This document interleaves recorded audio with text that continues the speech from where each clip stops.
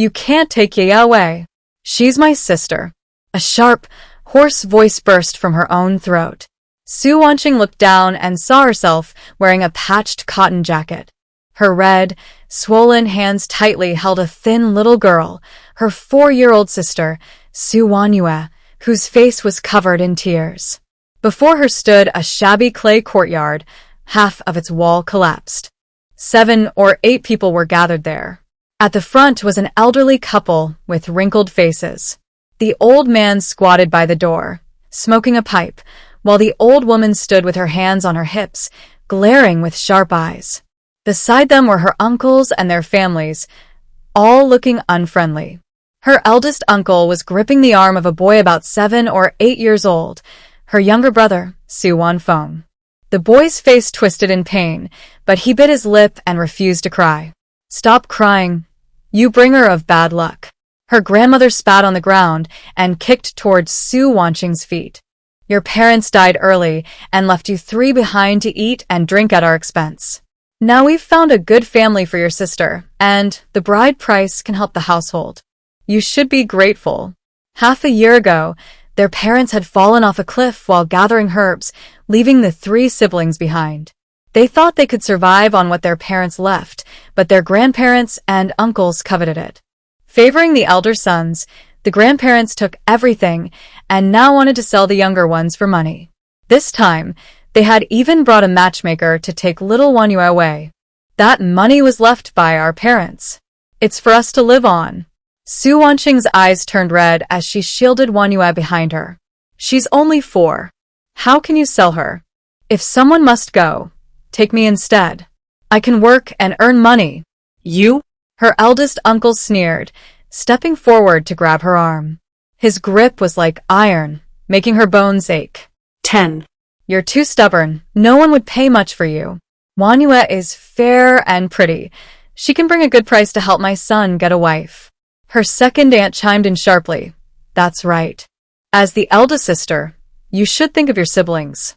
Wanyue being sold is her good fortune. If you keep resisting, we'll throw you out too. She reached out to pull Wanyue away. Don't touch her. Su Wanqing struggled with all her strength, but her uncle shoved her hard. She fell to the ground, hitting the back of her head on a stone. Her vision went black. She watched helplessly as her second aunt grabbed Wanyu's arm. Wanyu was so frightened that she could hardly breathe through her sobs. Her younger brother, Wanfeng, stomped his feet in panic, but their second uncle held him down tightly, leaving him to cry out in despair. Grandmother urged impatiently, stop wasting time. The matchmaker is still waiting at the village entrance. Take her away quickly. The eldest aunt had already found a hemp rope and was about to tie it around Wanyu's wrist. No. Let go of my sister. Su Wanqing's eyes widened in fury, her heart aching as if it were being torn apart. Despair and anger burned in her chest like fire. She tried desperately to get up, but her body wouldn't move. All she could do was watch as the rope wrapped around Wanyu's slender wrist. At that critical moment, a cold mechanical voice suddenly echoed in her mind, detected strong will to survive and protect. Conditions met. Intelligent Universal Space System activated. Space? Su Wanqing hadn't yet reacted when a sharp pain struck her head. She woke up instantly, lying on her own bed at home. Outside the window was the familiar city night view, and her computer screen still showed the unfinished draft of her novel. The pain she had just felt in the dream seemed so real, and the person in the dream felt exactly like herself. 20. Phew. Su Wanqing let out a long breath, leaned against the headboard, and pressed her fingers to her forehead. The bedroom was quiet except for the soft ticking of the smart wall clock. How could a dream feel so real? She tossed her phone onto the bedside table and looked at the family photo hanging on the opposite wall. In the picture, the man wore a suit and had gentle eyes. The woman in an elegant dress smiled warmly, and the young girl in the middle, with twin ponytails, held her parents' arms and beamed brightly. That was her at 15. Her heart tightened, and her eyes grew hot. Her parents had passed away when she was 20, in a sudden plane crash that left no remains to be found. At that time, she had just finished her first year of university, studying business management, the major her parents had chosen for her. They had planned for her to intern at the company after graduation and gradually take over the family business they had built together. The old Su Wanqing had truly been happy. Her parents loved each other deeply and spoiled her endlessly. Knowing she loved reading and writing, they built her a 20-square-meter study. Knowing she was interested in traditional medicine, they invited a retired doctor to teach her at home. Worried that it might be unsafe for her to be out alone as a girl, her parents started hiring martial arts, self-defense, and taekwondo coaches for her when she was 10. They trained her until she became a strong and capable all-rounder. But a plane crash shattered all her happiness. At that time, she was too young to manage such a large company. Crying, she turned to her father's most trusted friend, Uncle Qin Bei. He had watched her grow up and had always been loyal to the Su family. Without hesitation, he took over the company's management and said, "Wanqing, just do what you love. I'll take care of the company until you're ready to take it back." Over the years, she lived comfortably on her parents' inheritance and the company's dividends.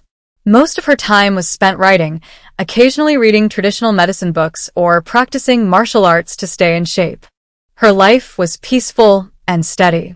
Thinking of this, Su Wanqing smiled bitterly.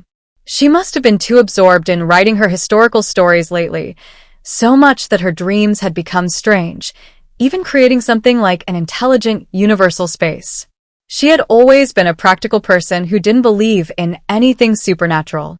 The space she saw in her dream was probably just her imagination turning her story ideas into vivid images.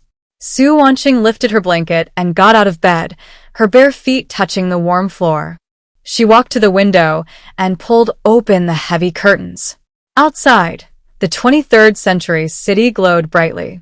Hover cars moved smoothly along their air routes, and the skyscrapers in the distance shimmered with dynamic light ads. Everything looked familiar and real. 30. It's all fake. I'll forget it after some sleep, she whispered to herself, turning to wash her face and clear her mind. But after taking just 2 steps, the images from her dream flashed again. Su Wanyue's tear-streaked face, Su Wanfeng's pained expression as someone grabbed his arm, the harsh looks of her relatives, and finally, the rope tightening around Nianyu's wrist. Her heart began to ache again. It felt as if she were reliving the pain of losing her loved ones. Could that space really exist? Maybe it appeared because of her deep longing for them. Perhaps the person in her dream had passed that bond of love onto her. Almost without thinking, Su Wanqing stopped, closed her eyes, and tried to recall the feeling from her dream when the intelligent, universal space appeared. She focused her thoughts and silently called out in her mind, "Space?" Nothing happened. So it really was just a dream. She let out a sigh of relief, but for some reason, she also felt a little disappointed. Maybe her focus wasn't strong enough? She frowned and closed her eyes again. This time, she calmed herself and carefully recalled the feeling she had in her dream when she entered that space, the strange sensation of leaving reality and stepping into a pure white world. Intelligent universal space, she silently repeated in her mind. The next second, she felt the world spin. When she opened her eyes, her familiar bedroom was gone, replaced by a pure white space. Su Wanqing's eyes flew open, her pupils shrinking sharply. She was really standing in that white space. Rows of empty shelves stretched neatly into the distance. The space was completely silent, yet it gave her a strange sense of peace. It's not a dream. It's really not a dream. Her voice trembled slightly. She raised her hand and saw it clearly before her. When she moved her fingers and touched the edge of a shelf, she could feel its cold, solid surface. A cold mechanical voice echoed in her mind, exactly the same as in her dream. Intelligent universal space activated. Host, Subansin. Binding successful. The space is divided into a modern zone and an ancient zone. Items in the modern zone refresh daily at midnight and can be restocked, money excluded. Stored items remain fresh forever. The ancient zone is currently locked. Su Wanqing stumbled back a step, leaning against a shelf as her heart pounded wildly. She wasn't dreaming. The unbelievable space from her dream actually existed. Did that mean the other things from her dream weren't just her imagination either? The Great Jing Dynasty, Sujiao Village, her younger siblings Su Wanyue and Su Wanfeng, those harsh relatives, and their plan to sell Wanyue for money. Could all of that be real? Would she really, as her dream had shown, travel to that unfamiliar ancient world? The thought sprang up like wild grass, quickly filling her mind. She shook her head hard, trying to push the absurd idea away. It was the 23rd century on Blue Star, an age of advanced technology. 40. How could something like time travel, which only existed in stories, be real? But the existence of this space made it impossible for her to completely deny the possibility. After all, the space itself was something far beyond the limits of science. Su Wanqing took a few deep breaths, using the breathing techniques taught in traditional Chinese medicine to calm her excitement. Since childhood, her parents had trained her to stay composed and rational. No matter how strange things became, she never panicked easily. Even now, she forced herself to stay calm and think clearly. First, the space was real. That was a fact. Second, the dream had felt incredibly vivid, with details too clear to ignore. If the two were connected, the most reasonable explanation was that the dream was a premonition, showing what might happen to her in the future. She remembered the two younger siblings from her dream, so small, so helpless, treated cruelly by their own family. In the dream, she had tried her best to protect them but was too weak to succeed. If she really traveled back in time and became that Su Wanqing, she would never let such a thing happen again. She had inherited a large fortune from her parents, enough to buy anything she needed. She had plenty of time since she didn't need to work. She knew traditional medicine and could handle common illnesses and injuries. She also practiced martial arts and self-defense, so even if she met bad people, she could protect herself and her siblings. And now, she had this intelligent, timeless space where she could store and preserve anything. Weren't all these things the perfect preparation for her possible journey through time? Su Wanqing's eyes grew firm. Whether the time travel would really happen or not, she couldn't take the risk. If the dream was true and she went unprepared, she wouldn't be able to protect her siblings, or even survive herself. It's better to be prepared and not need it than to need it and not be prepared, she whispered, repeating her father's old advice. She continued exploring the space and found a bedroom with a shell-shaped bed and a small washroom, surprisingly thoughtful details. Beyond there was only a gray area where nothing could be seen. Focusing her mind, she exited the space. When she opened her eyes again, she was back in her own bedroom, the city lights still shining brightly outside the window. She tried placing a glass of water into the space. With a thought, the glass disappeared and reappeared neatly on a shelf inside. The space even organized things automatically. What an amazing feature. Su Wanqing walked to her bedside table, picked up her phone, and this time, without hesitation, opened her shopping app. The first thing she needed to stock up on was food. In ancient times, food production was low, and during years of disaster, there could be no harvest at all. She had to store enough staple foods such as rice, flour, corn, potatoes, and sweet potatoes. 50. She also needed to keep some easy-to-store and ready-to-eat foods like compressed biscuits, instant noodles, self-heating rice, and canned goods. In addition, seasonings like oil, salt, soy sauce, vinegar, and tea were also necessary. She didn't need to store too much, because once they were placed on the shelves, they could be restocked the next day. Next were medicines. Medical conditions in ancient times were poor, and even a small cold could be dangerous. She needed to store common medicines for colds, fever, inflammation, and pain relief, as well as iodine, alcohol, gauze, bandages, and hemostatic powder for treating wounds. She also planned to prepare some traditional Chinese herbs such as angelica, astragalus, ginseng, and goji berries for emergencies. Then came clothing. Ancient clothes were thick, not breathable, and not very warm. She needed to store warm clothes like down jackets, outdoor coats, sweaters, and thermal pants. The down jackets should be custom-made in ancient styles. She also needed comfortable underwear and socks, and considering the rough environment, she planned to store some durable pants and shoes. There were also tools. Without modern tools, life in ancient times was inconvenient. She needed to store common tools such as kitchen knives, scissors, hammers, nails, ropes, flashlights, and batteries, as well as fire-starting tools like lighters and matches. Since there was no electricity in ancient times, she also needed candles and kerosene lamps for lighting. She visited a building materials store to prepare some basic materials, as modern ones were much more advanced. In addition, she planned to store some high-tech equipment from the 23rd century. Su Wanqing's fingers moved quickly across her phone screen as she added everything she thought of to her shopping cart. Her eyes were sharp and focused, as if she could already see herself traveling back to ancient times, using these supplies and her special space to live safely with her younger siblings in that harsh world. Just then, a message popped up on her phone. It was from Uncle Qinbei. "Wanqing, how have you been lately? I've sent this quarter's financial report to your email. Take a look when you have time." Su Wanqing felt a warmth in her heart. Uncle Qin had always taken good care of her. He managed the company well and often looked after her life. She replied, "Uncle Qin, I'm doing well. Thank you. I'll check the financial report later. I might do some online shopping soon, and it could be quite a lot. If the packages pile up, I'll contact you for help." Qinbei quickly replied, "Sure, no problem. Let me know any time you need something." After putting down her phone, Su Wanqing felt more at ease. With Uncle Qin's help, she didn't have to worry about the packages even if she bought too much.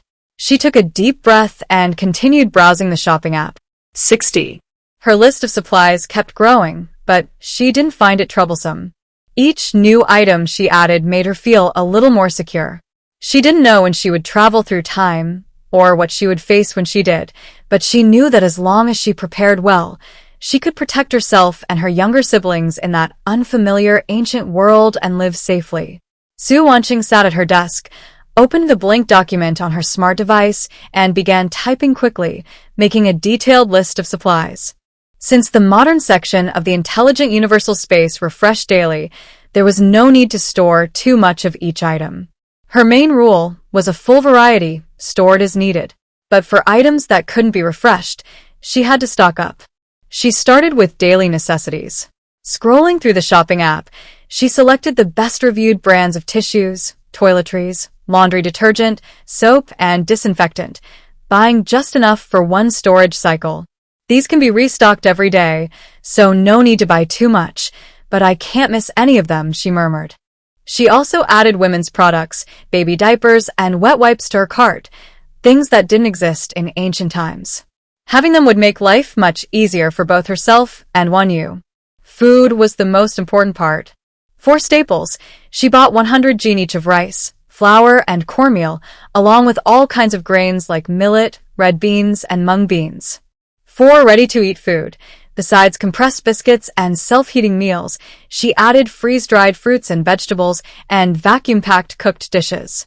For fruits, she chose long-lasting ones like apples, oranges, durians, and dragon fruits, everything available online. For seafood, she ordered lobsters, abalone, and ribbonfish, all cleaned and ready to cook. These can be refreshed daily, but I need some samples first. Later, I can just say I bought them from a shop in town. She added a note to her list and included various kinds of meat, pork, beef, and lamb, all in vacuum packaging for easy storage. Then she visited an outdoor store and bought a wide range of camping and survival gear. Online, she browsed several department stores and chose at least one of almost everything, just to be prepared for any situation. Next were items that could be exchanged for money. Su Wanqing opened a craft shop online and selected a batch of finely made glass ornaments, vases, pendants, and paperweights. These would be rare in ancient times and could sell for a good price. She also bought high-quality writing materials, fine paper, ink sticks, and brushes, which she could use herself or give as gifts. In addition, she chose beautifully printed copies of ancient books and practical guides on farming and medicine. Few people in ancient times could read, so books are valuable. And learning more is always a good thing, she thought. Gold, and silver were the most important. She checked her finances. Her parents' inheritance and company dividends added up to a large amount. Gold and silver bars can't be replaced, so I need to stock up, she decided. She planned to convert all her money, except what she needed for supplies, into gold and silver bars, and also buy some simple jewelry made of gold, silver, diamonds, and crystals, useful both for wearing and for trading if needed. With that thought, she called Qin Bei. Uncle Qin, I want to sell all my company shares, Su Wanqing said firmly. Qin Bei was surprised and asked with concern, Wanqing, is something wrong? The company is doing very well, and your shares are valuable. I know, she replied, taking a deep breath.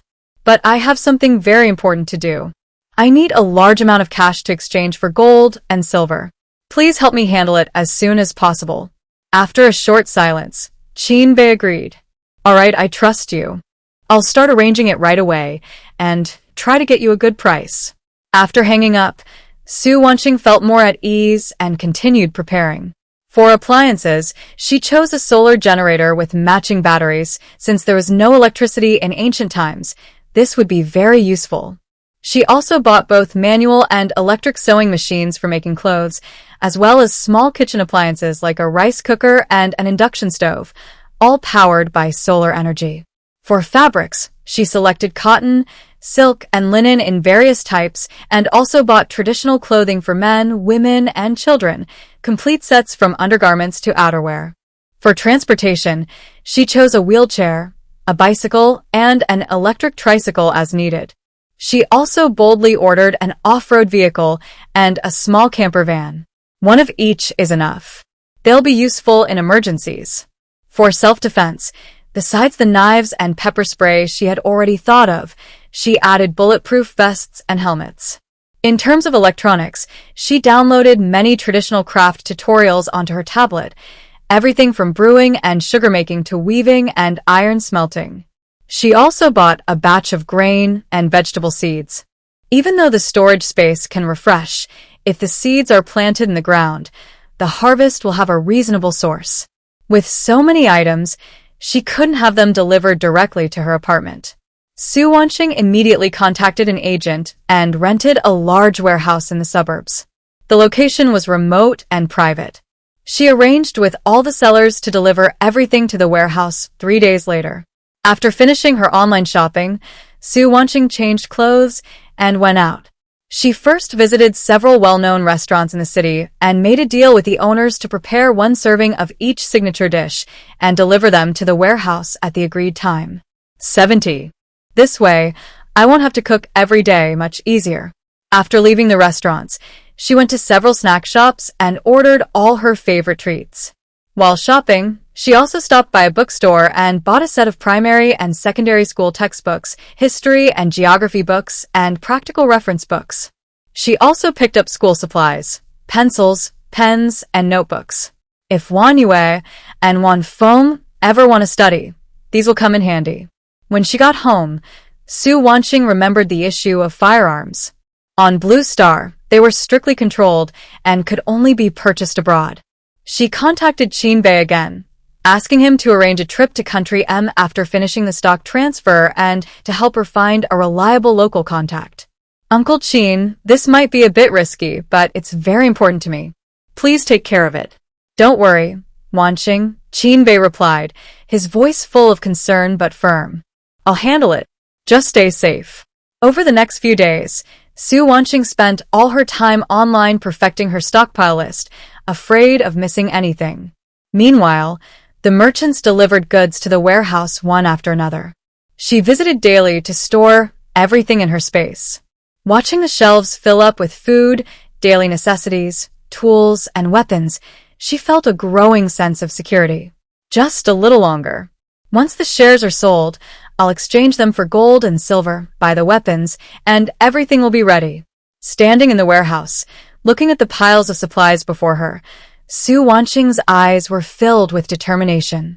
She didn't know when the day of her journey through time would come, but she was fully prepared.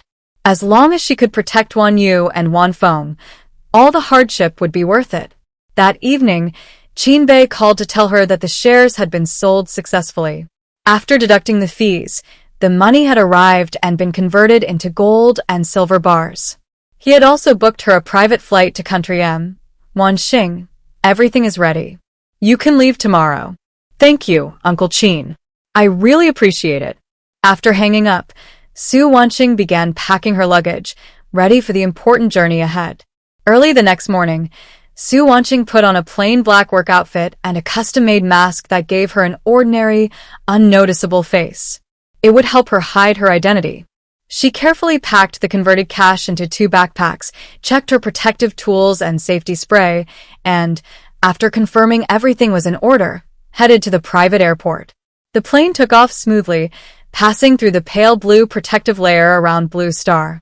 Looking out at the shrinking city below, Su Wanxing felt a mix of emotions. She didn't know what dangers might lie ahead or whether she would ever return to this familiar land. But when she thought of Wan Yu and Wan Feng's helpless faces in her dreams, her determination grew stronger.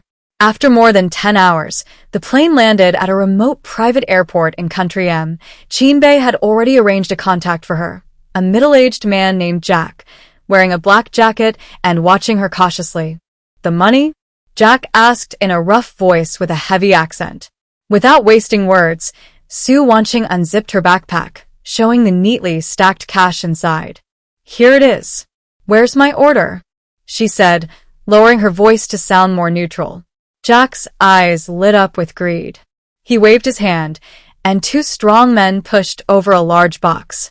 When the box was opened, it revealed several firearms and boxes of ammunition. These are what you asked for, along with 10 vials of antidote. They're the newest version and can counter almost any known poison, Jack said.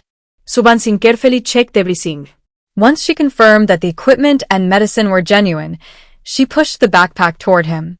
Just as Jack reached for his backpack, he suddenly gave a signal to the 2 strong men behind him. They quickly drew their knives and rushed towards Su Wanxing. Leave the goods, and don't even think about leaving. Jack's face twisted into a cruel grin. He clearly planned to betray her. Su Wanxing had been prepared. She dodged the first man's attack, drew her own knife, and struck back at his arm. The martial arts and self-defense skills she had practiced since childhood came in handy. Her movements were fast and precise, and within moments, both men were on the ground. Seeing this, Jack turned to run. Trying to escape? Su Wanxing said coldly. She threw out a rope, perfectly wrapping it around Jack's ankle. He fell hard, groaning in pain. Su Wanxing stepped forward, kicked away his weapon, and said, I wanted a fair deal, but you chose to betray me first. She quickly packed the weapons and antidote into her bag, then took the cash from Jack's pocket. A bold idea flashed through her mind. Qinbei had once told her that there was a small hidden armory nearby, owned by a local gang. Since I'm here, I might as well borrow a few things. Holding her knife to Jack's neck, she forced him to reveal the armory's location and password. Jack, too frightened to resist, told her everything. Su Wanxing then knocked out Jack and the 2 men before quietly heading to the armory. She entered the code and opened the heavy door. Inside were all kinds of weapons, pistols, rifles, submachine guns, grenades, rocket launchers, and other heavy equipment. 80. Her eyes lit up. She stored everything in her special space and said with a small smile, Consider this your punishment, free of charge. Dusting off her hands, she turned and left. After finishing everything, Su Wanxing followed her original plan and went to the airport to take a private jet home. Sitting on the plane, she removed her disguise, revealing a tired but determined face. As the plane lifted smoothly in autopilot mode, she leaned back and closed her eyes. Images of her parents appeared in her mind. They had died in a similar interstellar flight accident. The thought made her heart ache. Just then, the plane suddenly shook violently, and a loud alarm blared. From the cockpit came the mechanical voice. Engine failure. Engine failure. Su Wanxing's heart sank instantly.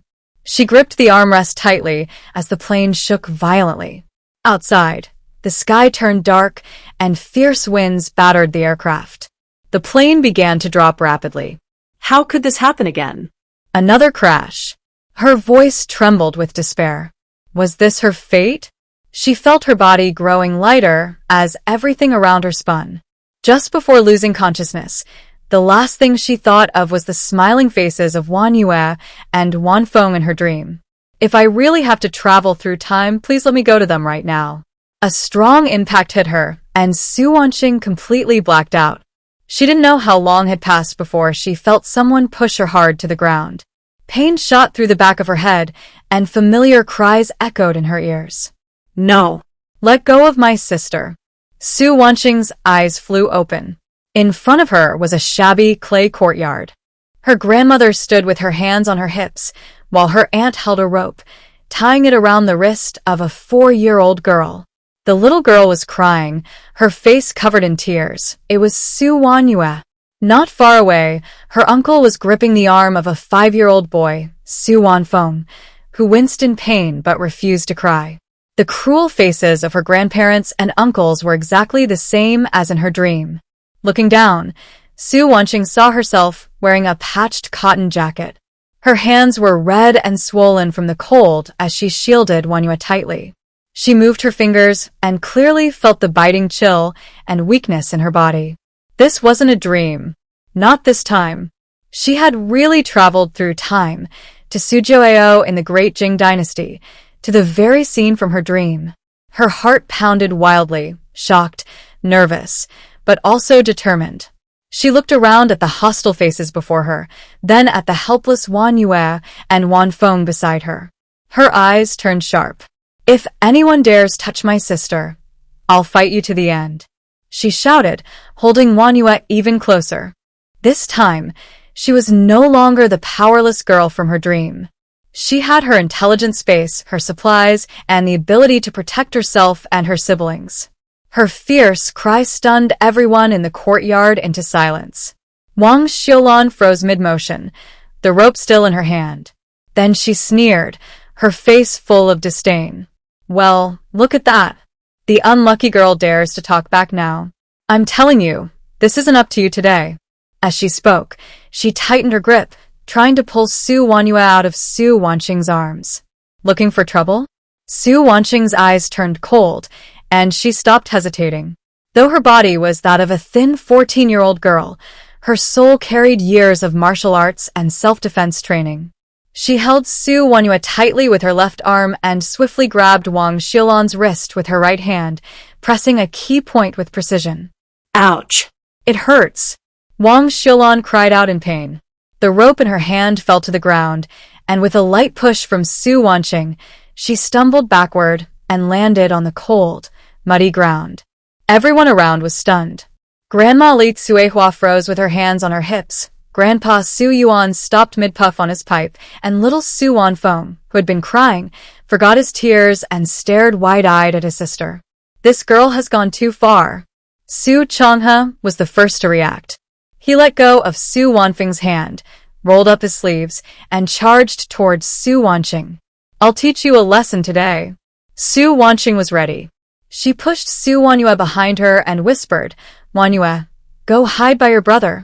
As soon as she finished speaking, she rushed forward to meet Su Changhe. Su Changhe, a man used to farm work, was strong but clumsy. Su Wanqing dodged his punch, swept her leg, and lightly kicked the back of his knee. With a thud, Su Changhe lost his balance and fell face first into the dirt, groaning in pain. Brother! Su Changjiang shouted, grabbing a wooden stick from the yard and rushing over. He was quicker than Su Changhe and swung the stick towards Su Wanqing. Su Wanqing stayed calm, dodging his attacks with ease. When he missed, she stepped forward, grabbed the other end of the stick, and pulled hard. Caught off guard by her strength, Su Changjiang lost his grip. Su Wanqing turned the stick around and pressed one end against his chest, giving a gentle push. He stumbled backward, hitting the courtyard wall and gasping for breath. In just a few moments, 3 grown adults were defeated by a 14-year-old girl. Outside the courtyard, many neighbors had gathered after hearing the commotion. Aunt Zhang, Uncle Li, Granny Wang, and a few older children, all staring in shock. 90. Oh my, when did Wanqing become so strong? She used to be so quiet, never daring to speak up even when her aunt bullied her. What's going on today? What else could it be? She's been pushed too far. Didn't you see her grandparents and uncles trying to sell her little sister? Who wouldn't be angry? The neighbor's whispers reached Li Tsuehua's ears, and her face turned red with embarrassment. She got up from the ground, slapped her thighs, and cried loudly. What bad luck! Such a bringer of misfortune. It wasn't enough that she caused her parents' deaths. Now she dares to hit her elders. How did our Su family end up raising such an ungrateful child? Su Wanqing looked at her coldly, completely unmoved. Grandma, please speak with a clear conscience. My parents had an accident in the mountains. If you had been willing to pay for their treatment, would they have died? You took all the money and food they left behind, and now you want to sell my 4-year-old sister to a broker just to get money for Su Yaozu's marriage. You're the ones without a conscience. Her voice was clear and steady, every word heard by everyone present. Su Yuan's face turned bright red. He glared at Li Tsuehua, signaling her to stop crying. Su Wanqing then turned to her younger sister, hiding in the corner. Her tone softened. Wan Feng, go to Grandpa Li Jing's house right now and ask him to come. Tell him I need him to bring justice for us. Although still frightened, Su Wan Feng was encouraged by her sister's courage. She nodded firmly and ran toward the east end of the village. Li Tsuehua wanted to stop her, but one cold glance from Su Wanqing froze her in place. She had just seen how strong her granddaughter was. Her 2 sons couldn't even handle her, so she didn't dare to try.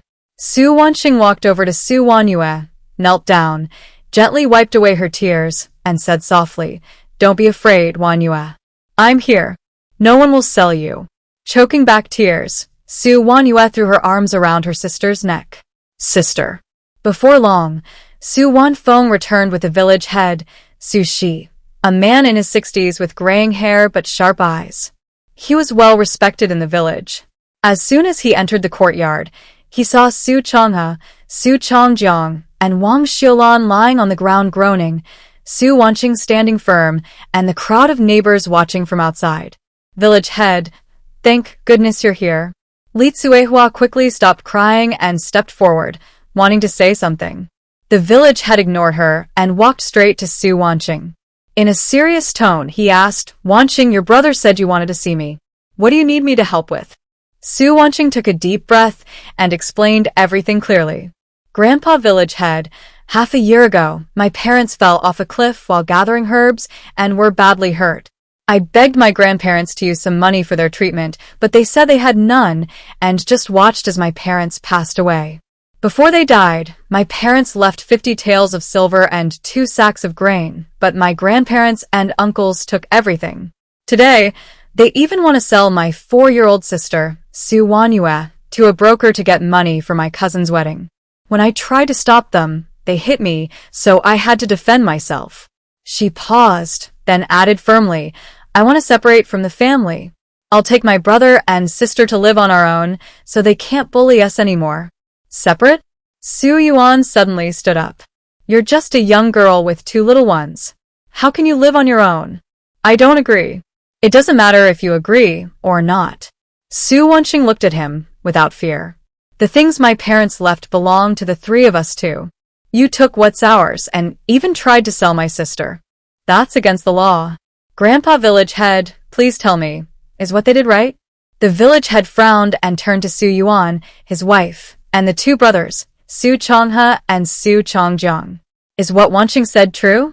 Did you really try to sell her sister and take her parents' belongings? Su Changhe and Su Changjiang stayed silent, but Li Tsuehua tried to argue. Village head, we didn't take anything. They gave it to us willingly. As for selling Wanyue, it's for her own good. She'll have a better life than staying with this girl and suffering. Willingly? Su Wanqing gave a cold laugh. My parents are gone. How could they have given it to you willingly? And selling a 4-year-old child to strangers, calling that for her own good? Aunt Zhang, Uncle Li, tell me, does that sound right to you? Aunt Zhang stepped forward and said, Village head, I know a bit about this. Wanqing's parents did leave some money, and I remember Wanqing crying and begging her grandmother to pay for treatment, but she refused. As for selling a child, That's truly heartless. The other neighbors all agreed, saying that Su Yuan's family had gone too far. Suri's face grew darker as he said to Su Yuan, Wanqing wants to separate from the family. It's reasonable. I think we should agree. Return the inheritance left by her parents to the 3 siblings and give them some land so they can live on their own. What? Give it back to them? Then what about the money for Yaozu's marriage? Wang Xiulan cried out, scrambling up from the ground. Su Yuan straightened his neck and said stubbornly, Village head, it's not that we're being heartless, but the family's money is already tight, and the land has all been divided. 100. There's really nothing left to give them. If they want to separate, fine, but those 3 can only leave with the clothes on their backs. His words made it clear he wanted to drive Su Wanqing and her siblings out with nothing, not even a trace of their parents' inheritance. They had no intention of returning what rightfully belonged to the children, only of taking everything for themselves. Leave with nothing? Su Wanqing's eyes turned cold. Then, as if she had made up her mind, she said in a steady voice, The 50 taels of silver and 2 stones of grain my parents left behind were earned with their lives. We deserve our share. But I don't want to argue anymore. I can take a step back today. Everyone was stunned. Su Yuan's family looked wary, afraid she was setting a trap. The village head raised his eyes slightly, signaling her to continue. Su Wanqing spoke clearly, word by word. I am willing to give up all of my parents' inheritance. Every coin, every grain of rice. Even the furniture they used, I'll leave it all to you. But there's one condition. You must sign a formal document cutting all family ties. She paused, then added firmly, the document must state 3 things. First, my father Su Chonghai's family line will officially be moved under my late 3rd grandfather's name. My siblings and I will be registered under him, and we will have no connection with your branch Su Yuan. Second, I, Su Wanqing, willingly give up all rights to my parents' inheritance and will never make any claims in the future. Third, from now on our lives, birth, marriage, and death will be our own responsibility. We will have nothing to do with you, Su Yuan, Su Chonghe, or Su Chongjiang, and we will not interfere in your affairs either. Her words hit like a stone thrown into still water, stirring up a storm. The neighbors outside were shocked by her decision. Aunt Zhang couldn't help but say, Wanqing, child, that's your parents' hard-earned money. Are you really going to give it up? Su Wanqing turned to look at Aunt Zhang, her eyes firm. Money can be earned again. As long as I can take my younger brother and sister away from this terrible place, it's worth it. The Su family was both surprised and delighted. Their biggest worry had been that Su Wanqing would cling to the inheritance, but now she was giving it up willingly and even wanted to sign a document to cut ties completely. To them, this was the perfect outcome. They could get rid of a burden without losing anything. They wouldn't have to return money or food, could send away the 3 children, and focus on preparing for Su Yaozu's marriage and Su Guangzong's exams. It was the best of both worlds. Li Tsuehua quietly tugged on Su Yuan's sleeve and whispered urgently, Husband, agree to it. This girl is strange and hard to control. Only someone out of their mind would give up money like that. Let's take this chance and sign quickly before anything changes. Su Chonghe and Su Chongjiang exchanged glances, both secretly pleased. Su Chonghe couldn't help saying, Father, she said it herself, she's giving up the inheritance willingly. We didn't force her. Su Yuan thought it over. Even if Su Wanqing had once threatened to go to the authorities, now that she was giving up the inheritance on her own, they couldn't be accused of taking it unfairly. And once the document was signed, those 3 children would have nothing to do with the Su family anymore. Whether they lived or not, it wouldn't concern them. The 3rd grandfather, Su Yuan's younger brother, had died long ago without children, so it was reasonable for Su Chonghai's branch of the family to be listed under his name. Thinking this through, Su Yuan no longer hesitated. He slapped his thigh and said firmly, Fine, we'll do as you say. As long as you truly give up the inheritance, I'll sign the document. Your signature alone isn't enough, Su Wanqing added quickly, her gaze sweeping over Su Chonghe and Su Chongjiang's families. Everyone must sign and leave a handprint, grandpa, grandma, uncle and aunt, second uncle and second aunt. No one can be left out. Since your whole family took my parents' inheritance, now that we're cutting ties, everyone must acknowledge it. She was worried that someone from the Su family might later go back on their word and claim they didn't know about it. But the Su family was eager to be rid of her, so they had no objections. Li Tsuehua nodded at once. We'll sign. All of us. As long as we can cut ties completely, we'll all sign. Seeing that both sides had reached an agreement, the village head finally relaxed. He asked someone to bring paper and ink and personally wrote the document. He made sure to clearly include the 3 main terms Su Wanqing had requested, so there would be no disputes in the future. After the document was prepared, the village head read it aloud so everyone present could hear clearly. After carefully checking that all the terms were correct, Su Wanqing was the first to sign her name and press her fingerprint on the paper. Then she asked Wan Feng and Wan Yu to do the same. Next, Su Yuan gritted his teeth and signed, followed by Li Tsuehua, whose fingers trembled slightly, not from fear, but from excitement. Su Changhe pulled Wang Xiaolan over, and without even glancing at the document, the two quickly signed and pressed their fingerprints. Su Changjiang and Lu Huidi also signed right after. All 6 members of the family signed their names without exception. To ensure the document's legal validity, the village head signed as the main witness and asked 3 neighbors, Aunt Zhang, Uncle Li, and another villager, to sign as secondary witnesses. When all the signatures were done, 3 copies of the document were made, one for Su Wanqing, one for Su Yuan's family, and one kept by the village head for record. 110. Holding the freshly signed document that officially severed family ties, Su Wanqing finally felt a heavy weight lift from her heart. Although she had given up her parents' inheritance, she had gained freedom for herself and her younger siblings and a chance to completely break away from that selfish family. That was enough for her. She had plenty of supplies stored in her intelligent space, far more reliable than 50 taels of silver or 2 stones of grain. Besides, with the space's protection, she could always retrieve the silver later. It wouldn't stay with them for long. As for the rest, she would let time teach them what hardship truly meant. When Su Yuan's family received their copy of the document, the tension on their faces disappeared, replaced by barely hidden delight. Wang Xiaolan even whispered to Su Changhe, "This is great.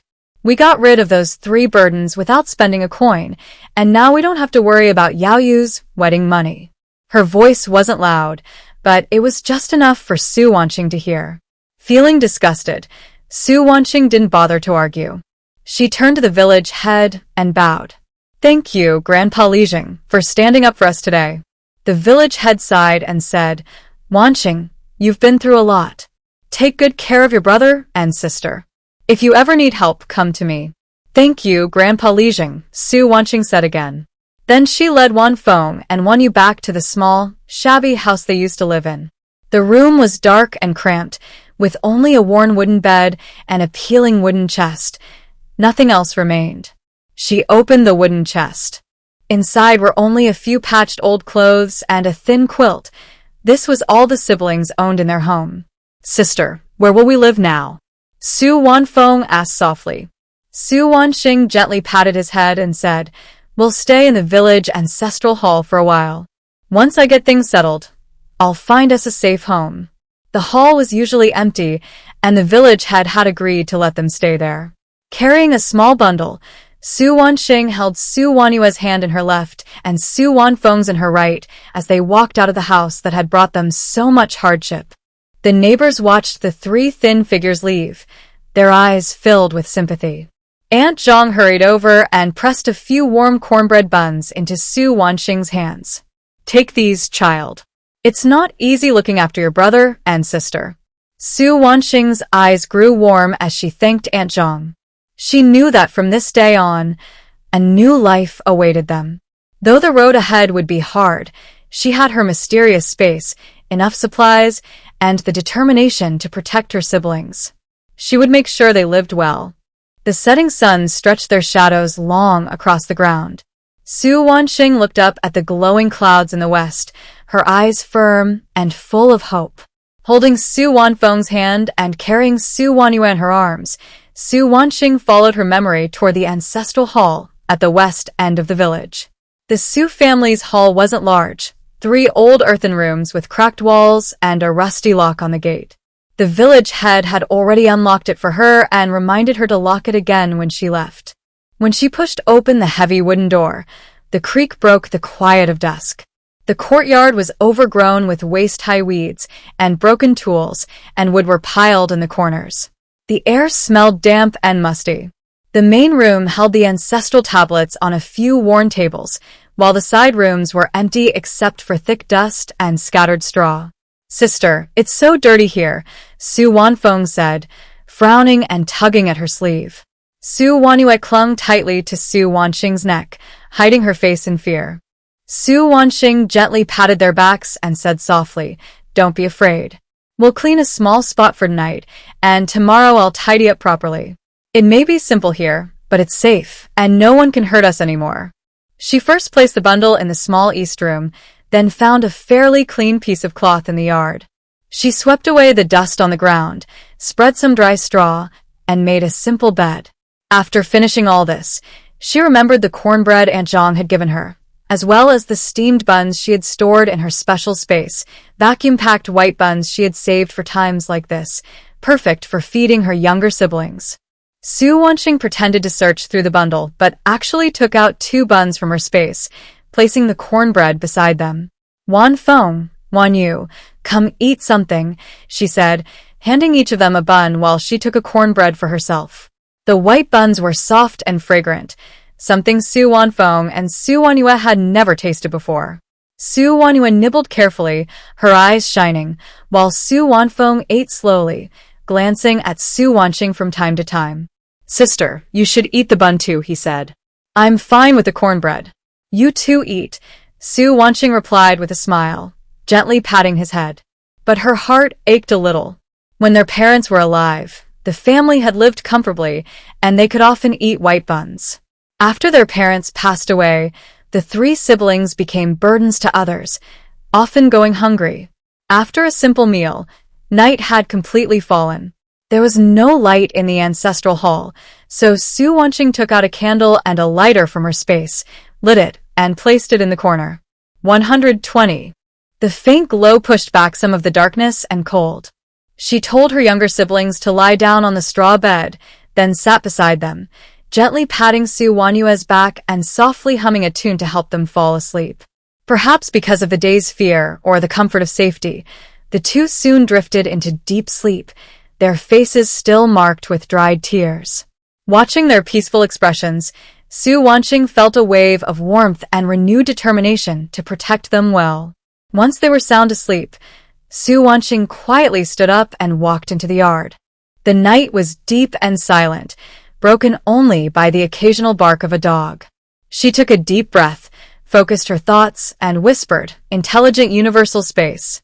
In the next moment, the world spun around her, and she found herself once again in that familiar white space. But as soon as she steadied herself, she froze. The space was no longer the same as when she had last left it. In the once empty center of the space, a display screen about half a person's height had appeared. It glowed with a soft white light, clearly listing all the items on the shelves in the modern section, from food and daily necessities to weapons and tools, neatly categorized, even showing the quantity of each. "Is this a new function?" Su Wanqing stepped forward and gently touched the screen. Her fingertips felt a cool sensation, and the content on the screen scrolled as she moved her hand. While she was still surprised by the screen, her gaze was drawn to the right side of the space. Where there had been nothing before, a new area had appeared, completely different from the modern section. A faint light curtain marked its boundary, with the words "Ancient Section" written on it. Curious, Su Wanqing walked through the light curtain and entered the Ancient Section. The environment here was completely different from the pure white of the modern area. The floor was made of old stone slabs, and the shelves were wooden, giving off a classic, antique charm. To her delight, there was even a small stone well in the corner, its mouth built from green stone, with a simple wooden ladle beside it. The water inside was crystal clear, giving off a faint mist. The ancient section. Could it have appeared to match this world? Suaning wandert door herself. Thinking of the modern packaged goods she had stored earlier, a bold idea came to her mind. She quickly returned to the modern section, picked up a vacuum-packed white bun, and walked back into the ancient section to place it on a shelf. The next moment, something amazing happened. The plastic packaging around the bun vanished instantly, replaced by a clean sheet of oiled paper neatly wrapping it. It now looked just like the buns sold in an old-town bakery, completely natural and fitting. It even does this. Su Wanqing exclaimed in surprise and joy. She hurriedly brought over a pack of compressed biscuits and a bottle of iodine. After placing them in the ancient section, the biscuits' plastic wrapping turned into oiled paper, and the iodine became a small porcelain bottle with a simple label reading disinfectant. With this new function, she would never have to worry about revealing the modern origin of her items again. The weight that had been pressing on her heart finally lifted. Her biggest problem was now solved. She walked to the stone well, picked up the wooden ladle, and scooped up a spoonful of water. The well water was sweet and refreshing.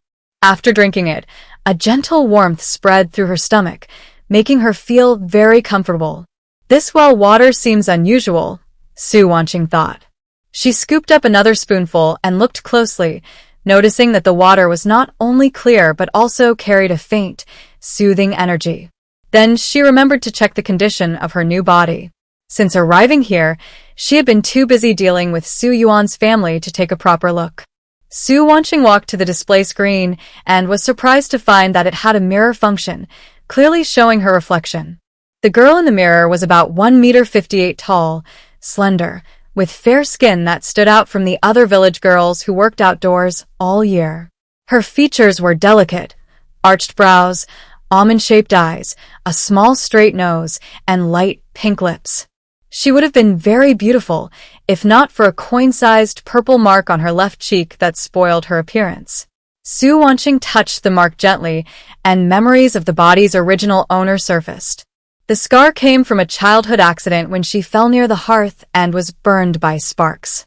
Because it was never properly treated, it turned into a purple blemish. When her parents were alive, they had planned to save money to take her to a doctor in town, but after their passing, the matter was forgotten.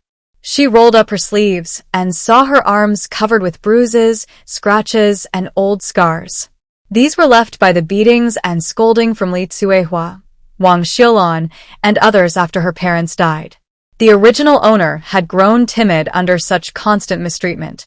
Looking at the marks, Su Wanqing's eyes turned cold. She would remember all this pain for the original owner, but for now, she needed to strengthen this weak body. It was too frail to handle much. Suddenly, she thought of the stone well. The water had made her feel so comfortable earlier. Perhaps it had other effects. She quickly took the wooden ladle, scooped up some water, and gently splashed it on her left cheek, softly rubbing the purple mark with her fingertips. The cool water touched her skin, bringing a refreshing sensation. After a while, she looked at her reflection again and was astonished. The purple mark had actually faded a little. 130. The change was small but real. The dark color had become lighter and clearer. This well water can really improve the skin, she whispered in surprise. Su Wanqing was both surprised and delighted. She quickly scooped up more well water and carefully washed the purple marks on her face, then wiped the bruises on her arms. After cleaning, she could clearly feel that the pain had lessened, and her face felt much fresher. She drank a few more sips of the well water, and a warm feeling spread from her stomach through her whole body, easing her tiredness. She guessed that the well water might have the power to strengthen the body and fade scars. Although the effect wasn't magical or instant, long-term use would surely make her body healthier. With such a treasure, Su Wanqing felt more confident. She tidied up the ancient section of her space again, moving some useful items from the modern section. Seeing the items automatically change into ancient-style packaging made her feel more at ease. After staying in the space for about an hour, Su Wanqing came out. Back in the side room of the ancestral hall, her younger brother and sister were still sleeping soundly. The candle had burned down halfway, its flame faint but steady. She walked to the bed, gently tucked the thin blanket around them, then sat down to think about her next steps. Although she and her siblings had separated from Su Yuan's family, they had no money and only a few worn-out clothes. The ancestral hall was not a long-term place to stay. She needed to find a proper way to earn money, enough to buy food, cloth, and eventually a small house where her siblings could live safely. Recalling the original owner's memories, she remembered that Sujoeo was surrounded by mountains full of wild vegetables, fruits, and animals like rabbits and pheasants. If lucky, one could even find ginseng or lingji mushrooms, valuable herbs that could be sold at the town market. Go to the mountains. Su Wanqing made up her mind. Early the next morning, she would take Wanfeng with her to dig wild vegetables and pick fruits. That would solve their food problem, and she could try selling the extra at the market to earn her first bit of money. The deep mountains were quiet, so she could also take out some things from her space and disguise them with ancient-style packaging without raising suspicion. Thinking of this, Su Wanqing felt her heart lighten. Leaning against the wall, she looked at her siblings' peaceful faces and smiled softly. The road ahead would be hard, but with her space, her supplies, and her determination to protect them, she believed the three of them would live well in this world. As night deepened, the wind outside the ancestral hall grew stronger, rattling the old window frames with a faint sound. Su Wanqing wasn't afraid at all. She stayed by her younger sibling's side, her eyes steady, quietly waiting for dawn to come. When the sky began to lighten, a pale glow appeared in the east. The sound of roosters crowing echoed through the morning mist, waking the sleeping village. Su Wanqing opened her eyes and looked at her siblings in the dim light. Su Wanfeng was holding onto her sleeve, sleeping soundly, his small brows slightly furrowed as if caught in an uneasy dream. Su Wanyue was curled up beside him, her little face buried in the straw, breathing softly and evenly. Gently freeing her sleeve, Su Wanqing stood up carefully, afraid to wake them. She stepped into the courtyard and took a deep breath of the fresh morning air, filled with the scent of damp grass and trees. The coolness cleared away her lingering tiredness. She had to earn her first bit of money soon so her siblings could finally leave their wandering days behind. She then entered her secret space, took out a steamed bun wrapped in oiled paper from the ancient section and a small clay pot filled with warm spring water. Placing the food on a stone by the side room door, she softly called, "Wanfeng, wake up." Her voice was gentle. Su Wanfeng blinked sleepily, then sat up straight when he saw his sister. "Sister?" "Yes," Su Wanqing nodded, handing him the bun and pot. "I'm going up the mountain to find herbs we can sell. Stay here and watch your sister. Don't let her wander off. This is breakfast. Eat half now and save the rest for her when she wakes up. Stay in the yard, and I'll be back by noon." Su Wanfeng took the food and nodded firmly, his small face serious. "Don't worry, sister. I'll take good care of her. I won't talk to strangers or run off." Though only 8, he had grown unusually sensible after all they had been through, knowing his sister was working hard for their family. Su Wanqing patted his head, tucked the thin blanket around Su Wanyue, then turned to find an old bamboo basket among the hall's clutter. She placed inside it some supplies from her space: cloth, hemostatic powder, disinfectant, and a small hatchet. After locking the hall door, she followed the path she remembered toward the mountains outside the village. Su Family Hollow lay at the foot of rolling green hills. The mountains weren't steep, but they were thick with vegetation and often shrouded in mist. The mountain path was still wet with morning dew, slippery and hard to walk on. Su Wanqing stepped carefully on the thick layer of fallen leaves, moving slowly uphill. Around her, only the clear chirping of birds and the soft rustle of wind through the trees could be heard. She didn't rush deeper into the forest, but began searching carefully at the foot of the mountain. 140. According to the memories of the body's original owner, villagers often brought their cattle or gathered firewood here, so there should be plenty of wild vegetables and herbs. After searching for half an hour, she found only a few dandelion stems that had already been picked. There wasn't even a trace of shepherd's purse or bitter greens. Su Wanqing wasn't surprised. Times were hard, and the nearby villages had long gathered all the edible plants and herbs they could find. Wiping the light sweat from her forehead, she looked toward the deeper part of the mountain, where the trees grew denser and few people ever went.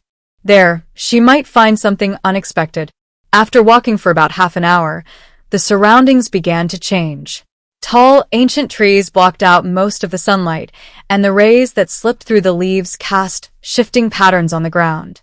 The air was filled with the fresh scent of plants and the damp smell of fallen leaves. Su Wanqing slowed her pace, watching her steps while using her knife to clear away the thorny branches in her path. At the same time, she carefully studied the plants around her. She had learned traditional medicine and remembered well the shapes and habits of common herbs. Found it! Her eyes lit up. On a sunny slope, she spotted a patch of thriving buplurum. The leaves were bright green, the stems strong, and the roots must be full and healthy. She crouched down and gently dug around the roots with her knife, careful not to damage them. Then she lifted the plant, shook off the soil, and placed it neatly into her bamboo basket. Encouraged by her find, Su Wanqing continued searching along the slope.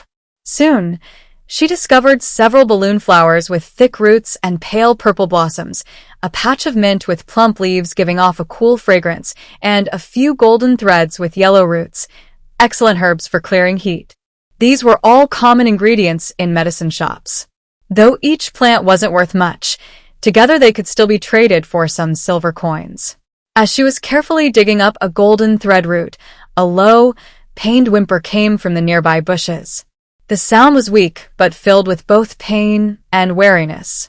Su Wanqing immediately grew alert, gripping her knife tightly as she slowly stood and looked toward the source of the sound. Just a few steps away, the grass was pressed down, forming a small hollow. Lying there was a snow-white wolf. The wolf was not small, its fur thick and fluffy, but it looked rather miserable. Its left front leg was caught tightly in a rusty iron trap. The metal teeth had sunk deep into its flesh, and blood stained the grass and its white fur.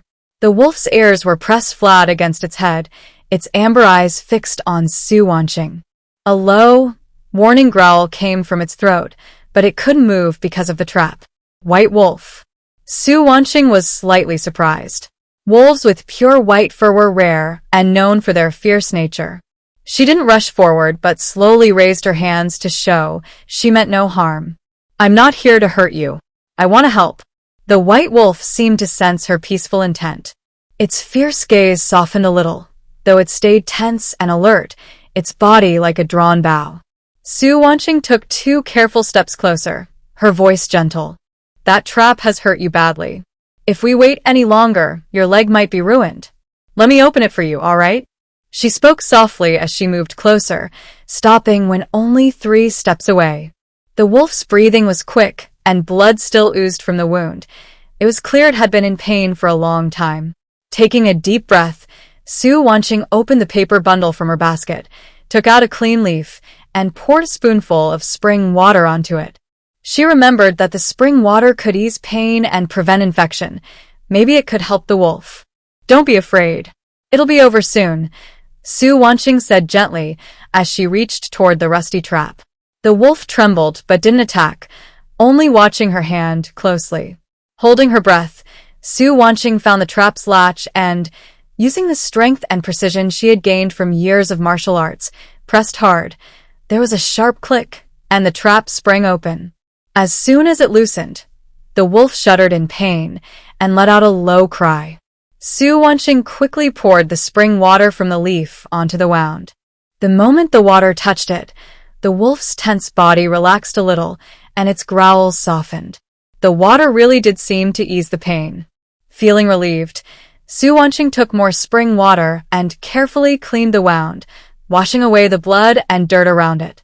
Then she poured some disinfectant from a porcelain bottle, packaged in an ancient style, and gently sprinkled it on the wound. The white wolf trembled in pain, but did not attack her. Finally, she applied some hemostatic powder and carefully wrapped the wound with clean gauze. Throughout the process, Su Wanqing's movements were gentle yet quick. When she finished, she stood up and stepped back to give the white wolf enough space. All done. The wound is treated. Don't move too much and rest well, she said. The white wolf tried moving its injured leg. It still hurt, but it could move a little. It lifted its head, its amber eyes looking at Su Wanqing. The fierceness in its gaze was gone, replaced by gratitude. It gently rubbed her hand, as if to thank her. Su Wanqing smiled and was about to turn away to continue searching for herbs when the white wolf blocked her path. 150. Suddenly, she heard a faint whimper from not far away, much weaker than the white wolf's voice, like a cry of pain. Following the sound, she saw a smaller gray wolf lying weakly at the entrance of a nearby cave.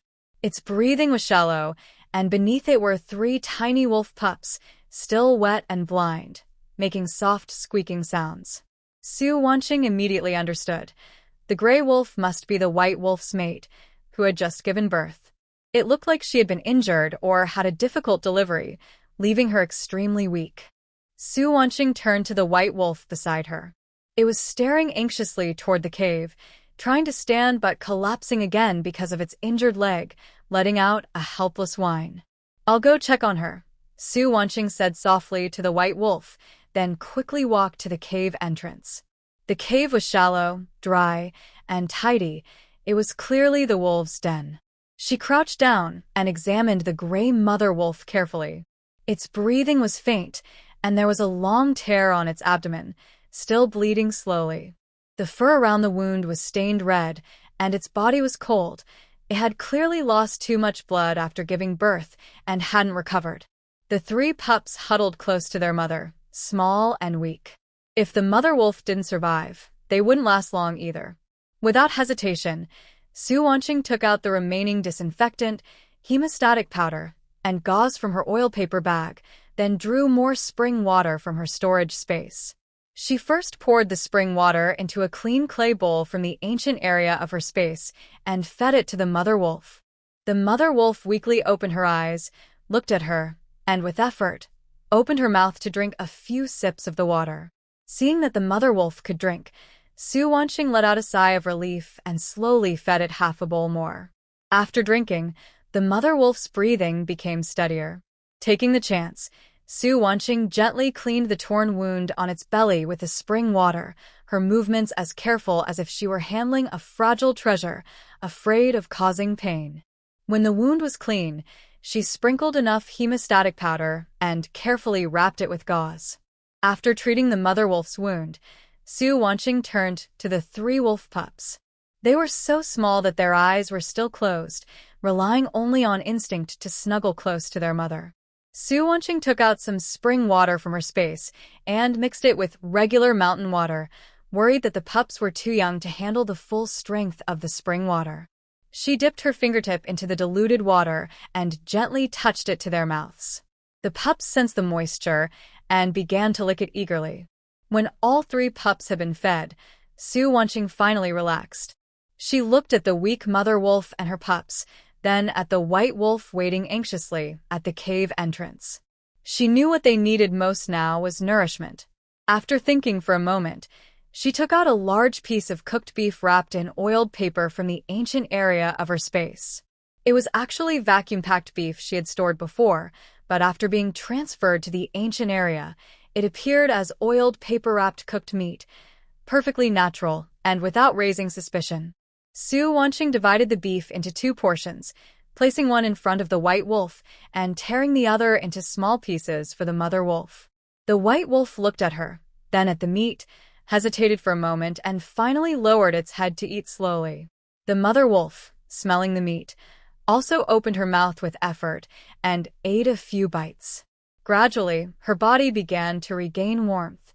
Su Wanqing glanced at the sky. The sun was already high. If she didn't return soon, the Wanfeng siblings would start to worry. She stood up and softly said to the white wolf, I have to go now. This meat should last you for a while. Take care of your wounds and don't leave the den too soon. It's safer that way. The white wolf seemed to understand her words. It raised its head and let out a low whimper, as if saying goodbye. Su Wanqing smiled, picked up her bamboo basket, and walked down the mountain. The bamboo basket was now full of herbs, heavy enough to make the rope handles sink slightly, but the weight filled Su Wanqing's heart with a sense of security. This was the hope for her and her younger siblings to build a life in this world. The path down the mountain was easier than the climb up. Su Wanqing quickened her pace, and about an hour later, she reached the ancestral hall at the west end of the village. Unlocking the gate, she stepped into the courtyard and saw Su Wanfeng holding Su Wanyue's hand, drawing on the ground with small stones. When they saw her, both children dropped the stones and ran toward her. "Big sister, you're back," Su Wanfeng called out, panting with excitement. Su Wanyue also shouted sister, in her soft, childish voice, her short legs moving so fast she almost tripped. Su Wanqing quickly set down the basket, crouched to catch Su Wanyue, and gently patted both children's heads. Smiling, she asked, "Were you good while I was gone? Did Wanyue cry?" "We were very good." Su Wanfeng nodded proudly. "I played with little sister in the yard. We didn't run off, and no one came knocking. She cried a little, but I gave her some steamed bun, and she stopped." Su Wanqing nodded with satisfaction. From her storage space, she took out 2 roasted chicken legs wrapped in oiled paper and a few bright red apples. The chicken legs were from the roasted poultry she had stored earlier, now neatly wrapped, and the apples were fresh ones she had chosen to look like wild mountain fruit. "Here, these are small game I caught in the mountains, roasted and delicious. Try them. And these are wild fruits from the hills. They're very sweet," she said, handing the food to her siblings. The smell of roasted meat filled the air. The 2 children had never smelled anything so good, and their eyes lit up. Su Wanyue took a careful bite, the rich flavors spreading in her mouth, and she smiled with satisfaction, her little face shiny with oil. Su Wanfeng ate happily too, but still offered some to his sister. "Sister, you should eat too." "I already ate." "You too enjoy it," Su Wanqing said with a smile. Watching them eat so joyfully warmed her heart. She emptied the herbs from the basket and spread them out on the stone slabs in the courtyard to dry. Sunlight fell on the green leaves, releasing a faint, refreshing fragrance. After finishing her roasted chicken leg, Su Wanyue held a half-eaten apple and leaned against Su Wanqing. She asked softly, "Sister, will we be able to eat such delicious food every day from now on?" "Yes," Su Wanqing said, gently patting her head with a determined look. "I'll work hard to earn money so that you and Wanfeng can always have enough to eat and wear. You'll get to enjoy lots of tasty food too. One day, we'll buy our own house and never have to live here again." Hearing the words "our own house," the 2 little ones' eyes lit up. Su Wanfeng nodded firmly. "I believe in you, sister." After settling her younger siblings, Su Wanqing sat on a stone slab in the yard, thinking about how to sell the herbs. She looked over the herbs spread out before her. Buplurum, platycodon, mint, coptis. All common types that wouldn't fetch much at the town's pharmacy. Then she remembered the ginseng stored in her special space, wild mountain ginseng of excellent quality and great age. If she sold it in the county's pharmacy, it would surely bring a good price. The county was much busier than the town, with larger pharmacies, more knowledgeable shopkeepers, and fairer prices. Although it would take over 3 hours to walk there through the mountains, the effort was worth it if it meant earning more money and giving her siblings a stable life. Besides, with so many people in the county, selling ginseng wouldn't attract much attention. After all, mountain folk often came to sell wild herbs and forest goods. Having made up her mind, Su Wanqing decided to take the dried herbs and ginseng from her space to the county's largest pharmacy early the next morning. By evening, the herbs were fully dried. Su Wanqing carefully packed them into neat bundles wrapped in oiled paper and placed them in a bamboo basket. As night fell, after making sure her siblings were asleep, she entered her intelligent space again. From the modern section, she took out 3 of the finest wild ginseng roots and moved them to the ancient section. Their vacuum packaging instantly turned into oiled paper wrapping, with a bit of soil clinging to them, making them look freshly dug from the mountains. She placed the ginseng with the herbs she had gathered earlier, planning to tell the village head about her trip to the county the next day. At dawn, Su Wanqing woke up quietly. She took a few warm white buns and a pot of spring water from the ancient section of her space, set them on the stone slab in the yard to cool, washed up quickly, and then gently woke her younger brother and sister. "Good morning, sister," Su Wanfeng said as she rubbed her sleepy eyes and sat up, her face still showing signs of sleepiness. Su Wanyue mumbled and snuggled close to Su Wanqing, clutching her clothes tightly, very clingy. "Hurry up and wash up for breakfast. Sister is going to the county town to sell herbs and will be back late," Su Wanqing said as she helped Su Wanyue get dressed and handed them steamed buns. She carefully reminded them, "Wanfeng, stay at home and watch your little sister. Play in the yard, don't run outside, and don't open the door for anyone. I will talk to Grandpa Lijing and ask him to look after you. At noon, Aunt Li will bring you food. If there's an emergency, call Aunt Zhang for help." Wanfeng nodded firmly, biting into her bun with a crunch, her face serious. "Don't worry, sister. I will watch Wanyue carefully and won't run around." Wanyue also nodded, mumbling, "Wait for sister." After settling her younger siblings, Su Wanqing carried a bamboo basket filled with herbs and ginseng on her back, locked the main door of the ancestral hall, and headed straight to Zhao Lijing's house at the east end of the village. The gate was slightly open, and the muffled sound of chopping wood came from inside. Su Wanqing gently pushed the door open. "Grandpa Lijing, are you home?" Grandpa Lijing was chopping wood with an axe. Seeing her, he paused and wiped his sweat. "Wanqing, why are you here so early? Is there something you need?" "Grandpa Lijing, I plan to go to the county town today to sell some herbs," Su Wanqing said as she stepped forward without hiding her intentions. "Not to hide from you, but I went up the mountain yesterday and luckily found some ginseng. I want to sell it at the county pharmacy to get some money. After I earn enough, I plan to buy a house and some land in the village so I can settle down with my younger siblings." Grandpa Lijing was surprised at first, then his face lit up with joy. "Wow, you're lucky. Ginseng is very valuable and the county pharmacies will pay good prices." He paused, seeing through her plan. "You want me to help take care of the two little ones in the ancestral hall, right?" "Yes, thank you, Grandpa Lijing." Su Wanqing bowed slightly. "I've asked Aunt Zhang to bring food at noon, but I still worry about them. Please keep an eye on the ancestral hall. If anything happens, I hope you can help. Also, I might need your help to look into and witness the purchase of the house and land later." "No trouble at all," Grandpa Lijing agreed happily. "You go to the county town without worry. Wanfeng and Wanyue, I will watch over them and make sure no one bullies them. Regarding buying land and houses, I will ask around the village for any properties for sale when you return. I promise to handle everything carefully for you." "Thank you, Grandpa Lijing." Su Wanxing sighed in relief and expressed her gratitude a few more times before turning to head toward the village entrance. It takes over 2 hours to walk from Sujiao to the county town along the mountain path. She walked quickly and confidently, her steps big and fast. The morning light filtered through the leaves, shining on her, making her look even more determined. Near noon, Su Wanxing finally reached the city gate.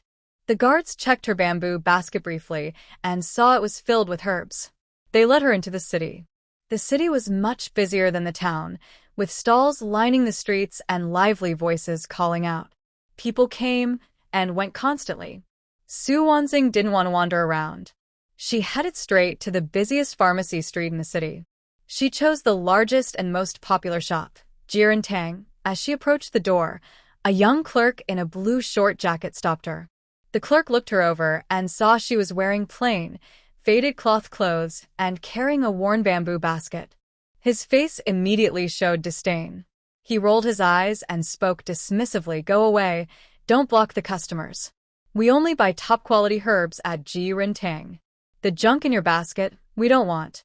Su Wanxing frowned but stayed calm. "I'm not selling ordinary herbs. I'm selling ginseng." "Ginseng?" The clerk seemed to think it was a joke and sneered loudly, raising his voice to attract attention. "With your poor look, you can't have real ginseng. Probably just dug up some radish roots to fool people. Hurry up and leave. Don't embarrass yourself here." Su Wanxing's eyes turned cold. She didn't want to argue, but she found the clerk too snobbish. She didn't waste words.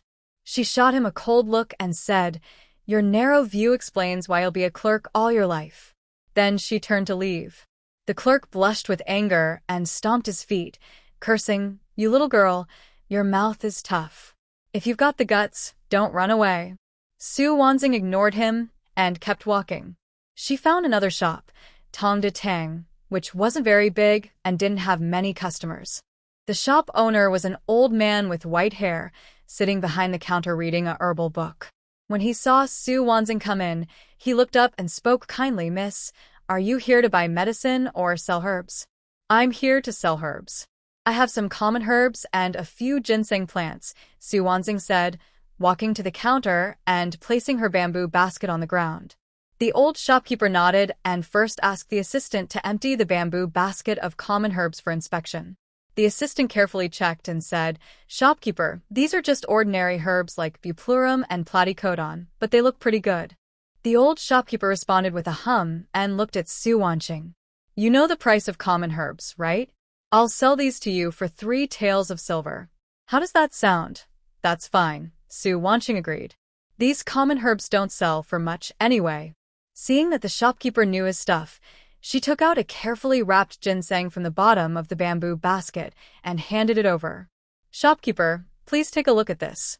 The shopkeeper saw the wrapped paper and his eyes sharpened. He quickly took it and carefully unwrapped it. As he opened the first layer, a strong medicinal aroma filled the air. Inside, there were 3 ginseng roots, thick and sturdy, with intact fine roots and clear patterns. He took out one, sniffed it, then gently pinched it with his fingers, his eyes shining brighter. "This one is 100-year-old wild mountain ginseng." His voice was a bit excited. He picked up the other 2 for inspection.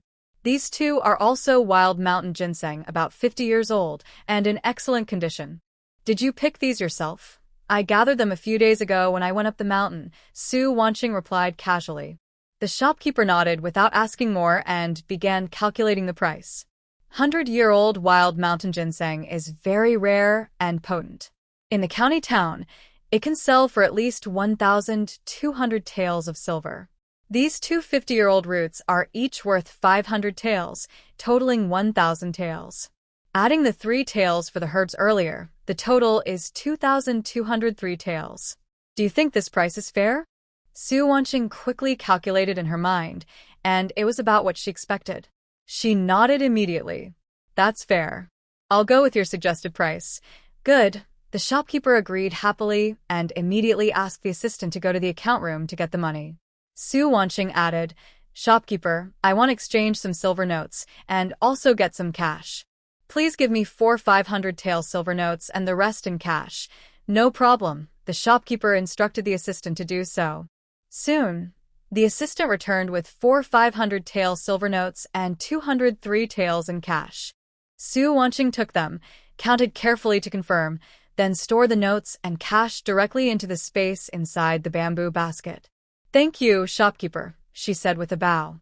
"You're welcome, miss." The old shopkeeper smiled and said, "If I have good herbs in the future, feel free to come to Tongda Hall. I promise to give you a fair price." Su Wanqing responded with a nod and turned to leave the pharmacy. With money in her hand, she felt more at ease. She slowed her steps, planning to walk around the town, buy some things, and then go back. She bought a fried oil cake, a small packet of marinated dried tofu, and some freshly baked osmanthus cakes. Holding the snacks, she suddenly noticed the delicious smells from the street stalls, sugar paintings, fried oil cakes, and various pastries. Su Wanqing felt tempted and bought a sugar painting. An idea popped into her mind. What if she put these ancient snacks into her space's modern area? Would they refresh and appear again?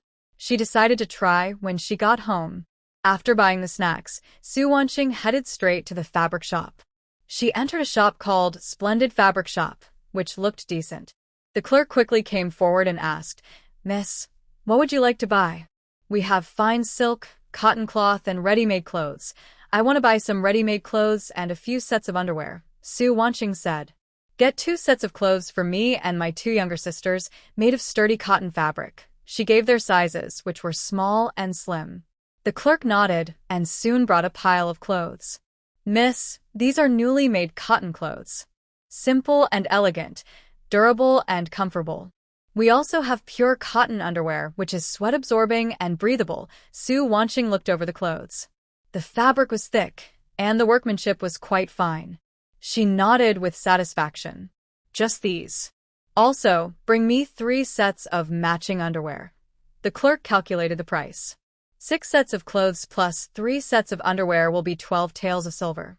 Su Wanqing took out 12 taels of silver from her bamboo basket and handed it over.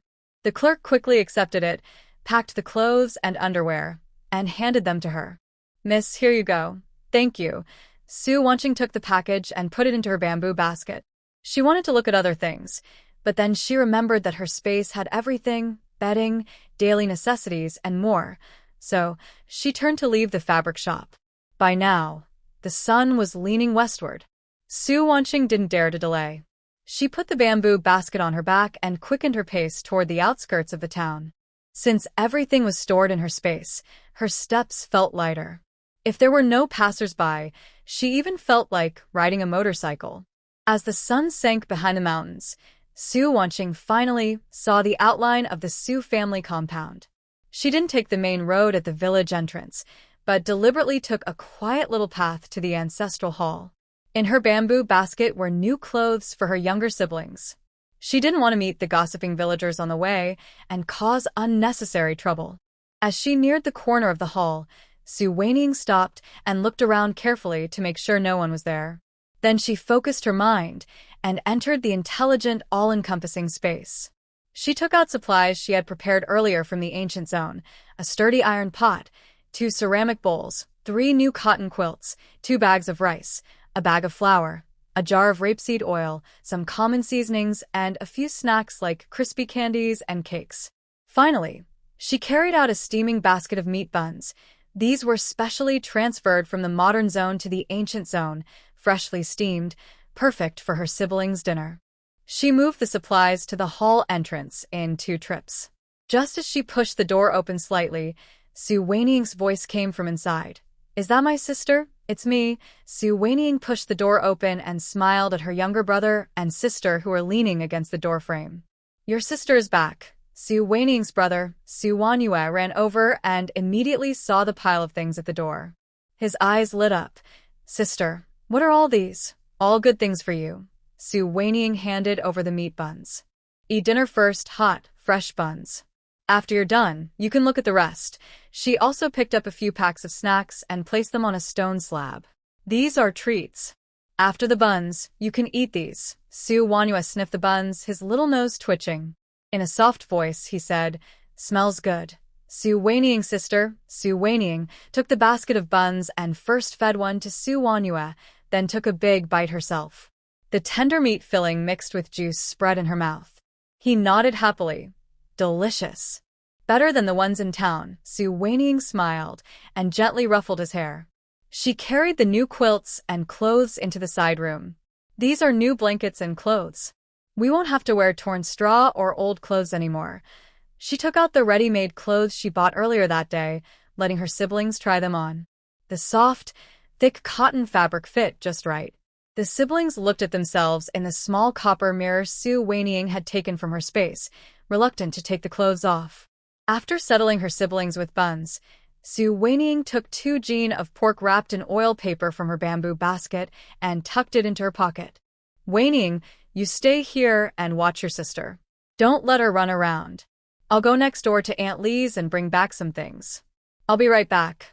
Okay. Su Wanyue nodded vigorously, still clutching half a bun in his hand. Su Wanqing closed the door and quickly headed to Aunt Lee's house next door. The window paper at Aunt Lee's house glowed with light. She gently knocked on the door. Aunt Lee, are you home? It's Wanqing. Come in, came her voice. The door opened quickly. Seeing the paper-wrapped package in her arms, she paused. What's this? Aunt Lee, today I trouble you to watch over Wanfeng and the others. This is a small gift. Please accept it. Su Wanqing handed over a piece of pork. I bought it in the county town. Keep it for your family to eat. Aunt Lee quickly refused. Child, you're too polite. Just helping to watch the kids is enough. I can't take your things. Take it back for the children to enjoy. Please, Aunt Lee, just accept it, Su Wanqing said sincerely, placing the meat on the table. I earned some money selling herbs in the county today. In the future, I might need your help to look after my younger siblings. This isn't worth much. If you don't take it, I'll feel uneasy. Seeing her firm attitude and noticing she looked healthier than before, Aunt Lee sighed and accepted it. All right, I won't be polite anymore. If you need anything, just say. I'll keep an eye on Wan Feng and the others for you. Thank you, Aunt Lee. Su Wanqing exchanged a few words about family matters, making sure the siblings hadn't caused any trouble during the day, then prepared to leave. She headed toward the village east to the village head's house. This time, she didn't go empty-handed. She took out a jar of rice wine, a bag of brown sugar, and 3 jean of pork from her space, wrapped in cloth, and carried them with her. She knew the village head was busy watching her siblings and helping buy land and a house, so she wanted to show her gratitude. The courtyard door at the village head's house was open, and the clothes hanging outside hadn't been taken in. Su Wanqing approached and called out, "Village head, are you home? Wanqing, girl, come in," came his voice from the main room. He was sitting at the table drinking tea. When he saw the cloth-wrapped package in her hands, he quickly stood up. "Child, why are you bringing things again, village head? Today I'm grateful you looked after Wan Feng and the others. This is a small gift. Please accept it."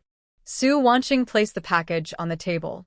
"It's just some rice wine, brown sugar, and a little meat." Village head Zhao hesitated for a moment, then, seeing her determined attitude, he stopped refusing. He invited her to sit at the table and poured her a cup of tea. "Did your trip to the county go smoothly? Did you get a good price for the herbs?" "Yes, it went well. I sold quite a bit," she replied, taking a sip of tea. Then she spoke directly. "Village head, I came today to talk about buying land and a house. Have you heard of any good options? Coincidentally, I asked around this afternoon." Zhao Lijing put down his teacup with a slight smile and said, "There is a house at the foot of the mountain on the west side of the village. It belongs to the old Wang family. The old couple has only one son, who made money running a silk business in the county town. Last month, they moved to the city to retire, so the house is now empty and for sale." Su Wanqing's eyes lit up. "How is the house? Is it sturdy?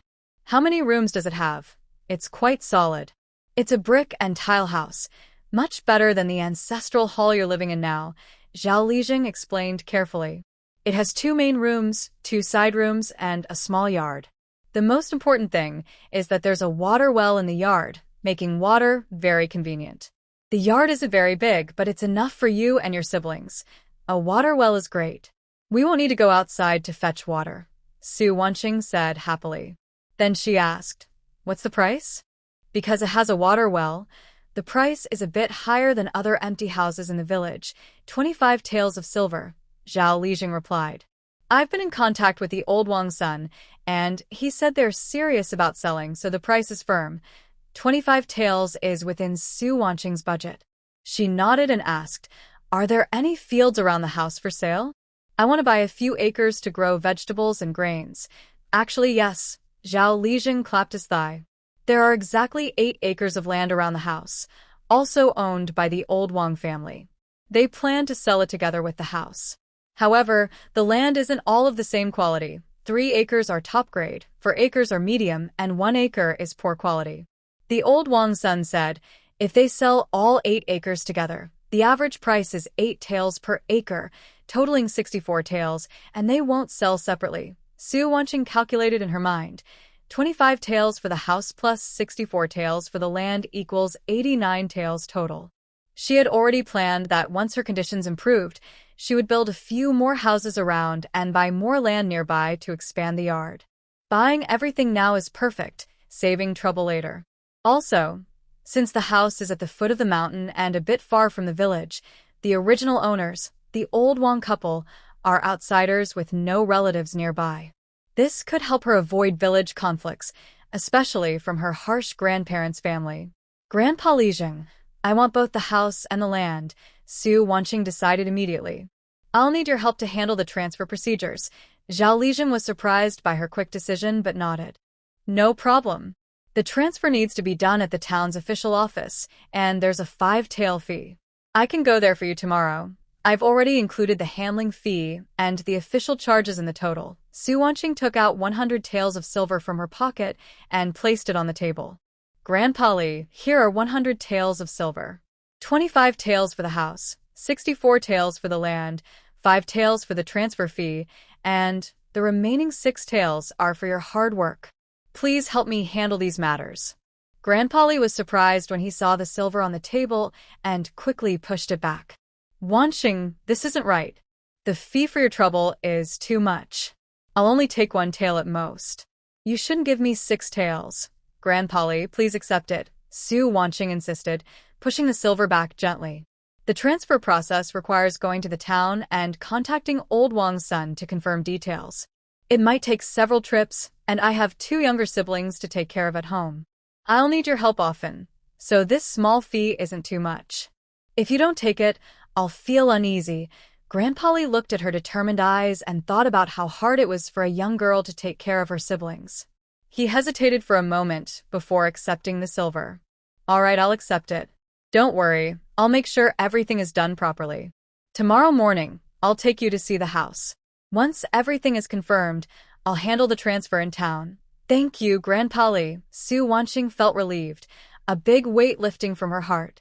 It's getting late and the mountain road is difficult to walk. You should go home quickly so the children aren't waiting anxiously, Zhao Lijing advised. I'll call you tomorrow about the house and land. Okay, I'll go now, Su Wanqing said, standing up to leave. As she stepped out of Grandpa Li's house, the night had deepened. The village was lit with lamps, and occasional dogs barked. She hurried towards the ancestral hall, feeling very at ease. Soon, she would be able to move her siblings out of the old, broken ancestral hall and into their own house, finally free from living under others' roofs. When she returned to the ancestral hall and opened the door, she saw Su Wanfeng holding Su Wanyue sitting on the stone slab at the door. The 2 little ones were almost unable to keep their eyes open but were still waiting patiently for her. When they saw her, Wanfeng immediately woke up and hurriedly stood up. Sister, you're back. Wanyue rubbed her eyes and softly called, Sister. Come inside quickly, it's cold outside, Su Wanqing said, carrying her siblings into the side room and spreading out the new cotton quilt she had just brought out. Tomorrow, I'll take you to see the new house. We'll live there from now on. It has a big yard and a water well, and we can grow small vegetables in the yard. Really? Su Wanfeng's eyes brightened, and most of her tiredness disappeared. Is the new house warmer than here? Of course, and there's a new quilt to cover you. Su Wanqing helped them take off their clothes, tucked them into the bed, and covered them with a thick quilt. Go to sleep quickly. Tomorrow, we'll get up early to look at the house.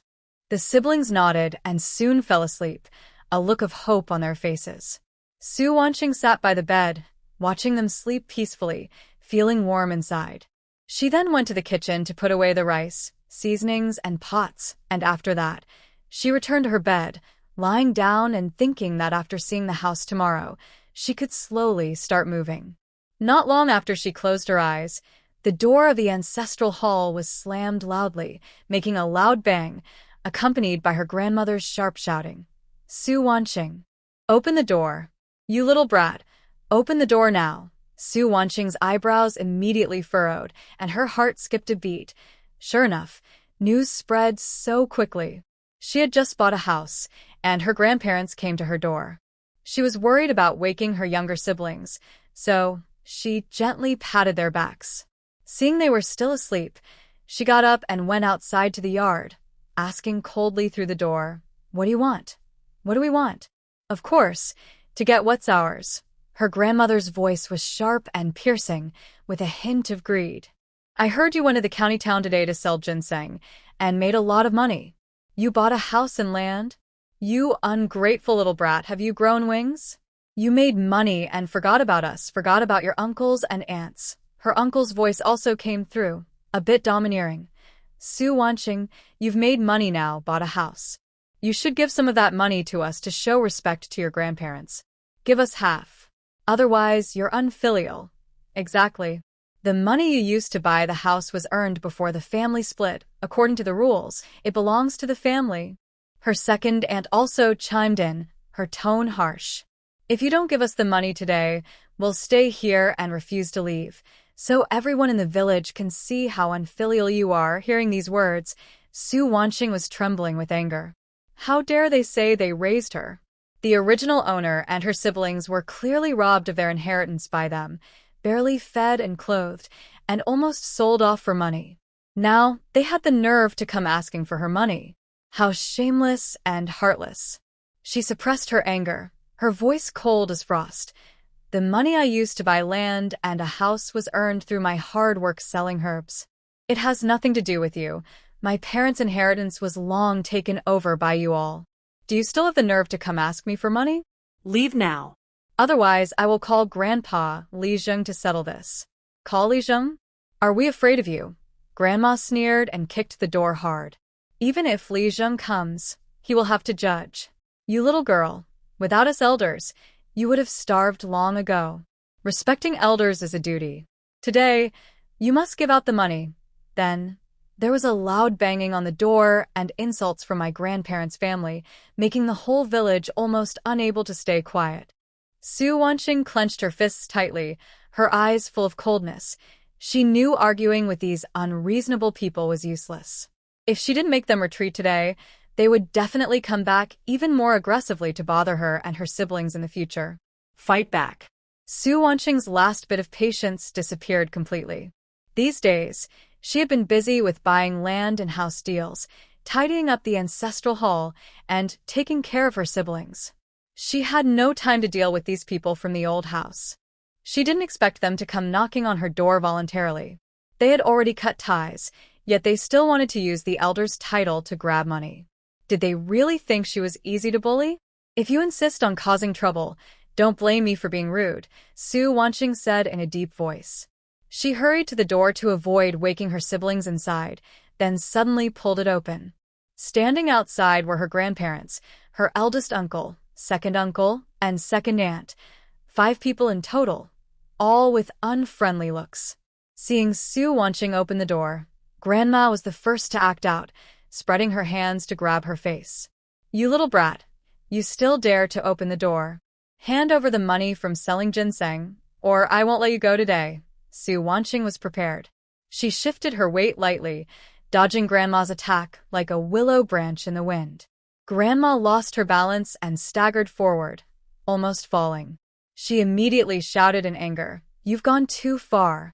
Daring to dodge me?" Seeing this, her eldest uncle, furious and embarrassed, swung his fist at her. "A little girl like you dares to act tough. Watch me teach you a lesson." His fist, full of wind, aimed straight at Su Wanqing's chest, showing no mercy. Su Wanqing's eyes sharpened.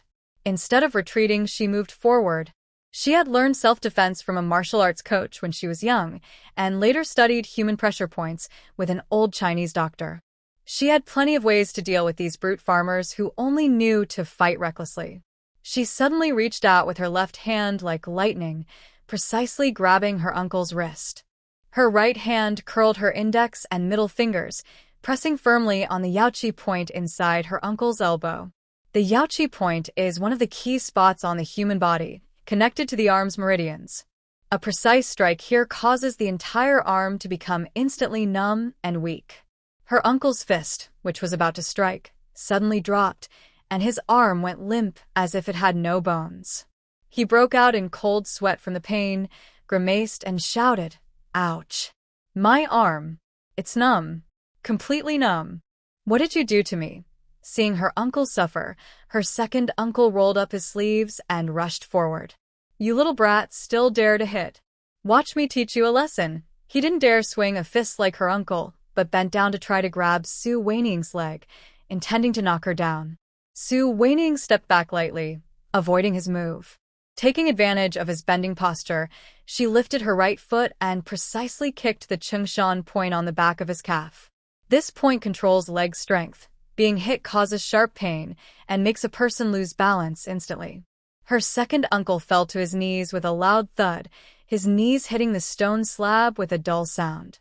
He clutched his calf, tears welling up from the pain, crying, "It hurts. It hurts so much.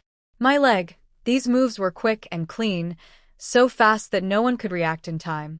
Grandma and her second aunt were stunned, even holding back their curses. Grandpa stood behind, his face dark with anger, shouting, "Rebellion! You unfilial granddaughter!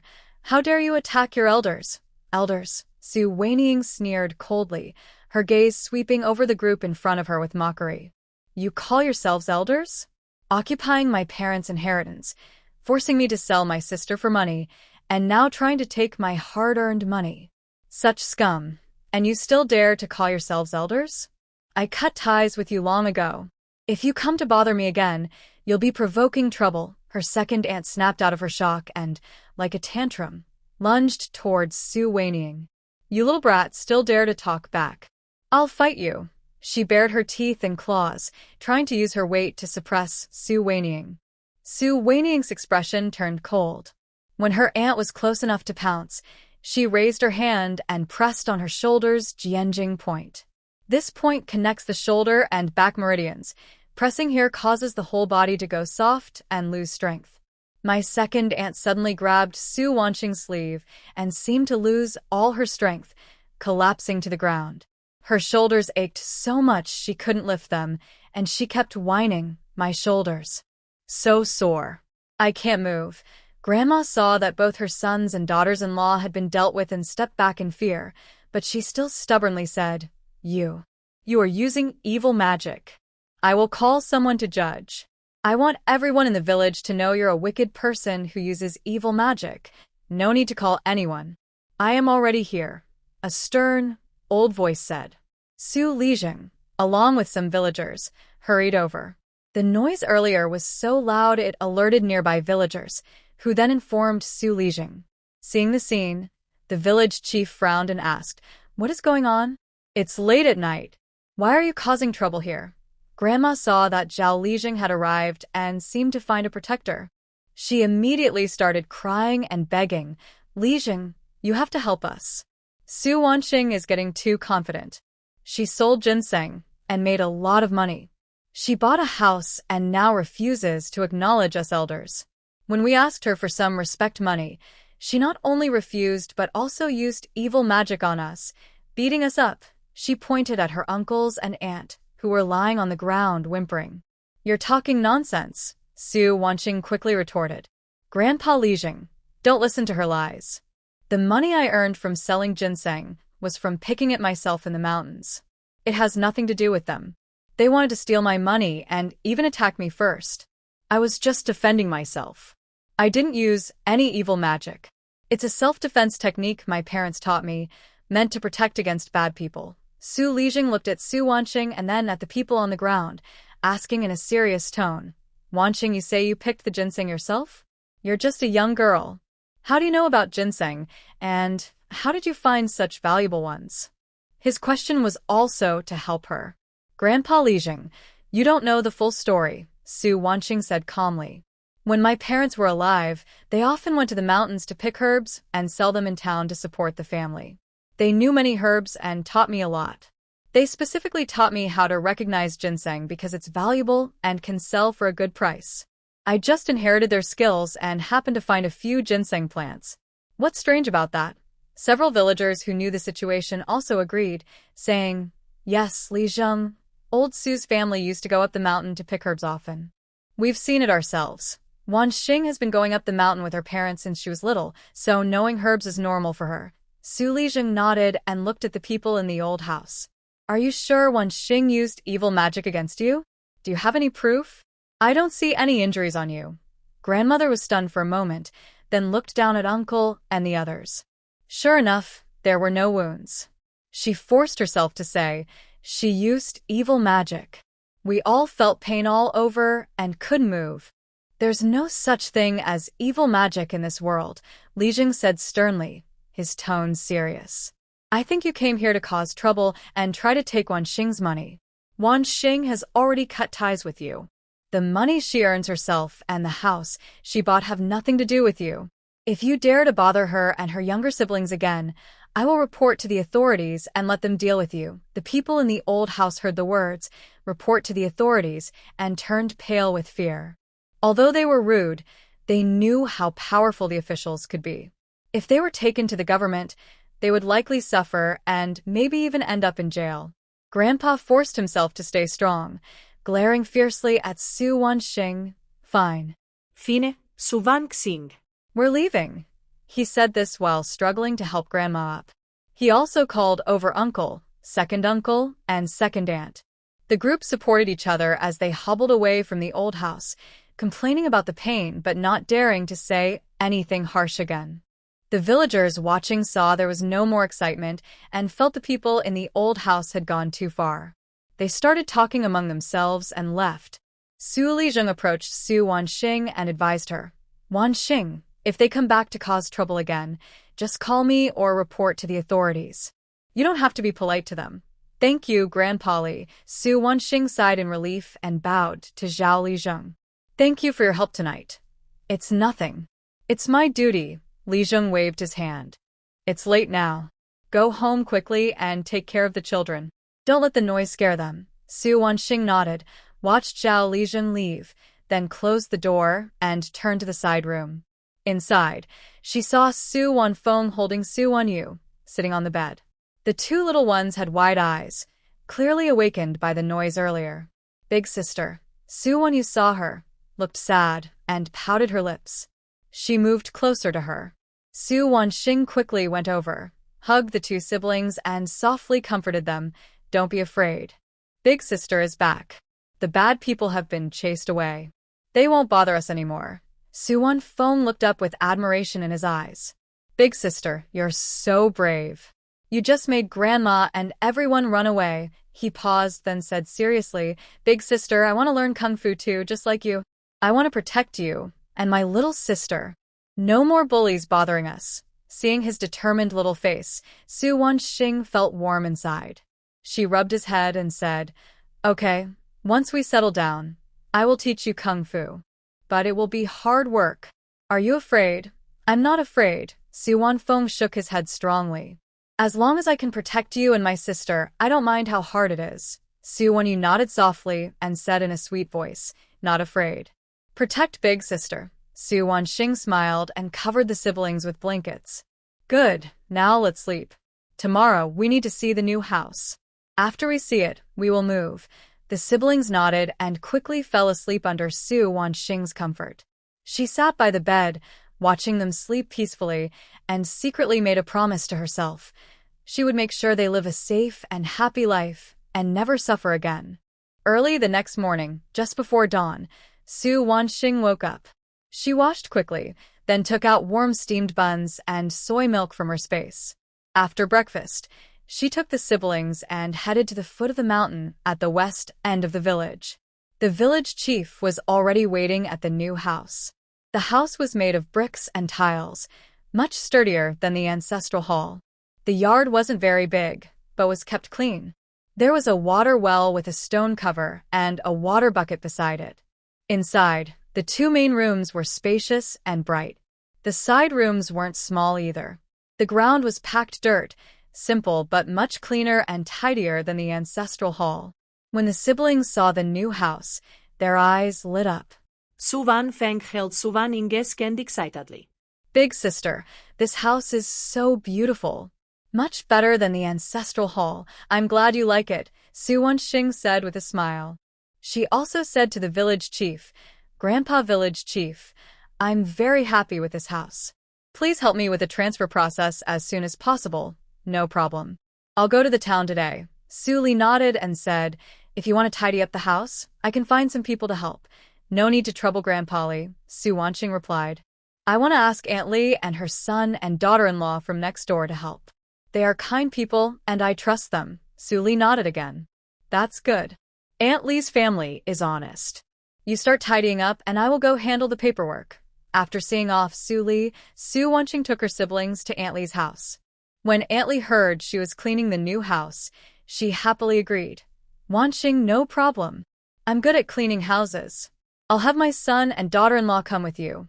Aunt Li's son is named Wang Dazhuang, and her daughter-in-law is Zhang Hehua. They are both hardworking.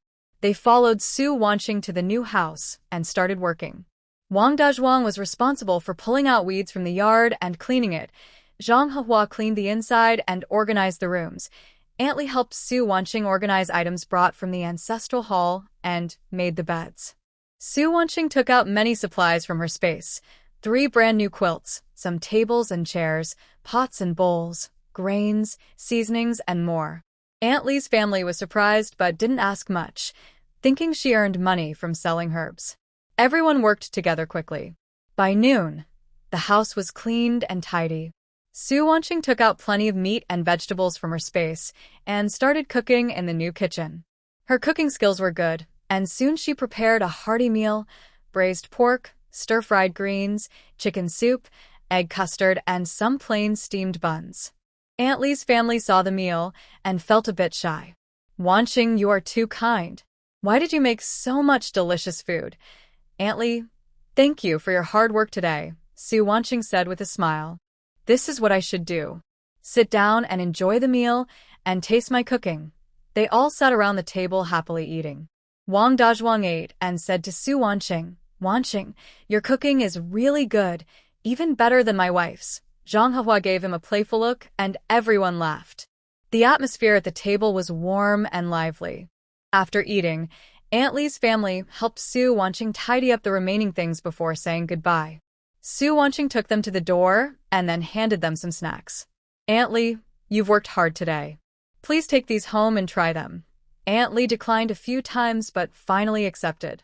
After seeing Aunt Lee's family off, Su Wanqing closed the big door and turned to look at the brother and sister, Su Wanfeng and Su Wanyue. They were happily running around in the yard, full of joy. "Wanfeng, Wanyue, from today on, this will be our home," Su Wanqing said with a smile. "We have a home now." Wanfeng excitedly jumped up and Wanyue clapped her hands, softly saying, "Home." Happy. Seeing the happy faces of the siblings, Su Wanqing felt warm inside. She knew that from today, she and her younger brother and sister finally had their own home, with space and supplies. In her past life, she had done what she loved. With this support, she believed she could still live freely and happily in the great Jing dynasty. The people from the Su family's old house limped back to the yard. As soon as they pushed open the big door, they couldn't hold on any longer. The eldest uncle sat on the doorstep, clutching his numb arm and grimacing in pain.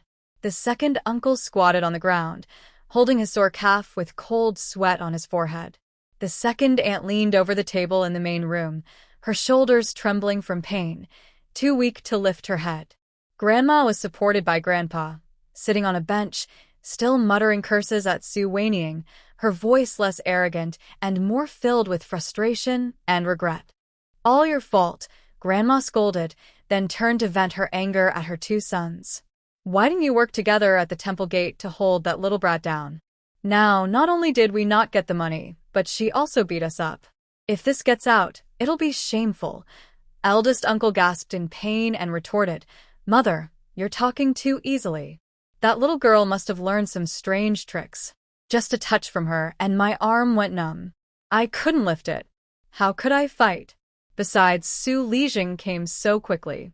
Even if we wanted to fight, we didn't have the chance," second uncle echoed, trembling as he spoke. "Exactly.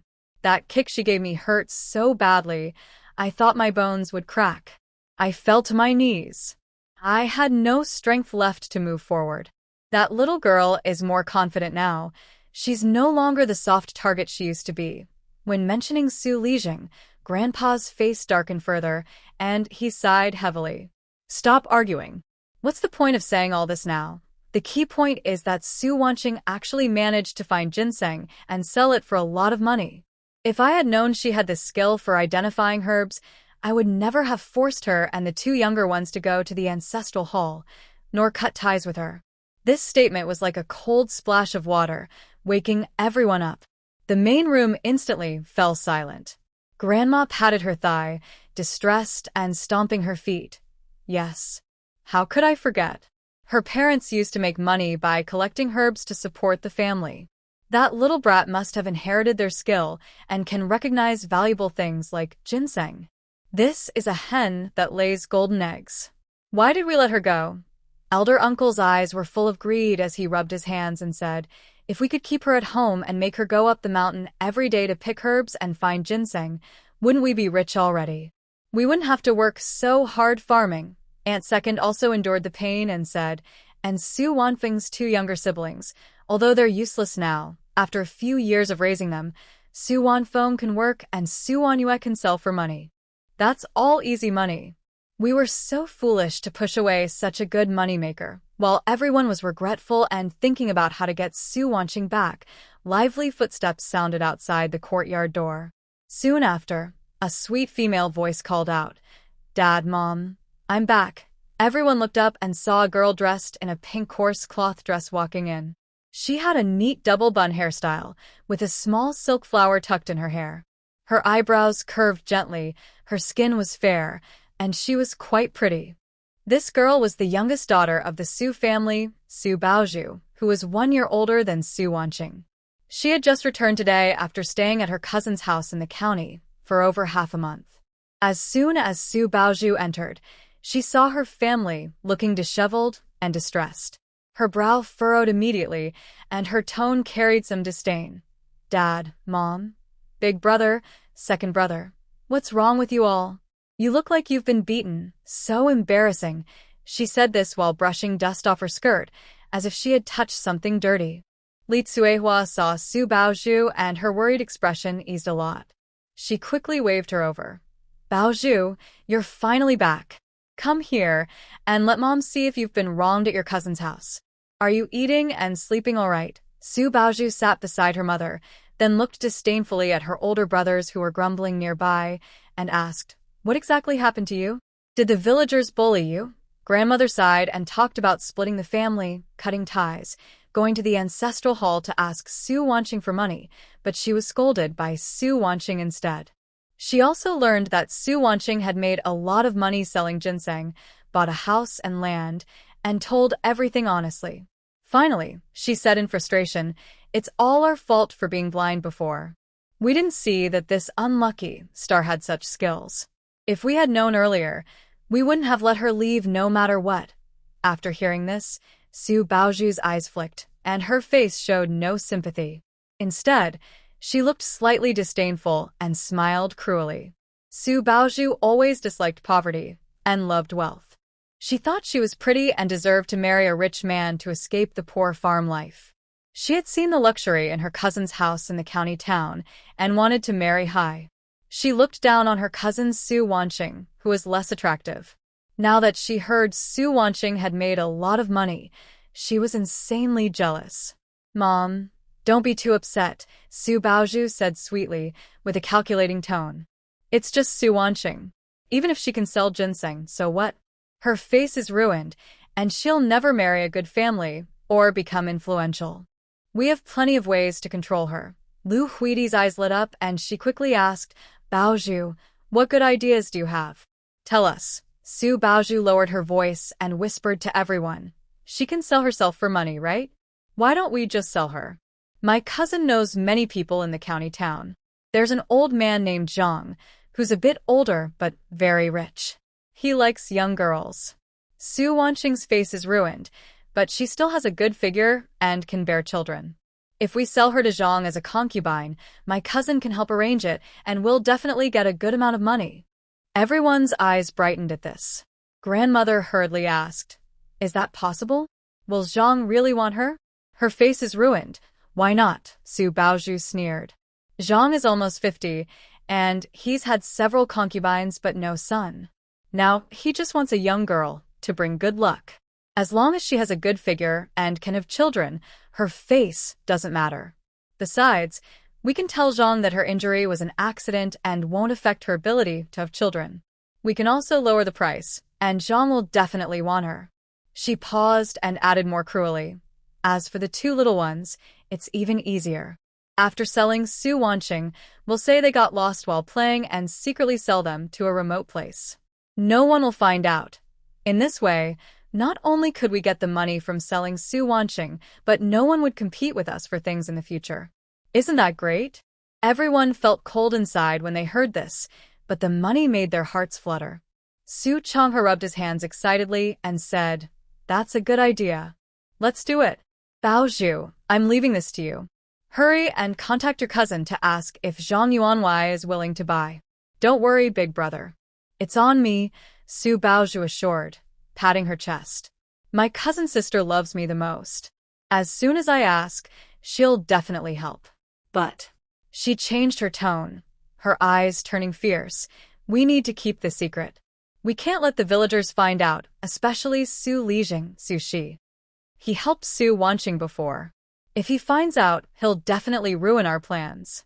We understand. Grandma quickly nodded. We'll be careful and make sure no one finds out. Just then, Aunt Wang from next door passed by the old house, carrying a basket of freshly washed greens. She wanted to say hello to the Su family, but overheard some harsh words from inside. Her heart sank. Aunt Wang is an honest person. She usually dislikes the cold-heartedness of the Su family's old house. When Su Wanqing's siblings were sent to the ancestral hall, she secretly helped them twice. Now, hearing they wanted to sell Su Wanqing and get rid of the two children, she was so frightened she hurriedly left. She felt conflicted. She wanted to tell Su Wanqing about this, but was afraid of retaliation from the Su family. After thinking it over, she decided to first talk to Aunt Li from the same village, who was close to Su Wanqing. Maybe she could help find a solution. Meanwhile, Su Wanqing was busy helping her brother and sister set up their new home. After tidying up, the house looked especially spacious and bright. She looked at the two large main rooms and discussed with the siblings. Wang Feng, Wan Yue, we have two main rooms. Sister will stay with Wan Yue in one, and you can have the other. Is that okay? That way, you'll have your own little space for reading and practicing. Wang Feng's eyes lit up, and he jumped excitedly. Really? Sister, I can have my own room? When they were at the ancestral hall, the three of them squeezed into a shabby side room. He had never imagined he could have a room all to himself. Of course, Su Wanqing said with a smile, rubbing his head. Then she looked at Wan Yue. Wan Yue, how about staying with sister? Su Wanyu gently hugged Su Wanqing's arm and softly said, Okay. I will live with sister. She acted quickly. Su Wanqing took out 3 brand-new wooden beds. 2 were placed in the main room where she and Su Wanyu lived, and 1 was in Su Wanfeng's room. She also took out 2 wardrobes, placing 1 in each room to store clothes. In Su Wanfeng's room, she even added a small desk and a chair. She smiled and said, Wanfeng, from now on, you can read and write here. Sister will keep teaching you how to recognize characters. When their parents were alive, they had taught the siblings some words. Especially their mother, who, although she no longer remembered past events, was very knowledgeable. Su Wanfeng ran to the desk, carefully touched its surface, and looked happy. Thank you, sister. I will read books and learn to recognize characters carefully. Su Wanyu also ran around the room, full of curiosity. She occasionally reached out to touch the new furniture and muttered, New. Nice. Seeing the happy faces of the siblings, Su Wanqing felt warm inside, but she remained alert. She knew the old house's people well. They were greedy and mean. Last time, she had scolded them, so they definitely wouldn't give up easily. They might be planning something bad. To deal with them, she needed to understand both sides and prepare in advance. She couldn't let them hurt the siblings even a little. Wanfeng, you and your sister play in the yard. Don't run outside, and don't open the door for anyone. I need to go to the bathroom. I'll be back soon, Su Wanqing warned. Okay. Don't worry, sister. I will watch over my sister carefully. Su Wanfeng nodded firmly, took Su Wanyu's hand, and obediently went to the yard. Su Wanqing entered the bathroom. After making sure no one was around, she focused her mind and entered the intelligent, all-encompassing space. She searched on the modern technology screen and quickly found what she needed for ultra-high-tech miniature cameras from the 23rd century. These cameras were very small, about the size of a fingernail, all black, making them hard to notice. They didn't need charging, had long-lasting power, and could connect directly to her consciousness through space signals, allowing her to see live footage and record sound in real time. Carefully, Su Wanqing placed the 4 tiny cameras into her pocket. She also found an unremarkable rough cloth coat in the space, put it on over her clothes to hide them, and avoid attracting attention. She plans to place these cameras in key spots of the Su family's old house, such as the main hall, her grandmother's door, and the corner of the yard. This way, she can monitor their every move from all angles and quickly catch their plans. After leaving the outhouse, Su Wanqing told Su Wanfeng, I need to go to the village for a little while. I'll be back soon. You stay at home and watch your sister. Remember, don't open the door for anyone, no matter who it is, until I return. I understand, sister. Su Wanfeng said seriously, even closing the big gate of the yard. Su Wanqing nodded and turned to leave the yard. She didn't go straight to the old house but took a quiet, narrow path along the edge of the village, walking along the field ridges. On the way, she met Uncle Li from the village, who was carrying a hoe, ready to go to the fields. Seeing her, he smiled and greeted, Wanqing, you've moved to a new place? Congratulations. What are you up to? Thank you, Uncle Li, Su Wanqing replied with a smile. I have some things to do in the village and I want to get familiar with the area. All right, if you need help, just ask me anytime, Uncle Li said warmly. Thanks, Uncle Li, Su Wanqing responded, continuing forward. She knew Uncle Li was honest and had helped the original owner a lot before. A few simple words of greeting could also prevent others from becoming suspicious. Soon, Su Wanqing reached near the old Su house. She hid behind a large tree, carefully observing her surroundings. She saw that the gate of the old house was slightly open and voices could be heard from inside, but no one was in the yard. She looked around again, making sure no villagers were passing by, then quietly moved closer to the wall of the house. Taking a deep breath, she used her self-defense skills learned earlier, and with light agility, she climbed over the wall. Like a cat, she silently jumped inside and landed in the yard. The yard was filled with firewood and farming tools, which helped hide her figure. Using the cover of the firewood, she slowly approached the main hall. Peeking through the door crack, she saw everyone sitting around the table. Su Baoshu was animatedly talking about something, and the others listened eagerly, their faces full of greedy smiles. Su Wanqing's eyes turned cold.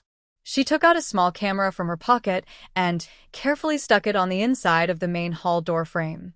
This spot was very hidden, hard to notice, yet it could clearly record what was happening inside and pick up sound. Then, she moved to the window of the old house, gently pushed open a small gap, and placed the second camera inside the window. This position could capture the side of the main hall, adding to the view from the first camera. Next, she went to her grandmother's door and stuck the third camera just below the door frame. This could monitor any movement at the door, preventing them from plotting something inside. Finally, she placed the fourth camera at the corner of the yard wall to watch for any activity outside, stopping them from sneaking out to meet others. The whole process was very quick, taking less than 5 minutes, and she made no sound. After making sure all 4 cameras were securely installed and properly aimed, Su Wanqing silently climbed back over the wall and returned the same way. Back home, she opened the yard gate and saw Su Wanfeng holding Su Wanyue's hand, sitting quietly on a stone bench in the yard, waiting patiently. She felt relieved. Big sister, you're back. Su Wanfeng saw her and immediately ran over. Su Wanqing smiled and patted his head. Yes, I'm back. Wanfeng, you're so good, taking care of your sister. She went inside the house, focused her mind, and connected to the signals from the mini cameras. Soon, the images from all 4 cameras appeared clearly in her mind, and she could hear the conversation inside the main hall. She heard Su Baozhu discussing with everyone about going to the county town early tomorrow to meet with cousin and contact Zhang Yuanwei to sell her quickly. They were also thinking about how to deal with Su Wanfeng and his sister. Su Wanqing's eyes turned cold instantly. She had wanted to show them some mercy, but now it seemed unnecessary. Since they were determined to harm her and her younger siblings, she would not hold back. Big sister, what's wrong? Wanfeng noticed her expression and asked worriedly. Su Wanqing put away her cold look, smiled, and shook her head. Nothing, I'm just a little tired. Let's have a nice dinner tonight to celebrate moving to our new home. Yay! Wanfeng cheered excitedly. Su Wanqing went into the kitchen, took out fresh ingredients from the storage, including fish, meat, vegetables, and some fruit. As she cooked, she kept an eye on the old house's activity through her mind. She decided not to alert the others immediately, to let them enjoy a few peaceful days. When their plan was about to be carried out, she would strike back hard, making them pay a heavy price for their evil deeds. At this time, the old Su family house was already discussing the detailed plan. Su Baozhu confidently promised she could get the job done. Everyone was happy about the upcoming big money, unaware that all their actions were being carefully watched by Su Wanqing. A disaster was quietly approaching. At dinner, Su Wanqing prepared a rich meal: braised fish, braised pork, stir-fried vegetables, egg custard, and some plain steamed buns. The three siblings sat together, happily eating. Su Wanfeng ate eagerly, constantly helping Su Wanyue with food. Su Wanyue also ate with a big smile, her face full of happiness. Seeing the happy faces of her brother and sister, Su Wanqing made a silent promise to herself.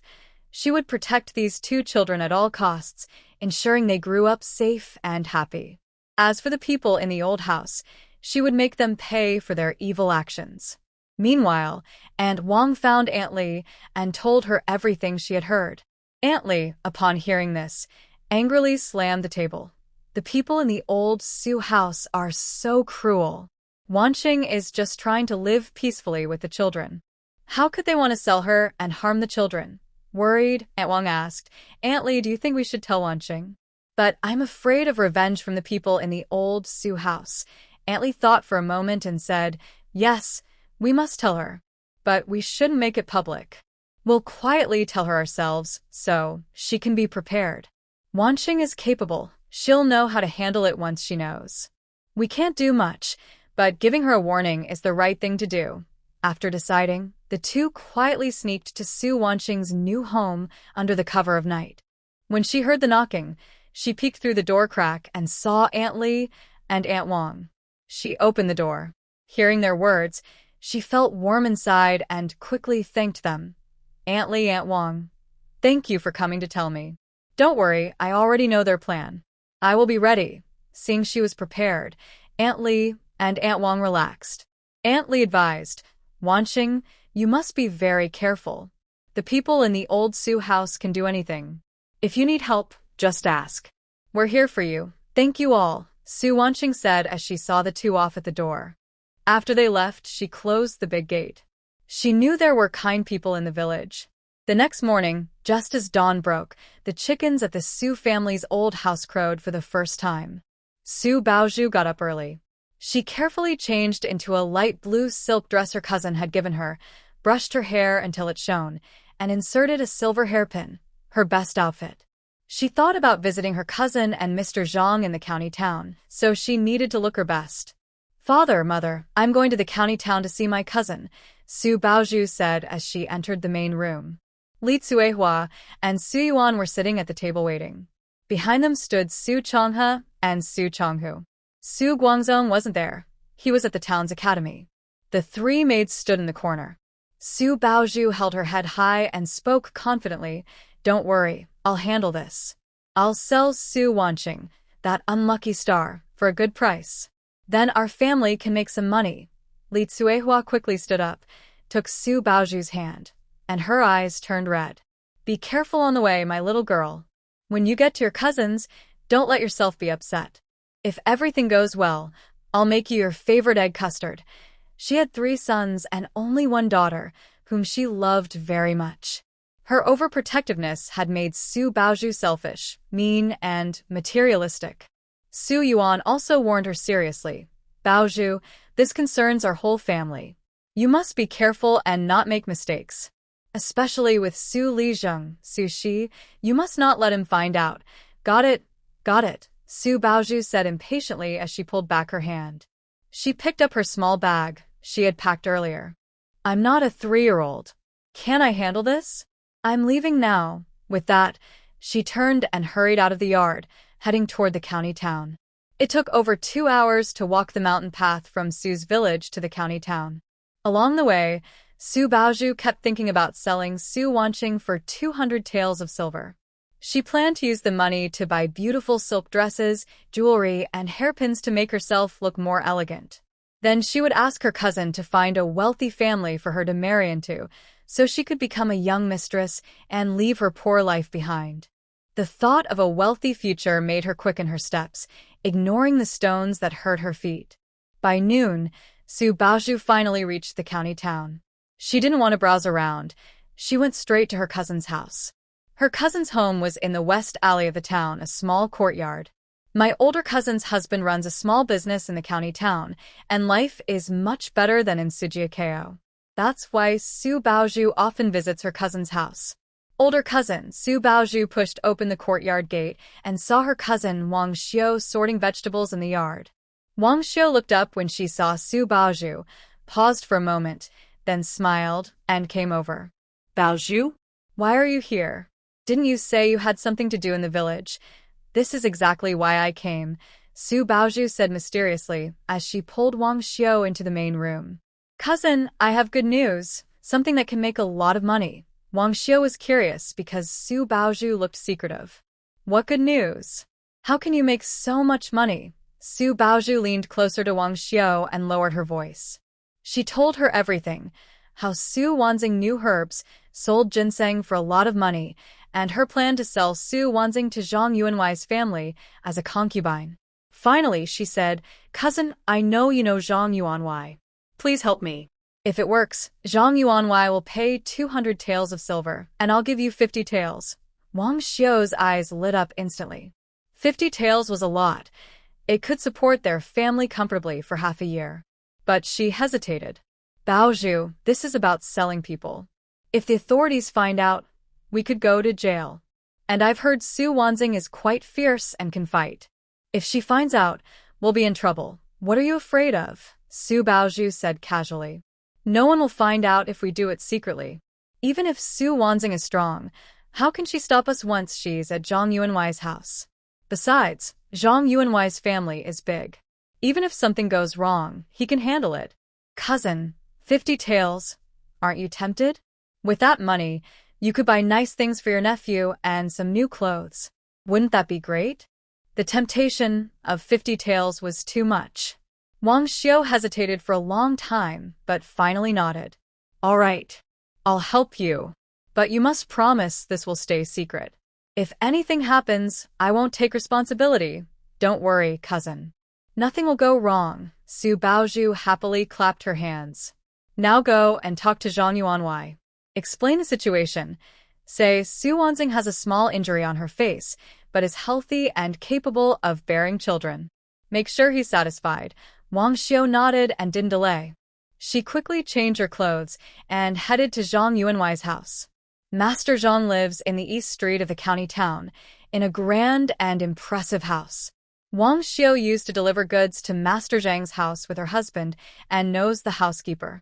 When she saw the housekeeper, Wang Xiu explained her purpose and exaggerated praise for Su Wanzing. The housekeeper couldn't make decisions and quickly reported to Master Zhang. Upon hearing that there was a young girl who could bear children, Master Zhang became interested and decided to meet Wang Xiu right away. You say that girl really has a good figure and can bear children. Master Zhang sat in a high chair, squinting at Wang Xiu with a somewhat doubtful tone. He was nearly 50, had married several concubines without having a son, and was very anxious. He wanted to find a young girl who could help him have a child. Yes, Master Zhang, it's true, Wang Xiu quickly replied. That girl is my cousin's niece. I have seen her. She has a small scar on her face, but it doesn't affect her ability to bear children. She is slim and looks like she can have a son. Master Zhang thought for a moment and asked, How much does it cost? 200 taels of silver, Wang Xiu said. That was the price she agreed on with Su Baozhu. Master Zhang frowned, feeling it was a bit expensive, but since it could help him have a son, he nodded. 200 taels, then. But I have one condition. She must be delivered to my house safely and intact. If anything goes wrong, I won't forgive you. No problem. Master Zhang, rest assured, I promise to deliver her safely to your house. Wang Xiu quickly agreed, feeling relieved. After leaving Master Zhang's house, Wang Xiu immediately went home and told Su Baozhu the good news. Su Baozhu was so happy, she jumped up. That's great, sister. I knew you could do it. It's still too early to celebrate, Wang Xiao said. Master Zhang wants her to be delivered safely and intact. How are we going to get Su Wanxing here? She knows martial arts. Su Baozhu had already thought of a plan. Sister, you don't need to worry about that. I will hire a few reliable troublemakers in the village. Tonight, they will go to Su Wanxing's house, wait until she is asleep, and then tie her up to bring her here. Her house is at the foot of the mountain in the west of the village, far from the village, so no one will notice at night. Wang Xiao nodded. That's good, but you must choose trustworthy people. Don't let anything go wrong.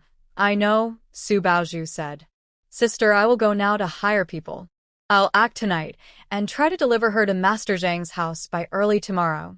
After speaking, Su Baozhu hurriedly left her cousin's house and headed to Sujiaku. She was thinking that the village thugs Li San and Wang Wu, who often loafed around and liked to take small advantages, would be willing to do this if she gave them some money. When she arrived at Sujiaku, it was already getting dark. Su Baozhu did not go back to the old house but went straight to the broken temple where Li San, Wang Wu, and some other thugs often gathered. Sure enough, Li San and Wang Wu were inside drinking. Brother Li San, brother Wang Wu, Su Baozhu said with a smile as she entered the temple. Li San saw her and his eyes lit up. He grinned and said, "Oh, isn't this Baozhu girl? Do you need something from us?" "Yes, I have something to ask for your help," Su Baozhu said, walking up to them. She took out 2 taels of silver and placed it on the table. "If you help me with this matter, this silver is yours. After it's done, I will give you 3 more taels, 5 taels of silver." Li San and Wang Wu's eyes widened. They quickly asked, "Baozhu girl, what is it? Just tell us, and we promise to do it well." Su Baozhu lowered her voice and explained that she wanted to kidnap Su Wanjing. She described her residence and features in detail.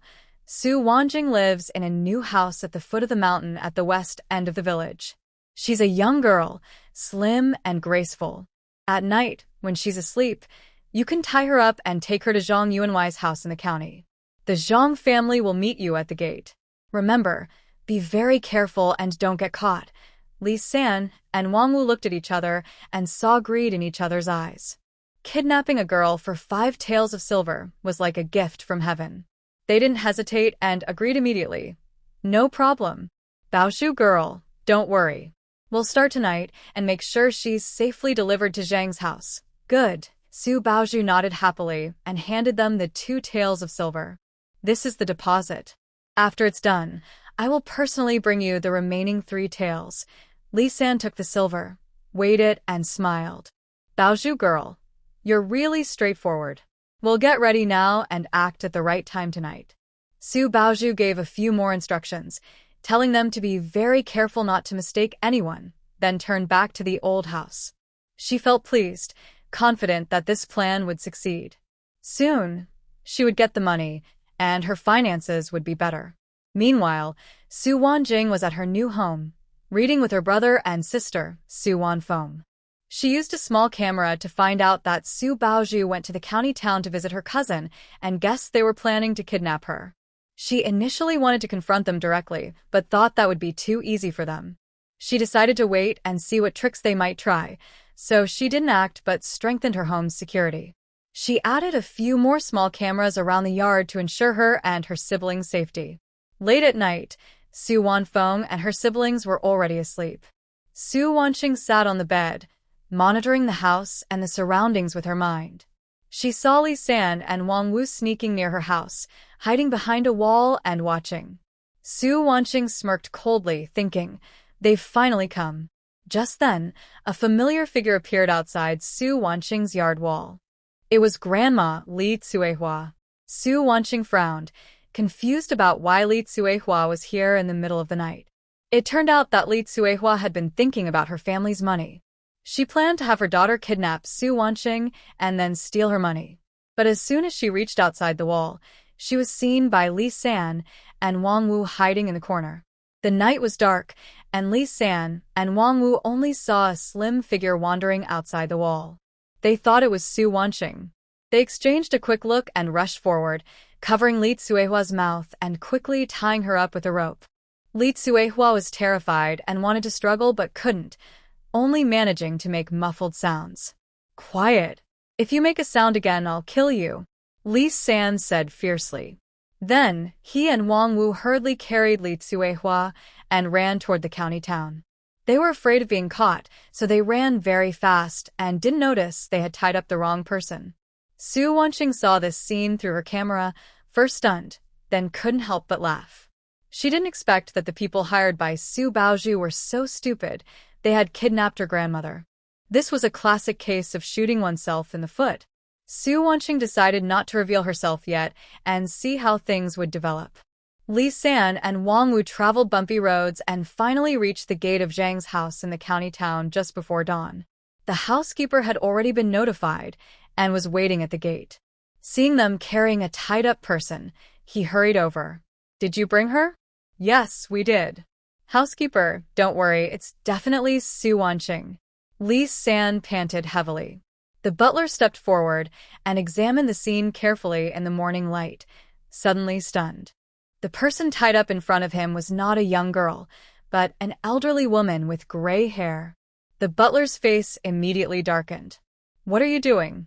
This is not Su Wanqing. Li San, Wang Wu, and the others were also stunned. They hurried over to look and were equally surprised. It was indeed not Su Wanqing, but her grandmother, Li Tsuehua. Their hearts sank as they realized they had tied up the wrong person. They felt so scared their legs went weak. What is going on? We clearly saw a young girl. How did she turn into an old lady? Good-for-nothings. A bunch of useless people, the butler scolded angrily. You even tied up the wrong person, and now you dare to come to Zhang's residence to collect a reward? Hurry up and take her inside so Zhang Yuanwei can deal with it. Li San, Wang Wu, and the others didn't dare resist. They carried Li Tsuehua and followed the butler into Zhang's house. At this moment, Zhang Yuanwei had already woken up and was drinking tea in the main hall. When he heard that they had tied up the wrong person and that it was an old lady, he was furious. He slammed his teacup onto the ground.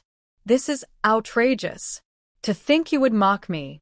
Bring them in. Li San, Wang Wu, and the others, along with the loosened bonds on Li Tsuehua, were brought in. When Li Tsuehua saw Zhang Yuanwei, she immediately knelt down with a thud, crying out, Please, sir, have mercy. Please, sir. I am not Su Wanqing, I am her grandmother, Li Tsuehua. They tied up the wrong person. Zhang Yuanwei looked at Li Tsuehua, his face turning dark with anger. You say they tied up the wrong person? Who told you to do that?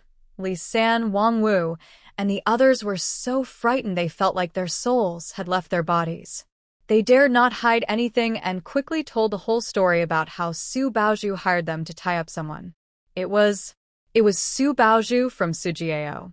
She asked us to tie up her cousin, Su Wanqing. We didn't mean to tie up the wrong person. Su Baozhu? Zhang Yuanwei frowned, then sneered. What a troublemaker. Daring to mock me. Looks like she's tired of living. He stood up and said to the butler, Butler, take a few guards and go to Sujiao right now. Bring Su Baozhu and her family here. I want to ask them personally how they plan to compensate for my loss. Yes, Zhang Yuanwei. The butler quickly agreed. He led a few tall guards and headed angrily towards Sujiao. Li Tsuehua was locked up by Zhang's people, waiting for her punishment. She felt both fear and regret in her heart. She kept cursing Su Baozhu. If she had known that Su Baozhu would hire such foolish people, she would never have gone to Su Wanqing's house late at night to steal things. The butler and the servants hurriedly rushed to Su's old house. When they arrived, the people there had just woken up and were preparing breakfast in the yard. Seeing a group of aggressive strangers enter, they were all stunned. Who are you? What are you doing at our house? Su Yuan asked with a frown. The butler snorted coldly and looked over everyone. We are from Zhang's family. Who is Su Baozhu? Hearing Zhang's family, Su Baozhu's heart skipped a beat, and she had a bad feeling. But she still forced herself to stand up straight. I am Su Baozhu. Do you need something from me? Need something? The butler sneered. Su Baozhu, how bold you are. You dared to hire someone to kidnap the wrong person and play tricks on our Zhang family.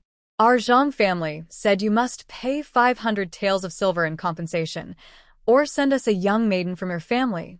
Otherwise, we will report you to the authorities for mocking the powerful. What? The people at Su's old house were all stunned, looking at each other in shock. Su Baoju's face turned pale with fear, and she trembled. No impossible. I clearly told them to kidnap Su Wanqing. How could they have kidnapped the wrong person? And even when at Zhang's house. You hired useless people who can even mistake someone. They even kidnapped your own mother and took her to Zhang's house, the butler said. There's no point in talking now. Give us an answer quickly. Pay 500 taels of silver or send us a young maiden. 500 taels of silver. That was an astronomical amount for Su's old house. Even if they sold everything they had, they couldn't raise that much money. With Su Yuan and Li Tsuehua gone, the eldest and second uncles were frantic, looking at Su Baoju anxiously. Baoju, what should we do? Think of a way. Su Baoju was also panicked. She didn't want to be sent to the authorities and go to jail. Suddenly, she had an idea. She looked at her eldest uncle's daughter, Su Daya. Daya was 15 years old, average-looking, not very attractive, but she was still a maiden. Su Baoju said, Butler, I have an idea. My cousin, Su Daya, is a maiden. I can offer her to Zhang's family as a concubine. Do you think that would work? The eldest Anne immediately became anxious. Baoju. What are you talking about? My eldest daughter, Dia, is to be married and receive a bride price. How can I give her away for nothing to Zhang Yuanwei to be his concubine? Exactly. Baoju, how can you have such ideas about Dia? The butler looked at Su Dia, who was standing in the corner, with her head down, plain appearance, and sturdy build. He shook his head in disdain and said, No. Zhang Yuanwei wants a young, beautiful girl with a good figure. This Su Dia is not pretty, and her figure is not good. She won't catch Zhang Yuanwei's eye. Baoju's face turned even paler. She looked at Su Arya, her second sister, who was 14 years old. She was a little stronger than Dia, but not pretty either. Baoju was about to speak when the butler, seeming to see through her thoughts, said, Stop thinking about other girls. If there's no suitable one, you'll have to pay 500 taels of silver. At that moment, a servant whispered a few words to the butler. The butler nodded and then looked at Baoju, saying, Zhang Yuanwei said that since you hired someone to kidnap the wrong person, and since you're a young lady, why not marry Zhang Yuanwei as his concubine? This matter will be settled then. Baoju screamed in fear. What? Marry Zhang Yuanwei as his concubine? No. Absolutely not. Zhang Yuanwei is almost 50 and ugly. I don't want to marry him. She wanted to marry a young, successful, wealthy man. How could she agree to marry a nearly 50-year-old man as his concubine? You're not willing. The butler's face darkened. Then prepare to pay 500 taels of silver, or wait for the authorities to come and arrest you. Baoju was so anxious, she almost cried. She looked at her eldest and second uncles, hoping they would help. But they both lowered their heads, pretending not to see. They couldn't come up with 500 taels either, so they could only watch helplessly. Cornered and desperate, Baoju suddenly had an idea. She bit her lip and said, Butler, I have a better idea. I will pay both Su Dia and Su Arya to Zhang Yuanwei as his concubines. 2 for 1. Do you think that will work? Zhang Yuanwei won't lose out. Hearing this, the eldest and second aunt were furious. The eldest aunt stepped forward, pointing at Baoju's nose and scolding. Baoju, are you crazy? Dia and Arya are our precious daughters. How can we send them to Zhang Yuanwei as his concubines? If you want to marry Zhang Yuanwei, go ahead, but don't involve our daughters. Exactly. Su Baoju, you are so cruel.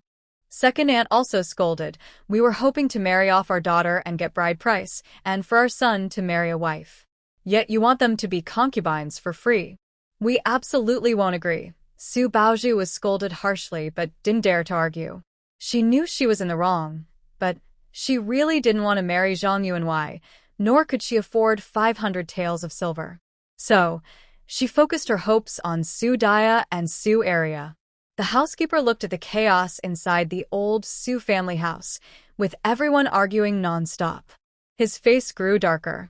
He snorted and said, "Stop arguing here. You have 1 day to think it over. Either pay 500 taels of silver, or give a young lady as a bride, or wait for the officials to come and handle it. I'll come back tomorrow. If you don't give me an answer, don't blame me for being rude." After speaking, he left with the guards, looking fierce. After the housekeeper left, the arguing grew even louder. Auntie Da and Auntie Air cursed Su Baozhu non-stop. Uncle Da and Uncle Air sat on the ground sighing. Su Yuan was so angry he trembled all over, but felt helpless. The old Su family house was in complete chaos, and all of this was watched clearly by Su Wansing through a tiny camera. The housekeeper and his guards left in a huff, and the noise in the house continued for nearly an hour. Auntie Da and Auntie Air cursed until they were exhausted. Seeing Su Baozhu silent in the corner, they had no strength left to scold. Uncle Da and Uncle Air sat on the ground, sighing and worrying about the 500 taels of silver and the fear of official punishment. Su Yuan sat in the main hall on a grand chair, his face pale and his hands trembling, but he couldn't think of any solution. Suddenly, someone in the room fell silent. The house grew quiet. Only the heavy breathing of everyone could be heard. Strangely, no one remembered that Li Tsuehua, who was still being held at Zhang's house, the old woman they had pushed into the fire and then completely forgotten, was still there. Under the pressure of the 500 taels and their instinct to protect themselves, family love had become the least valuable thing. "We can't just sit here and wait to be defeated." Su Baozhu suddenly stood up from the corner, her eyes shining with madness. "We can't pay the 500 taels, and no one agrees to send Dia and Arya to Zhang's house. If the officials come, our whole family will be finished. The only way is to send Su Wansing, that troublemaker, away." Big Uncle suddenly looked up and said, "But we already tied her up wrong once. If we try again and something goes wrong, this time it won't go wrong." Su Baozhu interrupted him confidently and sharply. "Last time, Li San and the others were too stupid, so they tied her up wrong. This time, we won't force her. We'll use sleeping medicine. I'll go to the town's pharmacy to buy some soporific herbs. Li San and the others will sneak into Su Wanjing's house at night, slip the medicine into her drink while she sleeps, and when she passes out, they'll tie her up quietly." She paused and added, "Even if Su Wanjing knows some martial arts, she can't fight back when she's unconscious. As long as we safely deliver her to Zhang's house, the Zhang family will be angry but won't do anything to her. We won't have to pay 500 silver coins, and we can even get 200 coins. With that money, all our problems will be solved." Her words were like a lifeline, giving the desperate people hope again. The older aunt and the second aunt looked at each other and no longer opposed. Clearly, sacrificing Su Wanjing was better for their own interests than losing their daughter. The second aunt quickly said, "That's a good idea. Use the sleeping medicine. Baozhu, go to the town now and buy the soporific herbs. The sooner, the better." Su Yuan hesitated for a moment, but finally nodded. "That's all we can do. Be careful and don't let anyone see you." Su Baozhu immediately became alert and ran toward the town. She was thinking that as soon as she got the medicine, she could act tonight. The 200 silver coins would be hers quickly, and she could leave this poor family behind to live a wealthy life. As for Li San and the others, they messed up last time, but this time, they could make up for it. If they failed again, she had ways to deal with them. In less than 2 hours, Su Baozhu returned from the town, holding a small paper bag containing the soporific herbs she bought for half a silver coin. She headed straight to the abandoned temple and found Li San and Wang Wu again. Li San and Wang Wu were nervous because of their mistake last time and worried that the Zhang family might come after them. When they saw Su Baozhu, they panicked. "Miss Baozhu, why are you here again?" "About the Zhang family." Li San and Wang Wu looked at the sleeping potion on the table, feeling both afraid and greedy. They were afraid of making mistakes again, but they also wanted the remaining silver. After thinking carefully, they nodded and said, "All right. Miss Baozhu, This time we will be careful and make sure to tie Su Wanqing to Zhang's house. Su Baozhu nodded happily and reminded them of a few details before turning back to her old home. What she didn't know was that her and Li San's secret plan had already been fully listened to by a tiny camera, which had transmitted everything to Su Wanqing's ears. Thanks to yesterday's events, the camera in the broken temple had to be arranged. At this moment, Su Wanqing had just put her brother and sister, Su Wanfeng, to sleep. She leaned against the bed and watched the entire conspiracy in her mind through a surveillance screen. Her eyes were cold like ice. They really are stubborn. They didn't learn their lesson after last time when they tied up the wrong person. Now they want to use sleeping drugs. Su Wanqing sneered coldly. Since you are so eager to die, I will help you. She got up and went to the yard. Under the moonlight, she checked the door and windows. Then she took out a few things from her space: a small gas mask, a powerful anesthetic spray, a black rough cloth dress, and a pair of high-heeled cloth shoes. Things she had prepared in advance for emergencies. Su Wanqing hid the anesthetic spray at her waist and placed the gas mask where she could easily reach it. She knew Li San and the others would come tonight. She didn't need to attack first. Just waiting quietly would let her catch them all. As for Su Baozhu, the mastermind behind many evil plans, she wouldn't let her go easily this time. Late at night, the moon was covered by dark clouds, and everything was silent and black.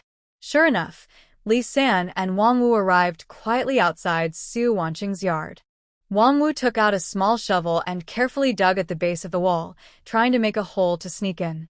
Li San held the sleeping potion given by Su Baozhu, ready to blow it into the house once the hole was dug. While Wang Wu was halfway through digging, Su Wanqing suddenly opened the door and stepped out. "What are you doing sneaking into my house at night?" Her voice was cold and sharp in the quiet night. Li San and Wang Wu were startled. They quickly turned around and saw only Su Wanqing. They immediately relaxed. Li San said fiercely, "Su Wanqing, if you know what's good for you, come with us. Otherwise, don't blame us for being rude." "Rude? What can you do to me?" Su Wanqing sneered, her tone full of disdain. Wang Wu saw this and raised a shovel, ready to charge forward. Refuse the toast and take the penalty. Brothers, charge. But before they could move, Su Wanqing quickly put on a gas mask, took out an anesthetic spray from her waist, and pressed it gently towards them. A colorless, odorless fog spread instantly. Li San and Wang Wu just inhaled a breath before feeling dizzy, weak all over, and collapsing to the ground. They quickly lost consciousness. Su Wanqing put away the spray, removed her gas mask, and walked over to kick the unconscious men to confirm they were out cold. Satisfied, she nodded. She focused her mind and carefully stored Li San and Wang Wu into her intelligence space. This space could hold items and temporarily contain living people. When morning came, she planned to throw these thugs into the deep mountains to fend for themselves. After dealing with Li San and the others, Su Wanqing's expression darkened. She turned and headed toward the old Su family residence. Since Su Baozhu repeatedly tried to harm her, she decided to go personally and visit Su Baozhu, making her taste the consequences of her actions. The people at the old Su house, waiting for news about Li San and the others, weren't asleep.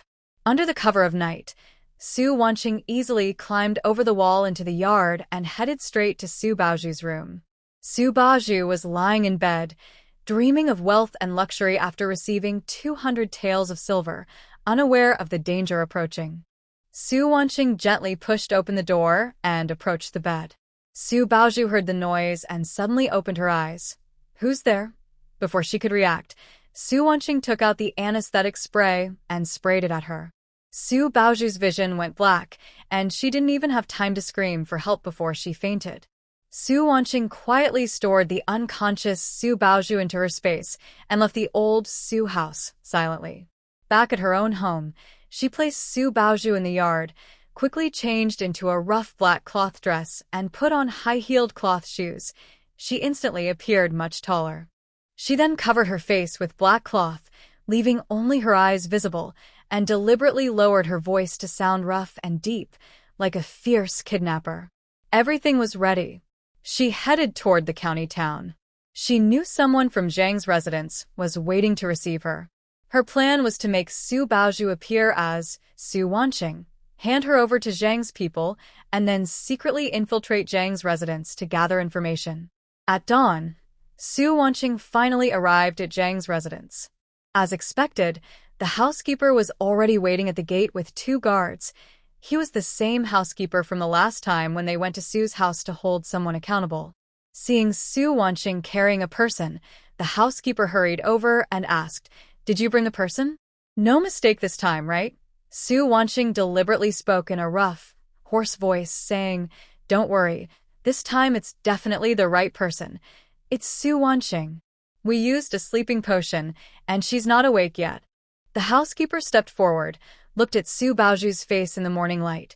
Since Su Baozhu was young and fair, and because she was unconscious with a pale face, the housekeeper didn't examine her carefully.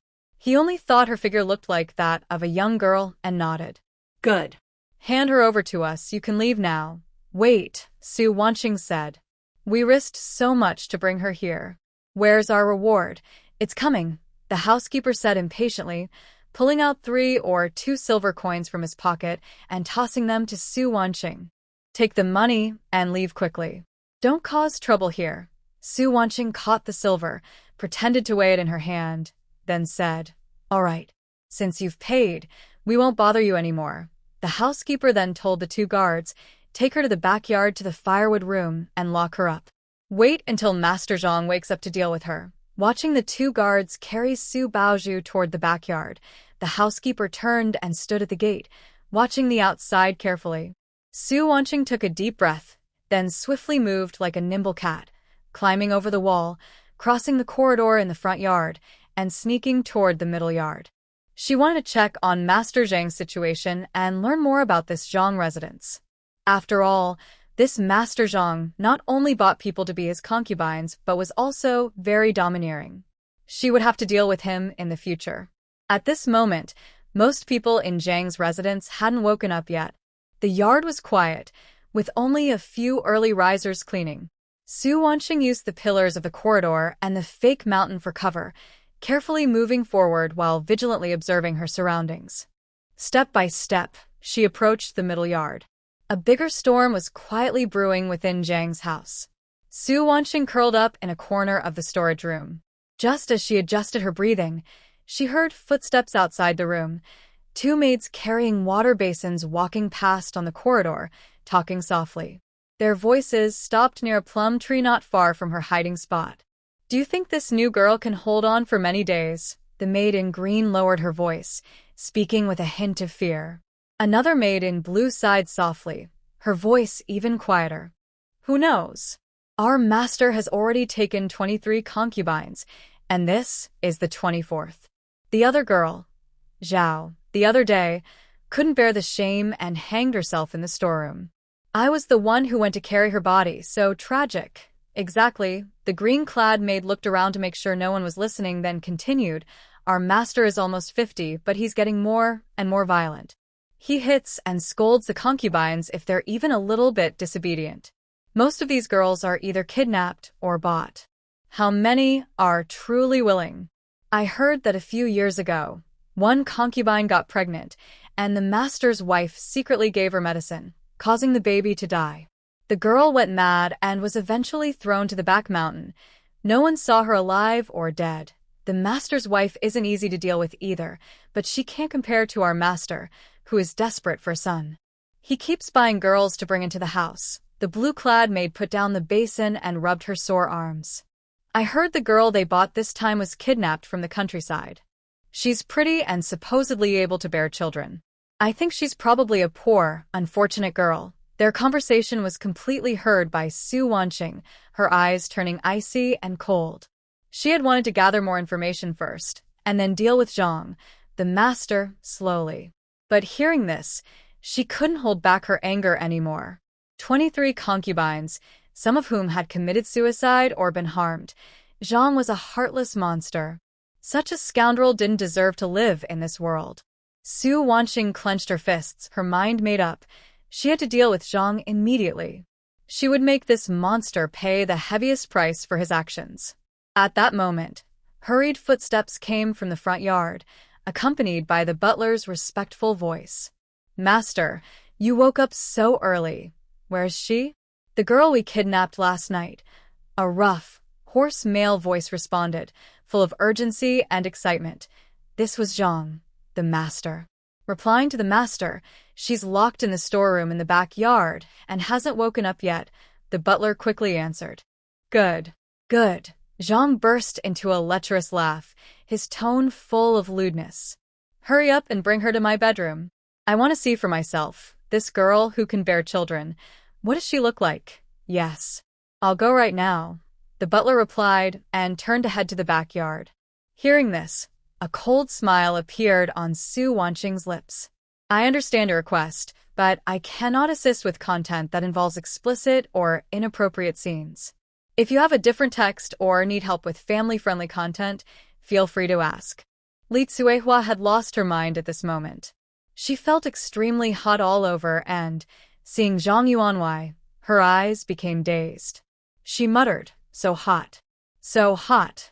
Zhang Yuanwei also sensed something was wrong. He felt hot and his heart raced. Although Li Tsuehua was an old woman, under the influence of the drug, he started having thoughts he shouldn't. He didn't realize that this was a powerful stimulant drug from the 23rd century, which not only made people lose their senses, but also distorted their perceptions. At the same time, Su Baozhu, lying on the bed, slowly woke up because of the smell of the drug. When she opened her eyes, she saw Zhang Yuanwei and Li Tsuehua and screamed in fear. "Who are you? Where am I?" But after a few shouts, she was overwhelmed by the drug's effects. She also felt hot all over, dizzy, her eyes became dazed, and she no longer cared about being afraid. She kept shouting, "So hot. So hot." Zhang Yuanwei looked at the two women who had fallen into madness. One was his long-awaited, new concubine, and the other was the old woman who suddenly appeared. Under the influence of the drug, he completely lost his senses. He burst into a lewd and crazy laugh, saying, "Good. Perfect. Both of you. Today, I will enjoy the pleasure of many women." Su Wanqing hid in a storage compartment, watching everything happening in the bedroom through a live feed. A cold smile appeared on her face, and she felt no pity at all. This was what they deserved. Li Tsuehua was malicious and greedy, repeatedly trying to harm her and her siblings. Su Baozhu was selfish and cruel, willing to harm others for money. Zhang Yuanwei was lustful and violent, hurting many women. These three together made a perfect match. The scene in the bedroom became more chaotic. They had completely lost their senses, not knowing what was real or fake, driven only by instinct and the drug's effects. Su Wanqing knew that this powerful stimulant drug from the 23rd century was not only effective, but also had deadly side effects. For someone like Zhang Yuanwei, who was older, such madness would likely destroy his body completely. His reproductive system could suffer irreversible damage, making it impossible for him to have children again, and he might even become completely infertile. She initially planned to leave by climbing over the backyard wall, but then she thought better of it. The Zhang residence was extremely wealthy, and the storeroom surely held many gold and silver treasures. The madam's private vault was even more impressive, not to mention the kitchen supplies. These could help support her and her siblings' lives. Since she had already offended Master Zhang to the point of no return, she might as well take this chance to clean up the place and vent her anger on those women he had harmed. Having made up her mind, Su Wanqing took advantage of the morning fog still lingering to sneak toward the Zhang residence's storeroom along the shaded corridor. Using her space magic, she had already located the storeroom. It's in a side courtyard on the west side of the front yard, guarded by two servants taking turns. At this moment, the two servants were dozing at the door, unaware of any unusual activity inside the house. Su Wanqing quietly moved behind the two servants, silently drew out her anesthetic spray, and pressed it gently. The colorless, odorless mist quickly enveloped them. They didn't even grunt before collapsing softly. Su Wanqing approached to confirm they were fully unconscious, then took out her tools from her space and unlocked the large lock on the storeroom door. Pushing open the door, a strong musty smell mixed with a scent of gold and silver hit her. The room was filled with boxes, and the floor was stacked with fine silk fabrics and porcelain treasures. Su Wanqing's eyes lit up. She concentrated her mind and gently waved her hand at the items inside. The boxes, silks, and jade treasures seemed to be pulled by an invisible force, vanishing into thin air and all being stored in her intelligent, all-encompassing space. At that moment, her space prompted, detected non-modern items. Cannot store in the modern zone. Storage capacity increased. Cannot trigger refresh of modern zone supplies. She suddenly realized that the modern and ancient zones of her space were separate. Items from the past could only be stored in the ancient zone and couldn't be refreshed into the modern zone. But she didn't mind, so long as she could store these things, that was enough.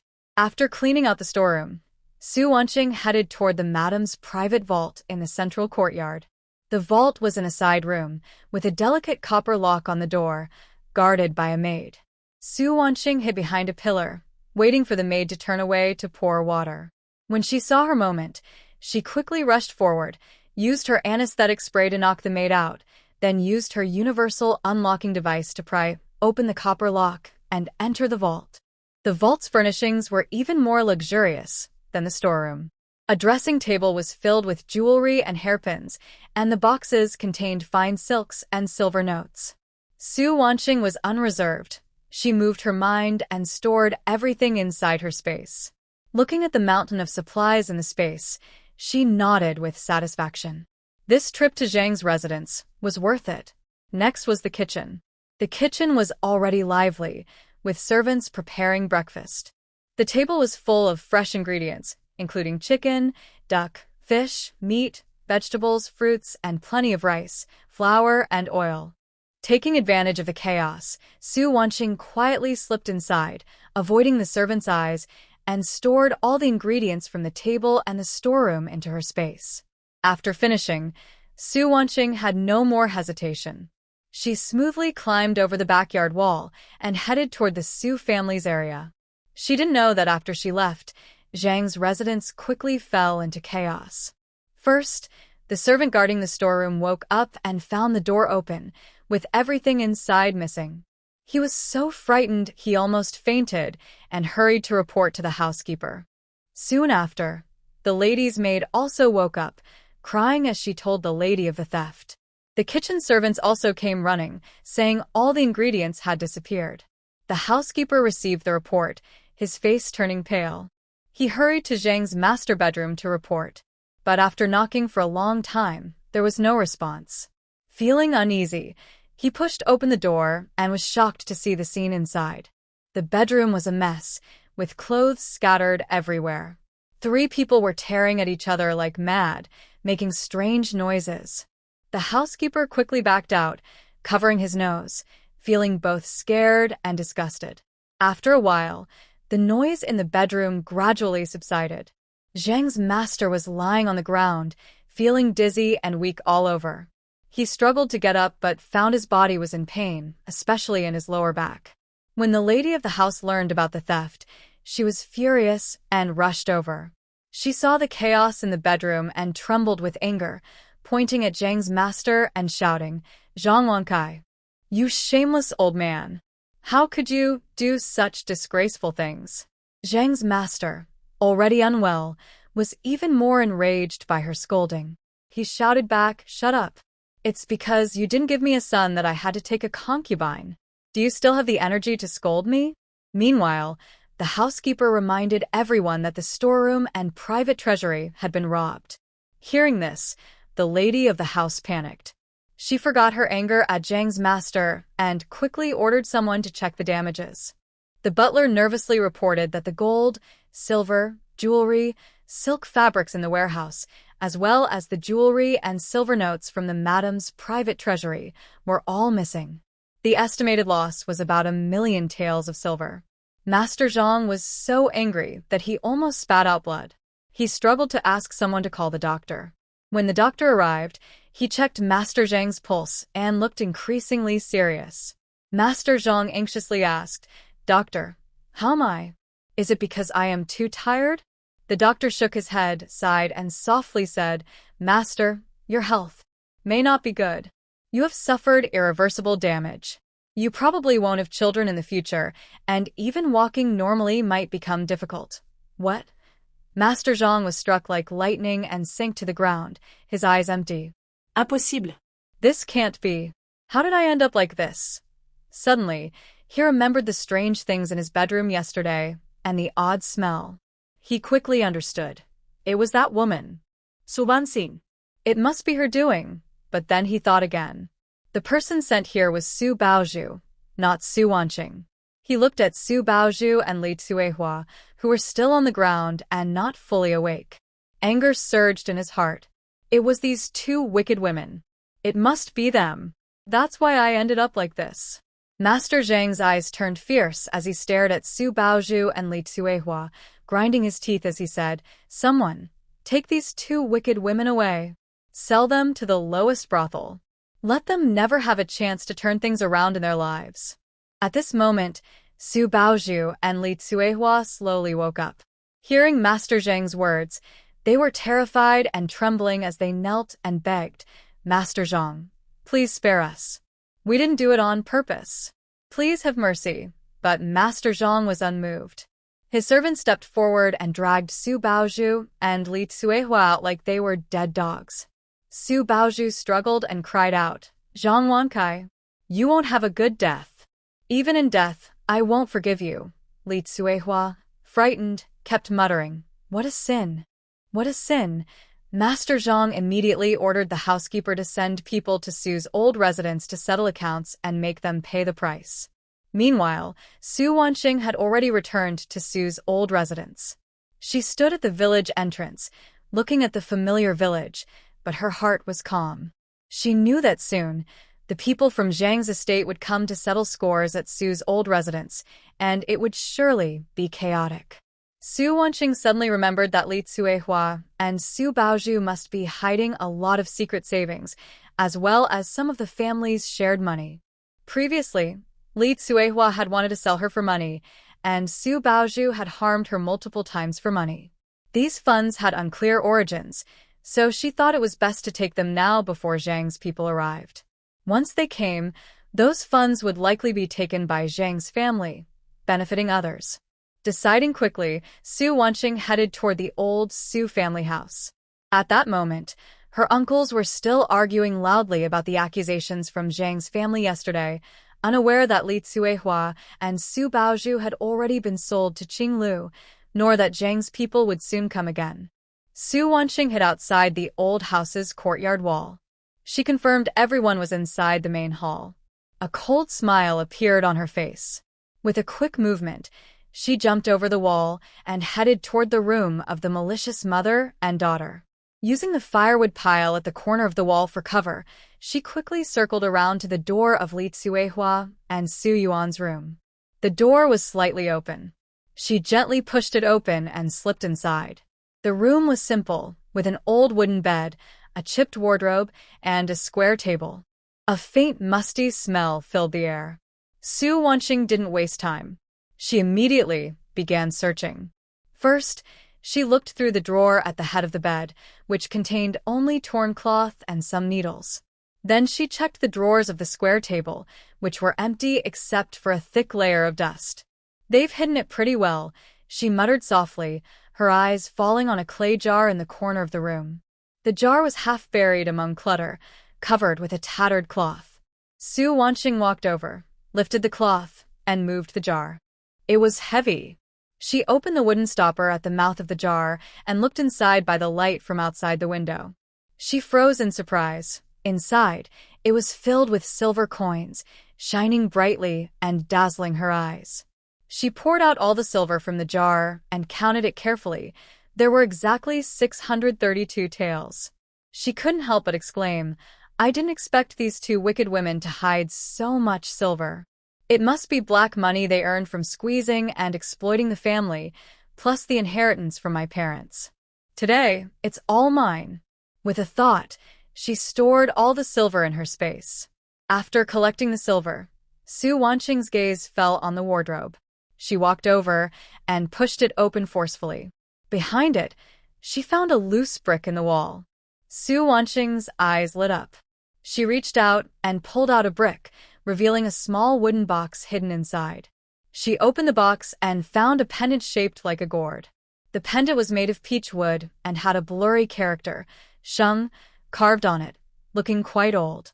Besides that, there were 2 silver notes worth 25 taels each, totaling 50 taels. Su Wanqing examined the pendant but didn't see anything special, so she stored it in her space.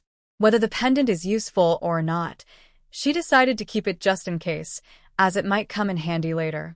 After dealing with Li Tsuehua and Su Yuan's rooms, Su Wanqing turned to go to Su Baozhu's room. Her room was a bit cleaner than Li Tsuehua's.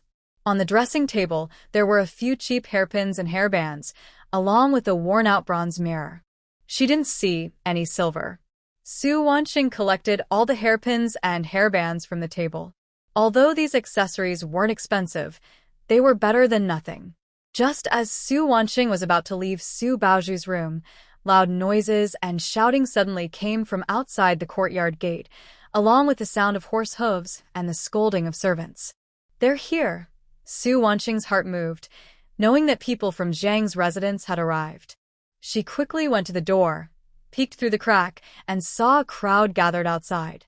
Leading them was the steward of Zhang's house, followed by a dozen tall servants holding sticks, looking fierce. Many villagers who heard the commotion also gathered at the gate, including Aunt Wang and Aunt Li. Seeing the scene at Zhang's house, they looked worried and curious. Inside the main hall of the Su family's old residence, Su Yuan sat at the head, frowning as he listened to his eldest son, Su Changhe, and second son, Su Changhai, complain about yesterday's incident when Zhang's family first questioned them. They weren't worried about their mother still being held back. When they heard the noise outside, their faces changed at the same time. Su Yuan suddenly stood up. "This is bad, it's probably Zhang's people," he said. Su Changhe and Su Changhai were so frightened their legs went weak. They hurried out with Su Yuan and bumped right into the fierce-looking steward and servants at the door. Su Yuan. "You finally dare to come out." The steward stepped forward, kicking the threshold of the old Su residence so hard that the wooden door rattled loudly. His tone was fierce and thunderous.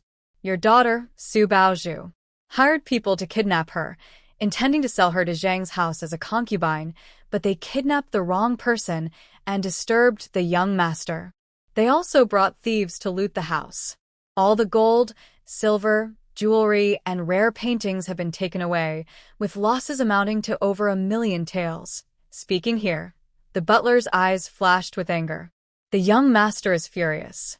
He has already sold Su Baozhu, that shameless woman, to the lowest brothel. She will never turn her life around. Oh, and her shameless mother too. Today, your Su family must pay the price to Zhang Mansion. Su Yuan trembled all over, his face turning pale as paper. He staggered back a step and held onto the doorframe. No impossible. How could Baozhu be? Although he favored Su Baozhu, he was shocked. Su Changhe and Su Changhai looked terrified, exchanging glances and seeing despair in each other's eyes. This was a matter that could destroy their family. Impossible, the butler sneered coldly, gesturing for the guards behind him to step forward. The sound of sticks scraping made the villagers back away in fear. If it weren't for Su Baozhu leading the wolf into the house, how could the thieves find Zhang Mansion's warehouse so precisely? Now that the evidence is clear, do you still want to deny it? Pay 100,000 taels in compensation, or let your male family members work as laborers at Zhang Mansion, and your women become slaves. Generations of debt. 100,000 taels? And lifelong slavery. The villagers gasped in shock, their voices rising in discussion. Aunt Wang covered her mouth, eyes full of fear, pulling Aunt Li aside. My goodness, this is breaking the sky. The Su family's main line is still studying in the county town. If they get involved, their future is ruined. Aunt Li nodded repeatedly, her tone full of fear. Exactly. Guangzong is the only scholar in the Su family. If he's affected, the entire family will be finished. The villagers' gossip reached Su Chongha and Su Chonghai ears, making their faces grow even darker.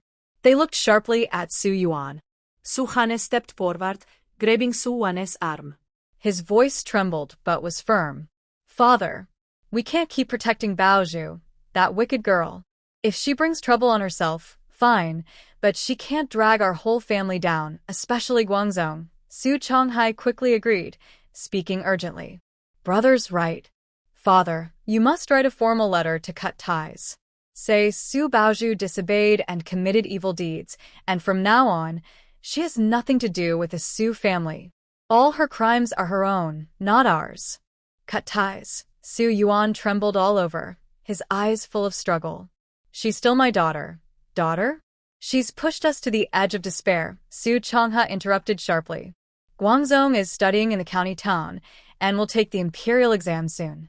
If this gets out, he'll never lift his head again. Do you want to ruin Guangzhong's future and the entire Su family just because of a wicked girl? Su Yuan was asked and became speechless, his face turning pale and then flushing. He thought of his grandson Su Guangzhong, who was studying hard in the county town, and his heart gradually hardened. The housekeeper watched the quarrel between the brothers of the Su family, a mocking smile appearing at the corner of his mouth. Just as he was about to speak and urge them, suddenly, a loud galloping sound came from afar. A servant from the Zhang residence, sweating profusely, rode quickly towards them. He shouted loudly through the crowd, "Housekeeper, something's wrong. Young Master Yuan is not well. He just passed away." What? The housekeeper's face changed drastically.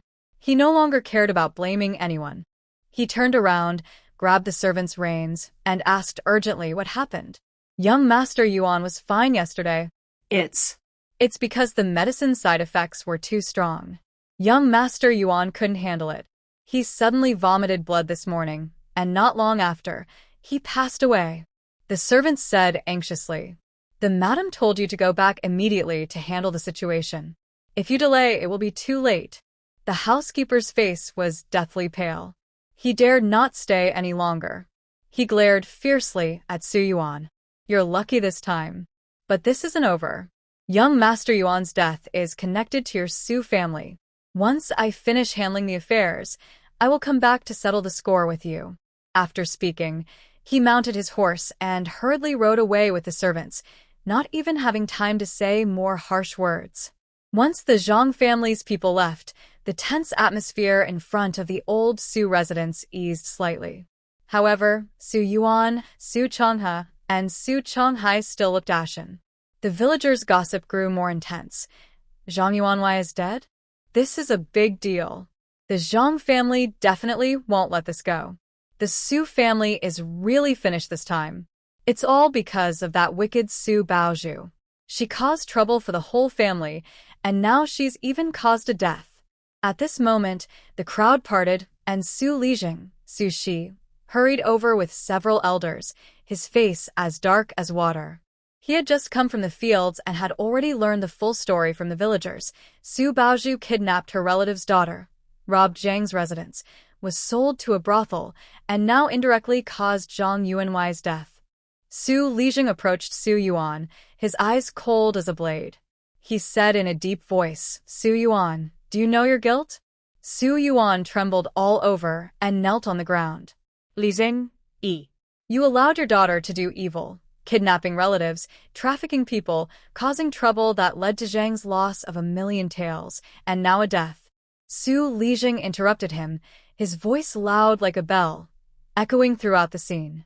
Your Su family has lost all conscience, tarnished the family's reputation, and put the entire Su village in danger. If you do not punish this severely, you will lose the support of the people and fail to calm Zhang's anger. When Su Chongha and Su Chonghai saw this, they quickly knelt down, trying to clear their names. Uncle Li Zheng, we have already broken ties with Dad and Baozhu. This is all Baozhu's fault. It has nothing to do with us. Nothing to do with you? Su Lijing sneered. As elders, not only did you not stop her, but you also demanded to cut ties to protect yourselves, allowing evil and selfishness. You are equally to blame. Su Lijing turned to the village elders and the villagers, loudly saying, Everyone, to keep peace in Sujiao and uphold family rules, I propose that we immediately remove Su Yuan's line from the Su clan and expel them from Sujiao. From now on, their lives, honor, and shame will have nothing to do with the Su clan or Sujiao. Does anyone object? No objections. The elders replied in unison, and the villagers nodded. The village head is right. We can't let them drag the whole village down. They should have been expelled long ago. This family is too evil. Su Yuan, Su Changhe, and Su Changhai collapsed on the ground, looking ashen and unable to speak a word of plea. They knew that Su Yuan's line was finished. Su Wanjing hid in her room, listening carefully to everything outside. She quietly opened the door and, taking advantage of the chaos, silently left the old Su house, heading toward her home. The old Su house was completely ruined, and no one could threaten her and her siblings anymore. As for whether Zhang's family would come to hold them accountable later, she didn't care. Su Yuan's line had been expelled, and even if Zhang's family came again, they would only find Su Yuan and his family, not her. As for the gourd pendant engraved with the character, Sheng, she planned to study it slowly later, perhaps hiding some secret inside. After Su Lijing and the elders left, Su Yuan, Su Changhe, and Su Changhai lay on the ground for a long time before they finally recovered. The despair of being expelled from the family crushed them, making it hard to breathe. Su Yuan suddenly remembered the silver money hidden in the bedroom, his and Li Tsuehua's lifelong savings, meant for old age, and Baoju's dowry. Now it was their only hope for escape. He staggered to his feet, stumbled into his and Li Tsuehua's bedroom, and immediately saw the clay jar in the corner knocked over, empty inside, no silver residue left. He rushed to the wardrobe, pried open the loose bricks, but the wooden box in the wall hole was gone, leaving only an empty gap. Silver money. My silver money is gone. Su Yuan's vision blurred, and he nearly collapsed, hoarse with tears as he shouted, "It must be that little troublemaker Su Wanqing. She stole my money." Su Changhe and Su Changhai heard the noise and rushed in, seeing the empty jar and the broken wall. Their faces darkened completely. Without that money, they couldn't even afford to run away. "Father, now is not the time to argue about who stole the money." Su Changhe forced himself to stay calm. "We've been expelled from the clan. Staying in the Su family compound will only get us caught by Zhang's people. We need to leave quickly." Su Changhai agreed. "My brother is right. Let's go to the town and find Guangzong. He's a scholar and knows many things. He'll have a way." Su Yuan wiped his tears and gritted his teeth. "All right. Let's find Guangzong." He turned to Su Changhe and Su Changhai. "How much private money do you have? Let's gather it for the road." They looked at each other, and each took out a small bag of silver. Together, they had just over 30 taels, barely enough for travel and short-term expenses. There was no time to delay. Su Yuan hurriedly packed a few old, worn clothes with Su Changhe and Su Changhai, along with the children, Dia, Arya, and Sonya, and locked the dilapidated old house. They headed toward the town. On the way, everyone looked worried, but no one mentioned the matter of redeeming Li Tsuehua and Su Baoju from the brothel. These two women had long been abandoned in their hearts. By the time they reached the town, it was almost dark. They went straight to the private school, where Su Guangzong studied. When Su Guangzong saw his family coming late at night with his wife and children, he was stunned. "Grandpa, father, uncle, why are you here?" Seeing Su Guangzong, Su Yuan's accumulated frustration and despair suddenly burst out. He grabbed his son's hand and started crying.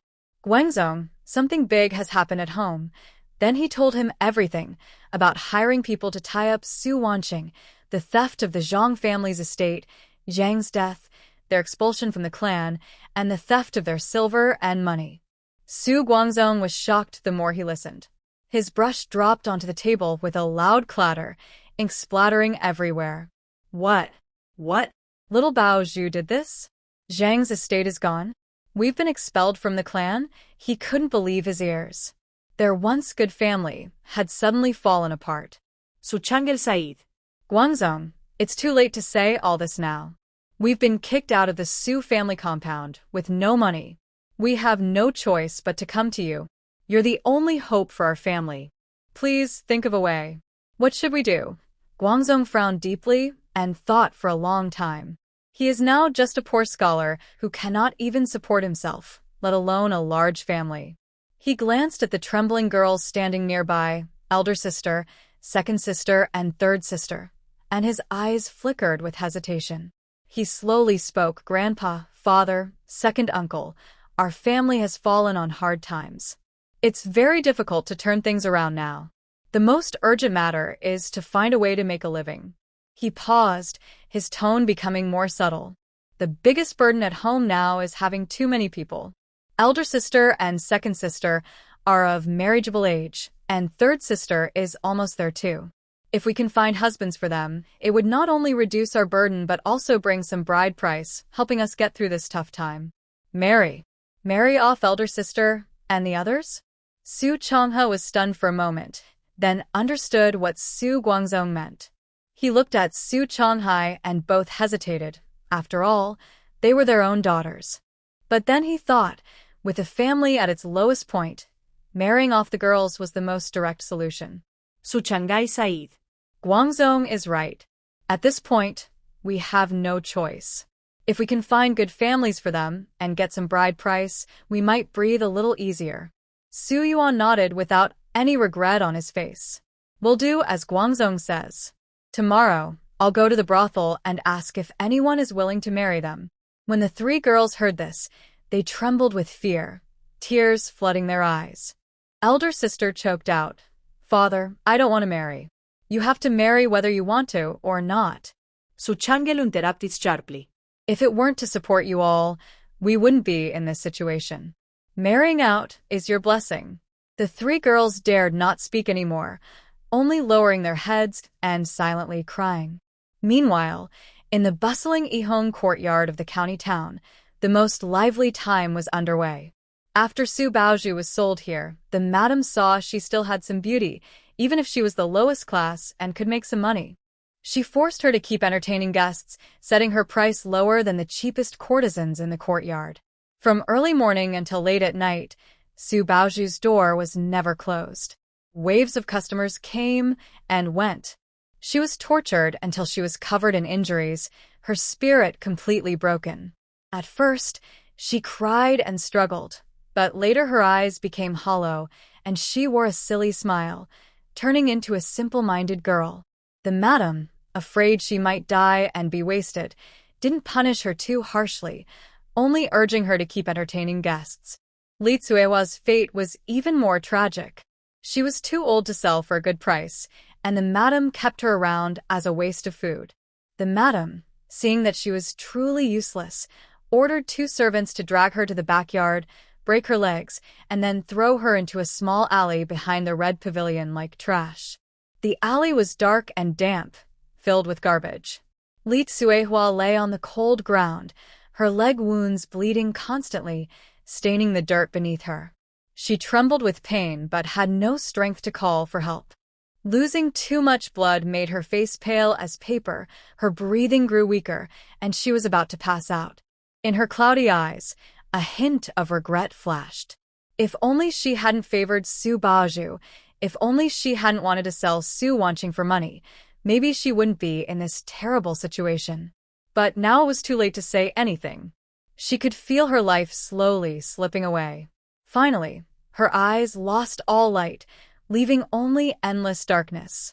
When Su Wanqing quietly returned to her small courtyard, the sun was high in the sky, casting warm sunlight on the walls. The corner of the yard was green with wild grass. She pushed open the creaky wooden door, and everything inside was silent. Only her younger sister, Su Wanyue, was squatting under the pomegranate tree, pointing at the ground and softly counting something. "Big sister, you're back." Su Wanyue heard the noise and immediately looked up, her face breaking into a bright smile. She ran over happily and hugged her arm. "I was counting ants. They're lining up so neatly." Su Wanqing gently rubbed her sister's soft hair, her eyes full of warmth. "Walk slowly, don't fall. Where's your brother?" Just as she finished speaking, a faint sound of firewood from the kitchen came through. Su Wanfeng came out carrying a chipped ceramic bowl with some charcoal dust on his face. Big sister, I'm here. I'm helping you cook fire. I'll wait for you to come back and cook, he said.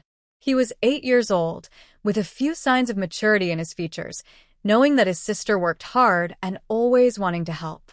Su Wanqing smiled and went into the kitchen. She took out rice, greens, and a small piece of pork, ingredients she had secretly taken from Zhang's kitchen, just enough to improve her younger siblings' meals. In her modern days, she was used to staying at home and loved cooking as well. She first scooped 2 bowls of rice into a basin, washed them repeatedly, and rinsed away the impurities. Wanfeng squatted by the stove, carefully adding firewood, and the flames licked the bottom of the pot, making his face glow red. Big sister, are we having braised pork today? Wanfeng leaned in, sniffing eagerly, his eyes full of anticipation. All right, I will cook some meat for you and your sister, stir-fry some greens, and make a pot of plain rice porridge. Su Wanqing nodded, poured the rinsed rice into the pot, added water to cover the grains, and covered it. Then she cut the pork into small pieces, blanched it in cold water, skimmed off the foam, and rinsed it with warm water. The stove was burning brightly. She added some lard to the pot, heated it, then added ginger slices to release aroma. Next, she put in the meat and stir-fried until the outside turned golden. She drizzled a little soy sauce for color, then added enough water to cover the meat and covered the pot to simmer slowly. Soon, the kitchen filled with a rich meat aroma. Su Wanhua also came to the door, tiptoeing to peek inside. While the meat was simmering, Su Wanqing washed and chopped the greens into small pieces. Su Wanfeng took the bowl to help drain the water. Wanfeng, Su Wanqing said softly while chopping, once things settle down, I'll send you to the town's private school to study. Is that okay? Wanfeng looked up suddenly, eyes wide with disbelief. Sister, can I really go home every day? Of course, Su Wanqing smiled and patted his head. You're smart and sensible. Study hard so you can protect yourself and your sister in the future. Wanhua also came over and said sweetly, Sister, I want to study too. Su Wanqing pinched her little face. Yaya is still young. When you grow a bit more, I'll teach you to read. As she spoke, the meat was almost done. She uncovered the pot, added a pinch of salt for flavor, then tossed in the greens and stir-fried a few more times. A simple but hearty meal was ready. After eating, Su Wanqing took out a brand new set of writing brushes, ink, paper, and a small solar-powered lamp from her space. She found that electronic devices and high-tech items couldn't be stored in her ancient space, so she just used them directly. To protect her brother's eyes, she bought them from a traveling merchant who happened to sell such items. Luckily, her brother never asked about them. You practice your writing first. I'll go to the mountain to pick some wild vegetables and make some snacks for you later, she said, placing the writing tools and lamp on the table. She also warned, I won't be home. Don't go out, lock the door, and don't open it if someone knocks. Wanfeng nodded firmly. Sister, I understand. I'll watch over Yaya. Yaya also nodded obediently, hugging Su Wanqing's arm. After that, Wanfeng took his sister to look at his study supplies and the lamp, full of joy and curiosity.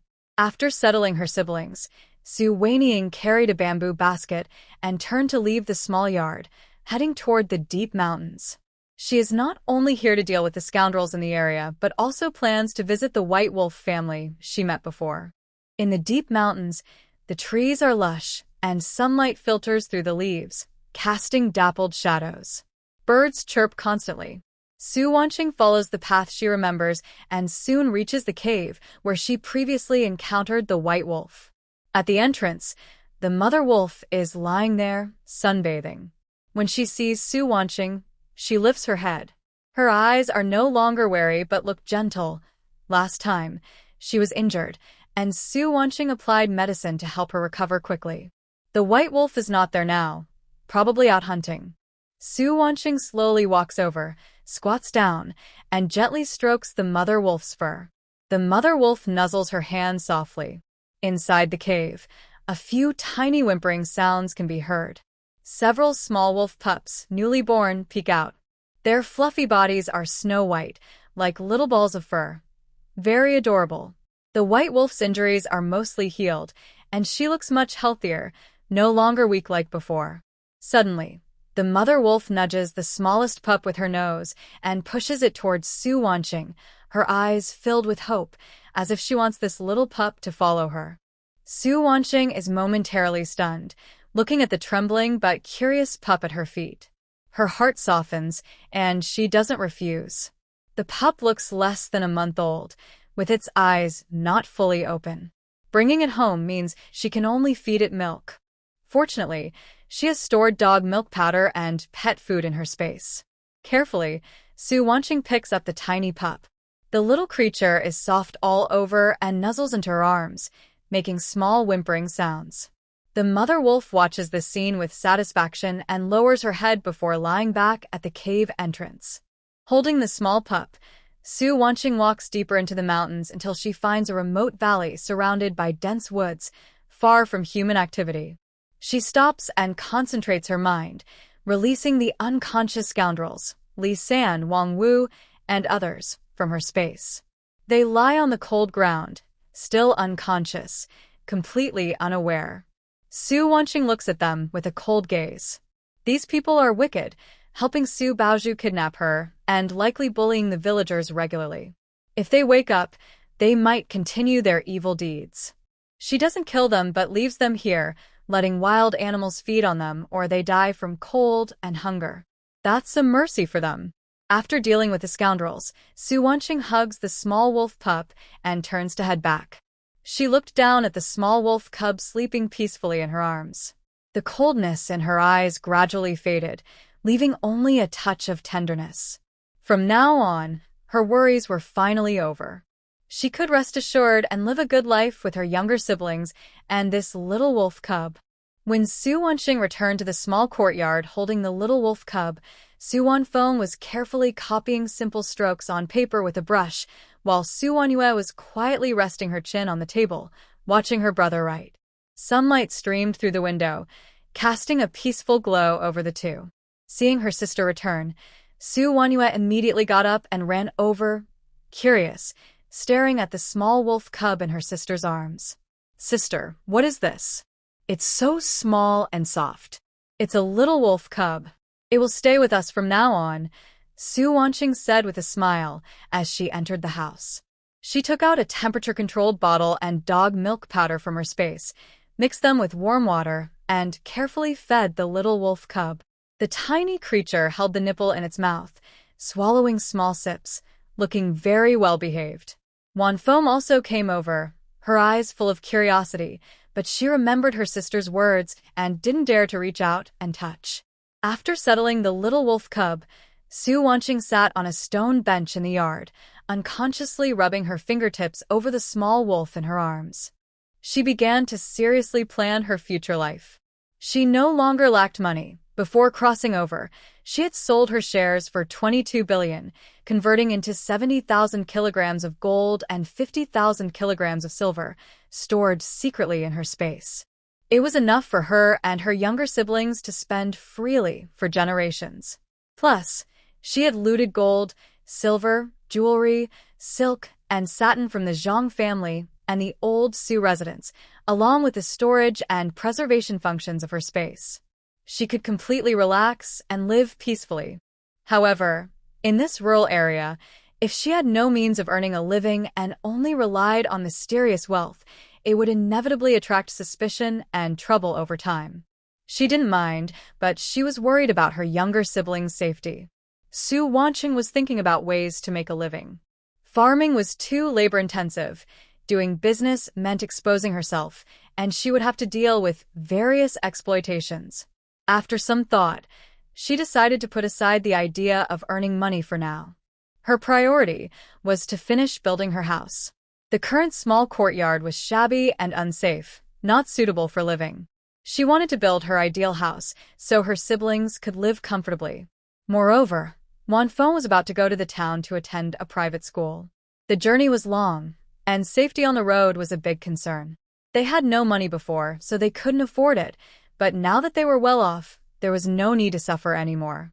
"We need to buy a sturdy carriage and find a skilled driver. Su Wanxing quietly thought to herself that the driver should not only be able to safely take Su Wanfeng to and from school but also help watch the house and protect the yard, killing two birds with one stone. As for building a house, Su Wanxing didn't want to use traditional bricks, tiles, or wood, since they are not strong or moisture-resistant. She had many bags of cement in her space, which could be updated, along with matching construction tools. Building with cement would not only shorten the construction time, but also make the house stronger, more durable, and better at soundproofing and resisting moisture. She didn't want to use the most advanced materials now. Her design ideas were gradually forming in her mind. The main house would have 3 rooms, each with a private study and a large hall in the middle for entertaining guests. The kitchen should be bigger, equipped with enough utensils to make cooking easier. Besides that, she planned to build 2 rows of guest rooms for visitors in the future. The bathroom needed careful planning. Her space had several sets of fully automatic toilets from the 23rd century. Although they require solar power, she also had portable solar receivers that were small and easy to install, so there was no need to settle for old, simple facilities. The yard would be divided into front and back parts. The front yard would house the servants, with a row of wood storage and supply rooms for storing coal, grains, and other supplies. She suddenly remembered the coal in her space and wondered if there were natural coal resources nearby. If she could find some, it would make cooking and heating much easier, no longer relying on firewood. The front yard would also have a row of guardhouses and storage rooms to keep the yard organized. Such a big project couldn't be done alone. She needed to find a reliable construction team, preferably experienced craftsmen. After the house was built, she would also need help managing the yard, taking care of Su Wanyue, cooking, and doing laundry. She would need to buy a few loyal and trustworthy servants. The merchant shop not only sold slaves, but also usually had contacts with craftsmen and laborers, which would solve many problems at once. Thinking of this, Su Wanxing's ideas became clearer. She looked down at the little wolf cub in her arms, who had finished drinking milk and was curled up asleep, then looked at her younger sister, who was diligently writing inside the house. Her eyes were full of determination. Tomorrow, I'll go to the county town first. I'll visit the merchant's shop to finalize the driver, servants, and construction team, she decided. She stood up, went into the house, planning to talk to her younger sister about the house project and make them happy too. Su Wanfeng heard that a new house would be built and that there would be a carriage to take her to school. Her eyes lit up with excitement, and her grip on the brush became stronger. Sister, are we really going to build a big house? Yes, Su Wanxing nodded with a smile. In the future, we will have a bright, spacious house to live in. You can also go to school peacefully. Su Wanyue clapped her hands happily. Yay! We're getting a big house.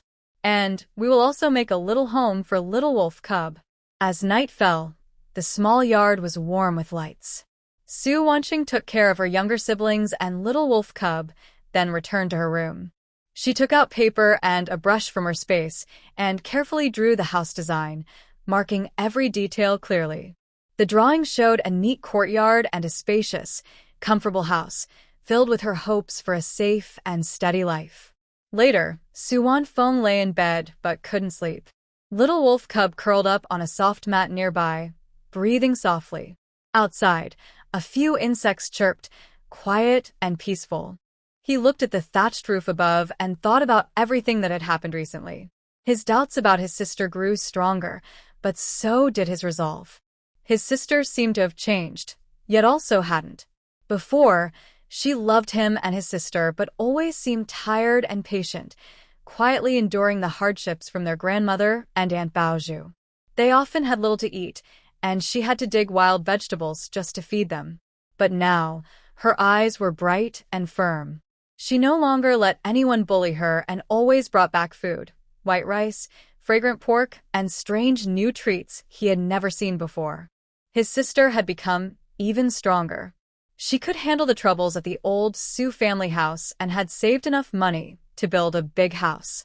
The new set of calligraphy and painting tools was something he had never dared to dream of, but she gave it to him without hesitation and even said she would send him to school. Su Wanfeng clenched his small fist, knowing deep down that his sister was still the same person. Her body hadn't changed, and her love for him and his sister hadn't changed either. It seemed like she suddenly had something to rely on, a source of strength to protect them. No matter what his sister had been through, or how many secrets she kept, he didn't care. All he knew was that now it was his turn to protect his sister and his little sister.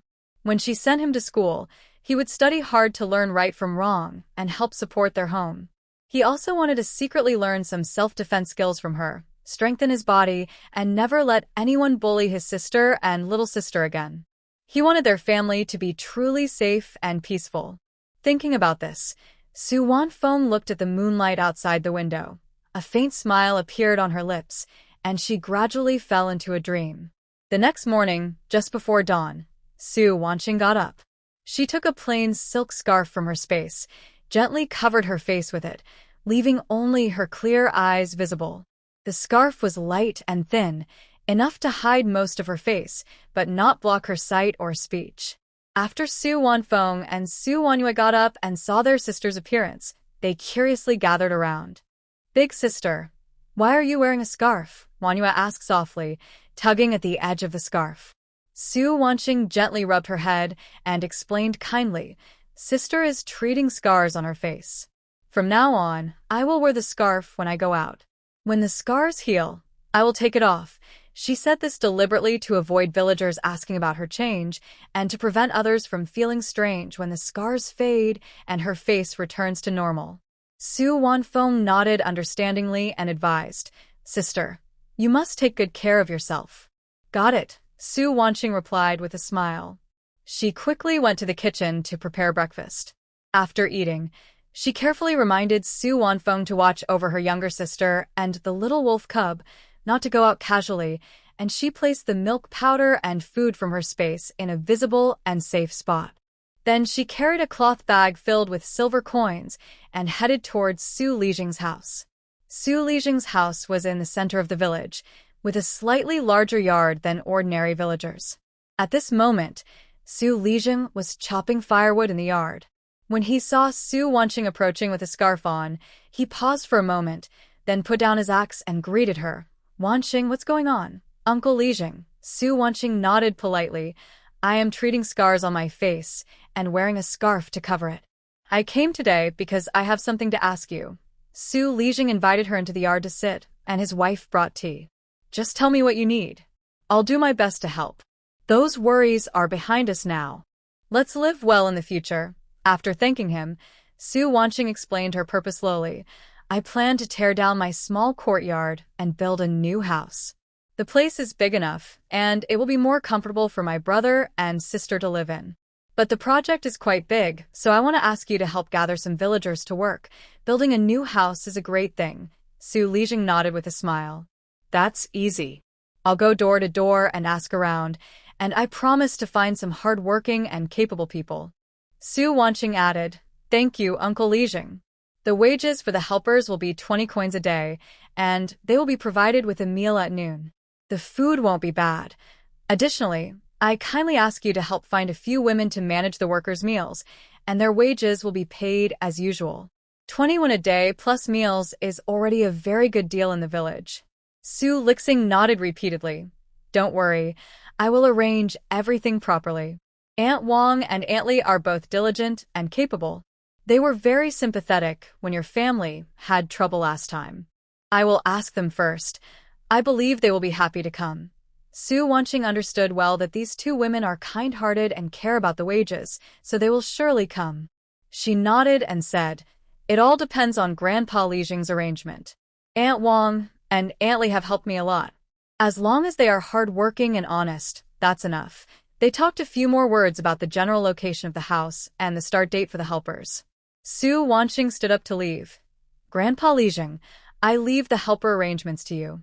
I need to go to the county town today to find a reliable construction team and discuss detailed building plans." Su Lijing also stood up to see her off. "All right, go to the county town without worry. Leave the village matters to me. Be careful on the way." Su Wanqing nodded in response and turned to leave Lijing's house. The sunlight shone on her gauze scarf, creating a faint glow. She looked up toward the direction of the county town, her steps firm. As she steadily implemented each step of the building plan, she moved closer to her goal of a stable life. Back at the small courtyard, Su Wanqing checked with Su Wanfeng to make sure her sister-in-law and little wolf cub were settled. After that, she slung her cloth bag over her shoulder and headed toward the village entrance. She planned to first visit the county's hardware store, then connect with professional craftsmen to finalize the main building plans and aim for an early start. Following the dirt road toward the county, Su Wanqing initially met a few villagers heading to the market. After walking 3 or 4 miles, the road gradually became empty, leaving only wild grass on the sides and the sound of wind passing through the treetops. She looked around to make sure no one was nearby, then flicked her fingers and took out a small black skateboard about the width of her palm and half a meter long from her space. This was a 23rd century energy supply device that didn't need an external power source. It could adapt to various road conditions like dirt and cobblestone, was compact and unobtrusive, and could move several times faster than walking. Su Wanqing stepped onto the skateboard, lightly pressed the switch with her toes, and the skateboard smoothly moved forward. It automatically adjusted its height over bumps, making the ride smooth and bump-free. She held the edge of the skateboard, used the wind to speed up, and watched the trees rush past her. The journey that normally took 2 hours was completed in just 20 minutes, and soon she saw the city gate of the county. Near the city gate, she put away her skateboard and hid it in her bag. She straightened her clothes and veil, pretending to walk casually with a crowd as she entered the town. Inside the town, it was lively with people and vendors along the street, shouting to sell their goods. Su Wanqing walked straight to the eastern pawnshop. As she entered, a clerk dressed in a silk jacket approached her. His eyes briefly scanned her simple clothes and face veil, and he spoke in a dismissive tone. "Are you here to buy or find someone?" "We have all kinds of people here, but the prices are different," Su Wanqing replied calmly. "I'm looking for 2 reliable people. One who can drive a carriage and protect the yard, and another who can handle housework and cook." The clerk's expression grew more indifferent, clearly thinking that a girl from the countryside couldn't afford high prices. He casually pointed to a few strong men in the corner. "Those guys can do some basic fighting, can drive a carriage, but they ask for a high price, at least 20 taels each. The cook is here too, but she's rough with her hands." One of the men looked up at Su Wanqing and sneered. "With your simple clothes, you probably can't afford us, right? You might as well go to the countryside and find some village women. Cheaper and good enough." Another man chuckled along, full of contempt for rural folks. Su Wanqing's face remained unchanged. She simply shot them a cold glance and ignored them. Her eyes moved slowly inside the pawnshop, finally resting on a man in the corner who was hanging his head and slouching. The man wore a faded coarse cloth shirt. His messy hair covered most of his face. A fierce scar ran from his brow to his jaw on the right side of his face. His hands were folded in front of him, sitting straight with his back stiff. Unlike the others, who looked either flattering or numb, he seemed different. "What's his story?" Su Wanqing asked the clerk, pointing at the man. The clerk hesitated, then looked uncomfortable. "That one, miss, is Lu Qing. He's a bit special. He wants to sell himself with his wife. They have to be sold together, no exceptions." He paused before adding, "His wife, Zhou Qianyang, has a disability. She has 6 fingers on her right hand. She can still work, but she won't fetch a high price. They had a child before, but he got very sick. They spent all their savings on treatment, and in desperation, they decided to sell themselves. Sadly, they couldn't save the child. His wife was injured during childbirth and can't have children again." Su Wanqing's heart moved slightly. She asked, "What skills does he have?" Just then, the pawnshop owner came over and nodded respectfully. "You have good eyes, miss. Lu Qing used to be a guard for a wealthy family, skilled in real martial arts." The scar on his face was from a knife wound while protecting his master. His wife, Qiao Nyang, is clever and skilled in cooking, with fine needlework on her clothes. She is very good at managing household chores. However, because the couple insisted on going in and out together, they haven't been sold yet. Su Wanqing approached Lu Qing and asked softly, "Are you really good at martial arts?" Lu Qing slowly looked up, revealing calm, sharp eyes. His gaze fell on her eyes behind the veil. His tone was respectful but not humble. "Miss, I know some fighting skills. I can protect my master and drive a carriage. Usually 3 or 5 men can't get close to me. I want to buy you and your wife. Follow me, and I will ensure you have food and clothing." Su Wanjing spoke directly. "How much?" The shop owner quickly said. "Miss, you're honest. With their situation, others would pay at most 20 taels. If you're serious, 25 taels is fine. I'll prepare the contract for you right away." Su Wanjing nodded in agreement. "All right." A flash of surprise appeared in Lu Qing's eyes. He then pulled out his wife, Zhou Qiaonyang, who was thin and weak. She indeed had an extra small finger on her right hand. Her eyebrows and eyes were gentle, and she looked at Su Wanjing with gratitude. After signing the contract, Lu Qing and Zhou Qiaonyang bowed deeply to Su Wanjing. "Servant Lu Qing, Qiaonyang. Greetings, Mississippi. Please bestow us with names so we can be called properly in the future." Su Wanjing helped them up and said softly, "No need for new names. Lu Qing and Zhou Qiaonyang are good names. Follow me, and you don't need to call yourselves servants. Just call me Mississippi. Work hard, and I won't treat you badly." The couple was moved and nodded repeatedly. After settling the matter, Su Wanjing said, "I also want to buy a carriage. It should be spacious and sturdy. Are you familiar with the town? Take me to see some." Lu Qing replied, "Yes, Mississippi. There is a carriage shop in the west of the town. It's well made. I will lead the way." The three went to the carriage shop. Lu Qing, with his experience, helped choose a carriage, carefully inspecting the wheels and axles. They finally selected a dark red carriage with hidden storage compartments on the sides, which could hold miscellaneous items or small valuables. After buying the carriage, Su Wanjing asked Lu Qing to park it at the shop. Then, based on previous information, she went to find the well-known local craftsman, Wang Zhuangshi. His workshop was in the south of the town. At that moment, he was working with some artisans on wood. When he saw Su Wanjing arrive with people, he hurriedly put down his tools and greeted her. "Miss, are you planning to build a house? I am Wang Zhuangshi, and I've been in this trade for over 10 years. Rest assured about my skills." Su Wanjing nodded and explained her plan. "I want to build a house at Sujiao, including the main house, hall, side rooms, and kitchen. The materials should be good quality. Can you supply the materials?" Wang Zhuangshi smiled and replied, "Of course. We have top-quality wood, blue bricks, and tiles. Blue bricks are rare in the countryside, so they cost a bit more." Su Wanjing said, "Just prepare the wood, blue bricks, and tiles. I also have a special adhesive that is stronger than regular mortar. I will have it delivered later. You just need to follow my drawings." She deliberately did not mention cement, only calling it an adhesive. When discussing the windows, Su Wanjing added, "I will arrange for someone to install the windows later. You only need to install the window frames." She didn't explain further, and Wang Zhuangshi, curious but polite, didn't ask more. Su Wanjing then explained the house layout and requirements in detail. Wang Zhuangshi listened carefully and took notes. Afterwards, he said, "Miss, don't worry.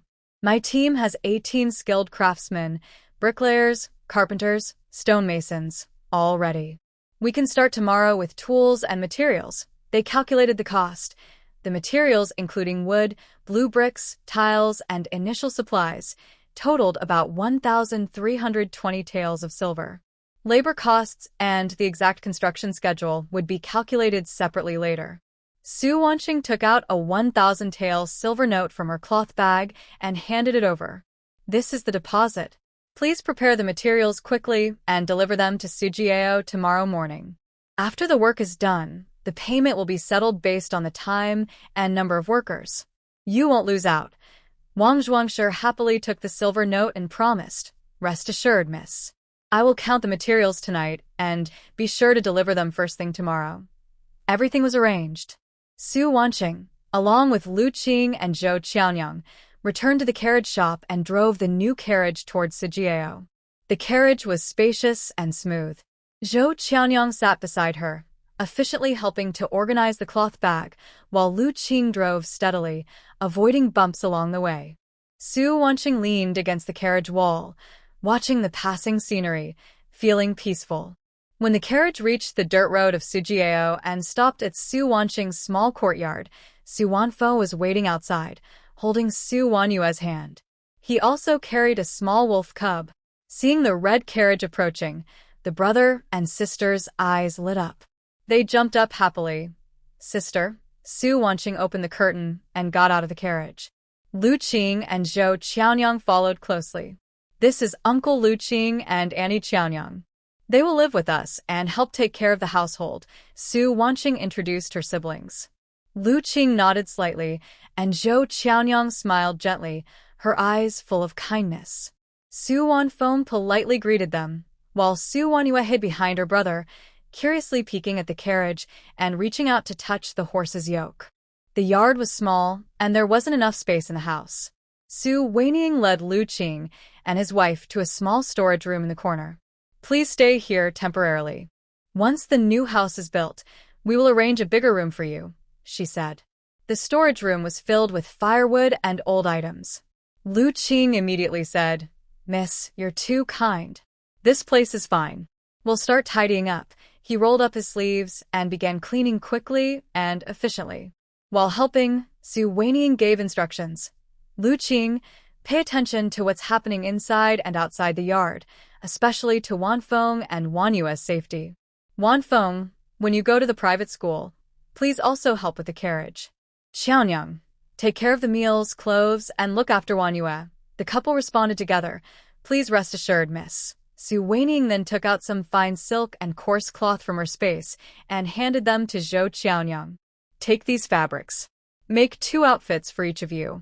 The material is enough. Work hard, and I will give you 1 tael of silver each month.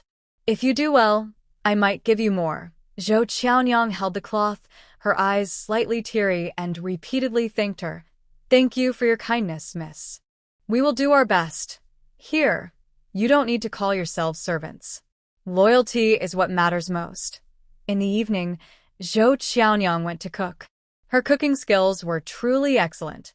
Simple ingredients turned into 4 dishes and 1 soup, braised pork, stewed chicken, and 2 light vegetable dishes, filling the small yard with a delicious aroma. Lu Qing thoroughly cleaned the yard, neatly stacked the firewood, and tidied up the clutter. The yard became much cleaner. Su Wanfeng and Su Wanue ate happily, praising Go Yaonyang's cooking. Just after finishing their meal, footsteps were heard outside the yard. Aunt Wang and Aunt Li came in, each carrying a couple of carrots they grew themselves, smiling as they said, Wanfeng, we came to see you. We heard you returned from the county town and hired workers to build a new house. Su Weiniang quickly stood up to give them a seat, and Zhou Qiaonyang served tea. Aunt Wang looked around the yard and at the carriage at the door, her face full of happiness. You've really made progress. Once you live in a big house, you won't have to suffer anymore. The village head told us about helping with work. We're happy to come. There's not much to do at home, just prepare meals for neighbors, and we don't need any wages. Aunt Li also agreed, saying, Yes, Wanqing, we are fellow villagers. Helping each other is right, but talking about money makes things awkward. Wanqing smiled and shook her head sincerely. Second aunt and Aunt Li, you can't say it like that. You've worked hard to help, and getting paid for your work is fair. Building a house isn't done in a day or 2, and if it delays your chores at home, paying wages is proper. Since I invited everyone, I won't let anyone work for nothing. 20 coins a day and lunch. These rules must be kept. She paused and added, Once the new house is built, maybe I'll need you both to come often and help with family matters. Not paying you now makes me uneasy. Please accept the wages, or I'll feel embarrassed to trouble everyone. Wang Er and Aunt Li looked at each other. Seeing Wanqing's firm attitude and that she made sense, they smiled and agreed. All right, we'll listen to you. We'll work hard and won't let you down. Early the next morning, Su Lin arrived at the small yard, followed by several villagers. Wanqing, I've found enough workers, 32 in total. They're all honest, hard-working men from the village. Besides Wang Er and Aunt Li, my daughter-in-law will help with cooking. Also, Widow Zhao and her daughter want to come. Her daughter is quick and can lend a hand. Wanqing was very happy and quickly thanked him. Thank you, Uncle Li. I appreciate your trouble. She took out rice, flour, pork and chicken from her space, along with some silver coins, and asked Lu Qing to buy fresh vegetables from house to house. Good food is important so everyone can work with strength, Wang Qing advised. Soon, the sound of a cart and lively chatter came from afar. Wang Zhuangshi led 18 craftsmen, pulling carts filled with wood, green bricks, and tiles, arriving at Sujiao. He found the small yard using the address Wang Qing gave and bowed. Miss, the materials and workers are here. Let's inspect the site and decide on the foundation before starting work. Wang Qing led Wang Zhuangshi and a few master craftsmen to her small yard and nearby open space. She pointed to the planned area and said, build the main house, hall, and side rooms in these spots. I also want to build a 3-meter-high wall around the yard, strong and durable. Wang Zhuangshi nodded, took out tools, measured the dimensions, and discussed the foundation placement quietly with the craftsmen. Soon, they finalized the construction plan. The workers each took their roles and immediately began working enthusiastically. Su Wanqing watched from the side, quietly planning. Once the wall is built, she will install the heat energy sensor inside the space. When someone approaches, it will trigger an alarm, making the place safer. Suddenly, she felt a bit regretful that she didn't stock more robots before crossing over. If she had robots, guarding and construction would be much easier, and she wouldn't need to find guards specifically. She felt some regret about that. At noon, Zhou Qiaonyang, Wang Air Ant, and others prepared lunch. There was plenty of rice, plain steamed buns, stewed pork, and fried chicken, making a rich meal. The workers sat together eating happily. One bricklayer wiped his mouth and said, Miss Su is very generous, providing us such good food.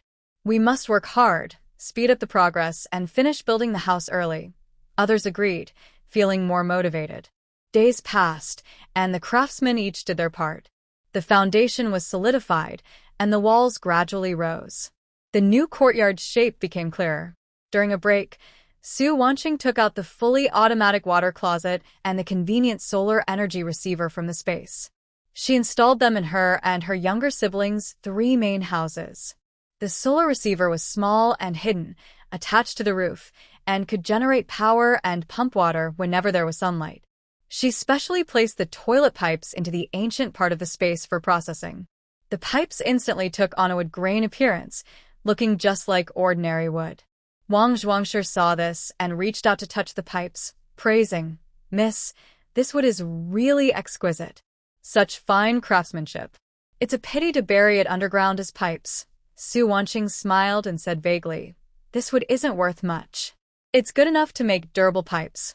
Later, she installed a space-based septic tank system at the corner outside the wall. It could properly handle sewage, and the fermented waste could be used as fertilizer for farming. As for the guest rooms and other bathrooms, Su Wanqing didn't make many demands. She built them in a simple style, not too advanced, just enough for use. Su Wanqing's house, after a month and a half of joint effort by villagers and construction workers, finally took shape with a grand appearance. The most eye-catching feature was the 3-meter-high wall made of blue bricks, with even cement filling the gaps. It felt solid and smooth to the touch, much stronger than the common earthen walls in the village. No matter how children climbed or how rain and wind battered it, the wall remained steady as a mountain. After the workers finished, Su Wanqing took advantage of the evening to walk around the wall alone, busy with her plans. She took out the energy sensing device from the modern space section, which had been accumulating heat for days. The device was small like a button, and she only needed to embed it into the cracks between the wall bricks, then lightly cover it with cement, making it hidden and seamless. She squatted at the base of the wall, carefully installed and adjusted it little by little, ensuring it could detect movement within 10 meters and trigger an alarm. The supplies from the modern space section were not many each day, but luckily, the few days' worth she had saved was enough to strengthen the safety of the house. The flooring inside the yard was almost finished. Su Wanqing specifically left the smart temperature-controlled wooden floor for her and her siblings' 3 main rooms. This floor was made from space materials, looking just like ordinary wood, but it could automatically adjust temperature, warm in winter and cool in summer. The guest rooms and servant quarters used regular wooden floors from space, which were flat, durable, and cost-effective. Considering that winter in Sue's village was short and not extremely cold, but with large temperature differences between morning and evening, Su Wanqing also ordered the craftsmen to build firewalls in all the rooms. When Wang Zhuangshi first saw the design of the firewalls, his eyes lit up. "Miss Su, this firewall is quite innovative. It's built with a layer inside the wall, and after lighting a fire, the heat can spread throughout the room, much warmer than just burning a stove." He studied the blueprint for a while, then couldn't help but ask Su Wanqing for tips on how to build it. She shared her knowledge openly, guiding him step by step on adjusting the spacing of the layers, leaving space for smoke vents, and sealing gaps with cement to prevent smoke leakage. Wang Zhuangshi studied carefully and became more convinced of the firewall's usefulness. He rubbed his hands and said shyly, "Miss, your craftsmanship is amazing. If I learn this, could I also help other families build firewalls in their houses? If it's okay, I'll charge you less for my work." Su Wanqing smiled and waved her hand. "Captain Wang, you're too kind. Once you learn the skill, it's yours. Just take it and use it. No need to reduce your pay. Helping everyone improve their homes is a good thing." This comment was overheard by Su Li, who was checking the progress, along with some villagers. They gathered around the newly built firewall, marveling. "This firewall is great. In winter, we won't have to bundle up like Zongzi, and the house stays clean. Village chief, when I rebuild my house, I'll ask Captain Wang to build a firewall like this." Soon, many villagers decided to build firewalls, and Wang Zhuangshi gained more business. He looked at Su Wanqing with gratitude. The installation of doors and windows was the final key step. Su Wanqing carefully avoided the crowd and took out a piece of glass from the space. The main house used a 23rd century flexible crystal membrane, as thin as a cicada's wing, slightly bendable, with strong light absorption. During the day, it allows plenty of sunlight inside. At night, through the soft crystal membrane, one can see clearly outside. From outside, it looks no different. Other rooms used regular soft crystal membranes, which, although without special features, are very transparent and resistant to moisture and mold. She asked the craftsman to install the curtain rods first, smiling as she explained, "We'll hang the curtains when we move in later.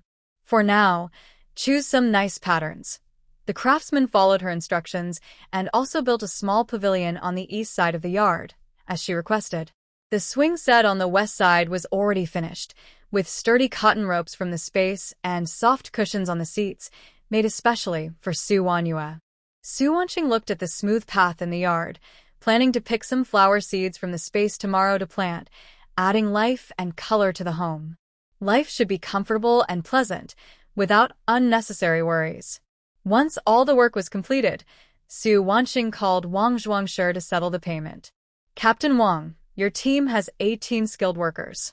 Each gets 3 taels of silver, totaling 54 taels. The extra 20 taels are for your hard work. Thank you for your effort these days." She handed over silver bars, one of 50 taels and one of 24 taels, and added, "The material cost was 320 taels, so the total is 394 taels. I give you 400 taels, and the remaining 6 taels are for buying water for the brothers." Wang Zhuangshi happily accepted the silver, bowing repeatedly. "Thank you, miss. Not only did I earn wages, but I also learned skills like fireproofing and pipe laying. I gained a lot of work, all thanks to your help. From now on, whatever you need, even if you call me in the middle of the night, I will come immediately and make sure everything is done properly." Su Wanqing also handed the wages to Su Lijing, the village head. "Grandpa Lijing, please help me distribute the wages. Besides what we agreed on earlier, I will add 500 coins for each person. Everyone has worked hard these past 1.5 months, putting in their best effort." Su Lijing took the silver, nodding with approval. "Wanqing, you are thoughtful. Everyone has worked hard, and your generosity makes them appreciate you even more." When the villagers heard the news, they were very happy and praised Su Wanqing for her kindness. Su Wanfeng, holding a growing little wolf pup, and Su Wanyue ran happily around the new house, their faces full of joy. The little wolf cub is completely white, with only a gray patch of fur on its belly. Its round, chubby body looks like a small ball. It hops and jumps happily with the siblings, looking obedient and adorable. Su Wanqing watches her younger siblings and the playful wolf cub, suddenly remembering she hasn't named the cub yet. Wanfeng Wangyue, let's give the little wolf a name, she suggests. The siblings immediately stop and start thinking about a name for the cub. Su Wangyue speaks first. Call it Little White. It's all white. Su Wanfeng shakes his head. It has gray fur on its belly, so Little White isn't right. How about Little Gray? They each suggest a few more names, but aren't satisfied. Seeing the round, chubby shape of the wolf cub, Su Wanqing laughs and suggests, how about calling it Tuanzi? Look at how plump it is, like a little dumpling. She isn't good at naming, but this simple name feels very fitting. The brothers exchange looks and cheer together. Yes, yes. Let's call it Tuanzi. Su Wanqing gently strokes the cub's head and softly says, Tuanzi. The cub seems to understand, rubbing against her hand and making a gentle, obedient sound. Xiao Qiaonyang walks over with a smile. That's a good name, easy to remember and fitting. It's clearly our little Tuanzi. Everyone looks at the new house, the playful children, and the obedient little wolf, filled with a peaceful, cozy feeling. Their new life is about to begin. The framework of the new house is already built. Now only the furniture and decorations remain. Su Wanqing looks at the empty room, thinking about how to bring the furniture inside. She can't just make it appear out of nowhere. She needs a good reason. That night, while Su Wanfeng and Su Wangyue are asleep, and Lu Qing and her husband have returned to the temporary storage room to rest, she quietly locks the door and activates the space teleportation. First, she moves the modern furniture, bed, desk, chairs, into the ancient part of the space in batches. When she takes them out again, the original modern composite materials have turned into clear, textured solid wood. The styles automatically adjust to match the aesthetic of this era, but still keep the practicality of modern design, like well-divided wardrobes with hidden drawers. That saves a lot of trouble, Su Wanqing thinks happily. Under the moonlight and the lantern glow in the yard, she carefully moves each piece of furniture into the corresponding rooms. She carefully took out several dressing mirrors, which were clear and bright, much better than the copper mirrors of this era, and placed them in her and her sister-in-law's rooms for easy daily makeup. After working late into the night, the house finally had a lively atmosphere. She temporarily stored the remaining furniture in the back room at the entrance, planning to use the excuse of having acquaintances in the county buy things on her behalf the next day, so Lu Qing could find some villagers to settle into the guest and other rooms. The next morning, Su Wanfeng and Su Wangyue opened the door to the new house, staring in amazement at the brand-new solid wood furniture. Their eyes widened. Sister, where did these pieces come from? Su Wangyue ran to the wardrobe, curious, touching the door. Su Wanqing smiled and explained, when I went to the county before, I asked a familiar shopkeeper to order them for me, and they were delivered in batches. They just arrived last night. All solid wood, sturdy and durable. Lu Qing and his wife also came forward to look, and Zhou Qiaonyang couldn't help but praise. These furniture styles are really nice, especially this wardrobe. It's well divided into compartments and can hold much more than ordinary wardrobes. Su Wanqing then took out some clothes hangers from the space and handed them to Zhou Qiaonyang. Qiaonyang, you can use this. Hanging clothes is more convenient than folding, and it prevents wrinkles. Zhou Qiaonyang took the wooden hanger, puzzled. This thing is quite new. I've never seen such a way to hang clothes. It's a style from outside, and it's very useful. Su Wanqing smiled but didn't explain much. This era doesn't have clothes hangers, but she didn't mind being the first to use them. With space available, there's no need to stick strictly to old customs. Lu Qing, find some villagers to settle the remaining furniture. Each guest room should have a bed, a desk, a wardrobe, and chairs. Make sure everything is arranged properly and pay the villagers normally, she instructed. Yes, miss, don't worry. Lu Qing immediately planned to find Wang Dazhuang from Aunt Li's family, working quickly. After arranging the furniture, Su Wanqing sat in the pavilion in the yard, flipping through supplies in the space, her mind gradually forming new ideas. The villagers are honest people. When building houses, everyone worked hard, and Su Lijing took good care of them. Although some liked to seek small benefits, their nature was good. In her past life, she was alone and used to doing things her way, avoiding complicated social interactions. But now, with her sister-in-law, a stable home, and villagers' help, she felt she should give back. With the space as her advantage, there's no need to be cautious. She could help the villagers prosper together, making life more secure. She entered the space's agricultural tools area, her eyes scanning various equipment. Modern seeders and harvesters were too advanced, likely to attract attention and difficult to imitate. In the end, she chose a manual foot-operated seeder. It was small, easy to use, and much more efficient than planting by hand.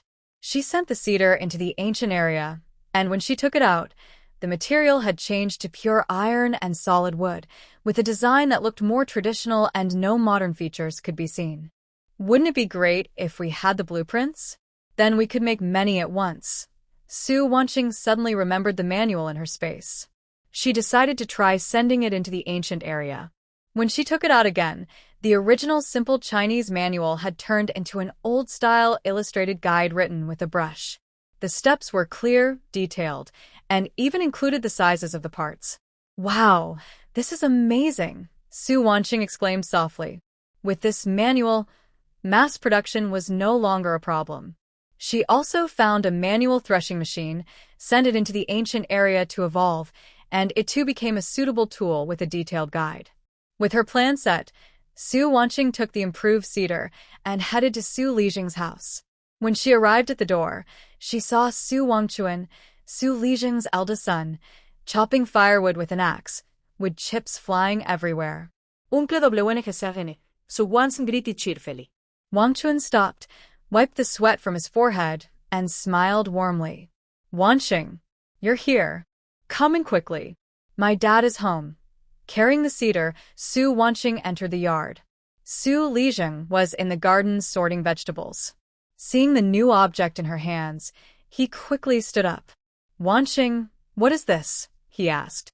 "Grandpa Lijing, I asked someone to find a special planting tool for us. It's called a foot-operated seeder. It's manual but faster and more even than planting by hand." Su Wanqing placed the seeder on the ground and demonstrated how to operate it with her foot. "I thought, since our village relies on manual labor for farming, it's too slow. If we can make many of these tools, it will save effort, help us harvest more grain, and we can sell the extras in town to earn more money." Su Lijing's eyes lit up. He looked at the seeder again and examined the manual carefully, becoming more excited. "This is a good thing. If we can make many, our village will have hope for a better future," Su Wanqing added. "I also have the blueprints for a threshing machine. We can make that too.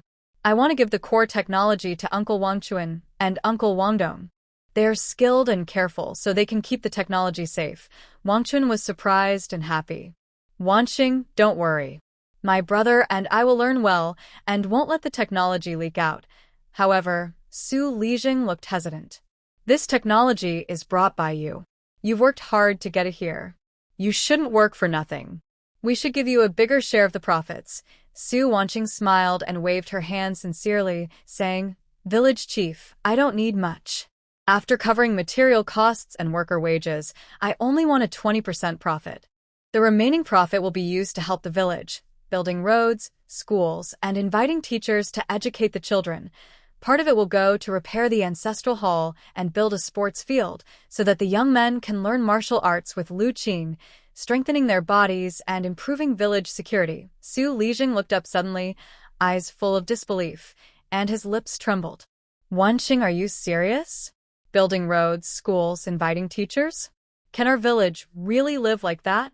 "Of course it's true," Su Wanqing nodded. "Everyone, my family, and I will have a more stable life. These are all things I sincerely want to do for the village." Su Lijing was so moved that tears welled up in his eyes. He patted Su Wanqing heavily on the shoulder. "Good girl. Good girl. The kindness you've shown will be remembered by everyone in Sujiao. I'll gather the elders and Wang Chun and Wang Dong to discuss and start making farming tools as soon as possible. We won't let your kindness go to waste." Wang Chun also nodded in agreement, full of energy, as if he could already see the prosperous future of the village. After Su Wanqing left Su Lijing's house, he immediately sent people to gather the village elders. In less than an hour, several respected elders with white hair gathered in Su Lijing's main hall. Even old Master Su, who rarely went out, was helped in. Wang Chun and Wang Dong stood nearby, holding the blueprint of the seed planter Su Wanqing left behind, looking serious. Uncles and aunts, today I want to discuss a very important matter, Su Lijing said as he closed the hall door. He pointed to the blueprint on the table. Wanqing has brought us a good thing, something that can save us more than half the effort in farming and help us produce more grain. We plan to set up a workshop to make these tools in bulk and help the whole village get rich. As soon as he finished speaking, old Master Su, sitting at the head of the table, stroked his beard and asked, "Village chief, is this thing really so amazing? Manual planting is slow, but reliable. If this device doesn't work well, all our effort will be wasted." The old man, nearly 70, had seen many new gadgets that looked good but turned out useless, so he was naturally cautious. Wang Chun quickly stepped forward, pushing the upgraded seed planter into the center of the hall and demonstrating how to operate it with his foot. "Grandpa Su, look, this is foot-powered, no need for animals. All our farmers can operate it. Wanqing Girl has demonstrated that her seed planting method is more even and faster, more than 5 times quicker than manual work. The parts on the drawings are clearly marked," Su Wangdong added. "We just follow them and we won't go wrong." At this moment, Su Wanqing walks in carrying a cloth bag, smiling as she greets everyone. "Hello, elders. I brought some things. Let me explain." She places the bag on the table and takes out a few round potatoes and sweet potatoes. "These two are things I bought from a traveling merchant when I went to the county. They are called potatoes and sweet potatoes. They are drought-resistant, easy to grow, and produce a lot. Usually, planting 1 acre yields about 700 gene. If I use my compost fermentation technique and cultivate in ridges, the yield can reach 1,500 gene per acre." 1,500 gene? Old Su's second uncle suddenly stands up looking surprised. "Wanqing Girl, don't fool us. We grow wheat, and in a good year, we only get about 200 gene per acre. Can these really produce that much?" Aunt Su-san also agrees. "Yeah, they look round, but we don't know if they're edible or if they might be poisonous." Wanqing Girl was prepared and explained with a smile. "Uncle, Aunt, don't worry. These can be steamed, boiled, or ground into flour for making cakes. I've already tested them, no poison, no harm, and they taste good. I can start by planting some seeds on the wasteland at the village entrance. When we harvest, everyone will believe." The composting method is simple, using straw, livestock manure, and weeds to ferment. It's richer than plain farm manure and costs nothing. Old Master Su nodded, looking calmer. "Trying a small test is good. But for building the workshop, where will the money and land come from? We can't let Wanqing Girl bear all the costs." Wanqing Girl immediately said, "I will pay for the workshop. I'll put in 500 taels of silver. I still have some special adhesive cement left, which makes the building much stronger than mud bricks, lasting over 10 years. The land will be the idle space at the end of the village, near the village, so it's convenient." "That's not right." Su Lijing quickly waved his hands. "You came up with the technology and you're paying the money. We can't take such a big advantage from you. Maybe the village can pool some silver. Any amount is a sign of respect." The elders agreed, not wanting Wanqing Girl to bear all the costs alone. Wanqing Girl smiled and held everyone back. "Village chief, elders, I've been lucky before. I sold some medicinal herbs and ginseng. Now life is better, and I can contribute some money. If we build the workshop well and make the village richer, my younger siblings and I will also live happier. Again, I have other ideas. The workshop will do more than just make farming tools."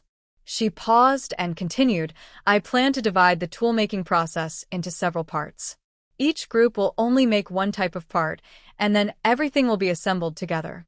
The assembly area will have a small yard, off-limits to outsiders, and no one is allowed to get close. Villagers working in the workshop must sign a confidentiality agreement. If anyone leaks the technology, they will be punished according to the rules." Uncle Su frowned and asked, Dividing the work to make parts might speed things up, but what if someone secretly learns how to make other parts and copies them? Will the confidentiality agreement really work? Su Wanqing replied, "Don't worry, uncle. Each part has specific measurements and curves. You can't remember everything just by looking. Only Uncle Wang Chun, Uncle Wang Dong, and I have the drawings. Also, signing the agreement is part of our family rules and local customs. If someone leaks the secrets, they will have to pay for the damages and could be expelled from the village. No one dares to take that risk." Regarding the accountant, Su Li suggested, "We need someone educated and careful." Su Li, the son of old Su, passed the imperial exam 2 years ago. He's smart and capable, but he hurt his leg and is now limping. His family is poor. We can ask him to be the accountant, pay him monthly, and help his family. That way, we can trust him and also support his family. Su Li is a good boy, second Uncle Su said approvingly. He's learned and responsible, so he can handle the books. But his leg isn't good. Will he be able to move around easily? Su Wanqing replied, "I will have a separate office built next to the workshop, so he doesn't have to walk back and forth. He can also rest there at night." The village elders agreed without objection and praised the choice. When talking about sales, Su Wanqing shared more ideas. There are several ways to sell. First, find villagers who are good at shouting and talking to people, and have them sell in the town and county. Second, cooperate with traveling merchants and give them a commission to help sell. Third, target wealthy families in town and county by offering custom services, like engraving their family name on the tools to make them special and charge a higher price. Fourth, try working with the county government to supply tools for public fields, which is a steady large order. Also, women skilled in bamboo weaving in the village can join the workshop. I have many new bamboo designs, and once finished, they can be sold too. Aunt Sue's eyes lit up. That's a good idea. My friends and I all know how to weave bamboo, but our styles are old-fashioned and don't sell well. If we had new designs, we could make better products. Old Master Su stroked his beard happily. Wanqing has thought of everything. Not only farming tools and bamboo crafts, but also trying to grow high-yield crops. Our village really has hope now. Uncle Su had some worries. Will working with the government office be troublesome? We farmers don't understand those official rules. Su Wanqing reassured him. Don't worry, second Grandpa. We'll find a good time to talk with the county office. Custom services are simple. The carving work can be done by the carpenter along with other tasks, so it won't take much effort. Everyone took turns sharing their thoughts. Their initial worries gradually faded, replaced by excitement. Old Master Su pounded the table and said, "Let's do as Wanqing suggests. Wang Chun and Wang Dong, hurry up and work on the drawings. Try making some parts quickly. Village head, lead the team to check the empty land at the village end and organize people to clean the area. Others go around the village and find people willing to work in the workshop, especially bamboo weavers and young men. Make sure to register everyone." Su Lijing stood up loudly and said, "Okay, I'll go arrange everything now." The village elders also stood up, full of energy, eager to start preparing immediately. After returning from Su Lijing's house, Su Wanqing saw Su Wanfeng sitting at the new desk, copying from a calligraphy book. A little dumpling was napping at his feet, and Su Wanhua was playing with a doll in the yard. Seeing this peaceful scene, she suddenly remembered the village's plan to build a school. She paused, then walked over to Su Wanfeng. "Feng," Su Wanqing gently tapped the desk, "I plan to build a school in the village. After that, you won't need to go to the county private school anymore. I will teach you myself." Su Wanfeng looked up, eyes full of surprise.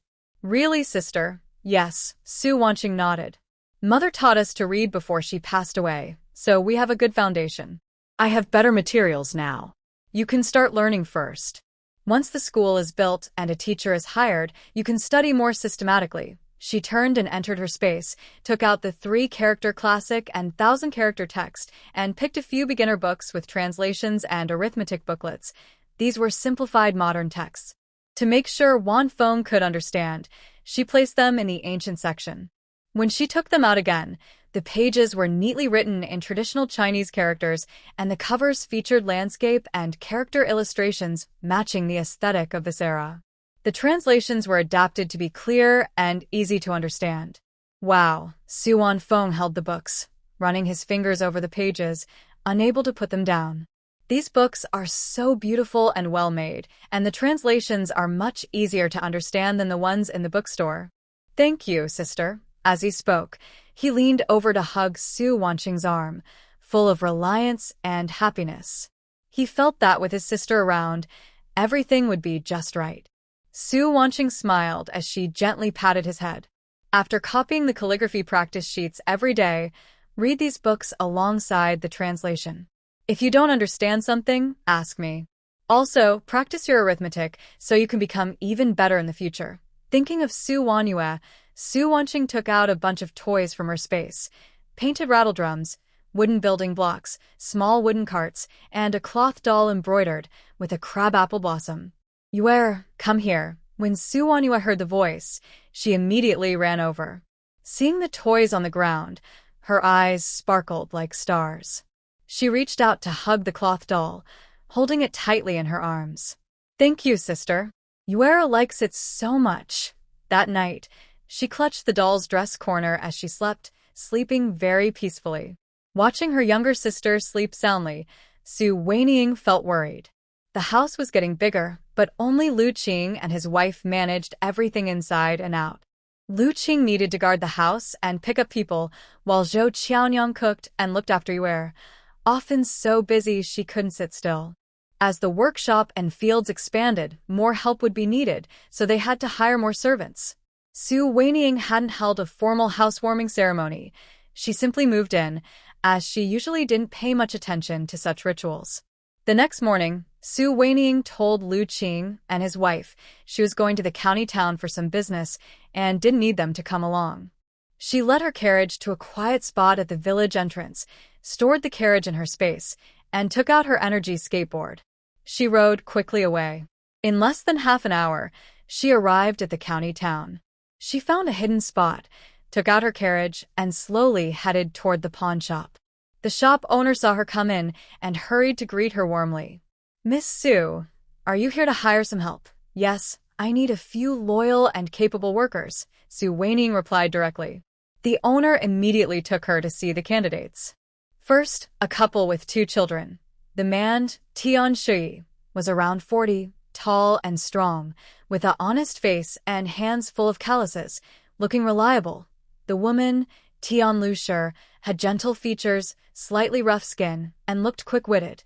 Their son, Tian Xiaoman, was 12, with delicate features and a calm gaze. Their daughter, Tian Sui, 10, with twin braids, shy but neat and tidy. Next, they showed 3 sturdy young men, about 27 or 28 years old, all tall, dark-skinned, and used to farm work. One, named Wang Meng, had thick eyebrows, sharp eyes, and looked very energetic. Finally, there were 2 maids, originally from Zhang Yuan's family.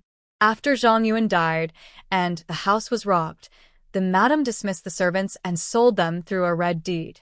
Both had darker skin. One was slightly chubby with a round face and a gentle smile, while the other was of medium build, with regular features, looking quiet but honest. Next, there were 3 strong young men, all around 20 years old. They were tall and fit, with dark skin from years of farm work. One of them was named Wang Meng. He had thick eyebrows, big eyes, and a sharp gaze, looking very alert. There were also 2 maids, originally from the Zhang family in the west part of the city. The shopkeeper added, Miss Su, these 2 maids have sad backgrounds. That Zhang family was robbed at night by bandits.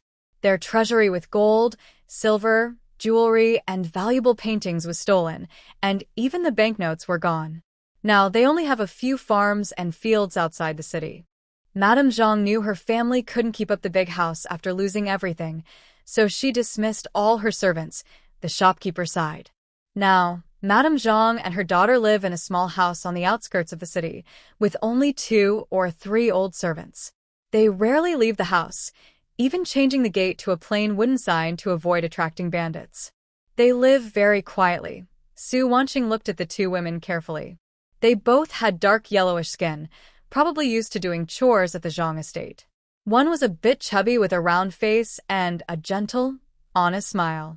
The other was of medium height, with neat features, quiet but clear eyes, showing a dependable personality.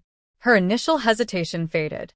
After observing them, Su Wanqing felt they seemed honest and straightforward. She immediately decided, I want all 4 family members, the 3 young men and the 2 maids. The shopkeeper calculated the price. The 4 family members cost 35 taels, the 3 young men 40 taels, and the 2 maids 18 taels, totaling 93 taels. Su Wanqing paid quickly. Thinking about the poor backgrounds of these servants, she couldn't help but recall the people at old Master Su's house, but she felt nothing. Without support, they probably wouldn't cause trouble. She was busy managing her home and preparing a workshop, focused on living peacefully with her siblings. She didn't want to waste energy on unrelated people. However, she had her limits. As long as they behaved and didn't provoke her or her family, she would ignore them. But if they dared to act recklessly again, coveting her belongings or bothering her family, she wouldn't tolerate it. She would eliminate the problem once and for all to prevent future trouble. She and her group first went to the carriage shop and bought a sturdy carriage. Then they went to the fabric store and bought more than 10 bolts of coarse cloth and 2 bolts of fine cloth for making clothes for the servants. After that, they went to the grain and oil shop and bought enough rice, flour, coarse grains, and various seasonings, filling 2 carts. Tian Shi skillfully prepared the carriage and Wang Meng willingly helped. Both were good at driving, and they traveled steadily towards Sujiao. When they returned to the house, Su Wanqing gathered everyone in the main hall. She looked calm but had a firm, commanding tone. I know you are all unfortunate people. Since you came to my home, I will ensure you have food and clothing. But I have a few rules you must follow. First, do your jobs well, and do not cheat. Second, be loyal to me. I hate betrayal. If anyone shows disloyalty, they will be punished severely. Third, do not share any private matters or family items outside the house. Everyone quickly bowed and replied, We will remember, ma'am. Su Wanqing nodded and began assigning tasks. Tian Xiaoman will follow Wanfeng to read, write, and practice martial arts. Tian Sui will take care of Yuer and look after her daily needs and play. Granny Lu is responsible for the servants' meals and cleaning the outer yard, and she will cook separately outside. Chun Tao and Xiaohe help Qiao Nyang and Granny Lu with chores like laundry and cleaning. You don't need to stay with me. My room is always cleaned by Qiao Nyang, and no one is allowed to enter without permission. Lu Qing, arrange their living spaces and assign their tasks. If you do well, you will receive a monthly salary and there will be bonuses at the end of the year. Lu Qing and Tian Shui agreed together. Although everyone was curious, they each went to work. After settling the household chores, Su Wanqing went straight to Su Lijing's house. As soon as she entered, she saw Wang Zhuangshi with some craftsmen waiting in the yard. When he saw her, Wang Zhuangshi hurried over, smiling warmly. Miss Su, you're here. The village head said you would come, so I waited here especially for you. Captain Wang is punctual, Su Wanqing said with a smile. Wang Zhuangshi rubbed his hands and said sincerely, Don't worry, I've already revised the factory plans as you asked. I used the adhesive, cement you provided to build it, so it will be strong and durable. The craftsmen are ready, and we'll start work early tomorrow at the open space at the end of the village. We won't delay your plans. Su Lijing also came out of the house, smiling. Wanqing, Wang Chun, and Wang Dong have figured out the drawings for the parts. They're just waiting for the factory to be built, so they can start making the parts. With Captain Wang's help, our workshop will be up and running soon. Su Wanqing nodded happily. Thank you, Grandpa Lijing, and thank you, Captain Wang. Don't skimp on materials. I will pay everyone fairly, Wang Zhuangshi promised repeatedly. The group then discussed the details of the factory, and everyone felt very happy. After finalizing the details of the factory construction, Su Wanqing discussed the management of accounts and workshops with Su Lijing, village elder. Please ask Su Li to come. He should handle the expenses and bookkeeping for the workshop first. Also, once the workshop is built, we need someone reliable and capable to oversee everything. Do you know anyone suitable in the village? Su Lijing immediately agreed and sent someone to inform the Su family. Soon, Su Li arrived accompanied by his father, Su Laohan. He wore a faded blue cloth long shirt, had a slight limp in his left leg, but stood straight. His face showed a scholarly air, and he carried an old wooden box with brushes, ink, paper, and inkstone. "Miss Su, village elder," he said politely, bowing with a gentle but firm voice. Su Wanzing pointed to the silver and the ledger on the table. "Su Li, you'll be in charge of buying materials, paying wages, and calculating profits for the workshop. From now on, keep the records. Every expense must be detailed clearly and summarized monthly for me and the village elder to review." Su Li nodded quickly. "Rest assured, miss, I will record everything carefully and never make mistakes." He sat down and picked up a brush, neatly recording the first batch of expenses for the factory construction, his handwriting clean and swift.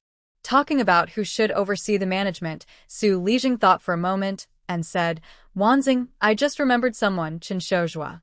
He moved to the village 10 years ago. He had a wife, but she passed away 5 years ago. Since then, he's been living alone and hasn't remarried. He's of average height, with sun-kissed skin from working outdoors, and looks serious but thoughtful. He's quiet, but quick-witted and nimble with his hands. He usually makes snacks and crafts to sell in the county, pickles, bamboo crafts, and small toys. He's good at bookkeeping, knows how to deal with people, and is honest. When someone in the village had a wedding or funeral, he helped organize everything clearly. He's a bit shy and an outsider, so I didn't dare recommend him before, but his abilities are excellent." Hearing this, Su Wanzing nodded. "Since you say he's reliable, then he's the one. Please go talk to him. His pay will be better than ordinary workers, double the usual wages, and there will be profit sharing once the workshop makes money. I'll only provide the technical guidance and set the overall direction. The daily management will be entrusted to you and Chen Shozhua. I don't want to be stuck in the workshop every day." Su Lijing was delighted.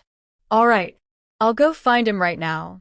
With Chen Shozhua managing overall planning, Su Li keeping accounts, and Wang Chun handling technical work during spring and winter, our workshop is now stable. Su Wanjing took out a neatly folded piece of paper from her pocket and handed it to him. "Village elder, you are well known and influential in the county. Could you help us by visiting the county office?" Su Lijing was surprised.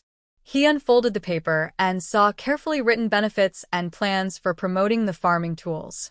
He frowned slightly and looked worried. "I can go, but I'm not good at speaking. I'm afraid I won't explain the tools well, and that might cause trouble. You don't need to say much," Su Wanjing said, slipping the paper into his hand. Her eyes sparkled with cleverness. "Take 2 samples of the cedars with you, and give this paper to Officer Wang at the Household Registration Office. Officer Wang is worried about the slow progress of spring plowing and might not pass his review. These tools can help him out of his trouble.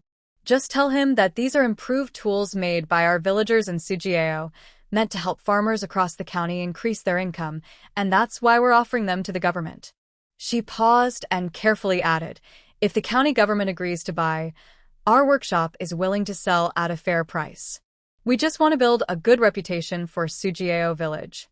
Remember, just say it's everyone's idea in the village. No need to mention me. After it's successful, we'll donate some money to repair the village road."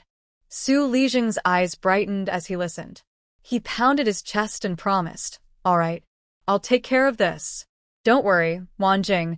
I'll make sure everything is communicated exactly as you said and get the job done." Early the next morning, Su Wanjing asked Wang Meng to prepare a horse-drawn cart with the 2 cedars and accompany Su Lijing to Qingxi County office. They didn't go directly to see the county magistrate, but first found Officer Wang at the Household Registration Office, as instructed. At that moment, Officer Wang was looking worried over documents about spring plowing progress. When he saw Su Lijing bringing the new farming tools, his spirits lifted immediately. "Su Lijing, what are these things you brought?" Following Su Wanjing's instructions, Su Lijing explained everything clearly and handed over the paper. Officer Wang examined the benefits and cost estimates on the paper, then tested the samples himself. He found them lightweight, easy to handle, and very efficient. His face lit up with joy. Great. Are these tools improved by your village? They really solve the urgent problem of spring plowing. He didn't delay and immediately took Su Lijing to see the Qingxi County Magistrate. The magistrate, a practical and diligent official, quickly summoned Su Lijing when he heard about the spring farming issue. Although Su Lijing was not good at speaking, he clearly explained that they wanted to supply the tools at a fair price to benefit all farmers in the county. The magistrate personally examined the tools and looked over the plan paper. The more he saw, the more satisfied he became. This is a great achievement.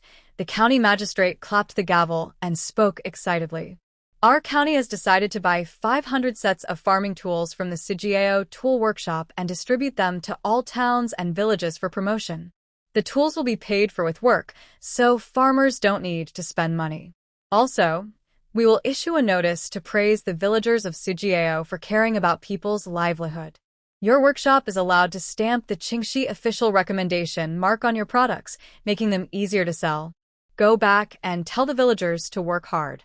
Our county will not let you down. Su Lixing happily thanked the order and hurried back to the village holding the county magistrate's decree. Once the news spread, the entire Sujiao village erupted in excitement. Villagers gathered at the village chief's house, all smiling happily and full of hope for the future. Su Weiniing stood outside the crowd, her face covered with a plain scarf. Actually, her facial scars had already healed thanks to the space ointment, but since the recovery was so quick, it looked unnatural, so she kept covering her face. She watched the cheering villagers and smiled faintly. She didn't need to personally appear or deal with officials. She could smoothly develop the workshop this way, which was the easiest. Zhou Qiaonyang brought a bowl of barley tea to her side and whispered with a smile, "Miss, your method is really clever. You got official support and made everyone in the village think well of you, without even mentioning your name." Su Weiniing took the tea, blinked, and said, "It's just easier that way." Once the workshop is stable, the village's life will get better and better. After the farming tools workshop was settled, Su Weiniing gathered more than 10 women skilled in bamboo weaving in her yard.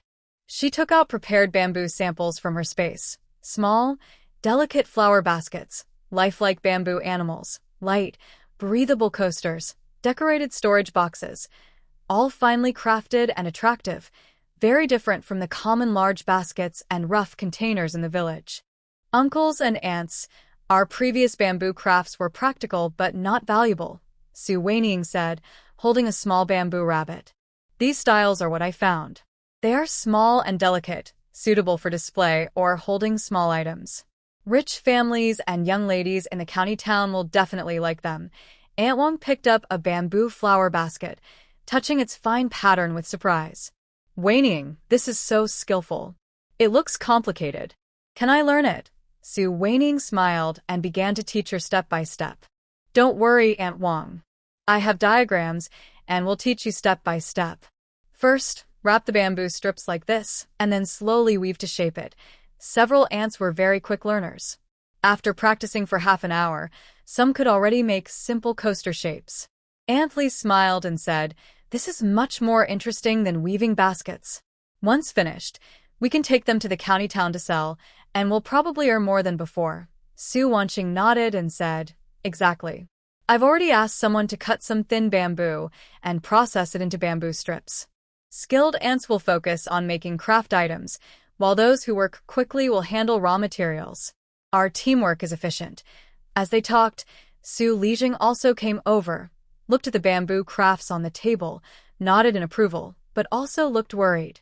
"Wanqing, these items are delicate, but renting a shop in the county town isn't cheap. What if they don't sell well?" Su Wanqing had already thought about this and smiled. "Don't worry, Grandpa Li. We don't need to rent a shop right away. First, we'll sell through the village's traveling salespeople, giving them a 10% commission to see how sales go. Once our reputation grows, we can rent a small shop in the busy part of the county town, saving costs and being safer. Plus, with the reputation of Qingxi official recommendation, our bamboo crafts can be sold together with farming tools, so sales won't be a problem." Su Lijing clapped his thigh and said, "Brilliant. You've thought everything through. That way, We avoid big risks, but still find a way to succeed. I'll go talk to the salespeople now and ask them to pay more attention, Su Wanqing added. Also, when weaving, we can leave some blank spaces. Later, if wealthy customers want custom designs, we can add their preferred patterns, which can also increase the price. Just then, Su Wanyue ran over holding a cloth doll, snuggling next to Su Wanqing. She said softly, Sister Sui said my doll is the prettiest. Su Wanqing patted her sister's head and looked at the simple but charming cloth doll in her arms. Suddenly, she had an idea. Making cloth dolls is simple, and the room still has many new patterns and soft fabrics, perfect for turning into a business. She immediately pulled Su Lijing aside and explained her idea in detail. Grandpa Li, we can add another job, making and selling cloth dolls. I'll come up with the designs. There will be simple cartoon styles and detailed traditional costumes. I'll prepare the fabrics, and the skilled women and girls in the village can sew them. Su Lijing's eyes lit up, but he quickly frowned. Cloth dolls are nice, but won't the fabric be too expensive? And how should we decide on sizes and styles to sell well? Su Wanqing smiled and said, I'll choose mid-range fabrics. The fabric shop also has some leftover scraps, which we can buy. They're good quality, but affordable.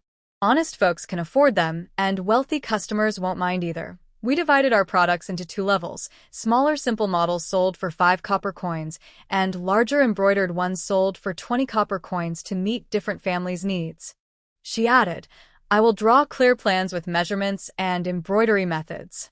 Ants can follow them to make the items. Sewing is quick, so they can do it during their free time without affecting farm work or bamboo weaving. Once the bamboo weaving shop is rented, we can display and sell the dolls and woven products together, boosting sales for both. Suli was already happy about the farm tool workshop, and when she heard about this new way to earn more, she was so excited she paced back and forth, rubbing her hands.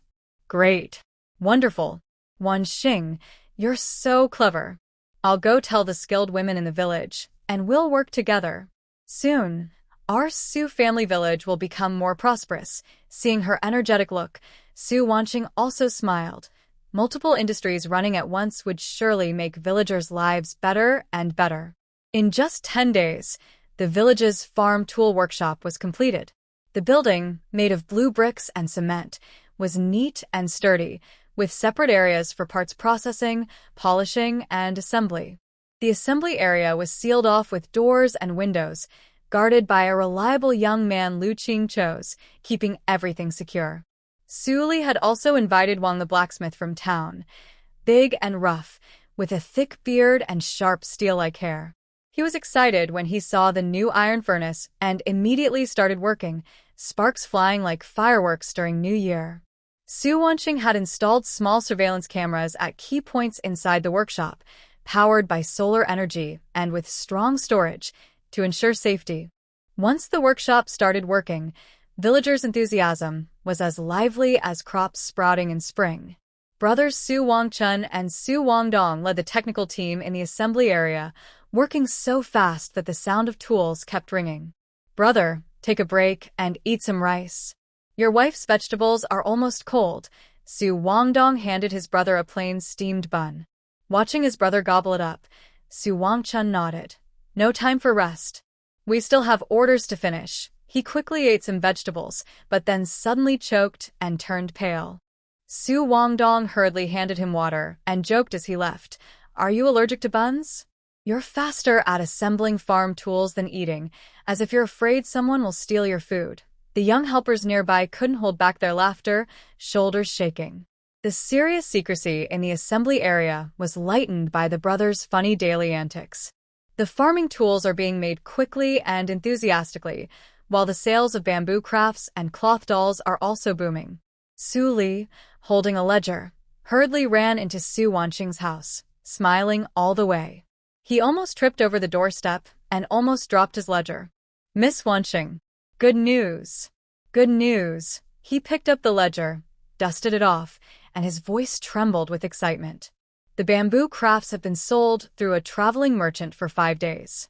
The young ladies and madams in the county town are eager to buy. As for the cloth dolls, the shop stock was sold out as soon as it was put on display. Even the county magistrate's young son bought too. Su Wanqing was playing with a cloth doll with Su Wanyue when she heard this and smiled, nodding. Since sales are good, we can rent a shop in the county town. I'll pay the rent. Find a good location with lots of people passing by. Keep the decoration simple and neat. She paused and added, once the workshop makes a profit, first pay back the rent and the initial investment I put in. The remaining profit will be shared as a collective investment for the village, based on each family's contribution. Those who work harder and do better will get more. Anyone trying to cheat or slack off will be fired immediately, no exceptions. As I said before, I will only take 20% of the profit for myself to ensure a steady income. That way, I won't have to spend all my time in the workshop. Su Li nodded repeatedly and couldn't help but praise. Thank you, Miss Wanqing. I'll go find a shop in the county town right away, making sure the village's money is spent wisely. He then hurried off in a rush, looking more urgent than during spring plowing. Su Wanyue, holding her cloth doll, tilted her head and asked, Sister, is Grandpa the village chief being chased by a dog? That's why he's running so fast. Su Wanqing was amused and pinched her little nose. Grandpa the village chief is very happy. He's eager to make big money for our village. Then Su Wanqing gathered the women who wove bamboo and sewed cloth dolls. She held a stack of new designs and smiled. Now that everyone understands how to make these, just following my drawings isn't enough. You need your own ideas. From now on, if you come up with new designs, whether it's a new style of bamboo craft or a new pattern for the dolls, if they look good and sell well, I will give you extra money as a reward. The more you work and create, the more you earn. Creativity can also be paid for. As soon as she finished speaking, Aunt Li came over holding a bamboo craft, smiling shyly. Miss Wanqing, I tried making this. Please take a look and see if it's okay. The others gathered around and saw that it was a bamboo wolf cub that looked exactly like a small ball. It had a round body and a belly with a gray pattern woven into it, very lifelike. The little ball of fur just happened to come over, sniffed the bamboo weaving, and reached out with its claws to scratch, as if wondering, whose little brother is this? Everyone burst into laughter. Aunt Wang teased, Li Auntie, you've woven the little ball into it. If you sell this, it will definitely be popular. Su Wanqing also nodded with a smile. Very good. Auntie Li, your idea is perfect. I'll give you 50 coins as a reward. Keep thinking of more lively designs like this in the future. Auntie Li was so happy she couldn't stop smiling and kept thanking everyone. Their enthusiasm was fully sparked, and they started brainstorming new ideas. Over at the tools workshop, although the profit from supplying the government was small, the volume was large. During spring planting, demand surged, and the county added 300 more orders. Blacksmith Wang and the young men worked non-stop, with the sound of hammers ringing day and night. Su Wanqing was busy too. She gathered villagers to demonstrate composting techniques in an open space at the village entrance. Look, compost needs layers. Start with a layer of straw at the bottom, then add animal manure, cover with weeds and fallen leaves, and finally sprinkle some ash. This kills bacteria and adds nutrients. Turn the pile every 5 days to let it ferment fully. In about a month, it will be ready, she explained while demonstrating. Auntie Su Air came over and asked, Wanqing, can we put kitchen scraps like rotten vegetable leaves and leftover rice soup into it? Su Wanqing nodded. Of course. These are good ingredients, but bury them in the middle so they don't attract bugs. Curious, Su Wanyue secretly threw half a piece of rice cake into the pile, and little ball of fur also reached out to dig some dirt and cover it. Su Wanqing looked helpless but amused. Are you and the little one helping with the compost too? Everyone laughed. Su Wanyue hid behind Su Wanqing, and the little ball wagged its tail proudly, as if saying, I've contributed. After teaching the composting method, Su Wanqing asked someone to clear another piece of wasteland at the end of the village. She showed how to plant potatoes and sweet potatoes, paying attention to the placement of the sprouts so they wouldn't be planted upside down. She reminded someone to watch over them and wait for the harvest in autumn to see the yield. Seeing everything in the village running smoothly, workshops and fields well organized, Su Wanqing finally relaxed. She looked down and saw the little ball of fur rubbing against her feet. The little guy was fluffier than when it arrived, a whole circle fatter, looking like a round, fuzzy ball. Suddenly, She remembered she hadn't taken the little one back to the deep mountains to see its parents in a long time. Without hesitation, Su Wanjing found a bamboo basket. Just as she placed the little ball inside, it eagerly climbed to the edge, poking its head out and wagging its tail so fast it almost tipped the basket over. "Be good." Su Wanjing gently tapped his small head. "I'll take you to find your parents. Don't be naughty on the way, or I might leave you in the mountains to feed the rabbits." The little ball of fur seemed to understand only vaguely, rubbing against her hand and obediently curling up in the basket, only sticking out his head to look around. After tidying up, Su Wanqing carried the basket and took the little ball of fur into the deep mountains. The forest was lush with green trees and fragrant flowers. The little ball of fur occasionally made soft whimpering sounds from the basket. Seeing its eager expression, Su Wanqing smiled gently, her steps lighter than before. She hadn't enjoyed such peace in a long time. This was a good chance to relax, and also to let the little ball of fur reunite with his family. "Don't move around too much. If you make trouble again, I'll leave you behind," Su Wanqing said softly, patting the basket with a slightly helpless tone. Her eyes swept over the plants along the way, and she casually picked some thriving dandelions and purslane into the basket. These were excellent wild vegetables. When she got home, Qiao Nyang could blanch and toss them into a salad, which would be fresh and tasty. Not far away, a chestnut tree had just sprouted new shoots. She remembered that she often found leftover wild chestnuts under the tree last year, so she led the basket's rope and went over, hoping for a lucky find. She squatted down and moved aside the fallen leaves. Suddenly, the little ball of fur in the basket tensed up and let out a warning whimper. Its fur stood on end, and it stared fixedly at the back of an old locust tree not far away. Su Wanqing paused, following its gaze, and saw a faint glimpse of a dark-colored sleeve behind the dense bushes. The fabric looked unusual, not like ordinary villagers' clothing, and it stood out amid the dry branches and leaves. "Is someone hurt?" Su Wanqing's heart skipped a beat. She instinctively took a step back. She usually didn't like to interfere in others' affairs. Encounters in the mountains were common, and she had planned to turn around and leave.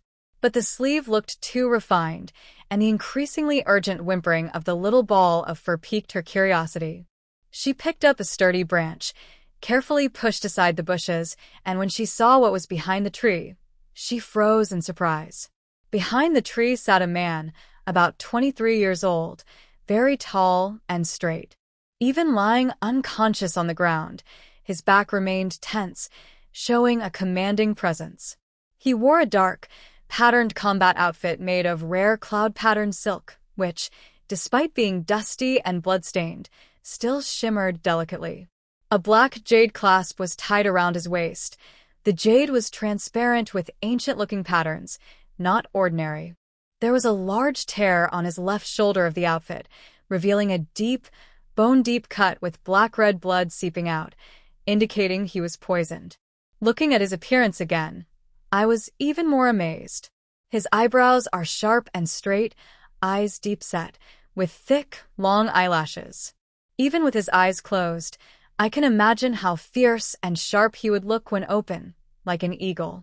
His nose is high and straight, lips clearly defined, but at this moment, his lips are a strange bluish-purple color.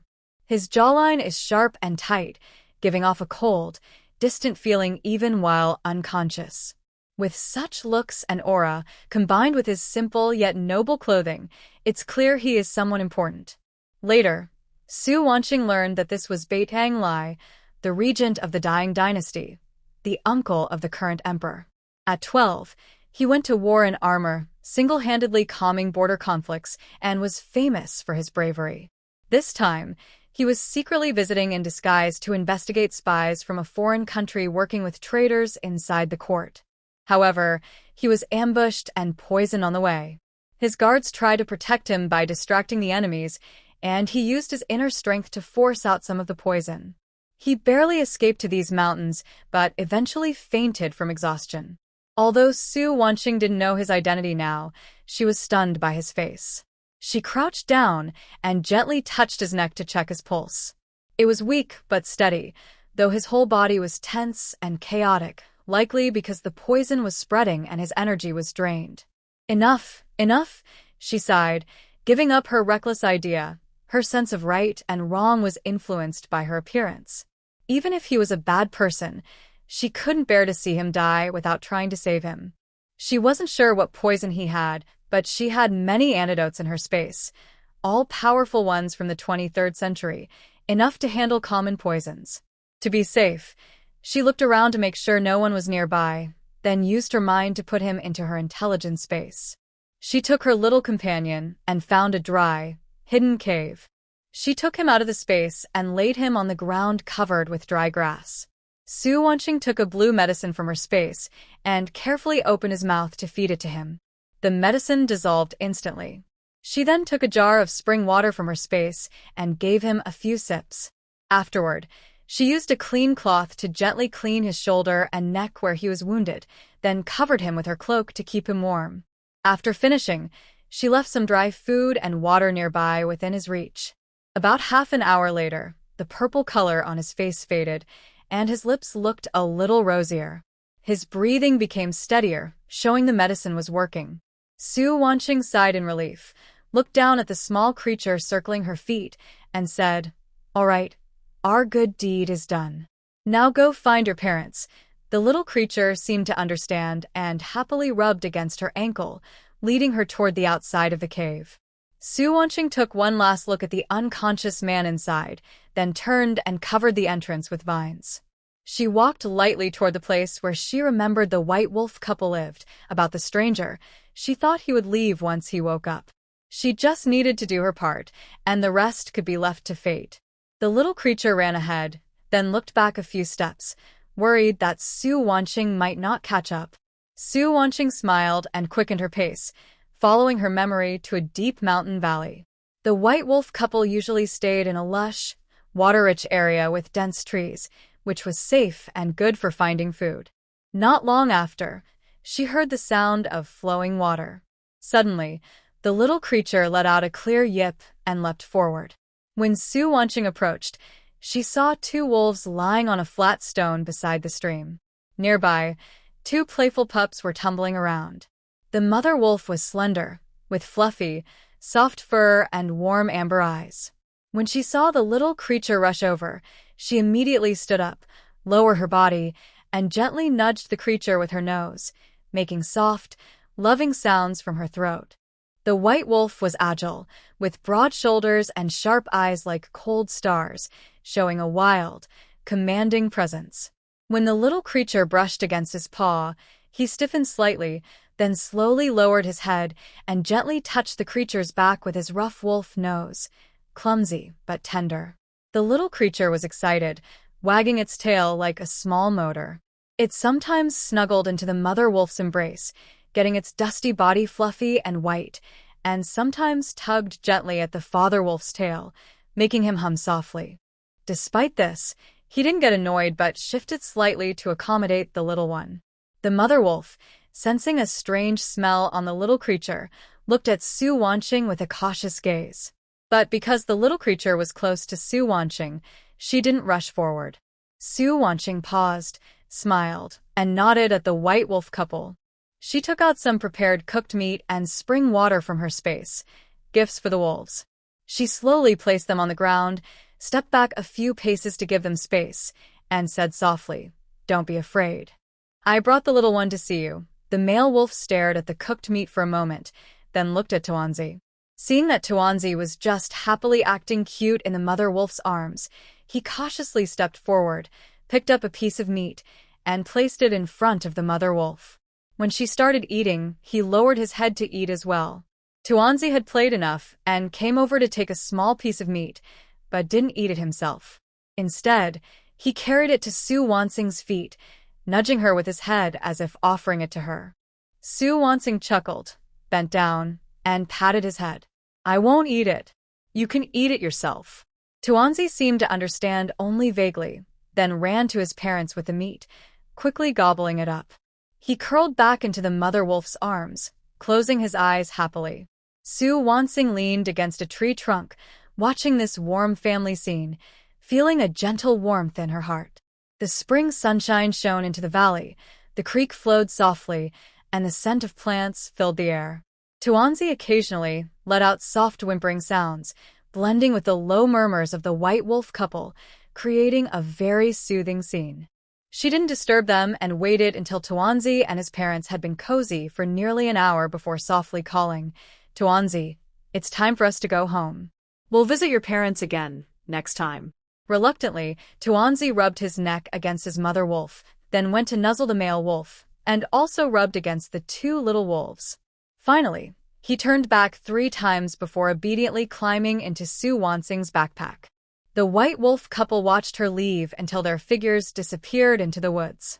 The mother wolf gently nudged the male wolf's shoulder, as if expressing her longing for her cubs. Su Wansing carried Tuanzi on her back, walking briskly down the mountain. The little Tuanzi in the backpack pressed against her back and soon fell into a peaceful snore. As dusk fell, the light in the deep mountain gradually dimmed, leaving only a few faint rays of twilight seeping through the cracks in the cave, barely outlining its interior. Baitang Lai's eyelashes fluttered slightly, and his fingertips instinctively curled. The dull pain remaining in his body made him slowly open his eyes. He saw rough, damp cave walls and dry grass spread on the ground, carrying a faint scent of plants that dispelled the coldness of the cave. He moved his shoulders. The wound on his left shoulder still ached, but the burning pain caused by poison had subsided. The chaotic internal energy within him was gradually calming. His gaze swept around and saw a coarse cloth bag beside the dry grass, containing a few soft wheat cakes and a small bag of candied fruit. Next to it stood a blue porcelain water jar, smooth and elegant in appearance. The most eye-catching thing was the cloak draped over his arm. He gently brushed his hand over it, feeling the delicate cloud-patterned silk. Although the fabric was of high quality, it was a simple, pure moon-white color, with faint pink crabapple blossoms embroidered along the edges. The stitches were fine and soft, clearly made for a woman. The cloak also carried a light, refreshing scent, not of cosmetics, but a gentle blend of floral and herbal fragrances that lingered pleasantly near the nose. North Hall Lai's eyes were deep and serious, filled with complex thoughts. He clearly remembered being poisoned by a deadly toxin, and after forcing his inner strength to escape into the mountains, he fainted. He thought he was surely going to die, but someone rescued him and brought him into this cave. Not only did they give him an antidote, but they also left food, water, and the cloak, taking great care of him. From the style and stitching of the cloak, as well as its unique scent, it was clear that a woman had saved him, someone not ordinary. Such cloud-patterned silk was rare and not easily found by common people. But why was she alone in the deep mountains? And why save a stranger covered in wounds whom she had never met? Was it a chance encounter, or was there another plan? He clenched his waist, where the ink-black jade clasp still hung, but the secret guard token he carried was missing, probably lost during his escape. As he was pondering this, soft footsteps sounded at the cave entrance. 2 shadowy figures like ghosts slipped inside, kneeling on one knee, their voices respectful and low. "Your Highness." Subordinates an E and an heir, along with the secret guard team, have been searching for you for a long time. Soon after, a few more people entered, all dressed in black, tall and straight, with restrained but strong presence, his secret guards. North Hall Lai slowly sat up, folding the moon-white cloak and holding it close to his chest. His tone was cold but steady. "Are the pursuers dealt with?" "Yes, Your Highness. We've caught all the spies from the Shoa-Mo kingdom, and the guard team has gathered and is on alert outside," and E replied firmly. North Hall Lai nodded, his gaze sweeping over the items left in the cave. He ordered, "And Chi and Ba, stay here and guard this cave. Wait until those who rescue me arrive. If they appear, do not act rashly, just report immediately." After speaking, he picked up a blue porcelain water jar and pointed to the ground. "Leave this jade pendant here." An heir quickly took out a black jade pendant and handed it over. It was a piece of dark, glossy ink-black jade, carved with a dragon holding a pearl, with clear dragon scale patterns. A tiny Lai character was engraved at the center, subtle but powerful, symbolizing authority. North Hall Lai placed the pendant on some dry grass, alongside a wheat cake, then, supported by his guards, slowly stood up and stepped out of the cave. After Bei Tang Lai and his group disappeared into the evening forest, the hidden guards, Dark 7 and Dark 8, immediately began their preparations. Both dressed in black, they moved swiftly and silently to concealed spots on either side of the mountain cave. Dark 7 tiptoed and pressed himself quietly against the thick branches of an old pine tree beside the cave, blending into the shadows with only his sharp eyes peering at the entrance, barely breathing. Dark 8 crouched and slipped into a crack among the jagged rocks on the right side, his entire body blending with the stones, only his fingertips lightly touching his short blade at his waist, alert to any movement around him. They followed the prince's orders strictly, hiding within 3 zhang of the cave, not approaching the entrance at all. This way, they could detect any movement immediately and avoid disturbing the returning benefactor. Only the gentle rustling of leaves in the evening wind masked their presence. The group hurried back to Qingxi County overnight.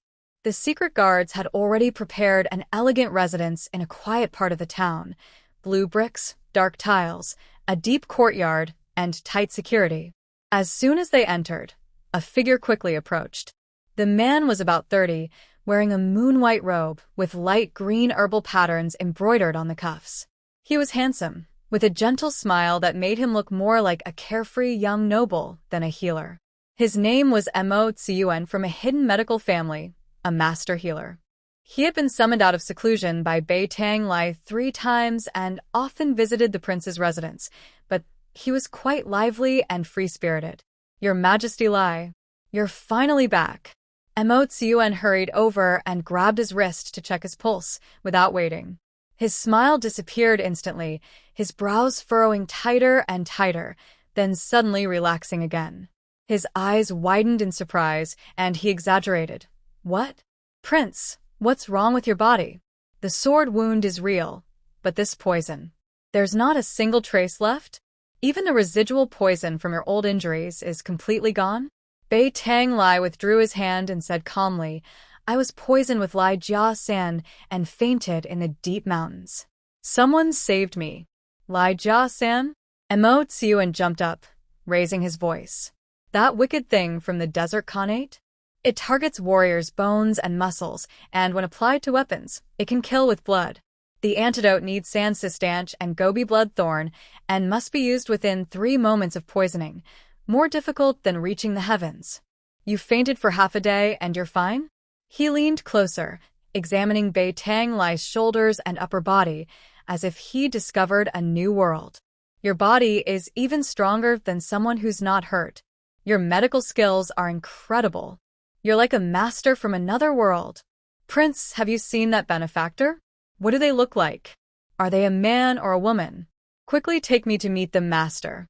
My half-hearted medical skills might finally be saved." Bei Tang Lai avoided her tugging, his gaze falling on the neatly folded cloak in his arms. His eyes softened a little, and his voice was deep. "I haven't seen their true face, but I believe they are a woman." Mo Tsiyuan looked in the direction of his gaze and saw the camellia pattern on the moon-white cloak. He immediately made a funny face. "Oh, it's a thoughtful girl. The fabric of this cloak is good, and the stitching is nice. She must be a gentle and stylish beauty. Prince, you must find her. Not just to thank her, I also want to learn from her." Bei Tang Lai didn't reply. Instead, he gently touched the camellia pattern on the cloak, lost in thought. No matter who the other person was, he would repay this kindness. Meanwhile, Su Weiniang had already carried her sleeping doll back to the house. It was late, and Zhou Qiaonyang had prepared dinner. The meal was simple, 4 dishes and a soup, but smelled delicious. The family sat around the table. Su Wanfeng served rice to Su Weiniang, while Su Wanyue held a cloth doll and occasionally fed the doll a small piece of dried meat. The scene was warm and peaceful. After dinner, Su Weiniang arranged a small room with a desk for studying. She told Su Wanfeng and Su Wanyue to sit down. Today, I will teach you basic math, starting with addition, subtraction, and multiplication tables. She took out some papers from her space, on which she had written Arabic numbers and multiplication tables in advance. She had also filtered them through an ancient style, turning the numbers into corresponding abacus symbols and written the tables in traditional Chinese characters, simple and easy to understand. 1 plus 1 equals 2. 1 plus 2 equals 3. Su Weiniang taught step by step. Su Wanfeng listened carefully, practicing repeatedly by writing on the paper. Su Wanyue, though a bit restless, also followed along and recited the tables correctly. After finishing the tables, Su Weiniang took out some children's picture books from her space. These books originally had modern cartoon styles, but were transformed into ink-wash paintings depicting flowers, birds, fish, insects, and children playing, with simple text annotations. Wow. Such beautiful pictures. Su Wanyue's eyes lit up. She reached out to take the book and looked at it with great interest, occasionally pointing at the pictures and asking Su Weiniang, "Sister, is this a little rabbit?" Su Wanfeng also couldn't help but come closer. After the dull math lesson, these lively picture books made him smile like a young boy. The doll was lying beside the desk, resting its head on its paws, watching the siblings flip through the books. It occasionally nudged Su Weiniang's ankle. The room was filled with laughter and joy. Su Weiniang leaned back in her chair, watching her younger siblings focus, feeling very peaceful inside.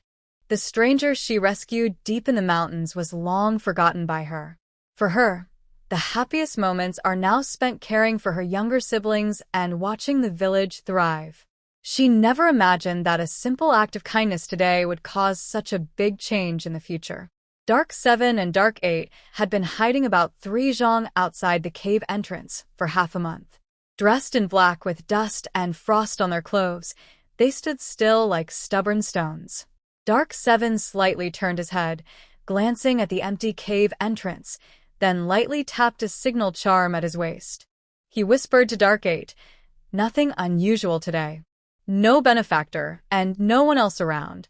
Once they confirmed the area was safe, Dark 7 took out a tiny scroll of paper from his pocket. Using special ink, he wrote a few words about recent news and tied the note to a carrier pigeon's leg. The pigeon flapped its wings and soared over the treetops, rushing toward Qingxi County. Inside the county mansion, Beitang Lai stood by the window. His wound on his left shoulder had scabbed over, his face looked healthy, and his powerful aura was back. Mo Tsiuan sat nearby, flipping through medical records and muttering, "What a pity. Why didn't that expert show up? I could have learned a few moves from him." Beitang Lai took the message from Dark 1, glanced at it, then crushed it. His eyes darkened. The remnants of the Shuomo spies have been cleared. Urgent news from the capital.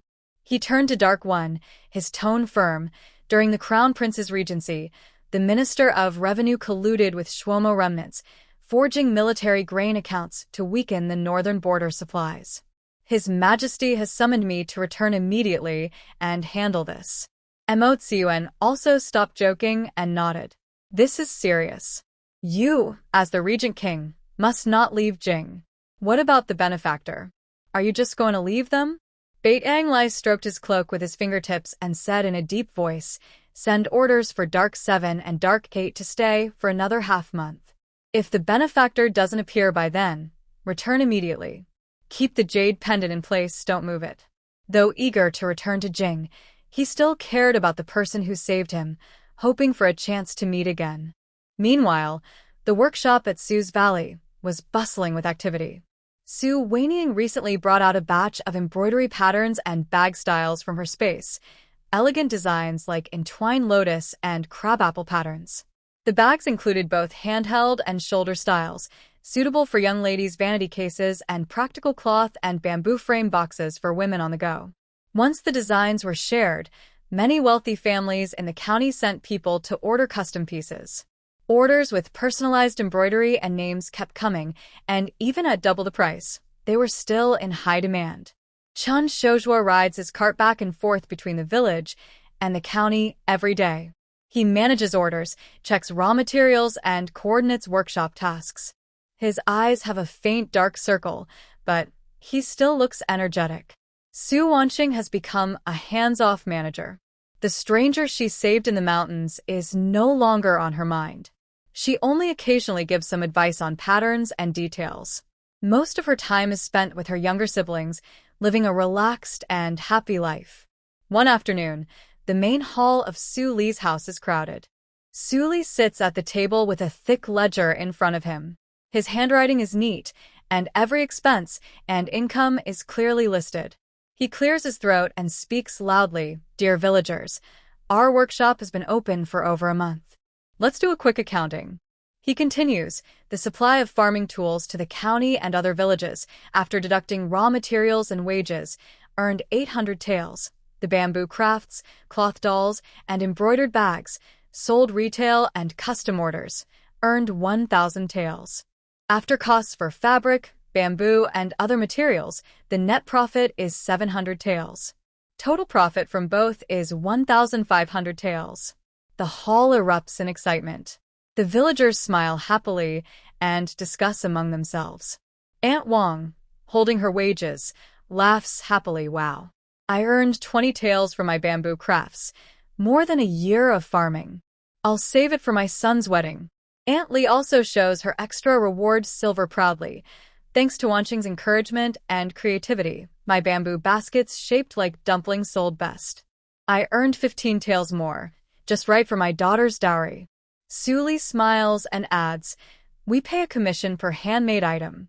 Those with good skills and creative ideas get extra rewards. All raw materials are prepared together.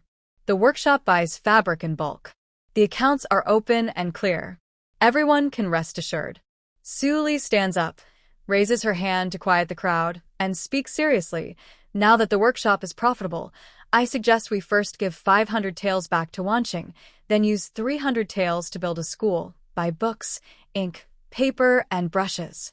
Let the children in the village learn to read and write, so they don't have to go far to private schools in the county. Everyone agrees eagerly. The elders look pleased. Chen Shojua steps forward and bows. Village chief, I know a scholar from neighboring Chongping village. His name is Lin Wenshuan, 25 years old. He is well educated. A few years ago, he failed the exams several times. Later, his mother fell seriously ill. To care for her, he gave up the imperial exams and opened a small school at home to teach children literacy. But Chongping village has few people, and the school is struggling. He's worried about what to do next. How is Scholar Lin? Su Wanqing asks. Chen Shojua smiled and said, he is honest, upright, serious about teaching, and very patient with children. I saw him before when I went to Chongping village to collect bamboo, and he is reliable. Su Lijing immediately agreed. Good. Then Chen Shojua, please go to Chongping village and invite Scholar Lin to teach in our village. The salary will come from the profits of the workshop, and we must not treat him poorly. The school was built on an empty lot in the center of the village. Everyone agreed to ask Captain Wang's construction team to build it, using cement and blue bricks for a sturdy and durable structure. But right now, the workshop needs to finish quickly, and building the school also needs workers. The young men and women in the village might not be enough. Su Lijing looked worried. Chen Shojua volunteered, when I go to Chongping village to invite Scholar Lin, I will also hire some idle workers. The pay will be fair, and we can finish quickly. After discussing everything, everyone took their roles, and the scene was lively and busy. In the evening, Su Wanzeng returned home and asked Tian Lushi to gather all the servants in the yard. She took out the prepared monthly money and distributed it one by one. Tianbo, Lu Shui, your family of four gets 5 taels in total. Wang Meng and his 3 people, 2 taels each. Chun Tao and Xia He 1 tael each. Su Wanzeng handed the copper coins to everyone, speaking gently but sincerely. Everyone has worked hard since you came here, and this is what you deserve. Everyone was very happy. The food was good, the living conditions were nice, and the master was kind. You can't find such a warm-hearted family anywhere else. Everyone quickly thanked her. Su Wanzeng added, when you have free time, you can also learn some simple characters. Xiaoman, when you study with Wanfeng, pay attention to the lessons. Swear, when Moi learns to write, you can also join in. Learning a few more characters will make it easier for you to keep accounts or recognize patterns in the future. Tian Xiaoman and Tian Swear nodded quickly, their eyes full of gratitude. Next to them, Tuanzi rubbed against Su Wanjing's leg. Now it had grown stronger, with fluffy white fur and a bigger body than before. Because Su Wanjing often fed its spring water from the space, Tuanzi became more intelligent. It could understand simple commands and respond with whines and gestures. When Su Wanjing said, "Stay in your nest," it obediently curled up in its doghouse. When she said, "Bring it here," it would pick up small objects nearby and hand them over. Watching her younger siblings and servants busy with their tasks, Su Wanjing suddenly felt the urge to go into the mountains. "It's been a long time since I went up the mountain. Just right for a walk," she thought to herself, secretly hoping to find ginseng or lingji mushrooms, because in her previous life, when she read stories about crossing over, the heroine always had adventures in the mountains. But now, she only found wild vegetables and wild chestnuts. Although the space contains everything, I always feel that what I dig up myself is different. Suddenly deciding to go, Su Wanjing told Su Wanfeng to watch over the little dumpling, asked Tian Swear to play with Wan Yu, and carried a bamboo basket, heading alone into the deep mountains. Su Wanjing walked lightly, glancing at the plants along the way. She hoped for a surprise and also wanted to relax. She never expected that this trip. On the slope along the way, various common herbs grew. Dandelions with tender yellow flowers, purslane sprawling among the grass. Su Wanjing glanced briefly and kept walking, her fingertips never stopping. These herbs are regularly kept in her family's medicine box, and dried products are stored in her space. There was no need to waste effort on them now. When she reached a clearing in the thick, decayed leaf forest, her eyes suddenly brightened. She saw clusters of green-headed mushrooms emerging beside dead trees and among the grass. The caps were a gentle green, smooth and firm, with fine, even gills covered lightly with decayed leaf fragments, fresh and tender. "This is a good find." Su Wanjing was overjoyed. She quickly crouched down, carefully clearing the decayed leaves around the mushrooms. She pinched the stem gently and twisted, pulling the whole mushroom out by the root without damage. She efficiently placed the green-headed mushrooms into her bamboo basket, carefully scanning the surroundings. She didn't miss a single leaf or crevice between stones. Soon, her basket was full of plump, fresh mushrooms. She brushed off the dirt on her hands, ready to head back. But as she walked, the mountain trail became more familiar. The outline of a cave hidden behind bushes appeared ahead, exactly where she had rescued that strange, handsome man half a month ago. "Did I forget about this completely?" Su Wanjing muttered, her steps suddenly stopping.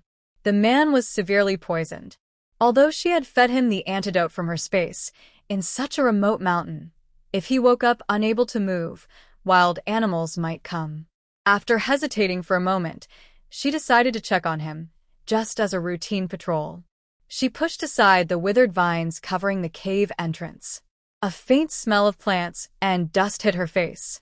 Inside, the light was dim. The ground was still neatly covered with dry grass, but the warmth from before was gone. She used the faint light coming through the entrance to look inside. The cloak and water bottles she had left earlier were gone. It seemed the man had recovered and left. Her gaze fell on the pile of dry grass in the center, where a black jade pendant lay quietly, glowing softly in the dim light. Su Wanjing bent down and picked up the jade pendant. It felt cool to the touch, with a fine and firm texture, far better than ordinary ink jade. Carved on it were intricate patterns of a dragon holding a pearl, with sharp claws and clear scales. At the center, there was a tiny character, Lai, written with strong strokes that conveyed a sense of authority. Did he lose this? Su Wanjing frowned slightly, running her fingers over the carved patterns. She initially wanted to put the pendant back, but then thought that such a valuable item might be picked up by mountain folk gathering herbs or chopping wood, or damaged by wild animals. After some thought, she decided to store it in her space, thinking that if they met again someday, she could return it. For now, she would keep it safe. After leaving the cave, Su Wanqing hesitated for a moment while looking toward the valley. She had planned to take a detour to see the white wolf couple, but since she didn't bring her little companion this time, she decided against it. First, I need to cook the mushrooms. Delicious soup can't wait, she said, patting her bamboo basket. She sighed with a hint of regret. Another day, without finding ginseng or lingji. It seemed that the adventures and stories only happened to the protagonists, while she was left with wild vegetables and mushrooms. Just 3 zhang outside the cave, behind the old pine branches and jagged rocks, Yin Qi and Yin Ba had already tensed up, their eyes fixed tightly on Su Wanqing. Their hearts surged with shock.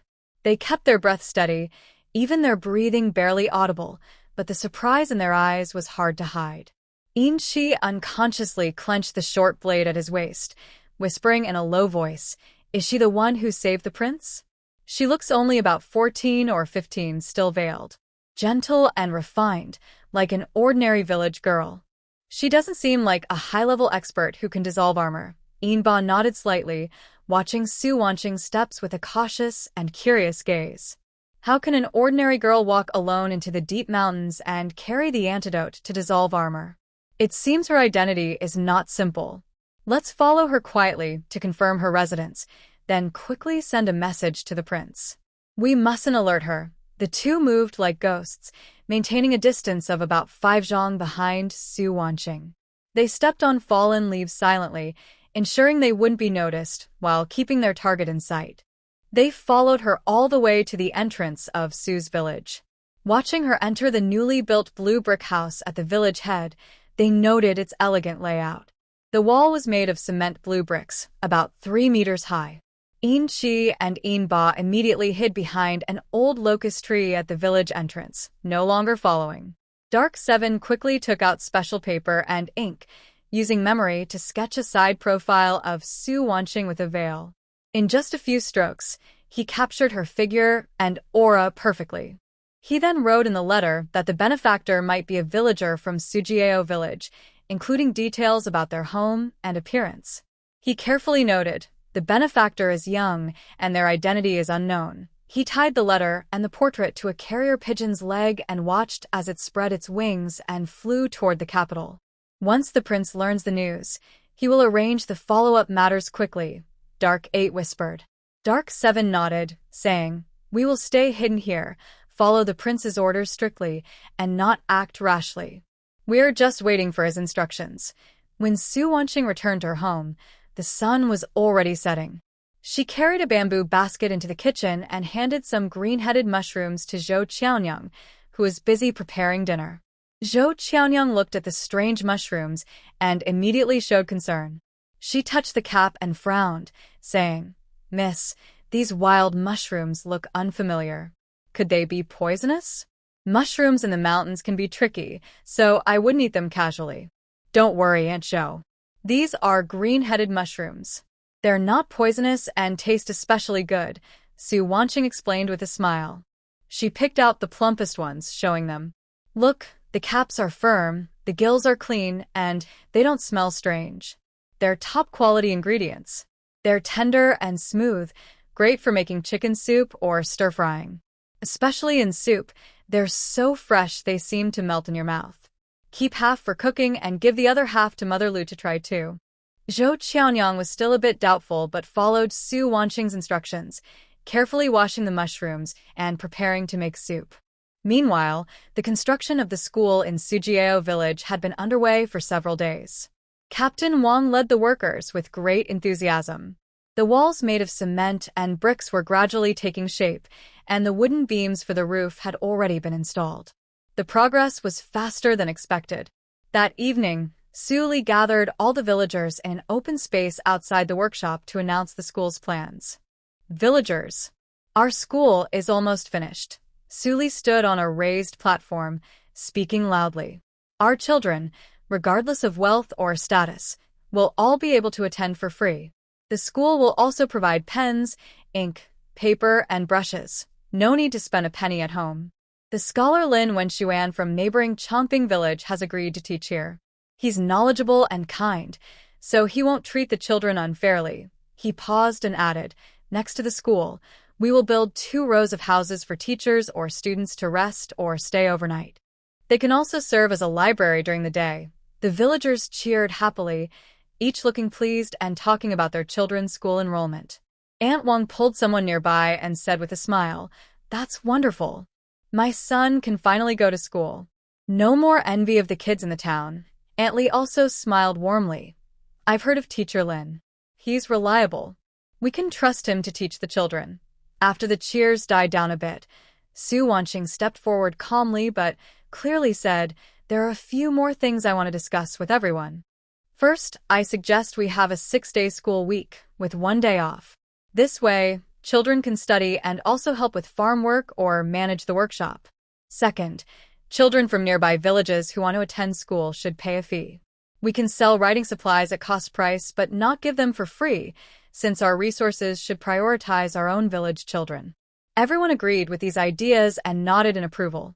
Seeing this, Su Wanqing continued slowly, "Third, I would like to invite a female teacher so that girls in the village can also come to school, learn to read and write, and understand things just like the boys." As soon as she said this, the lively crowd suddenly fell silent, then started murmuring loudly.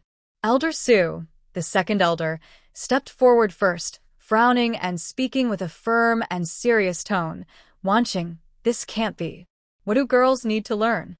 Since ancient times, girls have been taught household skills and cooking. In the future, they marry and have children and are expected to be filial to their in-laws. That's proper. We're just spending money to invite a female teacher and buy supplies. It's a waste of effort." Uncle Zhang, standing nearby, agreed. "Yes. My daughter helps her mother weave bamboo crafts, and she can earn quite a bit each month. Does reading really help with that? And even if they learn to read, they'll still be busy in the kitchen. Why bother?" Many women nodded in agreement. Aunt Wang hesitated. "I was thinking my daughter could learn more about bamboo crafts, but reading? That's not necessary and might delay her work." Some villagers whispered that Su Wanqing was being blinded by city ways and had forgotten the old customs. Su Wanqing looked calm. After the crowd's murmuring subsided, she spoke slowly, clearly, and softly enough for everyone to hear.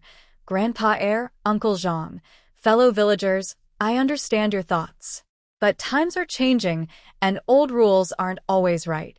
Girls are not necessarily less capable than boys. They can also support themselves and help bring income to their families. Our girls and women in the workshop, who weave bamboo, do embroidery, and sew bags, earn as much as the men. Some can even support half a family on their own. Isn't that a skill?"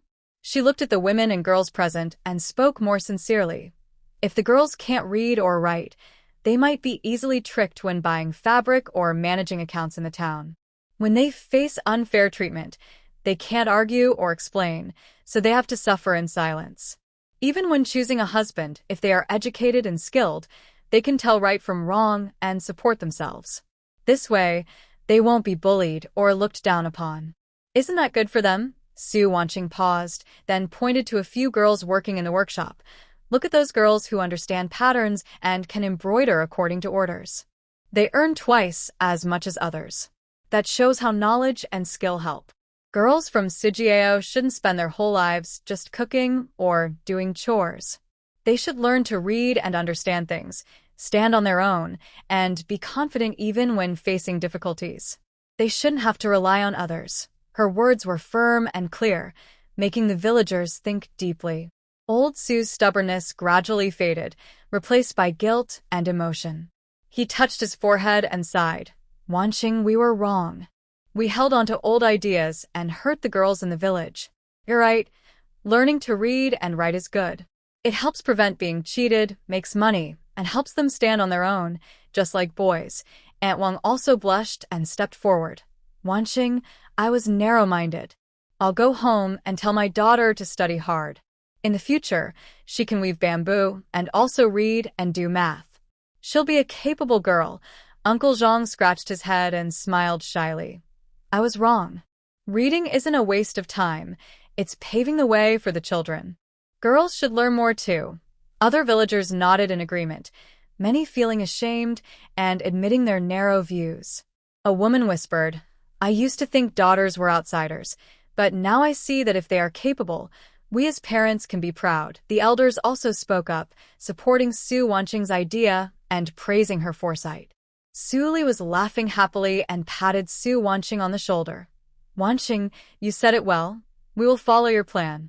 Please invite Scholar Lin and quickly find a reliable female teacher so that the boys and girls in the village can go to school, learn to read and write, and become capable people in the future. The sunset glow shines on everyone. The villagers gather around the school site, discussing eagerly about inviting the female teacher and preparing writing tools. Laughter and joy echo through Sujiao, filled with hope and longing for a better life. Meanwhile, inside the residence of the regent in the capital, Bait Ang Lai has just finished handling a case involving the Minister of Revenue colluding with traders. He gently strokes the moon-white cloak in his arms, looking somewhat lost. An undercover agent quickly enters the study and hands him a secret letter and a portrait. Prince, we received news from the secret agents. Our savior has been found. Bait Ang Lai's eyes brighten. He immediately takes the letter and portrait and quickly reads them. When his gaze falls on the portrait, he pauses. It shows a young girl with a plain veil covering her face, slender figure, gentle features. Though her full face isn't visible, she exudes a fresh, gentle aura from the mountains and forests, very different from the image of a secluded master he had imagined. Bait Ang Lai's fingers lightly brush the girl's clothing on the portrait. Suddenly, a faint scent of herbs from a mountain cave flashes through his mind, blending with a scent on the cloak. His eyes deepen further. Sujiako, a girl from an ordinary village. He murmurs softly, with a hint of contemplation. His fingers trace the edge of the portrait, but unconsciously tighten his grip on the cloak in his arms. His heart is filled with complex feelings, relieved to have found the savior's trail, yet full of doubts about this seemingly ordinary girl who can dissolve armor and strange poisons. He suddenly remembers the dragon-shaped ink jade left in the mountain cave. The letter doesn't mention the jade pendant. Has the savior not noticed it, or has she already taken it? If she took it, why is she so calm? Your Highness, the savior is so young? And hiding in a village, Mo Tsiuan, who had slipped into the study unnoticed, leans over and glances at the portrait. His eyes widen in surprise, and he speaks excitedly. She looks so gentle, yet possesses such incredible medical skills. Your Highness, we must leave for Sujiao immediately. I insist on becoming her disciple. He reaches out to pull Bait Ang Lai's sleeve, but is subtly avoided. Bait Ang Lai looks at Ani, his tone returning to the calm of a regent, but with a serious look in his eyes. Send orders to undercover agents 7 and 8. Continue to hide and observe carefully. Keep track of the savior's whereabouts. No rash actions and do not disturb her. Check whether the jade pendant has been taken and report the benefactor's situation daily. If anyone else shows interest or causes trouble, handle it on the spot and ensure her safety. He paused, then added, be prepared.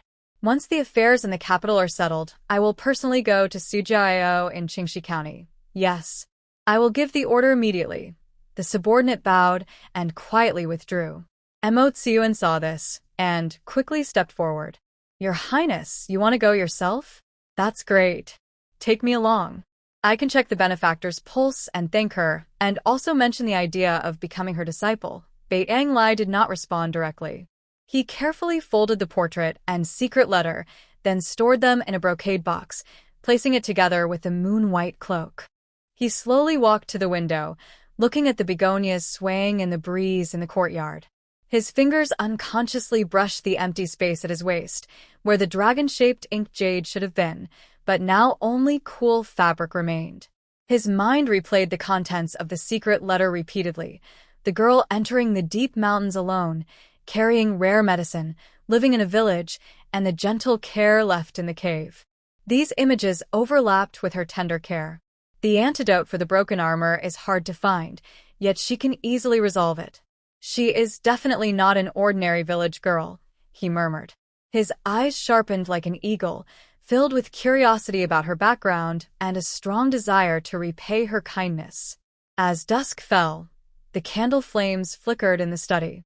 Baitang Lai stood by the window for a long time, tall and steady like a pine tree. The cloak in his arms still carried a faint fragrance. The portrait and secret letter in the brocade box carried clues he had searched for a long time. He had never felt such urgency. He wanted to see the veiled girl soon, and also wanted to thank her properly. Little did he know, this bond rooted in gratitude would eventually lead to a fate that crossed the court and the mountains. The next dawn, the morning mist in the forest had not yet dispersed, and she quietly returned to the cave. He tiptoed to the entrance, parted the vines, and looked inside. The dry grass was still neat, but the dragon-shaped ink jade was missing. And Chi's expression darkened. He understood immediately. The jade pendant was taken by that girl. He quickly left the cave and met with Ba hiding behind the old locust tree at the village entrance. He whispered the situation. The jade pendant is gone. It was taken by the benefactor. I will investigate her background now. You stay here and secretly watch the house. Do not reveal yourself.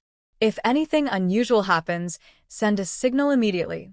Ba nodded and replied, Rest assured, I will guard this place well and won't make mistakes. After their exchange, Chi vanished into the forest path, heading towards Sujiao village. The secret activities of the Dark Seven are hidden. Disguised as a merchant selling mountain goods, they move through the streets of Sujiaku, listening carefully to villagers' conversations and quietly gathering information. Within half a day, the story of the masked girl's past and deeds becomes clear to him. The girl's name is Su Wanqing, only 14 years old. Her parents were herbal collectors from the mountains. 6 months ago, while gathering herbs, they had an accident and died from their injuries. She was left to care for her younger brother and sister. After her parents' death, the elders in the old Su family house began to covet their property, causing trouble and harassment. Her aunt was especially cruel, trying to sell Su Wanqing to Zhang's household as a concubine for money. However, her plans failed, and she suffered the consequences. The villagers were angered by the excessive behavior of the Su family members and, together with the village elders, expelled the entire family from Sujiaku. Using her knowledge of herbs and plants, Su Wanqing went up the mountain to gather herbs and sell them. She saved enough money to build a brick house and even led efforts to build a workshop for the village. She personally designed the tools and crafts used in the workshop. She also facilitated cooperation with the Qingxi County government, with the words Qingxi official recommendation on the tools as proof of approval. Today, the village's profitable businesses in bamboo weaving, embroidery, and bag-making all stem from her creative ideas. What's more impressive is that she proposed building a school so that boys and girls could learn to read. She personally taught villagers composting techniques and how to improve crop yields. When villagers mention Su Wanqing, they're full of respect. Even the elders who once doubted girls' education now praise her for her intelligence, kindness, and wisdom. The Dark Seven organized all the findings, feeling deeply amazed. At only 14, she endured family tragedy with resilience, supported her household alone, and helped the entire village prosper and establish a school. She has herbal knowledge, business skills, and even a special medicine to heal armor cracks. Such a girl is extraordinary. He dared not delay. He found a hidden spot to write a secret letter, detailing Su Wanqing's background, deeds, and character, along with previous sketches. He tied the letter to a carrier pigeon and sent it urgently to the capital. At this moment, in the regent's study, Regent North Hall Lai was staring at the masked portrait, his fingers repeatedly tracing the patterns on the clothing. Dark One quickly entered and presented a secret letter from the Dark Seven. Your Highness, the Dark Seven has returned with the investigation results. Details are in the letter. North Hall Lai immediately opened the secret letter, scanning it word by word. His expression shifted from initial calm to surprise, then revealed a hint of deep emotion. The keywords, Su Wanqing, 14 years old, family destroyed, standing on her own, helping the village, intertwined in his mind, painting a picture of a resilient, clever, kind girl with special talents. She wore a veil, perhaps to hide her face or to stay away from the world, but her strength and sunny spirit through hardships far exceeded that of ordinary women. He reached out to gently touch the girl's portrait, feeling a new, unfamiliar heartbeat. At first, he sought her to repay her for saving his life. Later, he learned she could heal wounds, which made him curious about her skills and identity. Now, after reading her past, his curiosity and gratitude had quietly turned into deep admiration. Such a woman, brave, capable, warm, was exactly what he desired. She was someone who could stand beside him and was worthy of being the regent princess. He gazed at the portrait, lost in thought, his aura softening slightly. "Prince, are you truly captivated by this masked expert?" Mo Tsiuan sneaked into the study, noticing his demeanor, and teased, "I say, Lord Lai, don't forget she's wearing a veil. If you lift it and see an ugly face, wouldn't your feelings be wasted?" He raised his eyebrows playfully, full of mischief. North Hall Lai looked up, his eyes suddenly cold and sharp, a piercing gaze sweeping toward Mo Tsiuan, carrying the authority of a regent. Mo Tsiuan shivered and instinctively took a step back, his smile stiffening. North Hall Lai withdrew his gaze, speaking coldly but firmly. "This king judges people not by appearance, but by character and spirit. Even if Su Wansheng is ordinary in looks, she is still a woman capable of winning hearts." His tone was full of disdain and certainty, unaffected by Mo Tsiuan's joke.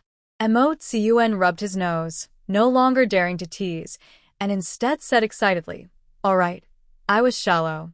But honestly, this girl Su is really impressive. At 14, she's already so capable. I want to learn from her. When shall we set out for Qingxi County?" North Hall Lai carefully stored the portrait and secret letter, then stood and walked to the bookshelf. He took down a tiger talisman and handed it to an E. "Send orders. The affairs in the capital will be handled by Grand Tutor Li and the secret guards. Make sure the court and the northern border defenses are secure. Prepare fast horses and escort, and set out immediately for Su's family village in Qingxi County." "Yes, I will arrange it immediately." The subordinate bowed and quickly went to prepare. Mo Tsiuan cheered and hurried to pack his medicine box, muttering to himself about bringing some precious herbs as a gift for the master. Baitang Lai looked out the window at the growing wind, his eyes gentle, already eager to meet the mysterious woman hiding in the mountain village. Night fell, and the Su family's courtyard became very quiet, except for a faint candlelight in Su Wanqing's house. An undercover agent hid behind an old locust tree outside the courtyard. After thinking carefully, he decided to quietly approach and check the situation inside, so he could give a detailed report to the prince. He wore a dark, lightweight, breathable outfit, with a special black belt holding small hidden weapons. His face was covered with a black cloth, only revealing sharp eyes. He moved silently along the wall like a ghost. When he was about 3 zhang away from the wall, Su Wanqing suddenly looked up and quickly grabbed a powerful tranquilizer gun hidden in her sleeve. Her space had a monitoring alert system that would trigger if any strange presence approached. In the faint candlelight, she saw a black figure outside the wall, tall and calm, with a quiet aura, clearly a skilled martial artist. Su Wanqing held her breath, quietly got up, and moved to the door to observe through the window. The undercover agent paused briefly on the wall, scanning the courtyard layout. He had no intention of climbing over the wall. His breath was cold but not malicious, more like he was confirming something. After a moment, he suddenly disappeared into the darkness and quietly left. Su Wanqing let out a breath, put away her tranquilizer gun, but her mind was full of questions. Since she came to Su's house, she had never seen anyone with such an unknown identity spying on her. Who was that shadow? Why was he watching her family? She suddenly remembered the dragon ink jade she took from the cave, and her fingers unconsciously touched the jade pendant in her space. Could it be because of that jade? Was it sent by the man she saved? She frowned and sighed silently. She had just saved someone casually and had long forgotten about it. Now it attracted spying. What trouble she had caused. But now that it had happened, she could only be more careful, pay attention to her surroundings, and hope this trouble would end soon so it wouldn't disturb her and her siblings' peaceful life. After a night's rest, morning sunlight shone through the window, but Su Wanqing remained alert and cautious. Last night, that dark figure echoed in her mind like a warning bell. Her main concern was the safety of Wanfeng and Wanyue. If trouble was caused by that jade pendant, her younger siblings must not be involved. After finishing her washing, she quickly entered her space. She lightly tapped the floating large screen and brought up the location device. The device was small, about the size of a rice grain, shiny and transparent, capable of sharing real-time locations, and only detectable by her space sense.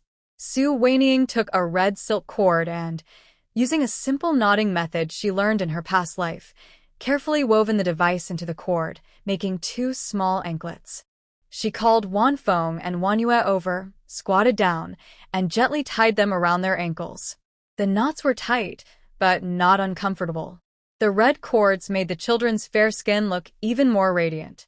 "Sister, these cords are so pretty."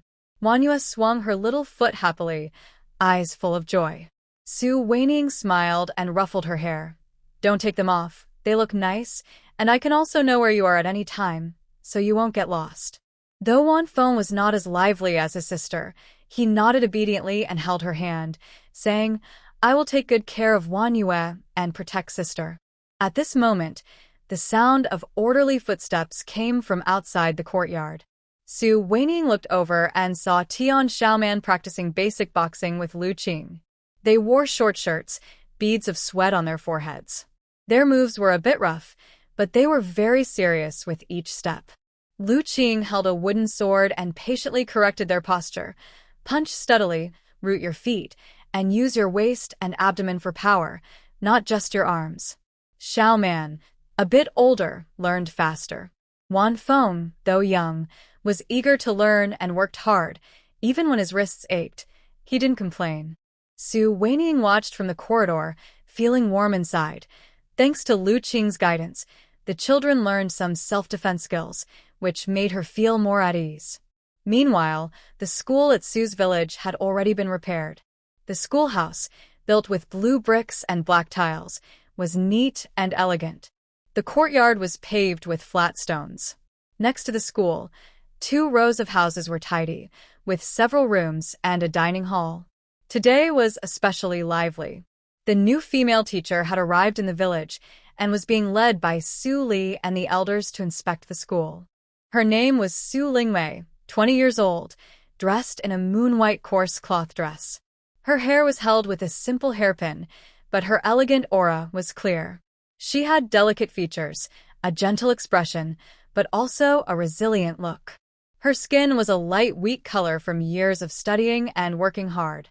Her hands, though calloused, were clean and neat. Su Lingwei came from a scholarly family.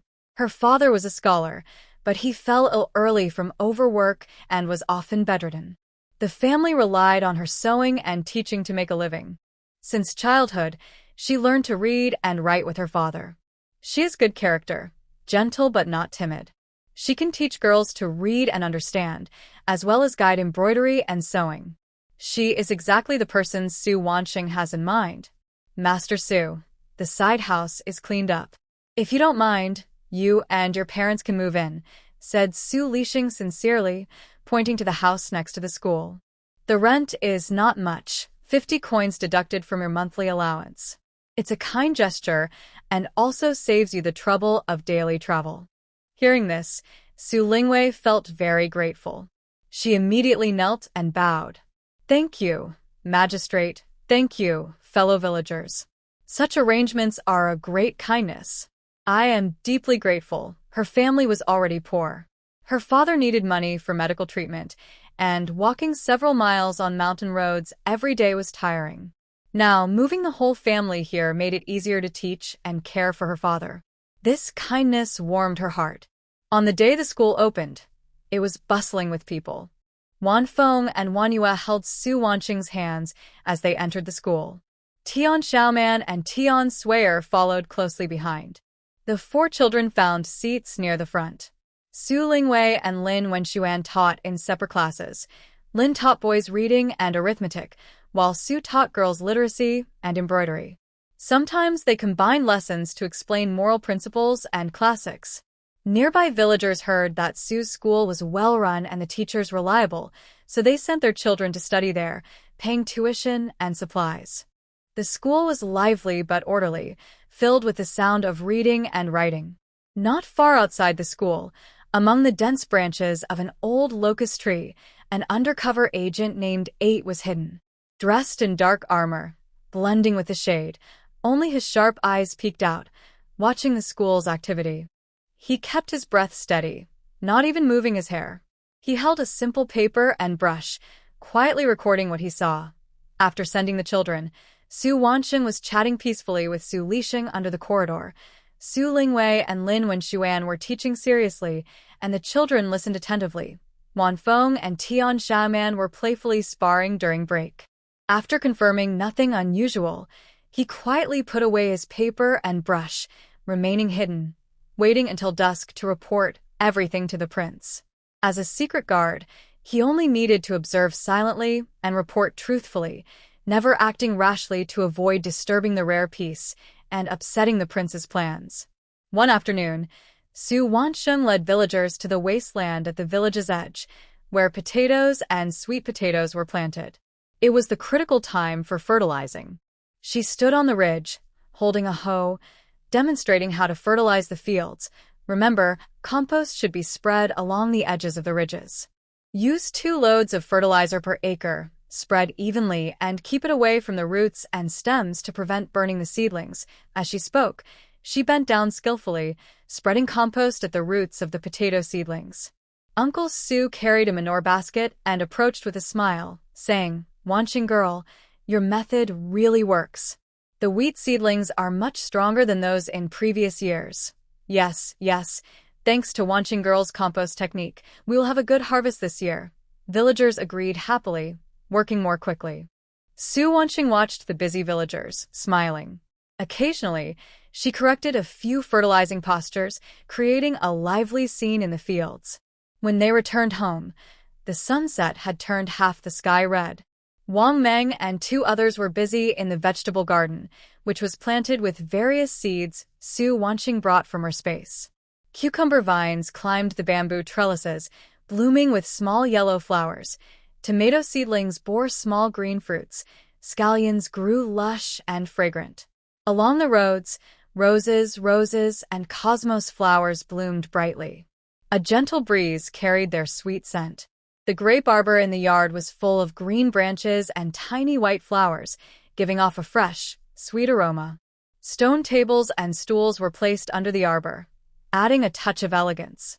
Zhou Qianyang came out of the kitchen, smiling, saying, "Miss, the chicken soup with green mushrooms is ready. I also picked some fresh vegetables from the garden." Wan Feng and Wang Yue ran into the yard happily, holding papers with small red flowers they earned at school, excitedly showing them to Su Wansheng. Tian Xiaoman and Tian Suer also came in, Suer holding a simple embroidery piece taught by Su Lingwei, shyly asking for Su Wansheng's advice. Su Wansheng sat under the grape arbor, looking at everything in front of her, feeling peaceful and content. Her younger siblings were clever and obedient, the servants dedicated, villagers harmonious and helpful, the school filled with lively voices, the fields full of life, and the yard elegant and quiet. She had never sought grand achievements. In her previous life, she was like that, and now, this peaceful, comfortable life was her most complete home. Even if occasional curiosity or trouble arose, as long as her loved ones were safe and she could enjoy this peaceful time, that was enough. On the official road, a team of swift horses galloped, their hooves breaking the morning mist and kicking up clouds of dust. Rei Kataito wears a moon-white brocade robe, covered by a dark-patterned black cloak. He sits tall and straight on his horse, looking as steady as a pine tree. Even after several days of travel, his face remains handsome, but there is a hint of urgency in his eyes. His fingertips unconsciously rub the empty space at his waist, where he should have tied the ink-black dragon jade. Now, only thoughts of Su Wansheng remain. The secret messages from Onbao every day have made him long more and more for the mysterious woman in the mountains. Next to him, Mo Tsiuen wears a green robe. His hair is a bit messy, and his face shows signs of tiredness from the journey. Still, he keeps talking, Prince Ray, just 2 more days and my bones will be falling apart. I told you to choose a carriage, but you insisted on riding fast horses. We're not heading to fight a war. Although he complains, his eyes are full of hope. But just thinking about seeing Miss Sue, I can endure it. Maybe I can even ask her to be my teacher and learn that life-saving medical skill. Ray Kataito doesn't answer. He only looks into the distance, where the outline of Qingxi County is faintly visible. His heart beats faster with excitement. At sunset, the group arrives at Qingxi County office. The county magistrate, Qin Bufan, had already received secret messages from his spies and was waiting outside in official robes. When he sees Ray Kataito and the others, he quickly steps forward and bows. I am Qin Bufan, here to welcome the prince. Ray Kataito raises his hand gently to help him up, speaking calmly. No need for formalities, Magistrate Qin. I am here incognito, using the name Mr. Bei, just a common merchant. Qin Bufan understands immediately and changes his tone. Yes, Mr. Bei. Inside the study, Ray Kataito gets straight to the point. His eyes fall on a picture of farming tools hanging on the wall. I heard that Qingxi County's new farming tools are very useful. I came to see for myself. Qin Bufan's face lights up with approval. He speaks enthusiastically. You have good taste. These new tools are treasures of our county. They are made by the Su family in Chao Village. Not only are they light and durable, but they also make plowing and planting 3 times faster than old tools. The design is clever, protecting seeds from birds and soil pressure. This spring, fields using these tools had nearly 50% higher seedling rates than previous years. The villagers all praise them. Su family in Chao Village? Ray Kataito's eyes brighten. He pretends to be casual. Such clever ideas. Who made these tools? Qin Bufan smiles. They were made by Su Lijing, the head of Chao Village. He brought the tools to the county office to promote them. He said they were designed with input from many villagers. I think they're very good, so I led the effort to promote them. We even put the words Qingxi official recommendation on them for local purchase. The Su family not only makes good farming tools, but also crafts exquisite handmade items. Wealthy families in the city are eager to order them. North Hall Lai nodded and thought to himself, please ask Magistrate Qin to come out tomorrow and accompany me to Sujiao. I want to order a large number of farming tools to sell in other counties and also buy some handicrafts. As the county magistrate, you should lead the way so no one suspects anything. Qin Bufan quickly agreed. I will obey and make sure it's done. The next morning, Qin Bufan, North Hall Lai, Mo Tsiuen, and others rode in a carriage to Sujiao. Villagers at the village entrance saw the carriage and soldiers and started talking among themselves. They hurried to inform Su Lijing. When Su Lijing heard that the county magistrate was visiting, he was surprised and suspicious. He quickly went to the village entrance and saw Qin Bufan step down from the carriage. He immediately knelt with the villagers and bowed, saying, I am Su Lijing, welcoming the county magistrate and the villagers of Sujiao. Everyone get up. Qin Bufan hurried forward to help Su Lijing up, speaking kindly. Today I am here with Mr. Bei and others to buy your village's farming tools and handicrafts. Mr. Bei plans to order a large amount to sell elsewhere. This is a great opportunity for Sujiao. The villagers were both surprised and happy, and they all stood up to thank him. Qin Bufan looked around the village. He saw the brick workshops neatly arranged, the sound of reading from the school, and the village looking clean and lively. He couldn't help but praise Su Lijing. In just a few months, you've managed Sujiao so well. It's a big change since I last visited. Su Lijing looked proud and replied sincerely, it's all thanks to everyone working together. The workshops were built by the whole village, with the older folks and young men working together, trying out designs and making improvements. No one did it alone. The handicrafts are also made by everyone sharing their best skills. Someone designs a pattern, someone else makes a style, and we refine it over time. The school and composting projects are also the result of everyone helping each other. The village's current success is because we all worked hard together. He spoke carefully, avoiding mentioning Su Wanqing, and gave all the credit to the villagers, respecting Su Wanqing's wish to keep a low profile. Meanwhile, North Hall Lai was no longer interested in their conversation. His sharp eyes scanned the village, full of searching. He was eager to meet the mysterious woman hiding in these mountains and forests. The lively scene around him seemed distant, as his obsession grew stronger. At that moment, soft footsteps approached. Beitang Lai looked in the direction of the sound and saw a masked girl walking along a small path nearby. She wore a plain, moon-white dress with light-colored crabapple embroidery on the hem, her hair held up with a hairpin, revealing only her clear, gentle eyes. She was about 1.6 meters tall, slender yet upright, moving lightly, exuding a fresh, natural scent of wild plants, like a graceful swan under the moon, with a distant yet gentle aura. Su Weiniang was there to pick up her younger siblings from school. Today, she had taught a lady how to make steamed cakes, and she wanted to bring her siblings home early. Seeing a large crowd gathered at the village entrance, she felt curious. As her gaze swept over the crowd, she suddenly stopped.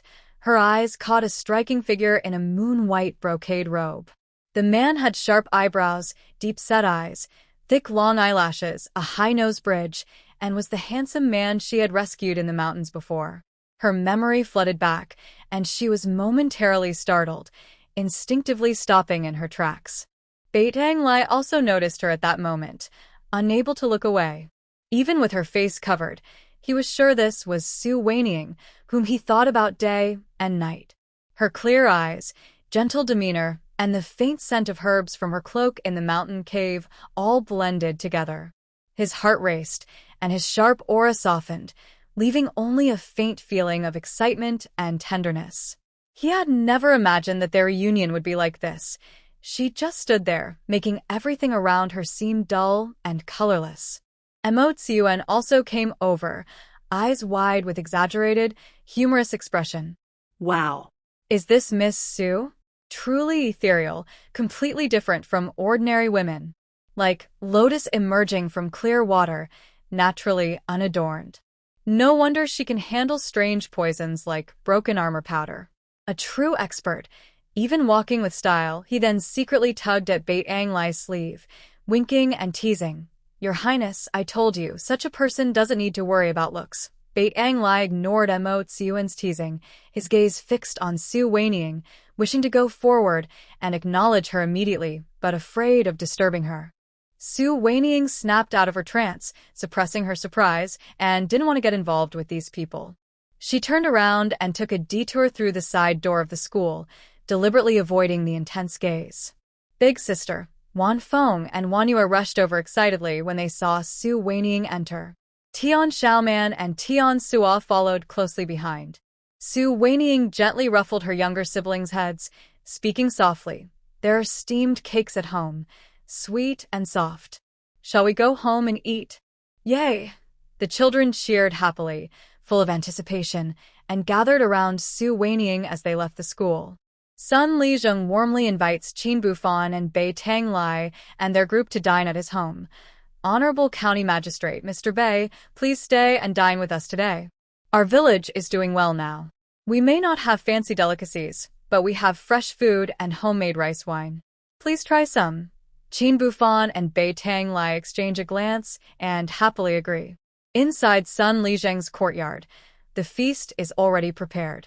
The table is full of meat and vegetable dishes, including tender chicken soup, fragrant stir-fried pork, and seasonal vegetables. The rice wine is rich and fragrant, showing how prosperous the Sun family is now. During the meal, Beitang Lai chats casually with everyone but keeps his mind on Su Wanqing. He keeps looking outside, hoping to see her again, but he never does. At Su Wanqing's house, the children are gathered around the table, happily eating sweet cake. The soft cake melts in their mouths, with a delicate, sticky texture and a light, milky aroma. Wan Yu has cream all over her face, looking like a little kitten, making Su Wanqing smile and laugh. Eat slowly, no one is fighting you. she says gently, wiping cream from the children's mouths with tenderness in her eyes. After dinner, Su Wanqing plays with her younger siblings in the yard, watching the children chase and play, feeling peaceful inside. When they're tired, she helps them wash up and rest. She sits under the grape arbor, her fingers gently touching the jade dragon ink stone in her space. She never expected that person to find her here. It seems this trouble won't be over easily. As night deepens, Qin Bufan and his group finish dinner and discuss purchasing farming tools and crafts with Sun Lizheng before heading back to Qingxi County. On the carriage, Bei Tanglai looks towards Sun Jiao with a gentle, firm gaze. He won't miss this chance to build a connection. Moci Yuan leans nearby, still talking about wanting to apprentice Su Wanqing as her teacher, but Bei Tanglai only smiles faintly, already having a plan in mind. The night is dark like ink, and the moonlight bathes Sun Jiao in a gentle glow. The village is quiet and peaceful. Bei Tanglai, under cover of darkness, swiftly leaves Qingxi County Government Office, moving like a ghost with light skills towards Su Jiao's home. His clothes flutter silently as he steps over rooftops, showing his top-level martial arts skills. At this moment, Su Wanqing is sitting at her desk, playing with a space jade pendant.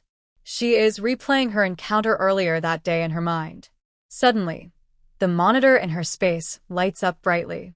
The screen clearly shows a figure dressed in moon-white clothing standing under the old locust tree outside her yard. It's the man in brocade from earlier in the day. She slightly raised her eyebrows and gently tapped the screen to enlarge the image.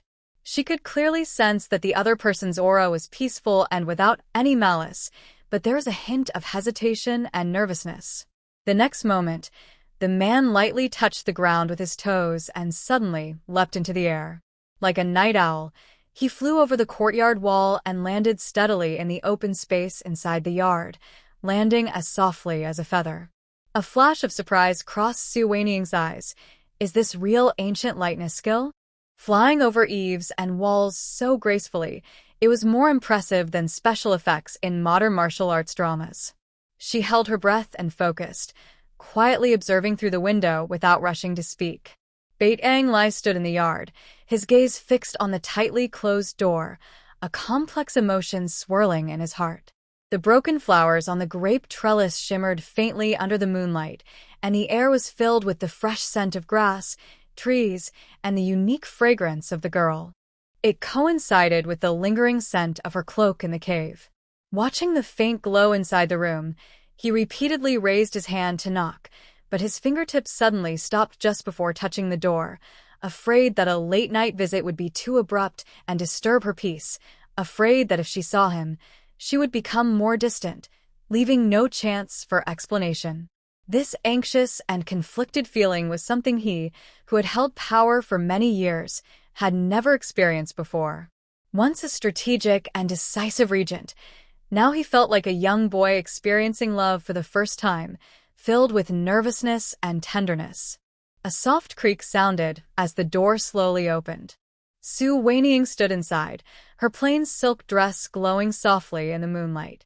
She still wore a veil, revealing only her clear eyes, calmly watching the person outside the door, neither surprised nor happy. Bei Tanglai's heart trembled. He quickly stepped forward 2 steps, speaking very softly and cautiously. "Miss, I apologize for the intrusion at this late hour. I am the one who, half a month ago, was poisoned by the broken armor powder in the mountains. Thank you for saving me, which allowed me to keep my life." Su Wanqing looked up, her tone calm and even. "So it was you. The one who came to check outside my yard a few nights ago? Was that also your people?" Her words carried no emotion but a subtle sense of detachment that was hard to notice. Bei Tanglai's heart tightened. He hurried to explain, his tone becoming more sincere. "Miss, you've misunderstood. I only had my men hide nearby, not to spy. I was worried that the enemies from that night might follow us here and harm you and your family. I only wanted to protect you all, with no intention of spying." He was afraid she would dislike him, so he spoke faster than usual. Hearing this, Su Wanqing was silent for a moment. She took out a black dragon-shaped jade pendant from her space and handed it to him. "If that's the case, then return it to its original owner. That day in the cave, I found this and think it belongs to you. She had no idea of the meaning behind the jade pendant and thought it was just a valuable item. Baitang Lai did not go to take it. Instead, he looked at the pendant, then slowly turned his gaze to Su Wishing's face. His voice was gentle and serious. Miss, you don't need to return it. I came today not to take it back. I simply wanted to see you, just to thank you in person. His fingertips curled slightly as he remembered the blurry figure and the scent of the cloak in the cave. He added, I know it's very late, and I might be bothering you suddenly, but ever since I woke up, you've been on my mind. I just couldn't help wanting to see you. Su Wishing was surprised and thought to herself, are ancient lovers always so caught off guard? She looked down at her still-growing body and thought, in modern times, she was probably just a middle schooler, not even an adult yet. She came from the 23rd century, where late marriage and late childbirth were normal. Many people chose not to marry and instead relied on custom robots for companionship, living freely and happily. Thinking of this, she felt a bit regretful. Her crossing over was too sudden. She forgot to bring more robots with her. If she had, she wouldn't be so lonely now, facing such an awkward scene. Baitang Lai saw the surprise and fleeting regret in her eyes. He was also drawn to her calmness, which was completely different from her age. She was only 14, yet she showed no shyness or timidity typical of a girl. Instead, she radiated a calm and confident aura, as if everything was under control. Her composure made his tense heart settle. Looking into her eyes, he couldn't help but feel deep affection, an emotion that crossed social boundaries and distance, pure and intense. Su Wishing composed herself and spoke coldly. I understand your feelings, but I don't need anyone to protect me. Please have your men leave. I don't like feeling watched. Miss, I didn't mean to spy on you. Baitang Lai hurriedly explained.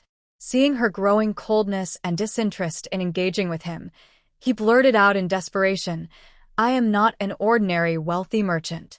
I am Baitang Lai, the current Regent King. I don't want to pressure you with my status. I just want to show my sincerity. I truly want to repay you and stay by your side. It's not a sudden whim. I'm afraid if I don't say this now, you'll never give me a chance again. He spoke very quickly, with a tone full of urgency and honesty, worried that Su Wanqing might resist him more because of his identity. But after hearing him out, Su Wanqing's eyebrows furrowed even tighter, and only one thought remained in her mind. This trouble just got bigger. The Regent King? Someone at the top of power. The one she should avoid. She just wanted to live her quiet life peacefully and had no desire to get involved in court disputes or royal conflicts. She looked up with a firm gaze and warned, Prince, because I once saved you, I won't argue with you about today's matter. But I advise you, don't visit late at night again, and don't leave anyone near me. I just want to live peacefully and have nothing to do with you or court affairs.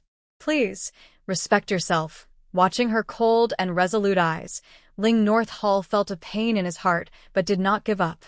The usually strategic and proud Regent King, who never bowed to anyone, softened his attitude now, speaking with restraint and earnestness. I understand you want peace and don't want to be involved in trouble. I won't bother you much, and I won't force you to accept me immediately. I only ask for a chance to quietly stay in the shadows and protect you. Let me try to let you understand me, okay? Before Su Wanqing could refuse, he suddenly took out a carefully crafted jade hairpin, its body made of smooth, white jade carved with faint crabapple branch patterns, matching the design on Su Wanqing's skirt. The top of the hairpin was decorated with a tiny red gem, understated yet delicate. The pattern was a replica based on the traces left on her cloak in the cave, revised 3 times to avoid being too showy or too plain to show his sincerity. He quickly stepped forward and, without hesitation, pressed the jade hairpin into Su Wanqing's hand, deliberately avoiding touching her skin, showing his care while fearing to offend her. This hairpin is made just for you. It suits you perfectly, Ling North Hall said hurriedly. Before he finished speaking, he turned and performed a light skill, stepping lightly on the wall and disappearing into the night, more hurried than when he arrived. He was afraid that if he stayed a moment longer, Su Wanqing would throw the hairpin back, taking away even this small hope. As his robes fluttered, only a faint sound lingered in the wind. "I'll wait for you, no matter how long it takes." Su Wanqing held the slightly cool jade hairpin in her hand, standing there in a daze, her eyes full of surprise and helplessness. The craftsmanship of the hairpin was exquisite, clearly made with great effort, showing his sincerity. She looked at the empty courtyard, her brows furrowed. Silently, she turned and closed the door. After a moment of hesitation, she suddenly remembered something. She took out the dragon-shaped jade pendant from her space, then carefully placed the jade hairpin and the pendant into a silk box in the corner, keeping it safe. She didn't want to discard it casually, as it was a gift that saved her life, but she also didn't want to leave it out in the open to cause trouble. She preferred to keep it hidden, but still kept a backup. A sigh escaped her. Her persistence was even stronger than she had thought. Outside in the woods, the hidden guards, Aki and Aba, had already been waiting. When Bait-Ang Lai hurried over, they quickly stepped forward. "Prince," they said. Bait-Ang Lai landed softly, his breath steady. His eyes stayed on Su Wishing's house, and his tone was a bit sad but more determined. "Protect her secretly. Do not disturb Miss Su or her family. Also, immediately investigate the shortage of materials at the Su family workshop and whether merchants are pressuring prices. Handle it quietly in the name of county support, without revealing my identity. If there's any unusual activity, report immediately." "Yes," they replied in unison. Bait-Ang Lai raised his hand, touching his fingertips as if still feeling the smoothness of the jade hairpin. His gaze lingered on the window of Su Wishing's house. He said in a deep voice, "I will return to the county office. Miss Su is very perceptive and prefers to stay away from trouble. We shouldn't rush things. We need to plan carefully." He then quietly paused in the shadows for half a stick of incense to ensure the house was safe and no strange movements. Only after confirming the lights were steady and everything was normal did he turn and rush away. His figure gradually disappeared into the moonlight, filled with thoughts of how to approach her in a way she could accept, rather than forcing himself through status. When Bait-Ang Lai rode back to Qingxi County's government office, Mo Tsiyuan was waiting at the door with a pot of hot tea. Seeing him return, he immediately approached, shaking his teacup with a playful smile. "Prince, you look in such a hurry. You don't seem like the dignified regent king. More like a young man sneaking a gift to his beloved, panicking when caught, and running away." Bait-Ang Lai shot him a cold glance, still feeling the chill around him. He didn't get angry, but his ears turned slightly red, hard to notice. He deliberately looked out the window, avoiding Mo Tsiyuan's teasing gaze, and coldly said, "Mind your own business." Mo Tsiyuan wasn't afraid and moved closer, still smiling. "Honestly, the jade hairpin you chose is perfect. The elegant crabapple branch pattern is simple but refined, matching Miss Su's gentle and distant aura. Looks like you put a lot of thought into it, huh?" Bait-Ang Lai paused slightly at his words. A faint softness flashed in his eyes as he remembered Su Wishing staring at the jade hairpin in confusion. A subtle warmth appeared in his eyes, and the slight redness on his ears deepened. He deliberately cleared his throat softly, hiding his nervousness. His fingertips unconsciously touched a backup hairpin in his sleeve. This one was a different color from the first, chosen to match her fresh, natural style in the mountains. He still insisted it was just a simple order to the craftsman. No need to make a fuss. After speaking, he turned and walked quickly into the study, his steps slightly faster than usual, as if trying to avoid teasing or eager to finalize the details of the protection plan. Mo Yuan stayed behind, raising an eyebrow and smiling mischievously. This normally serious Regent King's eyes revealed a hint of playfulness that he couldn't hide. The next morning, sunlight broke through the thin fog and shone on Su Waning's home. The grape trellis was covered with dew, making the flowers look even more beautiful. After breakfast, Su Waning leaned against the gate, watching Wan Feng and Wan Yu hold hands with Tian Xiaoman and Tian Suier as they headed toward the school. The children's cheerful voices gradually faded at the alley entrance, leaving only the soft sounds of the dumpling toy playing nearby. The dumpling toy was a stray dog she had rescued some time ago. It had grown stronger and now happily nudged her leg with its head, wagging its tail. Su Weining bent down to pet its head, smiling and teasing, "You little one, you're getting more spoiled, even more clingy than a real dog." As her fingers brushed its soft fur, she suddenly felt a craving. She hadn't had barbecue in a long time. If she could grill some meat skewers and vegetables with special sauce, it would be delicious. With this plan in mind, she turned and went into the yard. She took out sealed barbecue seasonings, a small oven, and a basket of charcoal from her space. She called Zhou Qiaonyang and Lu Mama. "Qiaonyang, Lu Mama, we're having barbecue at noon. Please prepare some pork belly with a good mix of fat and lean, fresh chicken wings, and pick some green peppers, eggplants, and corn from the garden. Wash and prepare everything." They quickly agreed and went to the kitchen and garden to get ready. Just as Su Weining finished arranging the seasonings, a voice came from outside. "Miss, there are a few visitors. The leader is Aunt Lu from the town. She wants to see you about something important." Su Weining was a little surprised. She didn't have much contact with the town folks, and she had only seen Aunt Lu from afar a few times. "Let them come in," she said, tidying her skirt and sitting on a stone bench under the grape trellis to wait. Soon, Xiaohe led a few people inside. The leader, Aunt Lu, was dressed in a neat blue cloth dress, her face full of a warm smile. As she entered, she quickly stepped forward, took Su Weining's hand, and kept looking her over. "Weining girl, I finally see you. You're such a remarkable young lady." Su Wanqing calmly withdrew her hand and spoke gently. "Aunt Lu, you're too kind. May I ask what brings you here today?" Aunt Lu immediately got straight to the point, her smile growing brighter. "It's good news. I'm here to talk about marriage. You know the Zhao family from Yuhua grain shop in town, right? They are very wealthy, owning over 500 acres of good land. They also have 2 grain shops and a general store. Their family is quite well off. Zhao Qingyu, the young master, is 18 years old, handsome, and gentle. The head of the Zhao family and his wife both like you, so they asked me to help set up this match." She spoke excitedly, praising the Zhao family highly. The Zhao family is one of the top families in town. Zhao Qingyu is an only son. If you marry him, you'll be the young mistress, living comfortably and not needing to work in the workshop anymore. Once you miss this chance, it might never come again. Wanqing, this is a huge blessing for you. Her words carried a sense of urgency, as if she was eager to secure the match. Hearing this, Su Wanqing frowned slightly, her tone turning cold. "Aunt Lu, thank you for your effort, but I cannot accept this marriage." Aunt Lu's smile froze, clearly surprised by her direct refusal. "Girl, what are you thinking?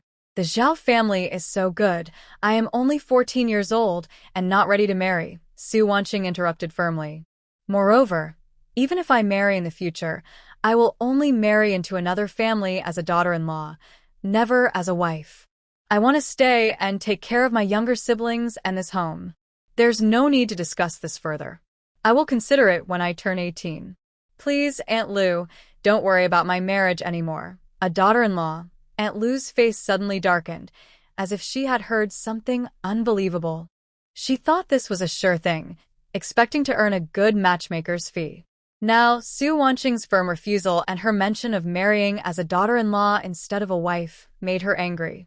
Her earlier enthusiasm vanished, replaced by impatience and sarcasm. "Wanqing, don't be ungrateful. The Zhao family is already giving you a great opportunity. How dare you ask to marry as a daughter-in-law? You're dreaming. Your parents are gone, and with your 2 younger siblings, marrying into the Zhao family as a young mistress is the best you can hope for. Don't be ungrateful." A cold glint appeared in Su Wanqing's eyes. She didn't want to argue further. She called out loudly, "Lu Qing." Lu Qing immediately stepped inside from outside the yard, bowing respectfully. "Mississippi, please ask Lady Lu and her people to leave. I do not welcome talkative people here," Su Wanqing said calmly but with a firm tone. Lu Qing stepped forward and made a gesture to invite them out. Lady Lu was furious and stomped her feet.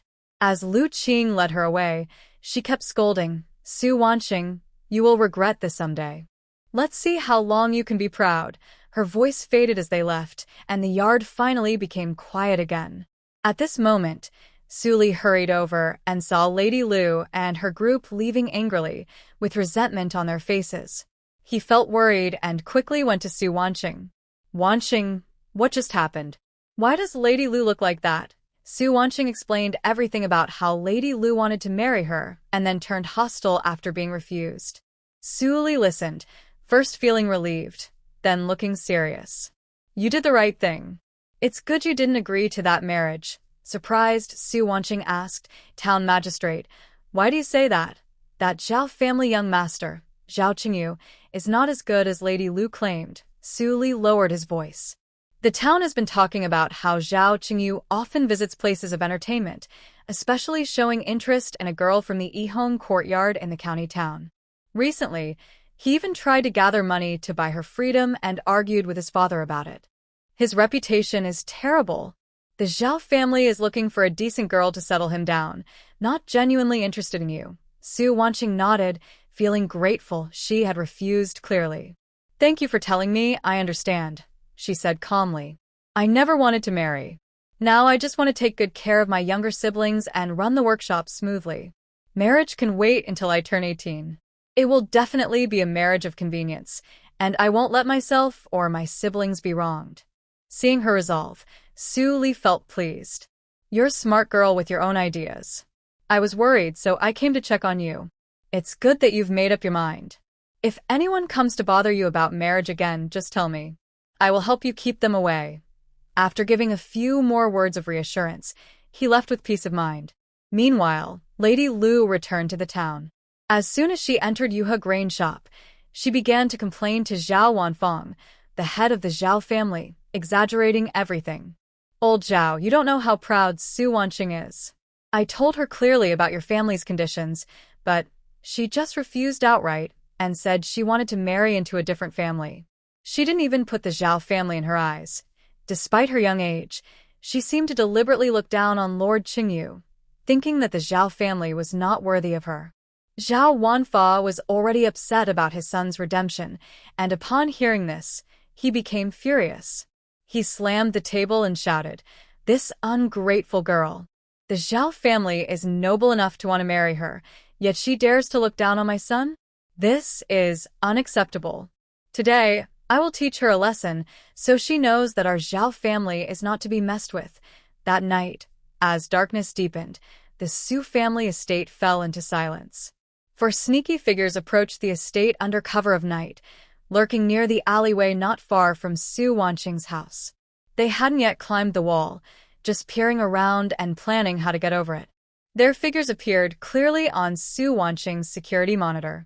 Inside, Su Wanqing was finishing her homework with Wanfeng and Wanyu. Suddenly, the large screen lit up, showing the four masked, black-clad figures with wooden sticks at the alley entrance, obviously up to no good. Her heart tightened, and she immediately stood up, instinctively reaching for the tranquilizer gun hidden in her sleeve. She kept her eyes on the monitor, watching their movements. They hesitated for a moment, trying to inch closer to the wall. Before she could act further, two faster shadows darted out from the shadows outside the house, moving swiftly and with deadly precision. In just a moment, the four troublemakers in black were caught off guard and subdued by the two black-clad figures, pressed to the ground and unable to move. Their cries for help were muffled, and the whole process was quick and clean.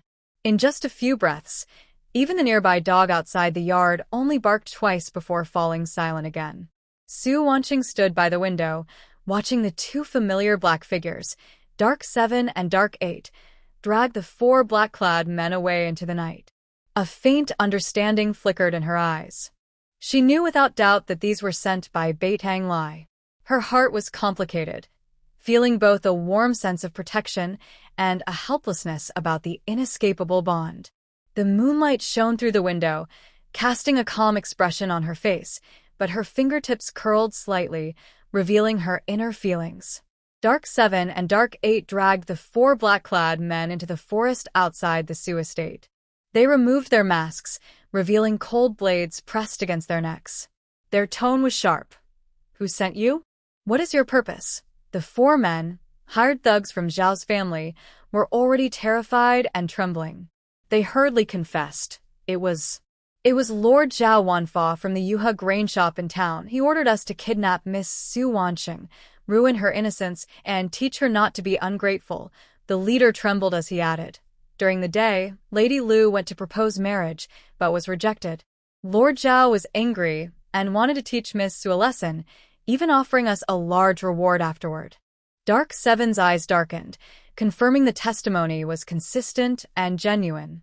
He immediately instructed Dark 8 to watch over the four men on the spot, then found a hidden place to write a secret letter. The letter detailed the daytime marriage proposal chaos and Lord Zhao Wanfeng's evil plans, and was sent urgently to the Qingxi County office. At this moment, in the county office study, Bait Ang Lai was lost in thought, repeatedly recalling how Miss Su Wanqing refused everyone from afar. Dark 1 hurried in, holding out a secret letter with a serious tone. "Your Highness, Dark 7 has sent urgent news.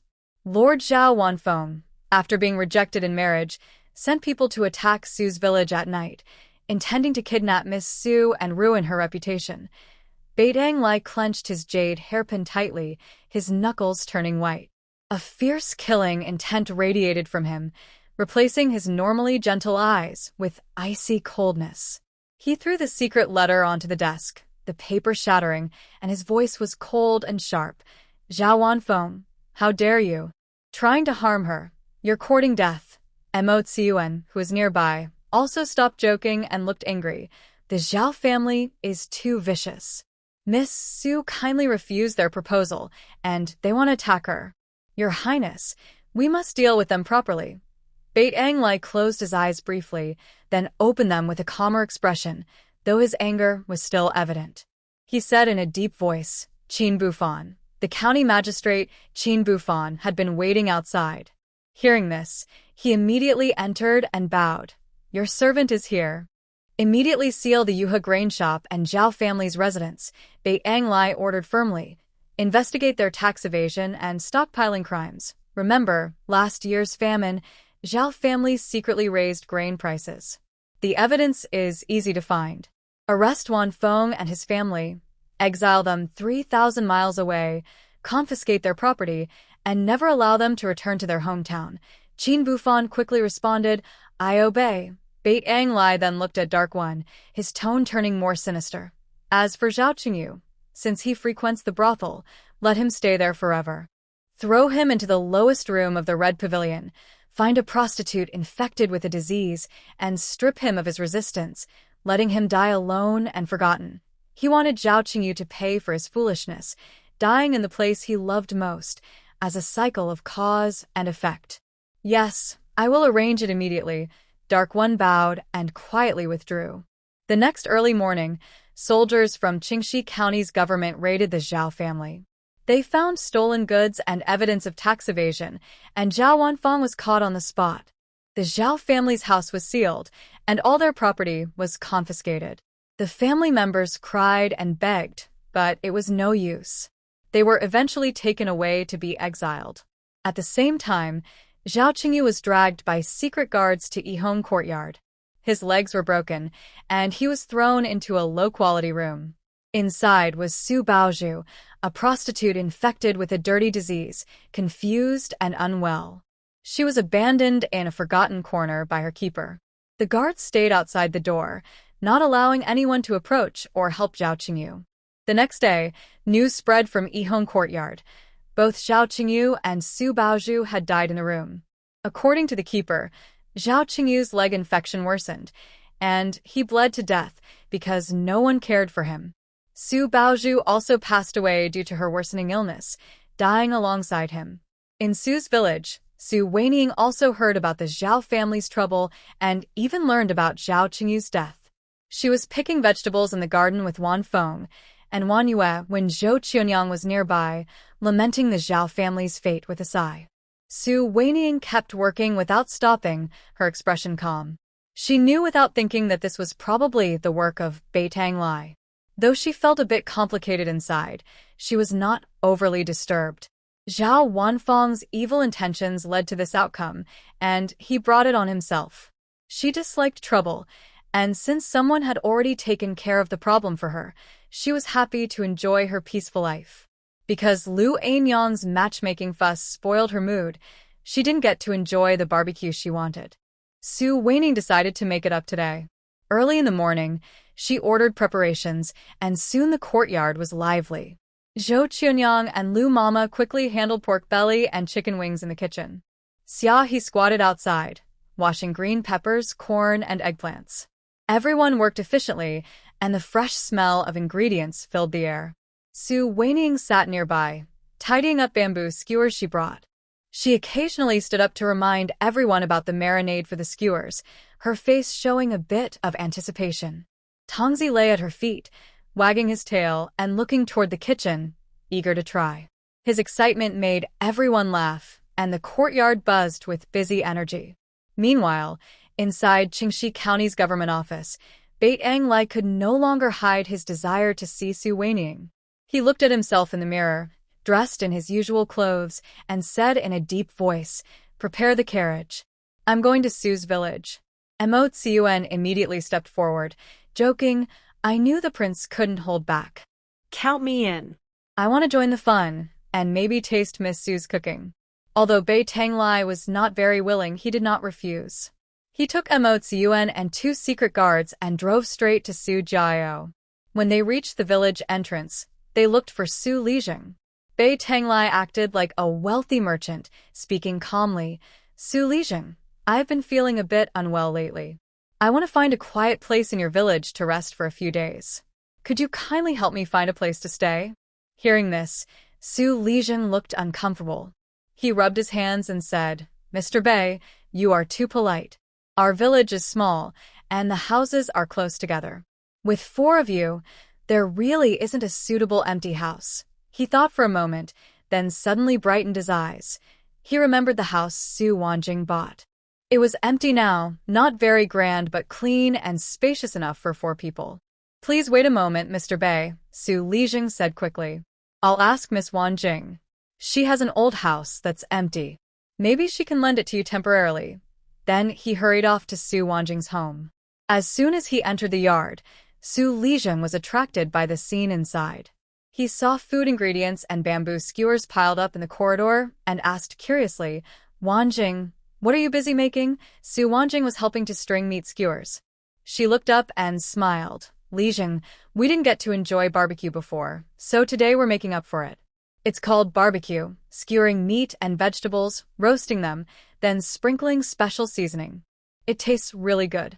If you don't mind, stay and eat with us later." Su Lijing's face lit up with joy. He nodded repeatedly. "Great, thank you, Wanjing." Then he looked a bit troubled and slowed his tone. "But I want to talk to you about something. The Mr. Bei, who came with Qin County Magistrate last time, wants to rest in our village for a few days. There's no suitable place here. I was thinking your old house is empty. Could you let them stay for a few days? They're willing to pay rent.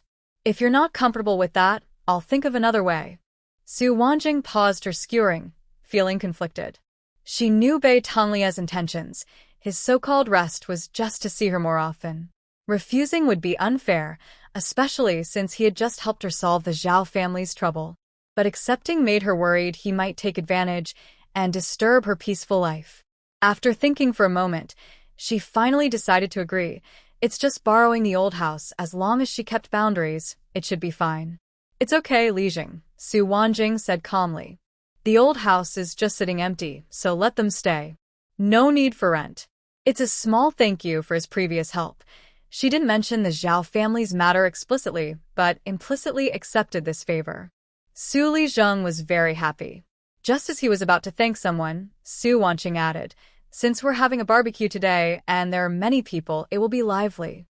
You, Zheng, please pass on a message to Mr. Bei and invite him and his friends to join us." "That's wonderful," Su Lijing beamed with joy. "Thank you, Wanjing girl. I'll go tell Mr. Bei right away." He hurriedly turned to leave, worried about missing the chance. Su Wanqing watched him go, sighed softly, then turned to give instructions. Qiao Nyang, Xia He, prepare more meat and vegetables, and string more skewers. We have a few guests coming later. She also took out some bottles of white wine and extra barbecue seasonings from her space. And prepare these for the guests. Got it. They responded quickly, and the work in the yard became more lively. Su Lizheng hurried back to share the good news that Su Wanqing had agreed to lend her house and invite everyone to the feast. When Bei Tanglai saw this, his eyes lit up with happiness, and his usual cold aura softened a little. He suppressed his excitement and said cheerfully, "Thanks to Lizheng." Mo Ziyuan clapped his thigh and laughed. "I knew we'd have good luck." Miss Su is truly generous. The group followed Su Lizheng to Su Wanqing's house. When they reached the gate, Su Wanqing was already waiting, stopping her work. Today, she still wore a light beige gauze veil, revealing only her clear, gentle eyes. She wore a light blue dress embroidered with tiny orchid patterns, with a simple jade hairpin in her hair, not a gift from Bei Tanglai. Her slender, upright figure stood under the porch, exuding the fresh charm of a mountain girl, mixed with a calmness beyond her age. Su Wanqing looked calmly at everyone, nodded slightly at Bei Tanglai, then turned to Lu Qing and said, "Lu Qing, go to the old house and lay out the clean bedding." "Yes, miss," Lu Qing replied and left. Su Lizheng quickly stepped forward to smooth things over, pointing to Su Wanqing and saying to Bei Tanglai, "Mr. Bei, this is Wanqing girl." "Wanqing, this is Mr. Bei and his friend, Mr. Mo." Bei Tanglai looked at Su Wanqing with bright eyes full of hope. He wanted to say more but was afraid of being too forward, so he spoke softly, "Thank you, Miss Su, for lending your house and inviting us." "I am very grateful. You're too polite, Mr. Bei," Su Wanqing said calmly. She turned to lead everyone into the yard. "The tables and chairs are ready inside. It's more lively outside for barbecue. Please, everyone." Inside the courtyard, 4 wooden tables had already been set up, with a grill placed in the corner. The charcoal fire was burning brightly. Sua Weining was carefully testing the skewers of meat she had prepared. The fat dripped onto the hot coals, sizzling and producing white smoke. The rich aroma of meat mixed with spices quickly filled the air, making everyone's mouth water. Mo Ziyuan was immediately drawn in by the smell as soon as he entered the courtyard. He leaned over to look at the grill and exclaimed, "Wow, this smell is amazing, and I've never seen such a way of eating before. The outer skin looks crispy, and the inside must be tender and juicy." He kept swallowing and wished he could grab a skewer to taste right away, forgetting his usual manners. Bei Tanglai found a corner table to sit at, but his eyes stayed fixed on Su Wanqing. He watched her move between the tables, occasionally reminding Qiao Nyang to control the fire. His gentle expression made his heart feel warm. Just then, the sound of children's laughter came from outside. Man and Sui Er ran in quickly with one Feng and one Yu. Su Wanqing had earlier sent someone to the school to tell them to come back early for the barbecue. "Big sister." Wan Yu saw Su Wanqing immediately and happily threw herself into her arms. Wan Feng also approached, looking curious as he glanced at Bei Tanglai and the others, but he stayed close to Su Wanqing, showing a bit of youthful caution. Su Wanqing gently tousled Wan Yu's hair and smiled. "Sit down quickly. The skewers will be ready soon. You'll love them." Bei Tanglai watched the scene and felt a longing for a peaceful, simple life. He hoped to stay longer and get closer to her. The charcoal fire in the courtyard crackled on, and the smell of grilled meat mixed with wine filled the air. Bei Tanglai didn't pick up his chopsticks much, but his gaze kept lingering on Su Wanqing, watching her wipe oil from Wan Yu's mouth, patiently remind Qiao Nyang to turn the skewers, and occasionally sip her tea. Even her side profile behind the thin veil was captivating. Su Wanqing noticed the intense gaze, but pretended not to see. She knew very well that Bei Tanglia's feelings were obvious. But at her age, she was 14 physically, but mentally an adult. She had no desire to get involved in romantic entanglements, especially with the Regent King. The closer they got, the more trouble she would face. She simply lowered her head and called everyone to eat, trying to avoid his stare. Everyone at the table was eating happily, and the white wine Su Wanqing brought out amazed everyone. The wine was clear, smooth, and rich in flavor. After swallowing, it left a sweet aftertaste in the throat, with a strong but not overpowering afterglow. Mo Tsiyuan smacked his lips and drank 2 more cups, unable to stop praising Miss Su. This wine is truly amazing. I once drank the imperial tribute wine in the palace, but compared to this, it's far inferior.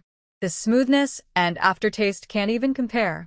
An E and an heir squatted by the grill, eating quietly and nodding in agreement, too busy chewing to speak. Su Lijing, already a little dizzy, swirled his cup and echoed, "Wonderful. Truly wonderful. I've never had such good wine in my life." His drinking ability was average, and after a few cups, his cheeks were red and his eyes unfocused. Seeing that everyone had almost finished eating, Su Wanqing stood up and said to Tian Shui, "Uncle Shui, please take the village head home. Go slowly on the way." Then she turned to Wan Feng and Wan Yu, speaking gently, "You two should wash up and rest early." Wan Feng frowned and refused to move. His eyes swept over Bei Tanglai and his companion before he whispered to Su Wanqing, "Sister, we'll stay with you." He was still wary of the 2 strangers, afraid his sister might be at a disadvantage. Su Wanqing patted his head softly and comforted him. "Don't worry, Lu Qing is here. Nothing will happen. Go back and sleep." Wan Feng hesitated for a moment, but seeing his sister's firm attitude and glancing at Lu Qing standing in the corner, he finally nodded and left with Wan Yu.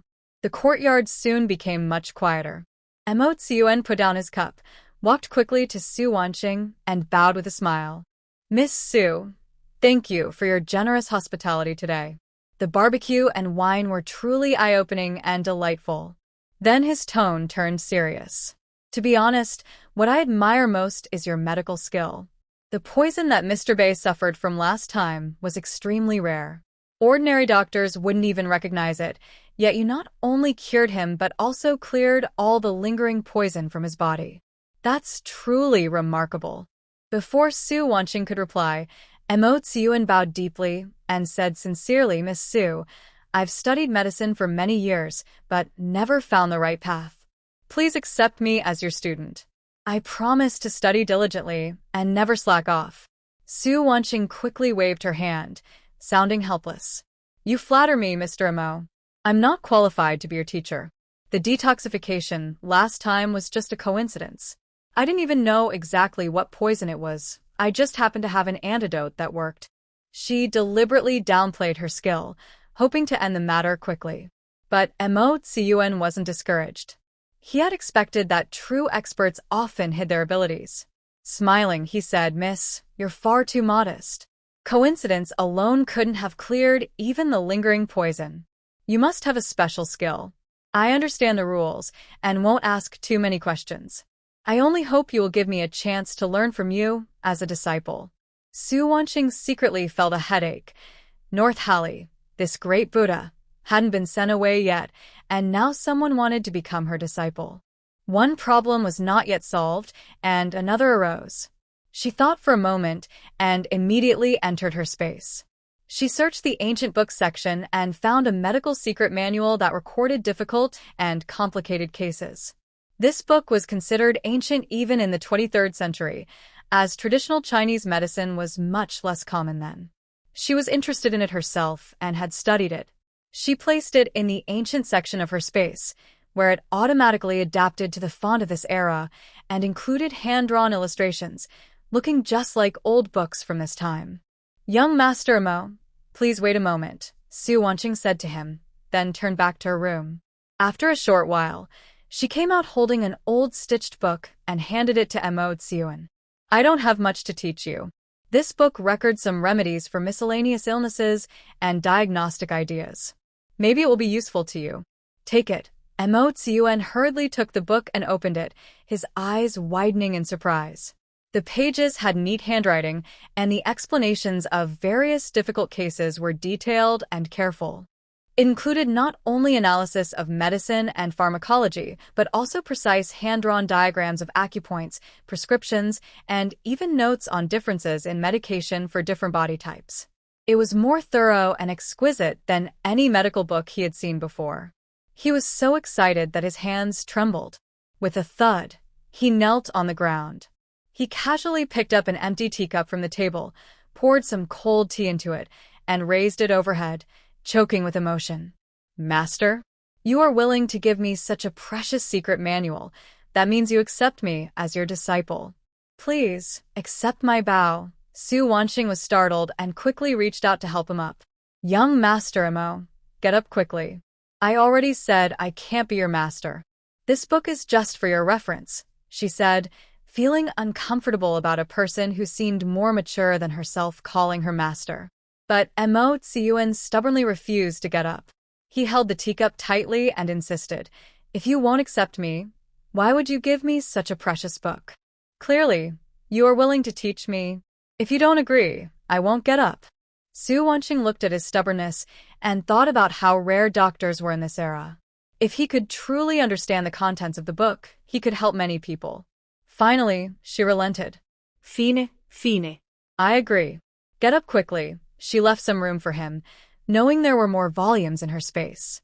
Once he mastered this one, she would give him the others to study. Emo Tsiyuan was overjoyed and quickly kowtowed 3 times. He then held out the teacup to Su Wanqing. "Master, please have some tea." Su Wanqing reluctantly took it and took a sip, accepting him as her disciple.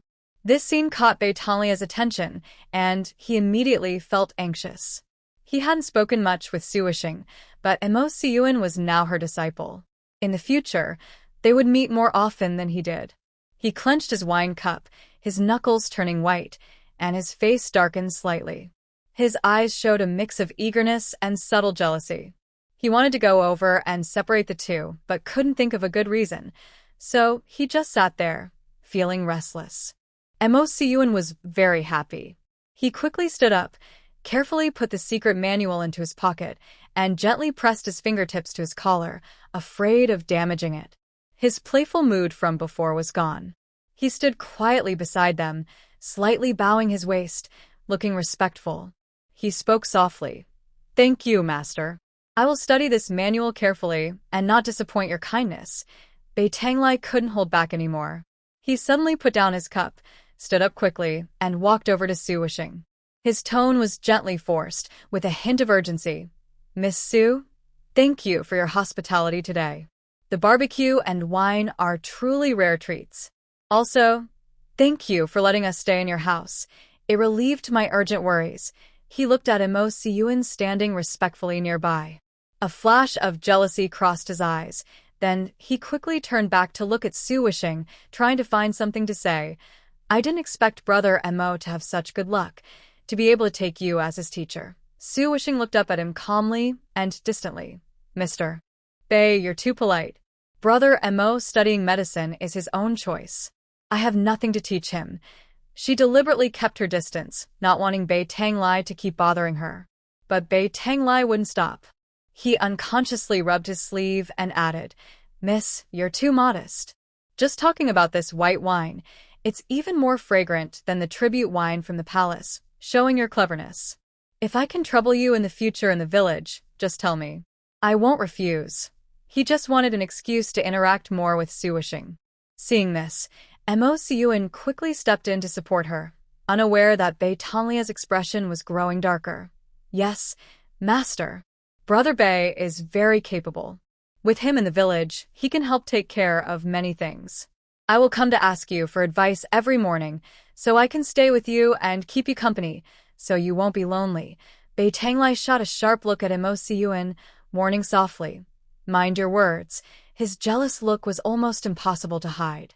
Emo Tsiyuan was confused, thinking he was just jealous of himself, and he chuckled happily, scratching his head. Su Wanqing helplessly rubbed her forehead, feeling that when these two people got together, it would be hard to have a moment of peace. She gently waved her hand and said, "No need to trouble you both. Everything here is fine. It's getting late. Mr. Bei must be tired from traveling. Lu Qing, take Mr. Bei and the others to the old house to rest." As she spoke, she called Lu Qing over, clearly wanting to end the conversation. Although Bei Tanglai was reluctant, He knew he couldn't argue further to avoid upsetting Su Wanqing. He suppressed his impatience and said softly, "All right, I will follow the young lady's arrangements." He looked at her face longingly for a few seconds before following Lu Qing out. When passing Mo Siyuan, he gritted his teeth and added, "Don't bother your master tomorrow." Mo Siyuan was confused but obediently followed.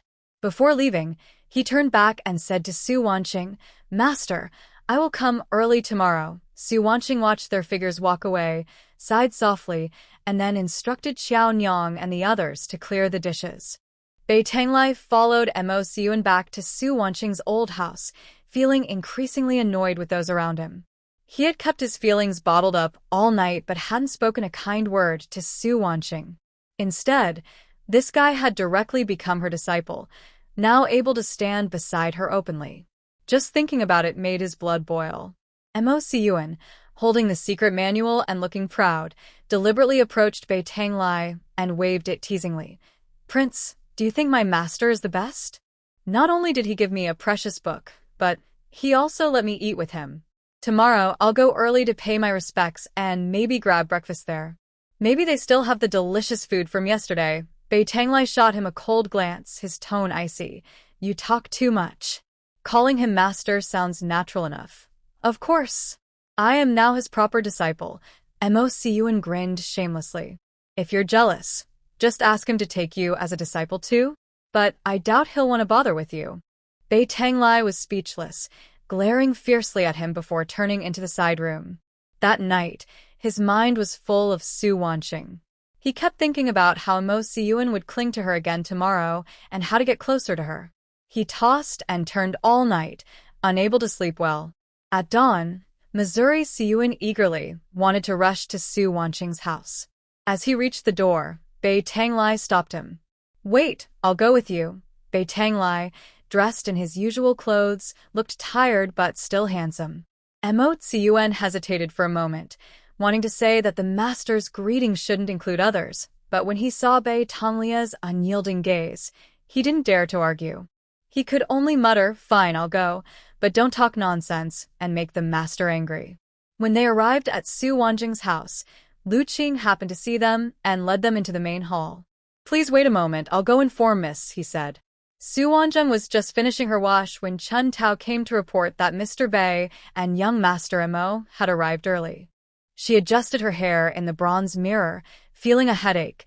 These two were more eager than she was.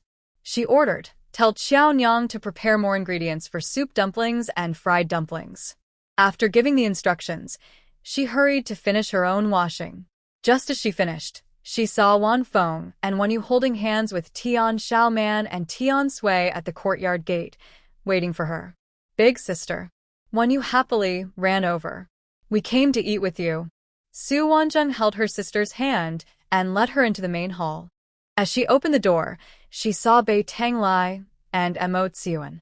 Wan Feng immediately frowned and instinctively stepped in front of Su Wanqing. Seeing this, Bei Tanglai quickly softened his tone and smiled, waving his hand. "Wan Feng, Wan Yu, come sit here." Mo Siyuan also hurriedly took out some small snacks from his arms and handed them to the children. "Here, these are little treats I brought for you. They're sweet." At first, the children were a bit reserved, but they couldn't resist the warm coaxing from the two. Wan Yu took a snack and quietly said, "Thank you." Wan Feng gradually relaxed, and the group whispered some casual talk together. Soon, Xiao Nyang brought in breakfast.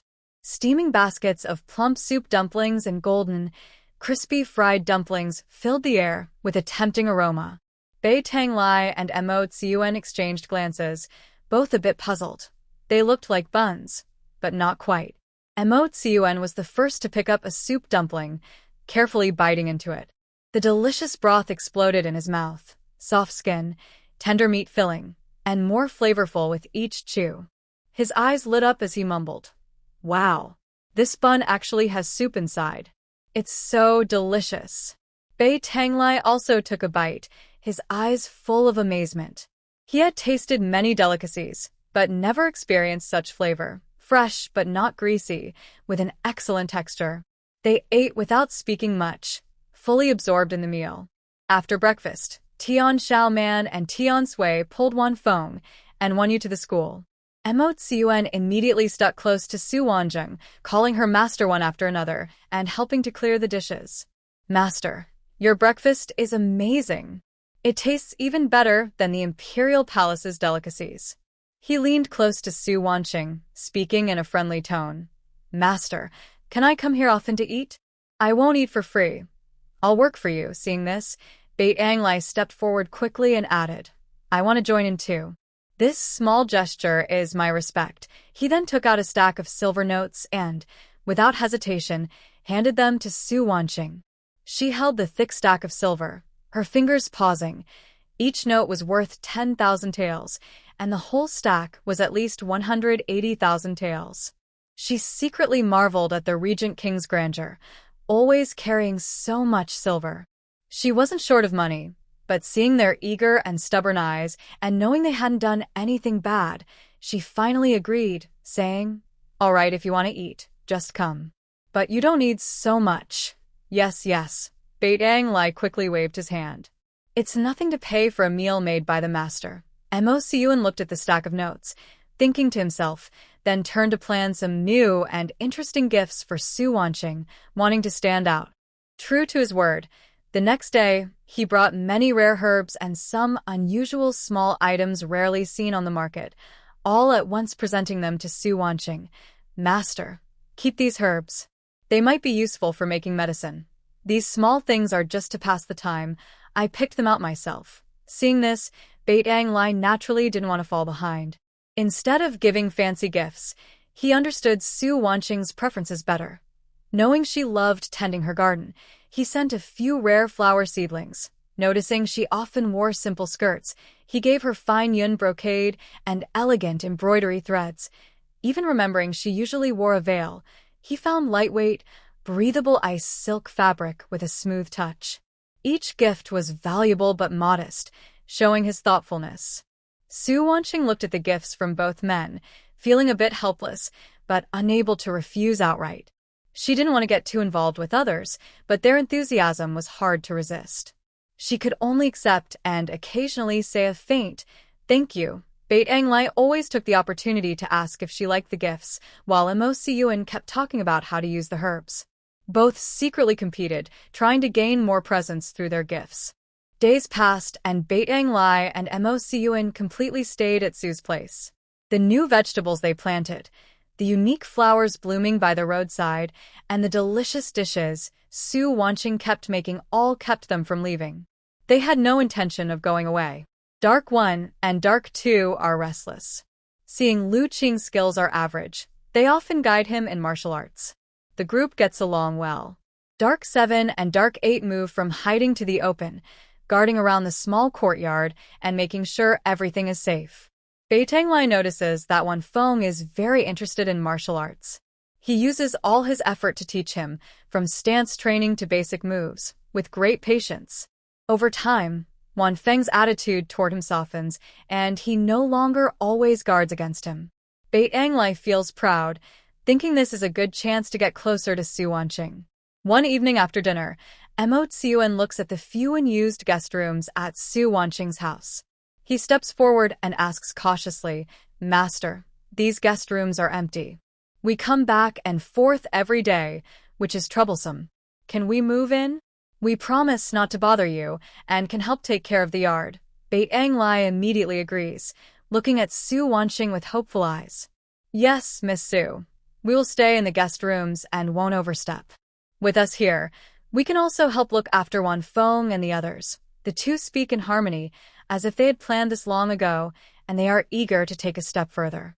Su Wanqing looks at Beit Anglai and Mo Tsiuan's eager expressions.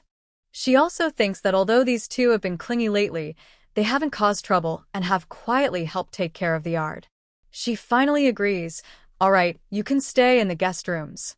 I won't say much about the rules. The two are overjoyed and quickly agree. Yes, yes, don't worry. That night, they happily move in, fully making Su Wanqing's home their own. Recently, Su Wanqing has been busy. She first delivers water wool plans to the village workshop, then designs cushions and fabric sofas, teaching villagers how to cut and sew. The new, Practical items sell well, with orders coming in non-stop, filling the workshop almost to capacity. Su Li comes to discuss with her. Wan Xing, the orders are too many now. The workshop doesn't have enough workers. I think we should hire more capable villagers. What do you think? Just follow the village chief's arrangements. As long as they have good skills and trustworthy character, Su Wanqing agrees. She has always wanted to help the village prosper, and having enough workers is a good thing. Meanwhile, the village road at Su's Valley has been repaired and leveled.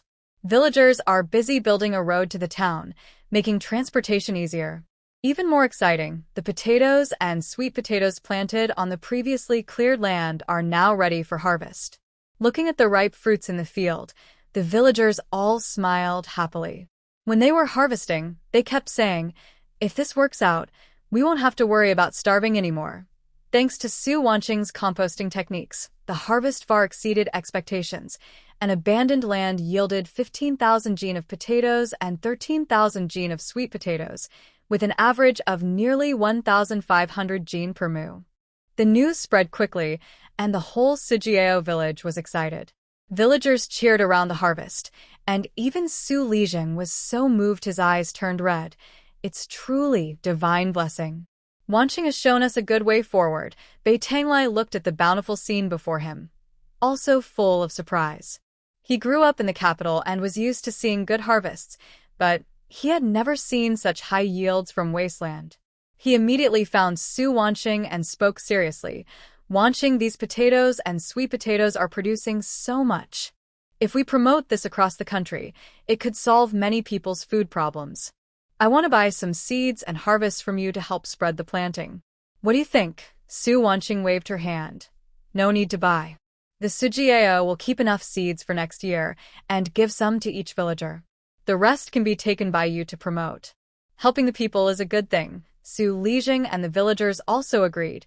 "Yes, Mr. Bei, just take it. If more people can eat well, we're happy." Bei Tanglai felt grateful and immediately asked someone to notify Magistrate Qin to speed up the promotion of potatoes and sweet potatoes. The villagers were busy drying and packing the harvest, both inside and outside the courtyard, bustling with activity. After the lively scene, Bei Tanglai was troubled. He had stayed in Sujiao for quite some time, but in the capital, he had many pending matters, especially the reform of the grain transport system and the allocation of border military supplies. He couldn't delay any longer and had to return soon. The evening before his departure, Bei Tanglai found a chance to call Su Wanqing aside. His expression was tense yet sincere, shedding his usual calm, and he looked anxious. "Wanqing, I have to return to the capital tomorrow to handle some affairs. There are some things I must tell you." Su Wanqing's heart moved, and she stood quietly listening. "During this time with you, I am more certain than ever. I like you." Bei Tanglai looked at her intensely, with a hint of nervousness in his voice. "I know my position is special, but I have never had any false feelings for you, nor did I ever want to pressure you with my status as a prince. I like your clarity, your resilience, and I also like the sense of peace you bring me. I want to be with you." Su Wanqing was silent for a moment and softly said, "I know you treat me well. I see everything you've done these days. You don't act like a prince, truly caring for the people, and I am very touched. But in the end, we are not from the same world. I don't want to get involved in court disputes, and I can't adapt to life in the capital." North Tang Lai quickly stepped forward, speaking urgently and sincerely. "I understand. I won't force you to go to the capital, and I don't need you to enter my world.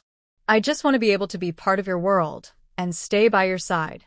That is enough for me." Su Wanqing looked at his nervous expression and slowly said, "I can accept you and try to get along with you, but I have a few conditions. I am only 14 now, too young. We can talk about marriage after I turn 16, and consider having children after I turn 18. I don't want to go to the capital. I just want to stay in Sujiao. Also, I don't know if you have a marriage engagement, childhood sweetheart, or someone who loves you." "I don't." North Tang Lai immediately interrupted her, with a firm tone, worried that he might be misunderstood if he hesitated. "I have no marriage engagement or childhood sweetheart. There are no maids serving in the prince's residence. I have never had another woman. My heart has only ever belonged to you. One last thing, Su Wanqing said seriously. If someone harms me or my family out of jealousy because of us, I will hold you responsible. I dislike trouble and believe in one husband and one wife.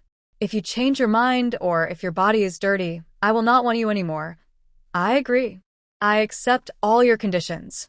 North Tang Lai was overjoyed, his voice trembling with excitement. He instinctively wanted to reach out and hug her but was afraid of startling her. His hand floated in the air before he withdrew it, and he was so excited that he spun around in place. Seeing his childish look, Su Wanqing couldn't help but secretly laugh. Is he really that happy? A warm feeling arose in her heart, and she muttered to herself, "This body is only 14, so technically I was in early love. But my mental age is mature enough. Maybe I can try to start a relationship." North Tang Lai calmed down and reminded her, "When I return to the capital, I will let Chi and Ba stay here to protect you. I will also bring back Jiao. She is a girl and can stay close to you, which is more convenient. It's not necessary to make things so complicated." Su Wanqing wanted to refuse, but North Tang Lai insisted. "It's essential. When I'm not with you, I need someone to protect you, so I can rest assured. Just think of it as giving me peace of mind, okay?" Su Wanqing couldn't resist him and finally nodded. The next day, when they were about to leave, Mo Tsiyuan clung to Su Wanqing, looking unwilling. "Master, I don't want to leave you. Once I finish my affairs in the capital, I will come back immediately to be with you." Su Wanqing rolled her eyes and said, "I think you're more attached to the food than to me." Mo Tsiyuan scratched his head and chuckled softly, not hiding his amusement. After the others left, Su Wanqing returned to her room. Thinking about Baitang Lai's long journey, she began packing her things. She asked Qiao Nyang to prepare plenty of dried food, took some fresh fruit from her space, and filled 2 jars with space spring water.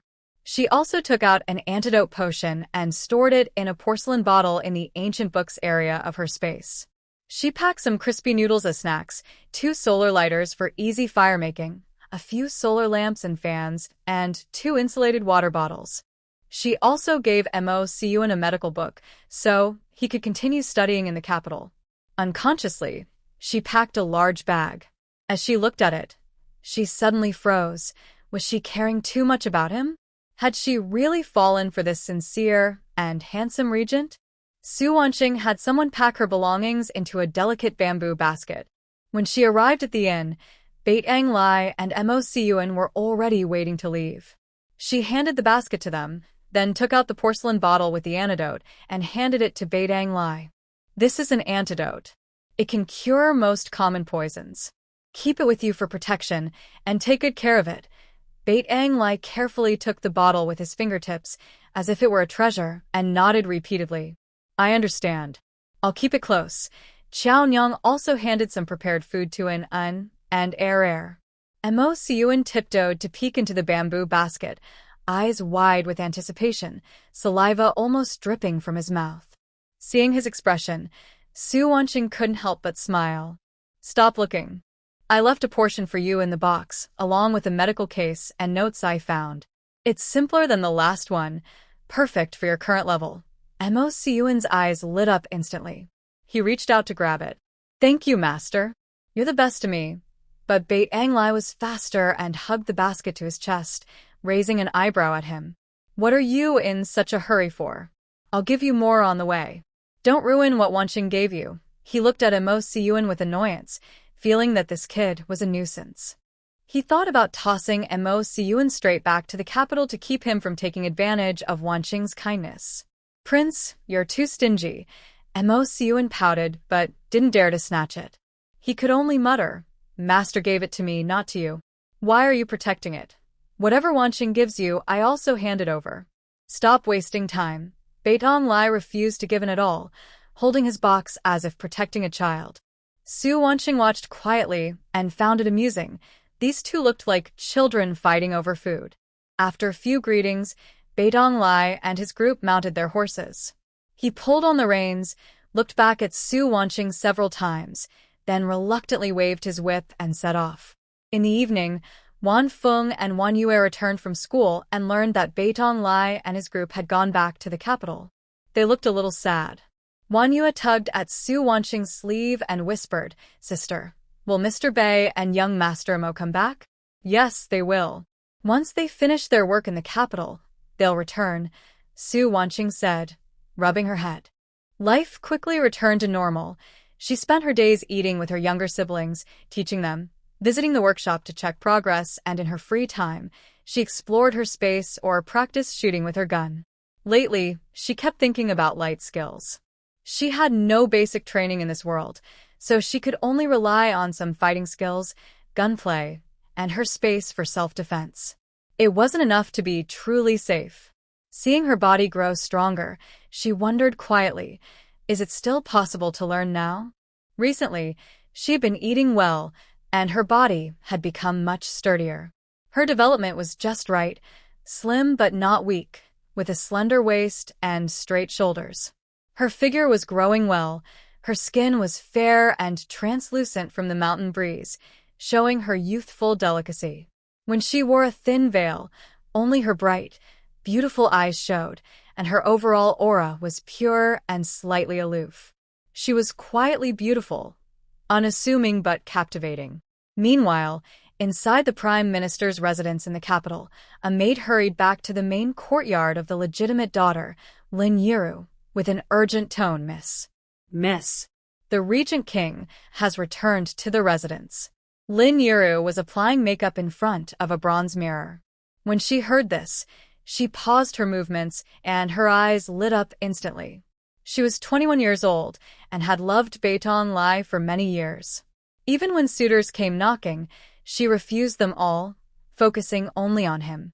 People had said before that the Regent King was not interested in women, and there were rumors about his ambiguous relationship with Mo Tsiun, but she didn't care. She repeatedly tried to create chances to meet him, even if he avoided her subtly. She was persistent. "Got it," Lin Yiru said slowly, putting down her comb with a confident smile.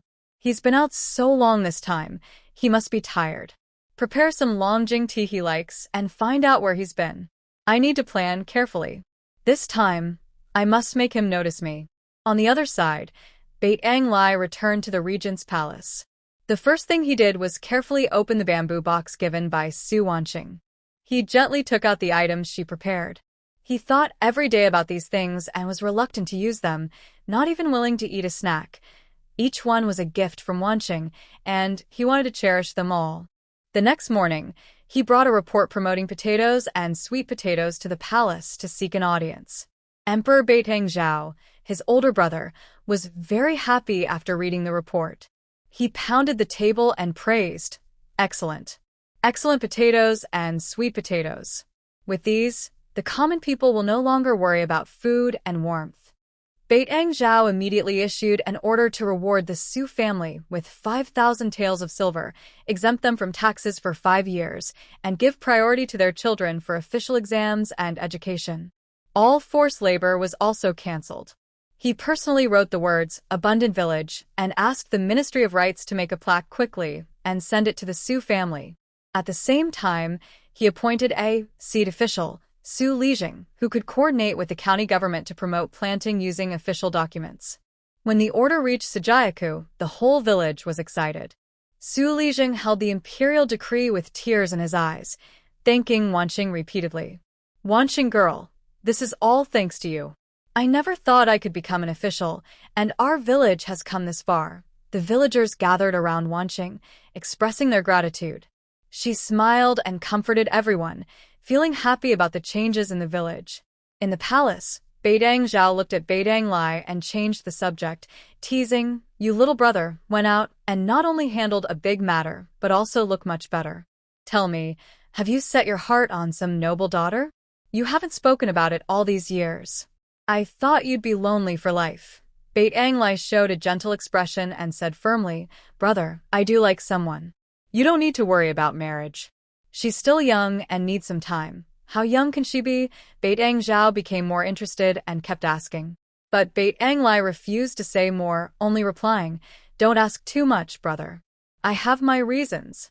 And please, don't send anyone to find out about her. She prefers quiet and doesn't like to be disturbed." Beitong Zhao grew more curious. He wondered what kind of woman could make his usually cold and strict brother care so much. But seeing Bait Ang Lai's firm attitude, he could only suppress his curiosity and said with a smile, "All right, I won't investigate. But don't keep the girl waiting too long."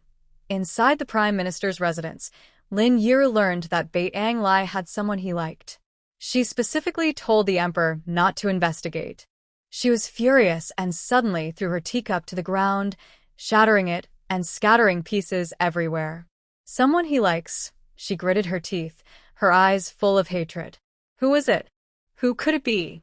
If he's hiding it, it must be someone shameful." She turned to her maid and ordered harshly, "Go find out immediately.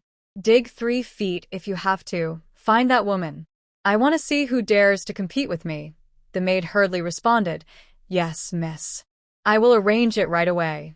The atmosphere in the room instantly turned cold. Lin Yiru clenched her fists, her eyes full of resentment and cruelty. Lin Yiru issued her order, and her people did not delay. They traveled through the night to gather information. Within 2 days, they returned with details. The maid presented a secret report and bowed to report, "Miss, we found out. The Regent King has been resting at a farmstead in Qingxi County's Su family village. The person he often comes and goes with is a farm girl named Su Wanjing. She is about 14, orphaned, and has cut ties with her grandparents and uncles. She lives alone with her younger siblings. When the Regent King was there, he often went in and out with her, and they seemed very close."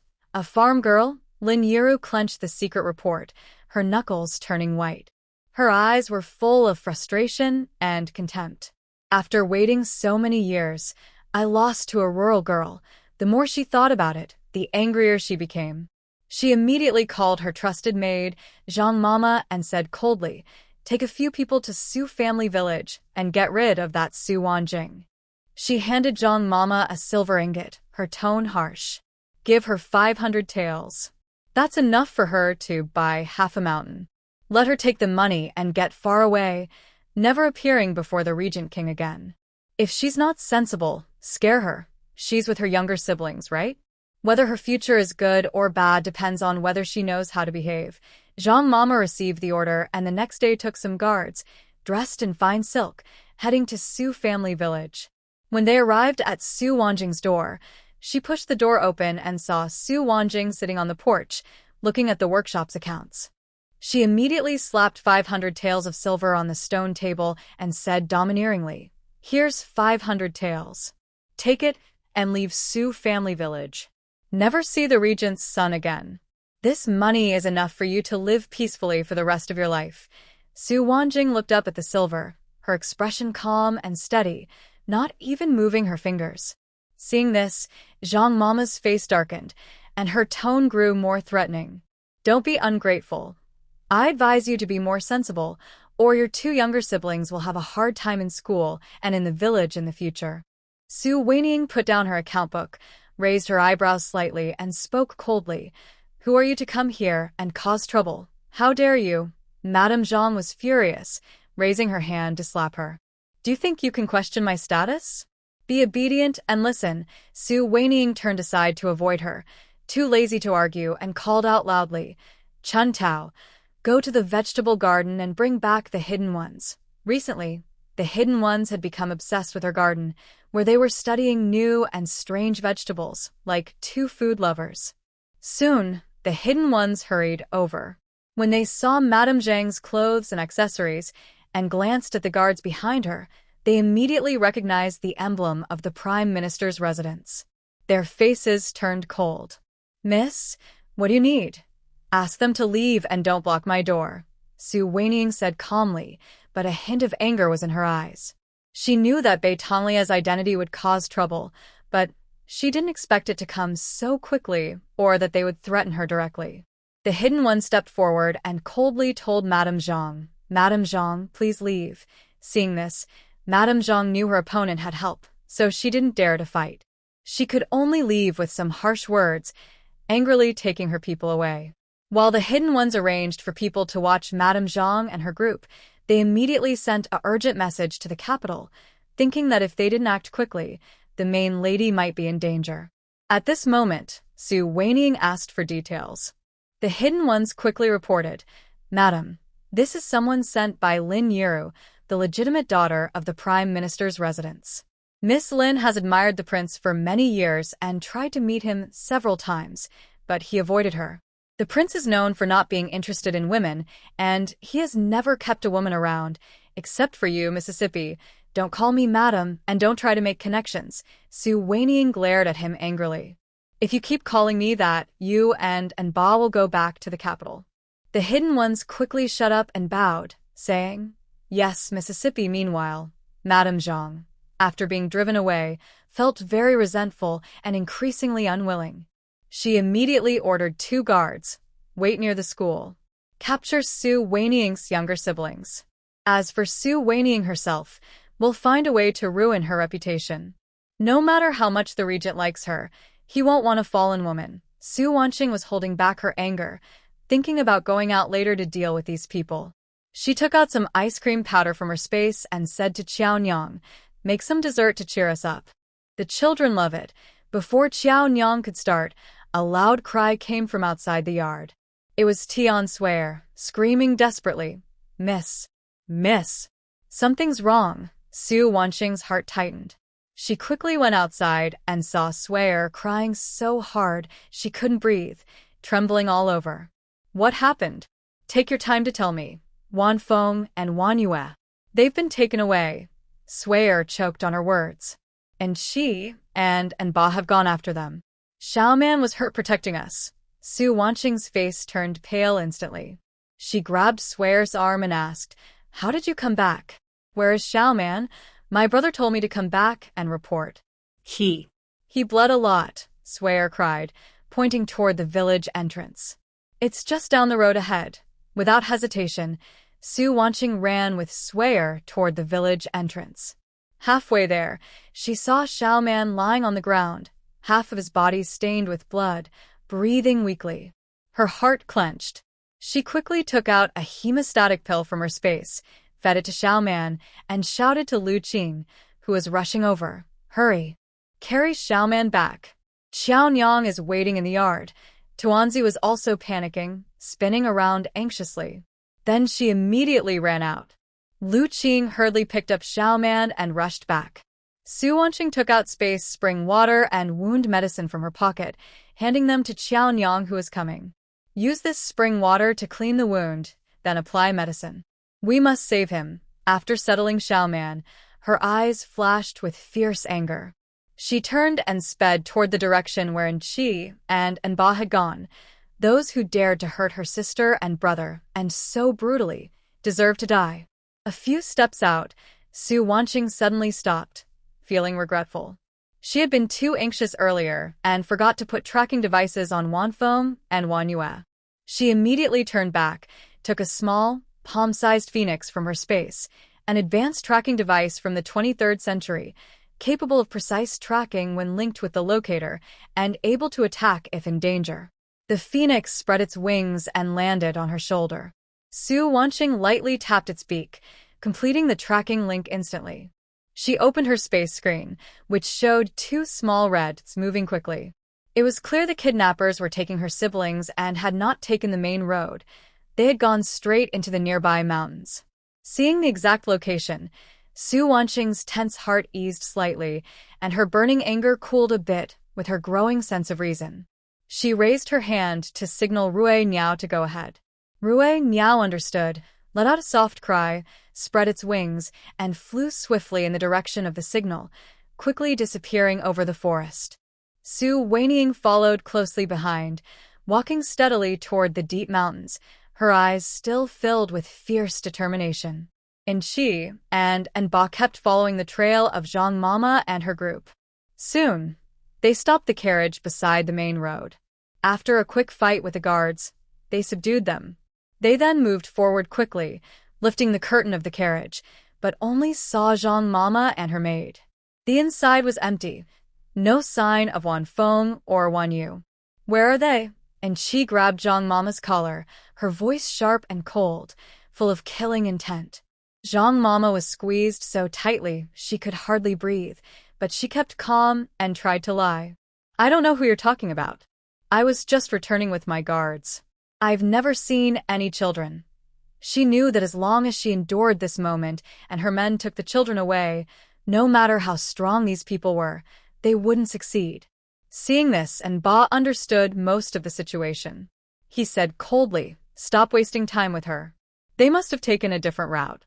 You question her here. I'll chase the small path."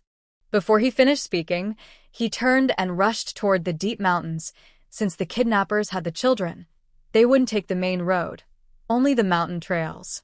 Meanwhile, Su Weiniang was watching the small red dot on the big screen. Rue Niao had already caught up with the target and was sitting on a nearby branch, chirping to signal. She paused her finger slightly, then quickly controlled Rue Niao to shoot 2 powerful tranquilizer darts, hitting the 2 guards holding the children precisely. They didn't even have time to cry out before collapsing to the ground, completely unable to fight. Su Weiniang relaxed a little. She took out her skateboard and glided quickly down the gentle slope beside the forest, reaching the foot of the mountain in no time. She put away her skateboard and hurried toward the direction Rue Niao indicated. From afar, she saw Wan Feng crouched on the ground, holding her bleeding arm, trembling slightly, while Wan Yu lay motionless nearby, her face pale and frightening. Wan Feng. Wan Yu. Su Weiniang rushed over, crouched down, and gently picked up Wan Yu, holding her close.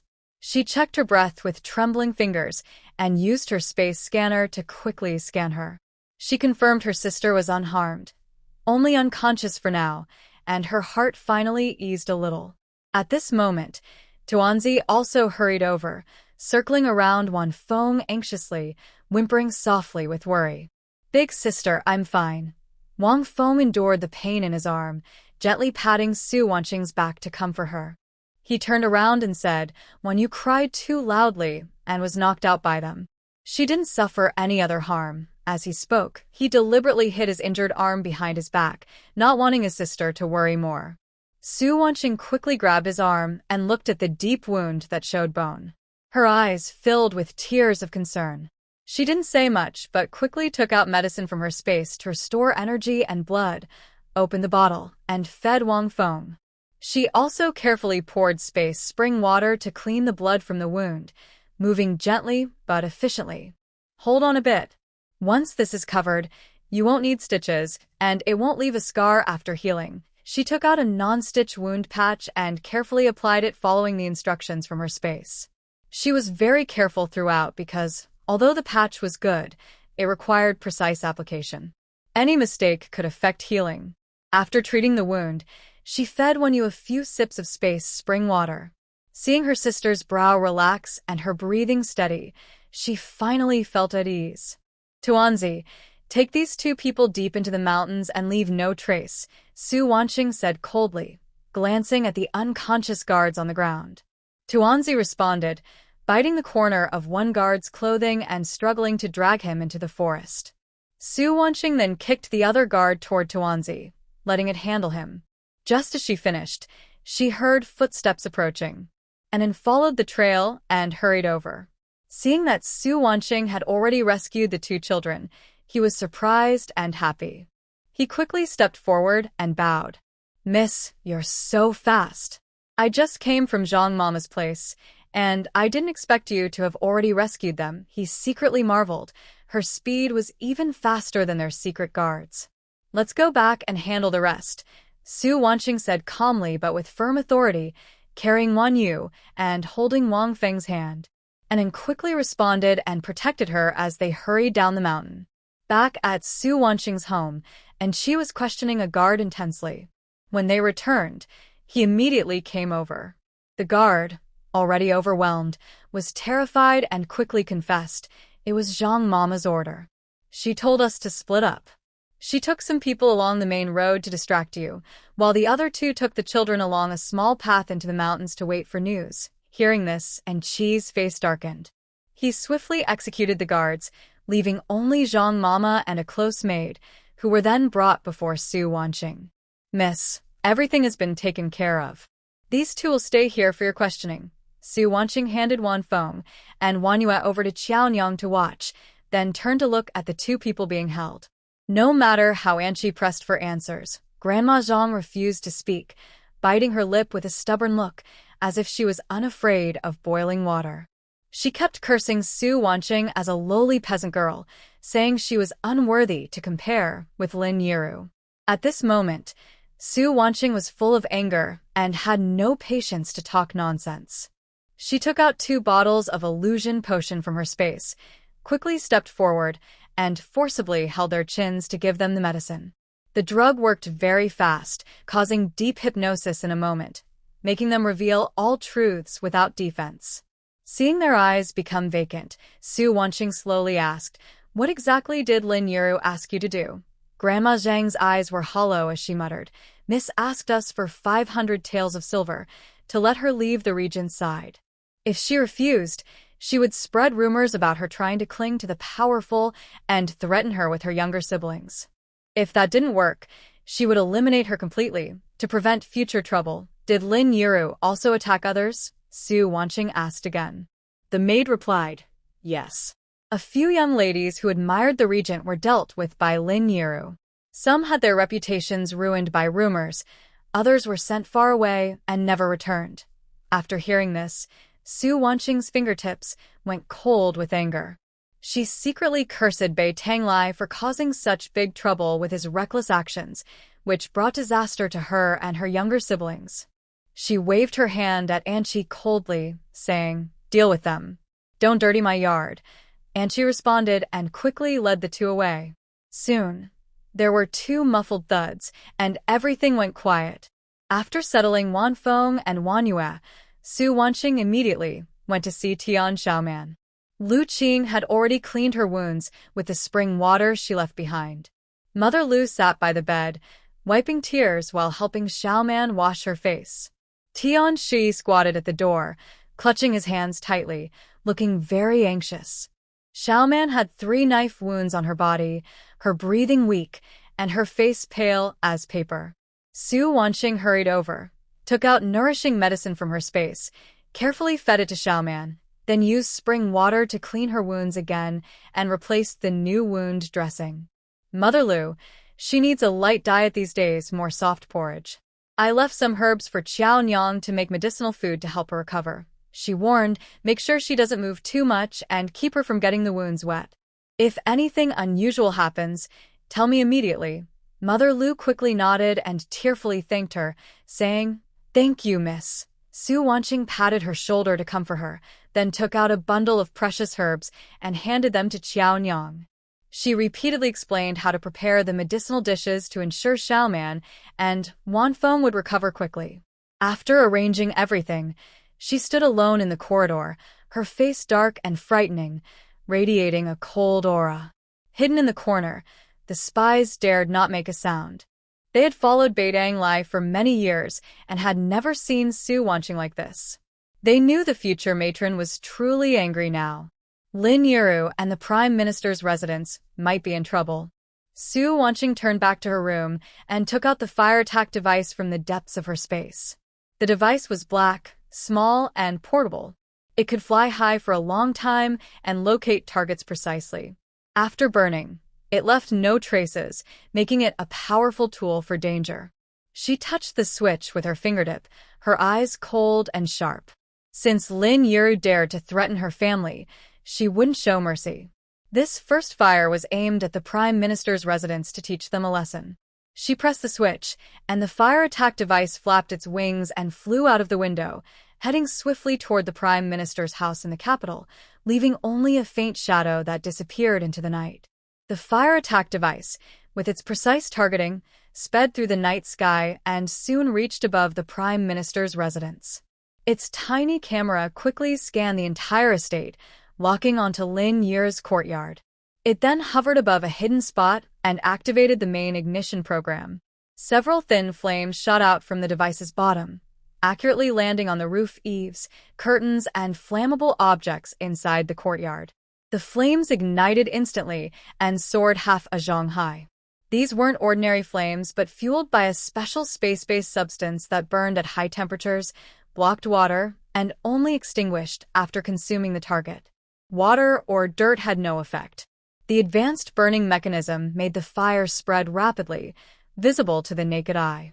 At this moment, Lin Yuru was sitting in front of her mirror, playing with an old brush once used by Baitang Lai.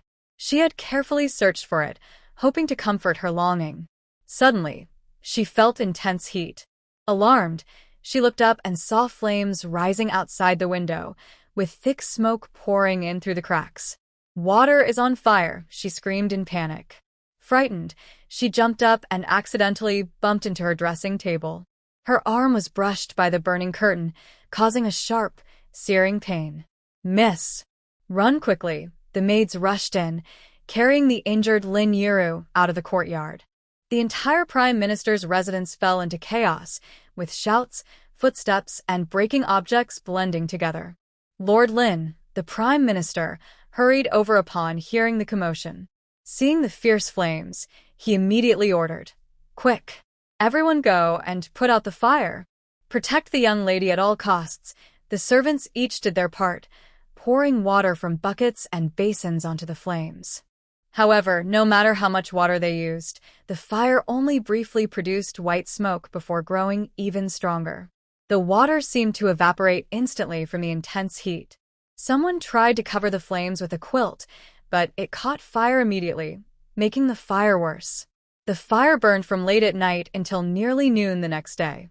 When it finally died down, Lin Yuru's courtyard was left in ruins. Beams, wooden frames, and furnishings turned to ash, and the ground was blackened.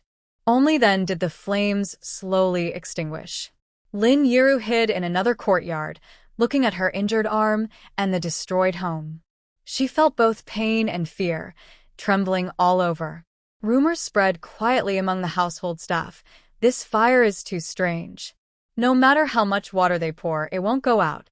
Could it be a punishment from heaven? Maybe it's divine fire, meant to burn evildoers." Meanwhile, Baitang Lai first received a secret message from Yi Qi, learning that the Prime Minister's residence had sent people to provoke the Su family's area and had even kidnapped Wan Feng and Wan Yu, injuring Wan Feng in the process. He was so angry that he threw his teacup to the ground, his body radiating coldness. What a bold Prime Minister's residence! "How dare they hurt my people?" He immediately summoned his trusted aide and sternly ordered, "Go and investigate the crimes of the Prime Minister's residence over the years. Corruption, favoritism, forming factions.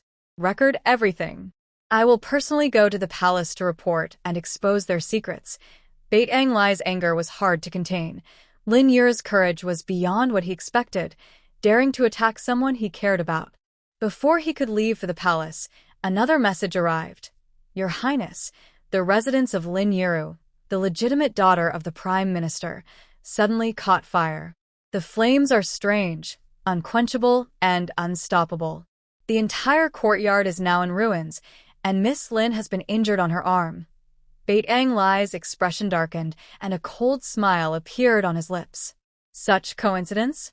Just as he planned to deal with the Prime Minister's residence and Lin Yuru, her courtyard mysteriously caught fire.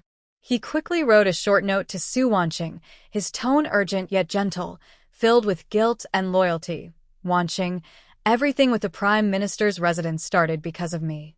I've caused trouble for you and your sister, and I feel uneasy. I have begun gathering evidence against the Lin family and will make them pay the price. From now on, I will protect you fully and ensure these troubles no longer disturb your peace. I won't let you suffer any injustice. Rest assured, once I finish handling affairs in the capital, I will return immediately to be with you." After writing this, I ordered the secret guards to hurry and send the message to the Su family estate. Then, I summoned the secret guards again and said in a serious tone, "Give my orders. Strengthen the guards around the Su family estate. If there is any mistake, those two do not need to see me again. They will go straight to the secret guard camp for strict training. Also, send Guard 9 immediately to protect Miss Wanqing closely. Her task is to find someone to replace her. I wish I could fly back right now, but right now, dealing with the Prime Minister's residence is the most important. Only by completely removing the danger can Su Wanqing feel safe." Inside the Prime Minister's residence, Lin Yura moved to a different courtyard to stay. Her arm was wrapped in thick bandages, and she was in so much pain she couldn't sit still. She scolded the maid harshly. How did the fire start? Have you found out? The maids looked uncomfortable and bowed to reply. Miss, the yard was burned so cleanly, there are no traces left. It's really hard to find out how it started. Good for nothings. All useless. Lin Yuru trembled with anger, reaching out to hit someone.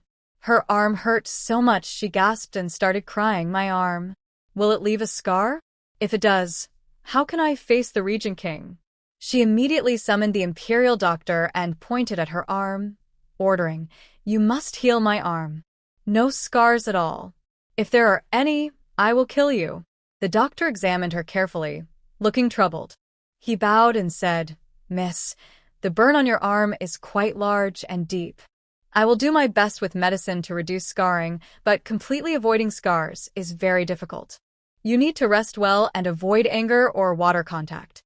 Hearing this, Lin Yuru cried even harder, desperately trying to make the doctor find a way. Her spoiled, arrogant attitude was all seen by Su Wanqing through the surveillance of the Firefly device. Su Wanqing sat in the corridor, playing with a stone in her fingertips, her eyes cold.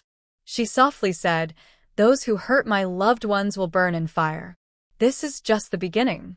This is only the interest. Lin Yuru owes her, and she will collect it bit by bit. Night fell again. The Prime Minister's residence was just beginning to settle down when the courtyard where Lin Yuru was staying suddenly caught fire again. This time, the flames started from her room and spread faster than before, with intense heat engulfing the entire room instantly. Lin Yuru had just fallen asleep when she was awakened by a burst of firelight. In her panic, she scrambled and crawled out, but her lower leg was burned by the flames. The pain was so intense that she collapsed to the ground. Her maids dragged her away from the blazing fire. The servants saw the evil fire flare up again and remembered the rumors from earlier that day. They were all frightened and lost their courage to fight the fire. They put down their buckets and backed away. The fire can't be put out. It's heaven's fire, they said. Don't bother saving it. If we try, we might get burned too. They gave up on fighting the fire and watched helplessly as it spread, burning the entire courtyard to the ground. Soon, the news spread throughout the capital. People gathered outside the Prime Minister's house, pointing and whispering. Did you hear? The young lady's courtyard at the Prime Minister's house burned again, and it's that unstoppable fire. It must be divine punishment. How else could there be such a strange fire that only burns her place? Maybe Miss Lin did something terrible to anger the heavens, others said. I heard she secretly harmed many girls to get close to the regent. Maybe this is her punishment. Rumors swirled like a tide, spreading accusations about Lin Yuru and the Prime Minister's house, putting the family under an unprecedented wave of public criticism. Lin Yuru lay on her sickbed, her arms and legs wrapped in bandages. She was in pain and scared, and the rumors made her feel almost overwhelmed. At dawn, Bait-Ang Lai arrived at the palace carrying a thick record of evidence, his presence cold and commanding. In the emperor's study, Bait-Ang Zhao saw his serious expression and knew something was wrong. After reading the record, he slammed his hand on the table in anger. What a disgrace, Lin Zheng! How dare he deceive the emperor? Amass wealth and form factions right under my nose. The record detailed years of corruption by Prime Minister Lin Zheng, including stolen money, secret correspondence with factions, and evidence of suppressing rivals. It even contained testimony that Lin Yuru secretly harmed the woman who loved Bait-Ang Lai. Bait-Ang Lai bowed and said, Brother, Lin Zheng has controlled the court for many years with a strong foundation. Now he's allowing his daughter to cause trouble and harm those I care about. If we don't act decisively, there will be future problems. Emperor Bait-Ang Zhao looked cold and issued an order immediately. Send a decree to imprison Lin Zheng in the heavenly prison. He will be executed on a future date. Confiscate the Prime Minister's estate, exile all men 3,000 miles away, and demote the women to commoners. All family property will be seized and used to fund the Northern Army. He paused when mentioning Lin Yuru and looked at Bait-Ang Lai. That Lin girl has committed many crimes. What do you suggest we do with her? She is wicked and has harmed others multiple times. She deserves the death penalty. Bait Ang Lai's tone was calm, but filled with unwavering determination. However, considering that some remnants of the Prime Minister's former staff still remain, I will spare her life and sentence her to exile in a cold, harsh land where she will never return to the capital. This is also a way to preserve her dignity. He hated Lin Yuru and did not want her to die so easily. Exile was the real punishment. After the order was issued, the Prime Minister's residence was immediately surrounded by the Imperial Guards, and the once prosperous mansion collapsed overnight. When Lin Zheng was taken away, he looked pale and lifeless. The people inside the house cried loudly, and officials loyal to the Prime Minister were also implicated. A major purge took place in the court. Lin Yuru was imprisoned in the Heavenly Prison, awaiting exile. Her burns on her arms and legs had not healed, and she learned her family had been destroyed. She cried every day, unaware that even greater retribution was still to come. Su Weiniang watched everything through the surveillance of the fire-flying ritual. She did not stop. While Lin Yuru was in the Heavenly Prison, the cell mysteriously caught fire. It burned until her cell was completely destroyed and she stopped. Her already burned skin was further injured. During the exile, her thatched hut was set on fire in the middle of the night. People watched helplessly as the flames devoured the house. They were used to it and could not put out the fire, so they let her suffer burns. Along the way, Lin Yuru was covered in burns. Her wounds repeatedly infected and festered. Even the soldiers escorting her found her unlucky. Before reaching the exile location, she died from severe burns and a high fever. When the news reached Su Kangao, Su Weiniang was changing medicine with Wanfeng. She only nodded faintly, her eyes calm. This was what Lin Yuru deserved. She never intended to show mercy. From start to finish, she never stepped out of the village and simply took care of her enemies. In the capital, Bait Ang Lai quickly dealt with the remnants of the Lin family, handed over court affairs, packed his belongings, and happily prepared to leave for Su Kangao. He longed to fly to Su Weiniang's side to make up for the shock she had suffered. But as soon as he stepped out of the regent's palace, he was stopped by a swift-moving secret guard. "Prince, urgent report from the northern border." The guard knelt and handed over a blood-stained military report. "The Shamo Khanate has invaded the border again. We lost a city. The enemy's tactics are strange. Many of our soldiers have been poisoned, and our fighting strength is gone." Bait Ang Lai's heart sank. He immediately turned back to the palace. In the study, Bait Ang Zhao looked worriedly at the military report. Seeing him enter, he quickly waved his hand. "Brother Lai, you came at the right time. The northern border is in trouble. The Shamo Khanate has used poison, which shows they had a plan all along. I am willing to go to the northern border immediately to end the chaos," Bait Ang Lai said firmly, bowing to request. "Although I deeply care for Su Wanqing, the great duty of the nation comes first. He cannot retreat." Bait Ang Zhao nodded, full of praise and concern. "Good. I order you to lead 50,000 troops to support. But you must be careful and stay safe. I only have you as my brother." He paused and added, "Let Crown Prince Jingyuan go with you. He is 18, diligent, studious, calm, and mature. It's a good chance for him to gain experience at the border." Bait Ang Lai listened without objection. He knew Crown Prince Jingyuan well. Though young, he was not arrogant or impatient. He worked hard on government affairs and studied military books every day. He is a promising talent. I will obey the order." Before leaving, Bait Ang Zhao personally saw him off at the palace gate. He patted Bait Ang Lai's shoulder and repeatedly warned him, "Take good care of yourself and the crown prince. Come back safely." Jingyuan also stepped forward and bowed. "Uncle, I will follow your instructions and not cause trouble." He stood tall, with a calm expression beyond his age, bright eyes, and a strong sense of righteousness. Bait Ang Lai nodded. He quickly wrote a letter and handed it to a secret guard. "Ride fast to Su's house and give it to Wanqing."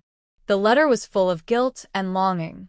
He told Su Wanqing he was going to the northern border, promised to return safely, and asked her not to worry. In just a few days, Bait Ang Lai's letter arrived. Su Wanqing opened it. His strong handwriting jumped off the paper. The letter was full of regret, longing, and determination. She gently touched the paper, reading the words, "Once the northern border is pacified, I will come back to you. I will never let you be troubled again." Her cheeks warmed slightly, then she composed herself, folded the letter carefully, and put it into a silk pouch close to her body. Emotsuan had already packed his bags. When he heard he was going to the border, he hurried to join him. "Prince, I have prepared a medical kit. I will do my best to help." Although he loved medicine, he also cared deeply for his country. Since Bait Ang Lai was his master's beloved, he naturally wanted to help with all his heart. The army traveled day and night toward the northern border. When they arrived at the camp, the commander hurried over to report, Crown Prince, yesterday the desert army attacked suddenly and took Qingyang City. They poisoned the water source inside the city.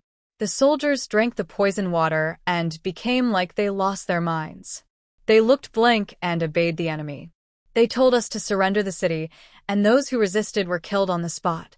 Such a thing really happened. North Hall Jingyuan frowned tightly, speaking seriously. What kind of poison is so strange? The guard shook his head. I don't know. The poisoned soldiers show no weakness and move normally, but they are confused.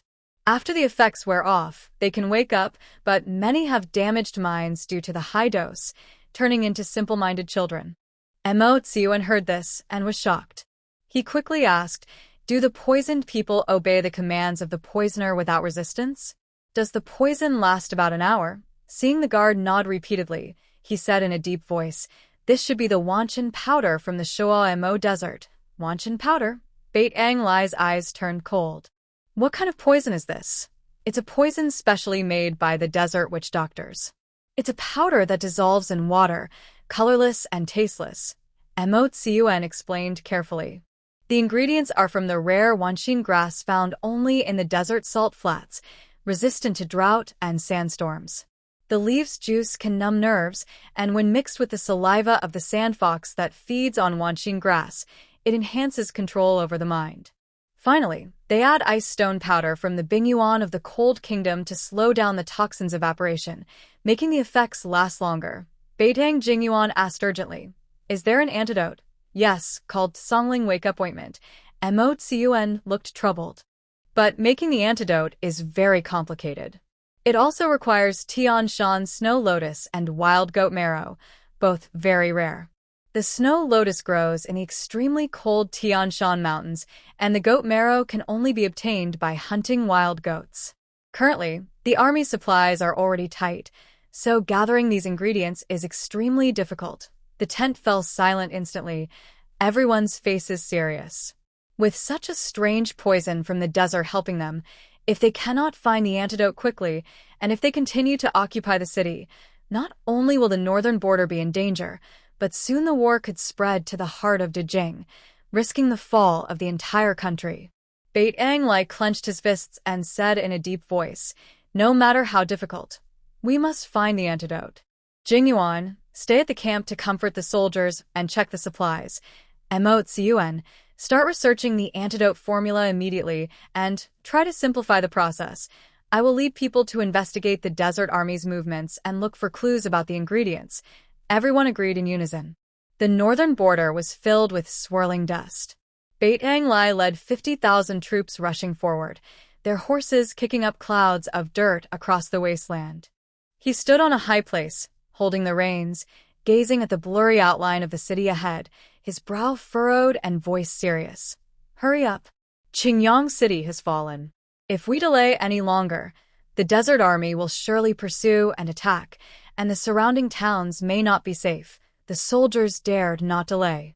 They gritted their teeth and quickened their pace, the clatter of armor and the sound of hooves echoing across the vast plain. Bait Ang Lai's heart was filled with anxiety.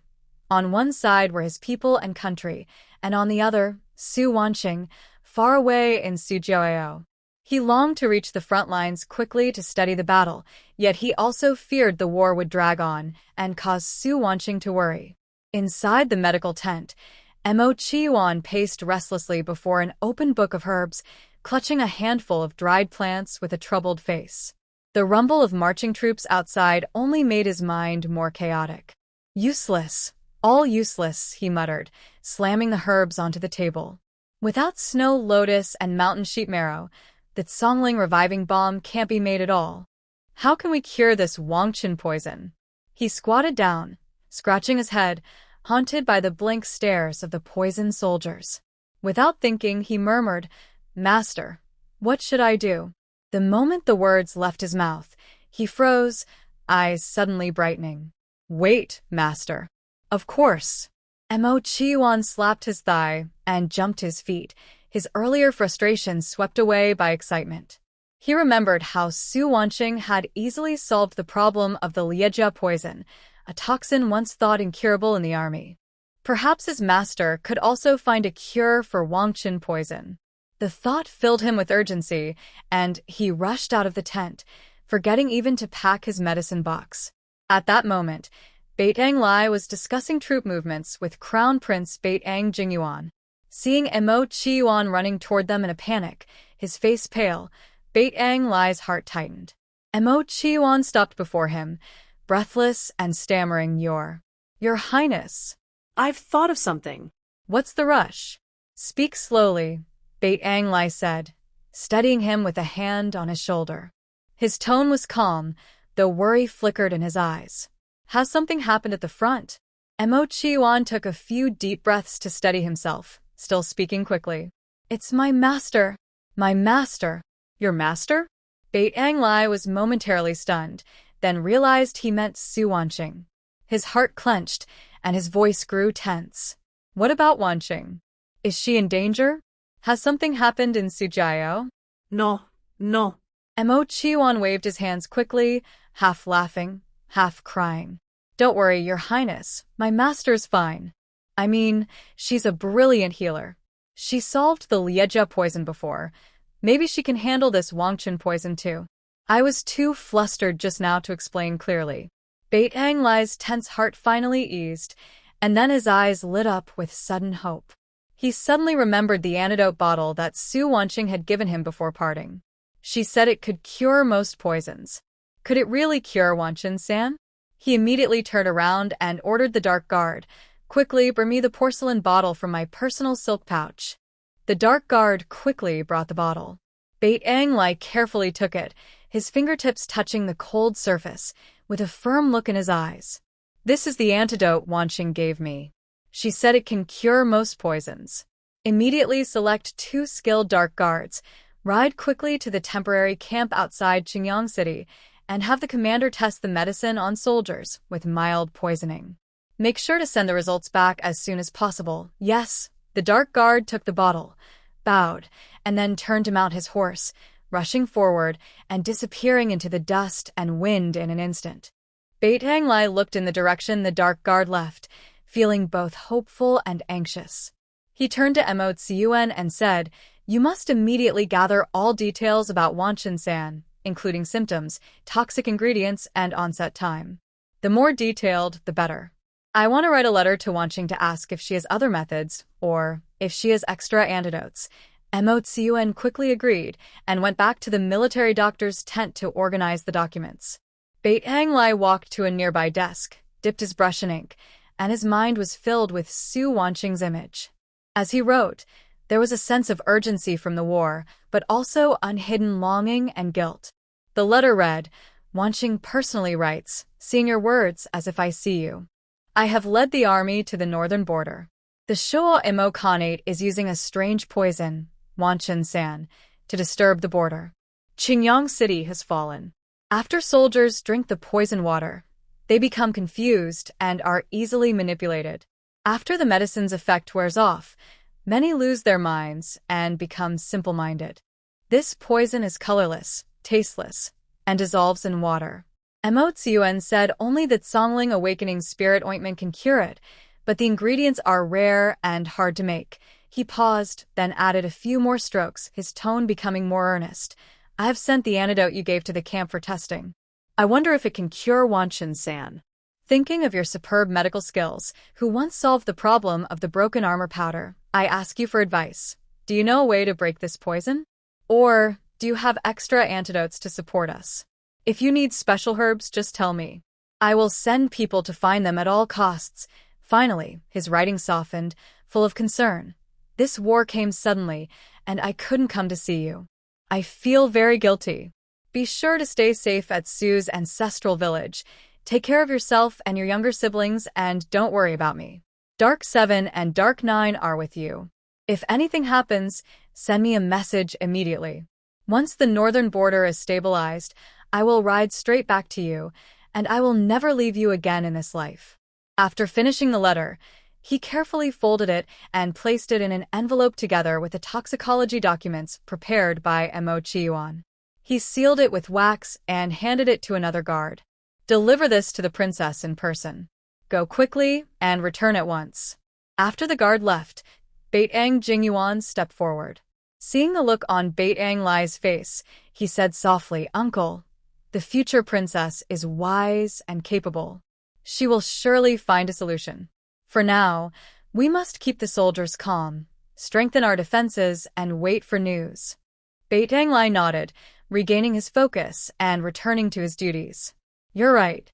Send the order. Have the army speed up and set camp at Qingshi Slope. Send scouts to observe the enemy's movements near Qingyang City and stay alert for sudden attacks from the Shoa Desert Forces. Also, check our medical supplies and have Mo Chi-yuan work on a formula to slow the poison's effects and reduce casualties." The camp quickly became busy. Soldiers set up tents in order, while Mo Chi-yuan and the military doctors gathered in a tent, studying the herbs and toxicology notes carefully. The wind and sand still howled outside, but the faint sense of hope eased the heavy despair. Meanwhile, in Sujiao, Su Wanqing soon received Baitang Lai's urgent letter. She opened it and read carefully, her brows slightly furrowed. The symptoms of the Wangqin powder made her heart sink, especially the part about it harming the mind. It was even more dangerous than the Liejia powder. She turned and quickly entered her inner room, closing the door behind her. With a small motion of her fingers, she opened her storage space. Looking at the porcelain bottles of antidote on the shelves, she thought to herself, the bottles she had given Baitang Lai could indeed counter strong poisons like Liejia powder, but it had limits. The space could only produce 10 doses a day, far too few for the tens of thousands of soldiers in the Northern Army. And since the antidote was in its pure form, if diluted in water, no one knew how much of its effect would be lost. It was not a lasting solution. The more she thought about it, the more she realized the antidote could only treat the symptoms, not the cause. Her gaze swept across the equipment area in the space and suddenly stopped. The Wangqin powder from the Shoa Desert took effect when dissolved in water, so if the poison in the water could be filtered out, wouldn't that stop the poisoning at its source? With that thought, she immediately searched through the equipment area and soon took out 2 silver devices, portable military water purifiers. These devices were highly practical. The nanofiltration membranes inside could precisely absorb various toxic molecules in water while releasing small amounts of nerve-repairing agents. They could not only remove the Wangqin powder from the water, but also help mildly poisoned people recover faster. Unfortunately, only 2 devices remain in the space right now. However, like the antidote, they can automatically refresh each day. Although limited in number, they can still help ease urgent needs. She placed the water purifier in the ancient area to disguise it, then took it out again, feeling a new worry. With the Northern War urgent, relying on secret guards riding horses to send messages is too slow. By the time the news travels back and forth, the city might be lost, and soldiers could be lost too. She quickly opened the large screen in her space and searched through communication tools. Soon, she found her target, the Sky Communicator. This is a bird-shaped information carrier, modeled after an eagle. Its eyes are embedded with tiny cameras that can record the scenery as it flies and capture voices within 100 meters. The recorded images and sounds are encrypted and stored in an internal chip, which ancient technology cannot crack. The camera moves in sync with the bird's eyes, so no one can notice anything unusual. It can silently watch enemy camps from a rooftop. To open its belly storage, 2 levels of verification are needed, making it faster than the fastest secret guards. If someone unauthorized tries to seize or dismantle it, 2 self-protection mechanisms activate. The storage compartment locks itself with an electromagnetic lock. Forcing it open will destroy the secret messages and surveillance data inside. It instantly releases a weak electric current, similar to static electricity, harmless to people, causing the attacker to instinctively let go, allowing the bird to fly away. It can also mimic a bird's scream, pretending to be frightened. With a flick of her finger, 2 sky communicators flew out from the screen and landed gently on her shoulders, obediently rubbing against her sleeve. She tested them, and once assured they worked properly, she felt a little relief. Next, she took out 10 antidotes that refreshed daily in her space, along with the 2 water purifiers. She carefully packed them and quickly called out to Enchi, "Choose 2 reliable secret guards to deliver these antidotes and water purifiers to the northern border, and give them to Beit Ang Lai. The water purifier can filter toxins from water. It's simple to use, just pour water through it before drinking.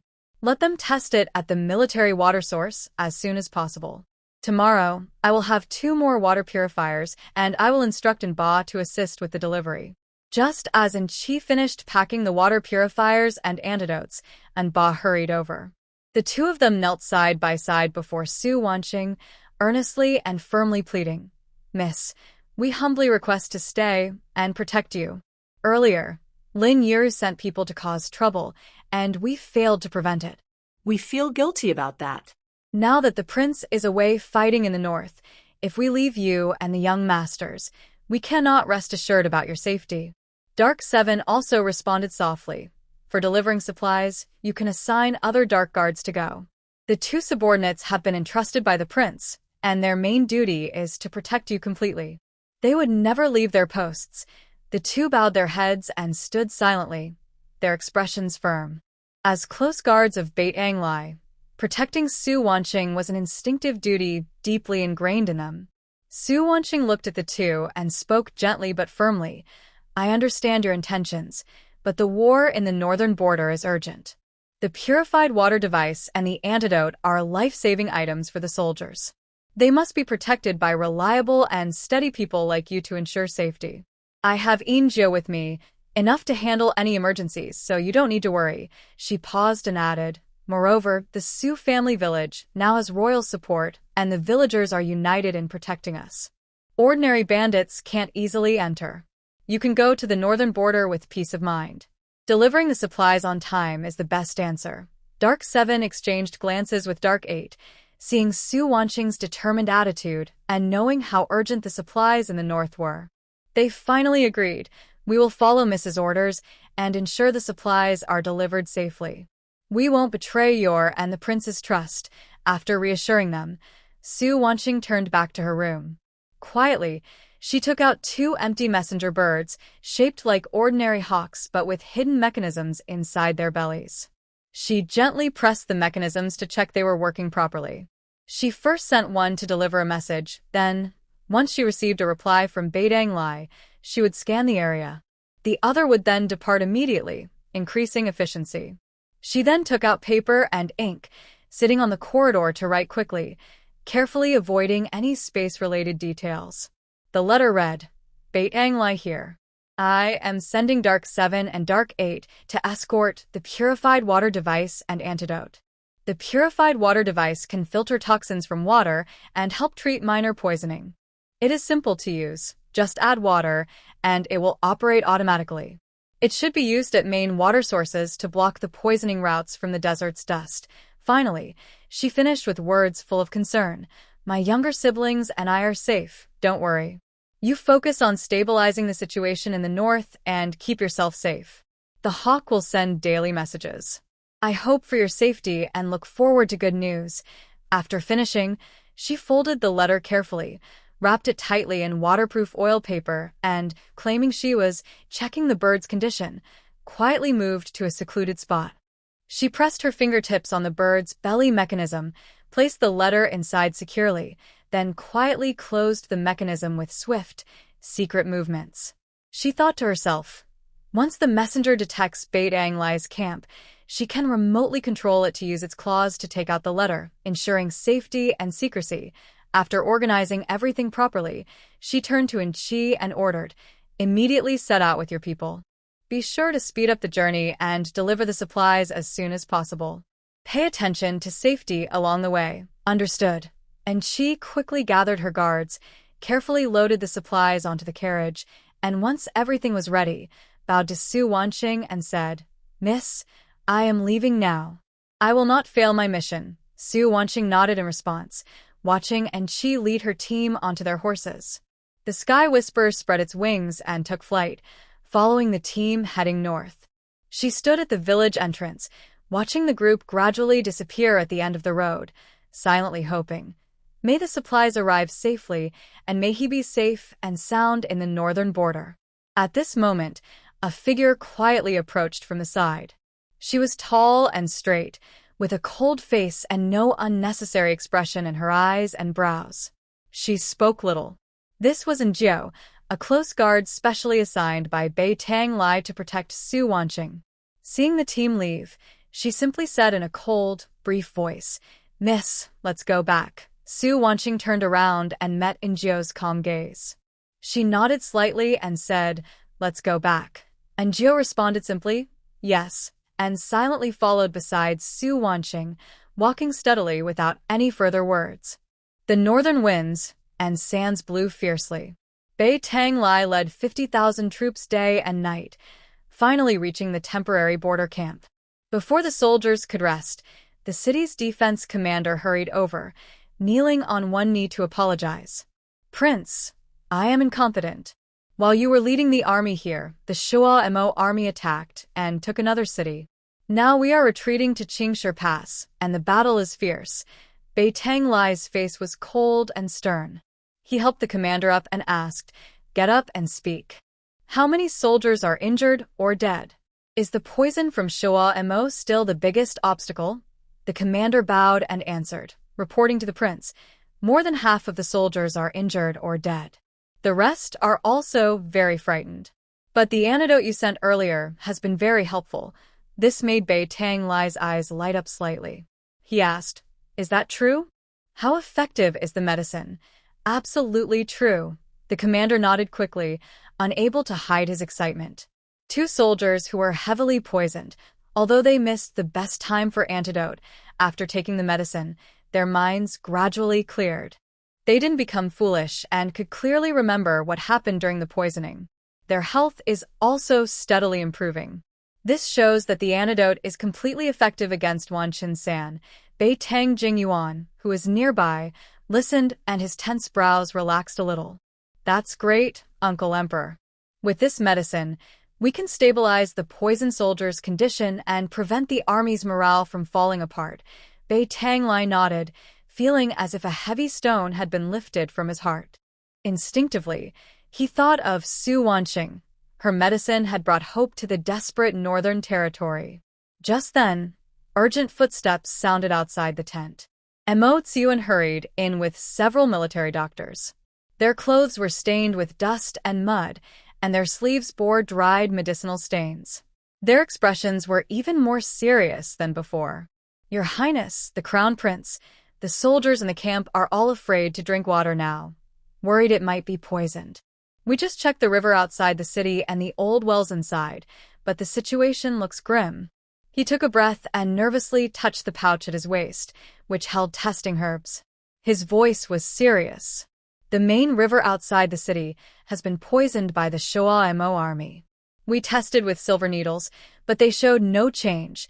This poison, called Wanqin San, is very toxic and hard to detect with normal methods.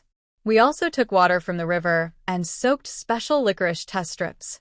The strips turned gray-black, confirming the water is toxic.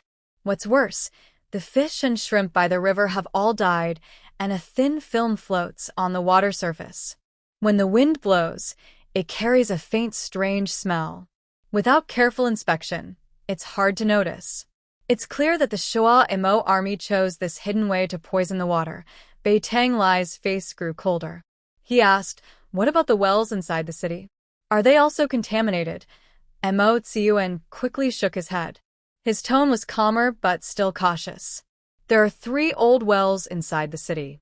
We tested each one with silver needles and licorice strips, and no abnormalities were found. For now, we believe the well water is safe. He paused and added, I've ordered people to go to the old wells with clean wooden buckets and clay jars to fetch water for the wounded and the guards on duty. The water must be stored separately in different buckets, each labeled, and checked by 3 doctors in turn. Only after confirming there are no problems can it be distributed. Right now, our medical staff is severely shorthanded. Besides monitoring the water, they also care for the poisoned and injured soldiers. My team and I have been working nonstop for most of the day, with no time even for hot water. Still, we worry about mistakes. If the Wan Chun sand spreads, it could cause a disaster. He rubbed his red, bloodshot eyes, looking exhausted and anxious. Bei Tang Lai immediately ordered, pull skilled soldiers from the army to help the doctors monitor the water sources. Make sure to record everything carefully. No mistakes are allowed. Additionally, orders were issued strictly forbidding soldiers from drinking water from outside the city. Anyone who disobeyed would face military punishment. Understood, Montak Tsiuan responded promptly. He then hurried back to the tent with the military doctor. The recent days of travel and the pressure of war had left his eyes bloodshot, and he was so busy he hardly touched the ground. Bei Tang Lai and Bei Tang Jingyuan arrived at the main tent to discuss future defense plans. The atmosphere inside was heavy. Although there was good news that the antidote was working, the water source problem still remained. The Shoa Imo army was watching closely, and whether Qingshi Pass could be held was still uncertain. Suddenly, a shadow streaked across the tent, followed by an eagle diving down and flying straight into Bei Tang Lai's tent. Inside the tent, Bei Tang Lai was studying a map and lost in thought. The eagle approached, but in the next moment, he was stunned with surprise. The eagle landed beside the table and carefully held a letter wrapped in oil paper with its claws, gently placing it in front of him. Its movements were quick and precise, unlike any ordinary bird. Bei Tang Lai stared at the eagle for a long time before finally coming to his senses. He reached out and took the letter, his fingers still trembling with disbelief. He untied the oil paper and saw the elegant handwriting of Su Weining. As he read each word, his tense face gradually relaxed. When he reached the end, he couldn't hide his excitement. He suddenly slammed his hand on the table. This is great. We're saved. The northern border is saved. The letter mentioned that Qian was escorting the water purification device, which could filter toxins from water, and was just what they needed to solve the current water crisis. Bei Tang Lai felt both warm and happy. He immediately summoned the secret guards. Quick! Send a team of elite cavalry to the outskirts of Qingshi Pass to meet Qi and make sure the water purification device is delivered safely without any mistakes. The secret guards bowed and immediately rode off. Bei Tang Lai carefully folded the letter and put it into his silk pouch. A faint smile appeared on his face, and he felt secretly proud. Weining thought everything through so carefully. She even sent someone to deliver the water purification device, clearly always thinking of me and the soldiers of the northern border. This thoughtfulness eased much of his exhaustion from the past days. Your Highness, has my master's letter arrived? Mo Tsiuan rushed into the study, smelling of medicine. His tone was urgent, and his eyes were full of hope.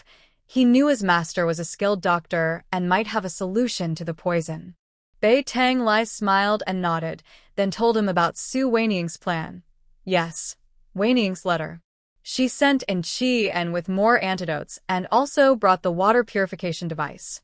It can filter toxins from water and will help solve our water supply problem. Really? Note, no explicit or inappropriate content was present in the original text. Suddenly, MOCI felt energized, and his exhaustion from the past days disappeared. I knew my master had a way.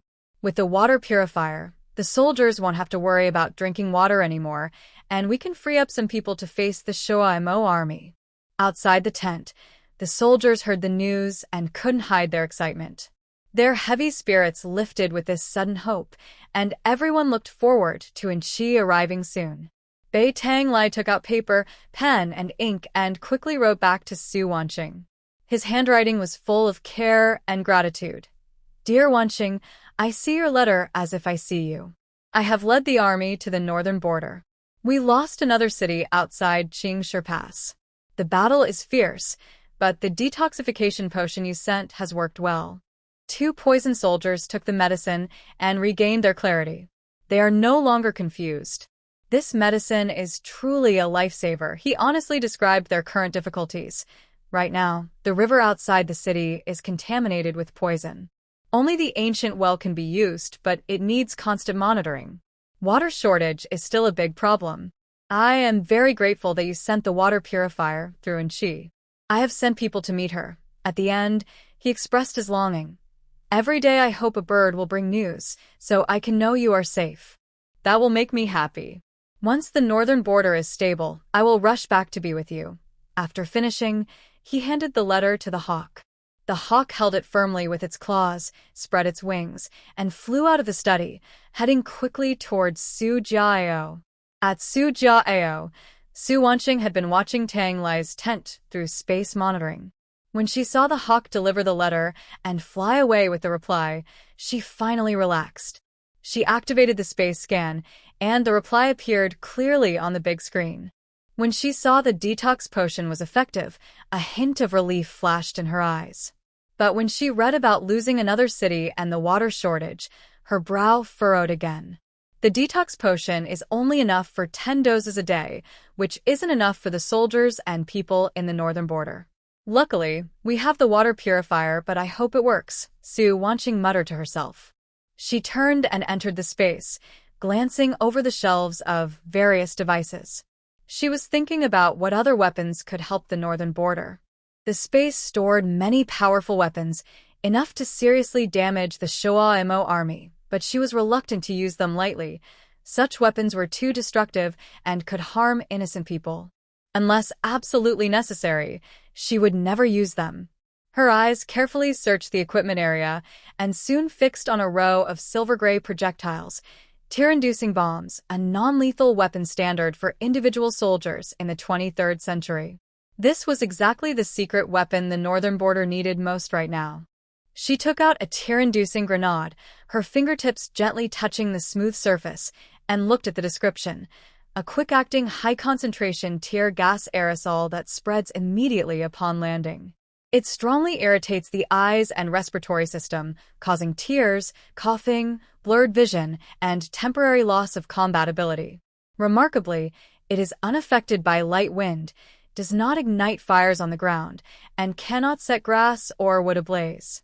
It can release the aerosol across the entire area in 1 second and can be thrown with the back facing the target, requiring no extra protection and posing no risk to the thrower.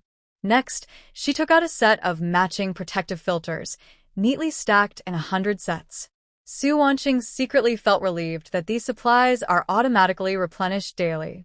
Today she took out a batch, and tomorrow they would be refreshed again. When Anbao departs tomorrow, they can bring more. With this secret device, the chances of victory against Bait Ang Lai's forces will greatly increase.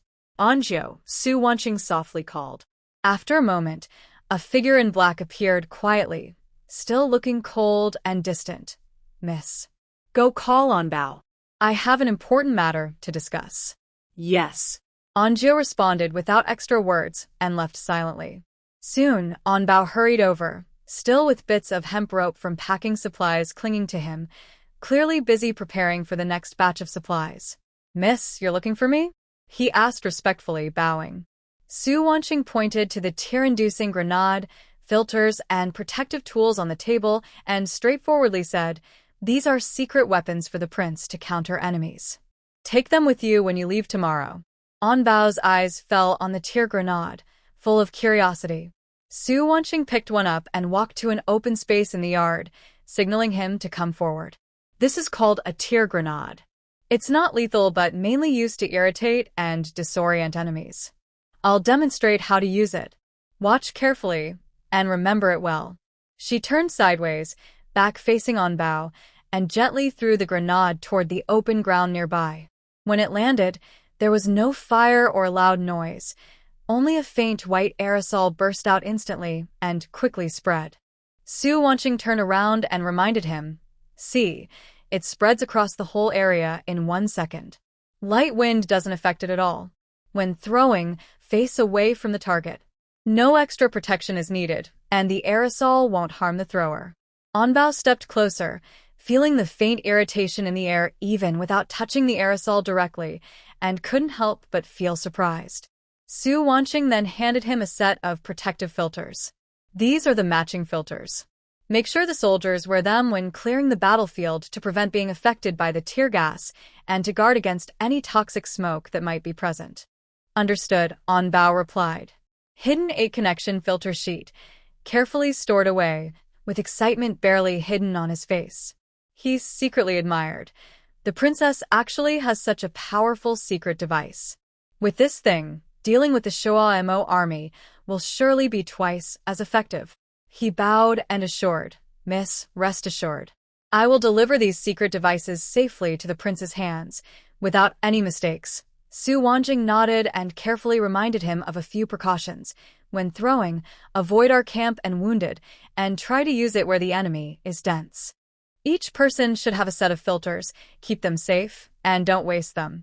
Tomorrow, when we leave, bring the water purification device and antidotes. Supplies are important, but your safety is even more important. Understood, miss. An 8 replied in a deep voice, growing more respectful of Su Wanqing's thorough planning. The next morning, at Fengrao Village, now officially renamed Fengrao Village, the carriages and horses were ready at the village entrance. An 8, along with his guards, carefully packed the tear-resistant bombs, water purification devices, antidotes, and protective tools. Each batch was labeled carefully to prevent damage or loss during the journey. Su Wanqing had already sent the supply list and instructions for the tear-resistant bombs via hawk to the northern border. The elite cavalry there, arranged by Beideng Lai, was waiting outside Qingshi Pass for support. Be very careful on the road. Avoid the scouts of the desert. If danger arises, your safety comes first, Su Wanqing reminded at the village entrance. An 8 mounted his horse, bowed to her, and said, Rest assured, miss. I will not fail my mission. Please take care of yourself, too. After speaking, he whipped his horse and shouted, and the convoy slowly set off, heading north at a fast pace. Su Wanqing watched the convoy disappear at the end of the road before turning back to the village. The northern border was tense, with smoke and flames everywhere, but Fengrao Village was peaceful, a stark contrast to the distant battlefield. Now, the road to the town from Fengrao Village had been repaired, wide and smooth, allowing free passage of carts and horses. Thanks to Su Wanqing's suggestion to open workshops and sell local specialties, the villagers had been earning a lot recently. With their pockets full, many began repairing their houses, or even planning to expand their homes and marry. When Su Wanqing returned to her small courtyard, Su Lizheng hurried over, smiling but also looking a bit worried. Young Miss Wanqing, I want to talk to you. Things have been better lately, and everyone wants to fix or expand their houses. Some want to renovate old homes. Others want to expand their land. Everyone is coming to ask me for advice. Our village is becoming more famous. People from other villages want to marry our girls and have our young men marry theirs. Building better houses will make our children proud. I think I should discuss this with you and hear your thoughts.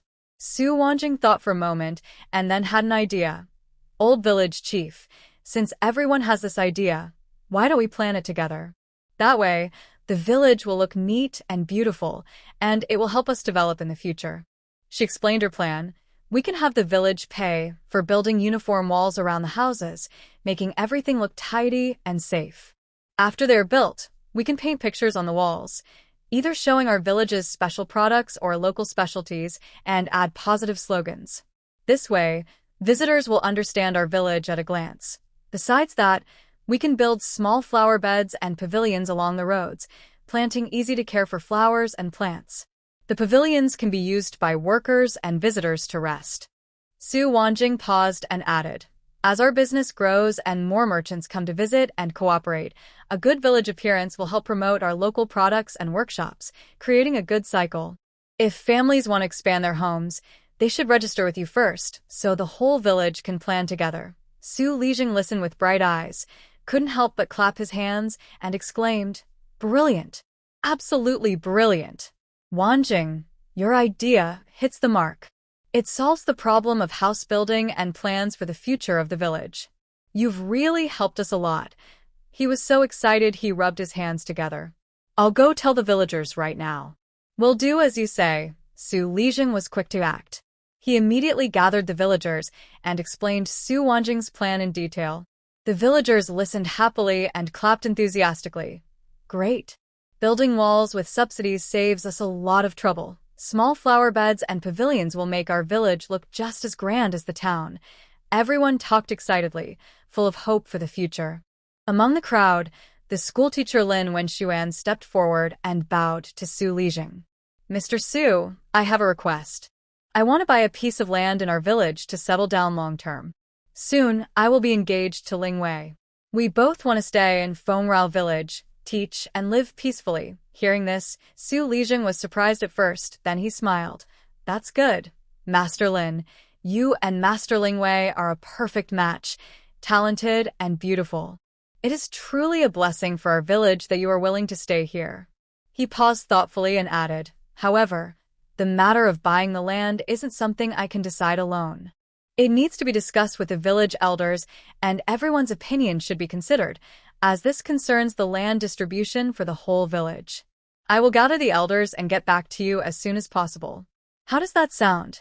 Lin Wenjuan felt a warm feeling inside and once again bowed his hands. Thank you, village chief. I appreciate your effort. As long as I can stay in the village, I am willing to wait for everyone's decision. Standing behind the crowd, Ling Wei's cheeks were slightly red, and her eyes were full of hope for the future. After autumn arrived, Fengrao village was lively every day with the smell of busy work. Early in the morning, just before dawn, the sound of hammering and building filled the air. Artisans hammered away at walls, villagers carried bricks, tiles, and wood, and every house was being renovated and expanded. Despite the dust flying, everyone was full of joy and laughter. Since Su Lijing announced the new building plan, villagers had become even more eager to build. Some climbed ladders to paint walls, others discussed house layouts over blueprints, and even children ran around the construction site, helping by handing small tiles. The whole village was immersed in energetic building. At the old locust tree in the village square, the village elders were helping Lin Wenjuan and Ling Wei choose a plot of land. Many villagers gathered around, all smiling. Master Lin, Master Su, this land is great. It's close to the school, which makes teaching and educating easier. It's sunny and flat, perfect for building a house, said the village elder Su Lijing eagerly, pointing to a spacious area. The elders nodded in agreement. One elderly man with white hair stroked his beard and said, Wenjuan Lingwei, your willingness to stay in our village is a blessing for everyone. The children will learn from you, not just reading but understanding life. You care deeply for each child, and we all remember that. The elders had discussed overnight and then visited each household to ask for opinions. Everyone agreed that the couple should settle here. They even reserved this prime piece of land and offered to sell it at the best price. Lin Wenjuan looked at the villagers around him, feeling warm inside. He held Ling Wei's hand and bowed in gratitude. Thank you, village chief.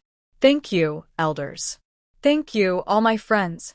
We are very grateful for your support. We promise to teach the children well and do our part to help Fengrao village grow brighter and better. Ling Wei's cheeks were slightly red, and her eyes were full of happiness. She softly added, Please take good care of us in the future, fellow villagers. The villagers immediately responded enthusiastically. Mr. Ling, you're too polite. We should be thanking you. Once you build your house, we'll come help out. From now on, the children will rely on you to take care of them. Lin Wenxuan watched the scene before him, feeling more confident that settling in Fertile Village was the right choice. Meanwhile, inside the northern border Qingstone Pass camp, the atmosphere was tense and heavy. Baitang Lai stood outside the tent, looking at the gray sky in the distance, his brows furrowed. Since receiving news from Su Wansing about the Secret 7 transporting supplies, he had immediately sent 2 teams of elite riders to assist. But 3 days had passed, and there was still no news of the Secret 7's team. Your Highness, another batch of well water has been tested and is free of poison. It can be distributed now, Mo Tsiyuan said tiredly, his face showing signs of exhaustion. Recently, the soldiers could only rely on a few ancient wells inside the city for water. Each bucket had to go through multiple tests, silver needle testing, licorice paper soaking, and military dog tasting, taking a lot of time and effort. The few doctors on duty worked non-stop with no time to rest. Baitang Lai nodded solemnly. Thank you for your hard work. Do we still have enough medicinal herbs for a few more days? Mo Tsiyuan sighed and looked worried. Your Highness, the herbs for treating wounds and minor poisonings can last 5 days. But the herbs needed to restore the soldiers' mental clarity are running out. If we don't get more supplies soon, those soldiers who are confused and sluggish after being poisoned may not recover. Inside the tent, Baitang Jingyuan also came out, looking serious. Uncle, the Shua Mo army has been provoking us at the border recently. It seems they know about our water and medicine shortages and are deliberately delaying. If the Secret Seven don't arrive soon, the soldiers' morale might drop. Baitang Lai clenched his fists and looked south, filled with hope and worry, hoping the Secret Seven would arrive with supplies soon, worried about accidents on the way, and concerned about Su Wansing back in Fertile Village. He could only silently pray for everything to go smoothly. In the small courtyard of Fertile Village, Su Wansing was sitting under the corridor, checking her younger siblings' lessons. Su Wanfeng handed over a math notebook, which had neat handwriting and correct answers. Sister, look. I got everything right. The boy's eyes were full of pride, and he spoke happily. Su Wansing took the notebook, gently touching the writing, and smiled warmly. Good job. You've made great progress. Your math foundation is getting stronger. He also reminded her, in less than 2 months, the imperial exam for young scholars will take place. Not only is it important for Wang Feng, but all the children of suitable age in the village should try. Our Fengrao village is a village the emperor pays special attention to, so the officials will also look after us more. This is a good chance to give the children more options for their future. Su Wanyuan nodded politely like a little adult and said, Don't worry, sister. I will help my brother review, and I will also talk to the other children in the village, so everyone can prepare well. Just then, they heard villagers talking nearby, probably discussing their children's exam preparations, full of hope for the future. Su Weiniang listened and felt warm inside, hoping all the children would have bright futures. In the evening, Su Weiniang went to her space to wash up, washing away the fatigue of the day. She wrapped herself in a light veil and looked at herself in the bronze mirror. She found her figure seemed a bit slimmer, her skin white and smooth like jade, delicate and fragile, with a faint pink glow. The coldness in her eyes softened a little, adding a gentle charm. Her wet long hair draped over her shoulders, making her look like a fairy under the moon, naturally elegant and refined. Just as she finished fixing her clothes and hair, a voice came from outside the door, and Jio's voice. Miss, your subordinate requests to see you. Come in, Su Weiniang replied loudly. And Jio pushed the door open and entered. When she looked up, she froze. Normally, Su Weiniang always wore a veil, revealing only her cold eyes. Today, with the veil removed, her stunning appearance directly caught her eye, making her forget her words and stand stiffly in place. Su Weiniang called twice. And Jio? And Jio? Only then did Jio come back to herself. Her cheeks flushed slightly with a barely noticeable blush, and she said awkwardly, Miss, you are so beautiful. The words slipped out, completely unlike her usual cold and quiet guard. Su Weiniang couldn't help but laugh, her eyes full of teasing. And Jio, you're usually so cold and quiet. I didn't expect you to be so straightforward. And Jio lowered her head, hiding her surprise behind her eyes, thinking to herself, His Highness must have accumulated good fortune over several lifetimes to marry a lady as beautiful and talented as her. Once her mood settled, and Jio explained her visit. Miss, Lu Qing came to ask about the vegetables in the yard. The first batch is finished, and now there's some empty land. She wants to know what else you'd like to plant. Hearing this, Su Weiniang remembered the vegetable garden in the backyard and brightened her eyes. Oh, I forgot about that. We can plant some Chinese cabbage. When it's ready, we can make pickled vegetables and spicy cabbage. These are rare and popular items right now. She said this and turned back into the house, taking a bag of cabbage seeds from the cabinet. Actually, she took them from her space, carefully hiding their origin. Give these seeds to Lu Qing and ask him to plant them carefully, and Jiu took the seeds and bowed to reply. Yes, Su Wanqing rubbed her fingertips and said, our yard alone isn't enough. I need to talk to Grandpa Lijing and get the whole village to plant some. It can fill our stomachs and help us build a food workshop to make preserved foods for sale, which will bring an income. After speaking, she led in Jiu towards Su Lijing's house. Along the way, they saw more and more houses being built, and the village had almost doubled in size.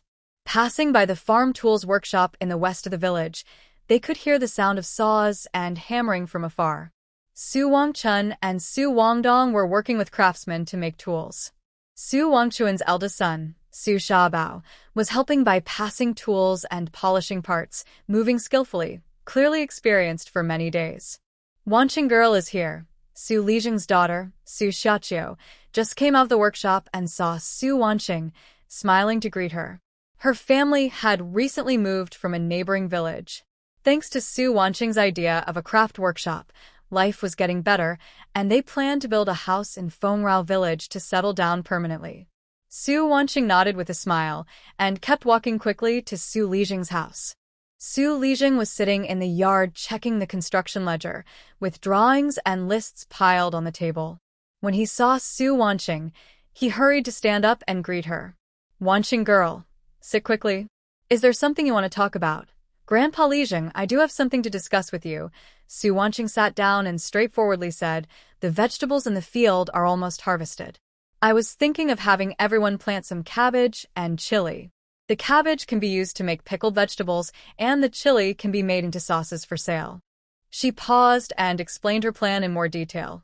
If our village has any wasteland, we can organize villagers to reclaim it. The village can pay for labor and encourage more planting. If villagers have spare land, they can also plant, and we will collect the produce uniformly.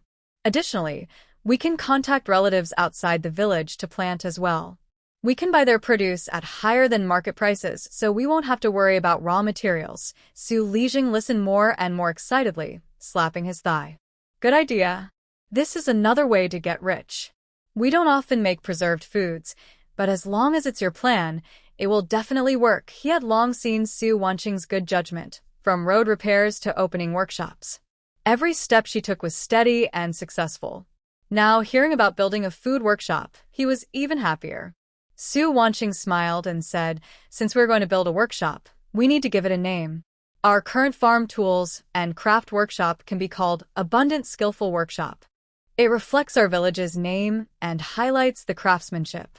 It's easy to remember and sounds nice. Great idea. Su Lijing clapped happily. That name fits perfectly. What about the food workshop? Su Wanqing thought for a moment and said, let's call it Abundant Food Records. The word food makes it clear it's a food workshop, and records carry a sense of tradition and everyday life.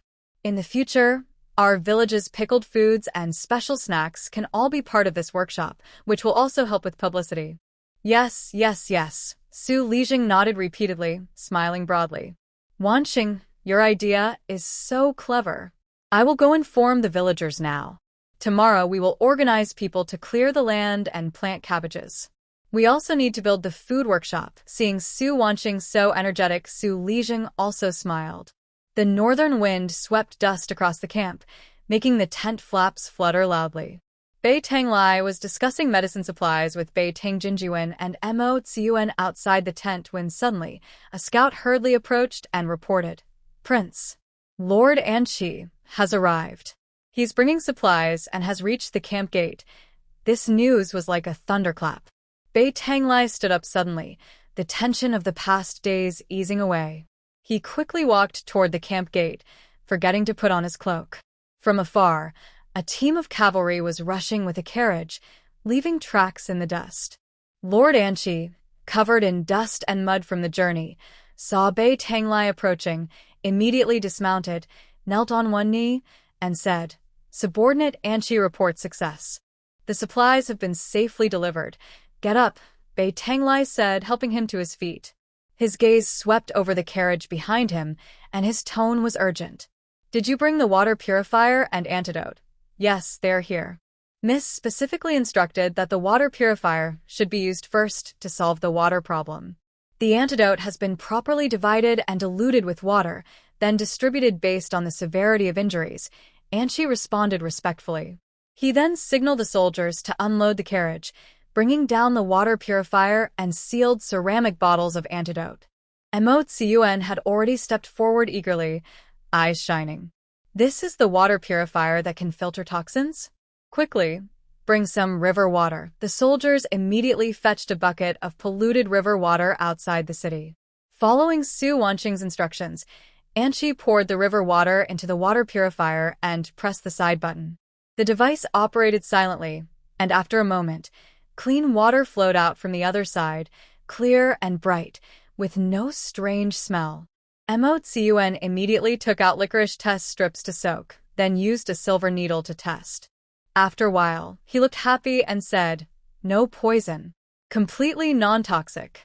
And the water is clear and bright, even cleaner than well water." He scooped a spoonful to taste, nodding repeatedly.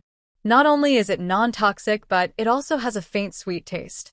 Now we don't have to be stuck with well water anymore. The soldiers in the camp heard the news and gathered around. Seeing that the polluted river water could be directly filtered into drinking water, they couldn't help but cheer.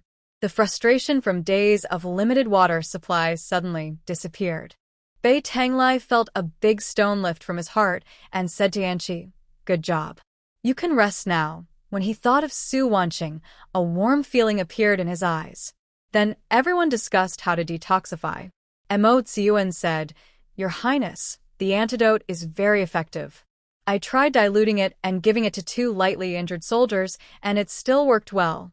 We can dilute the current antidote and prioritize giving it to seriously injured soldiers and the people in the city. This will slow down the spread of poison." Bei Tanglai nodded and agreed. "Do as you say. Amba will arrive tomorrow, and the antidote he brings will be enough for everyone in case of emergency." Bei Tanglai nodded in approval and reminded Mo Tsiyuan, "Organize people to distribute the antidote and activate the water purification device. We must quickly ease the suffering of soldiers and civilians." Mo Tsiyuan immediately began preparing supplies.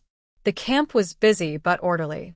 Bei Tanglai looked toward the city outside, thinking secretly, "Shua Mo will definitely attack, while our army has just eased its difficulties and is not yet stable.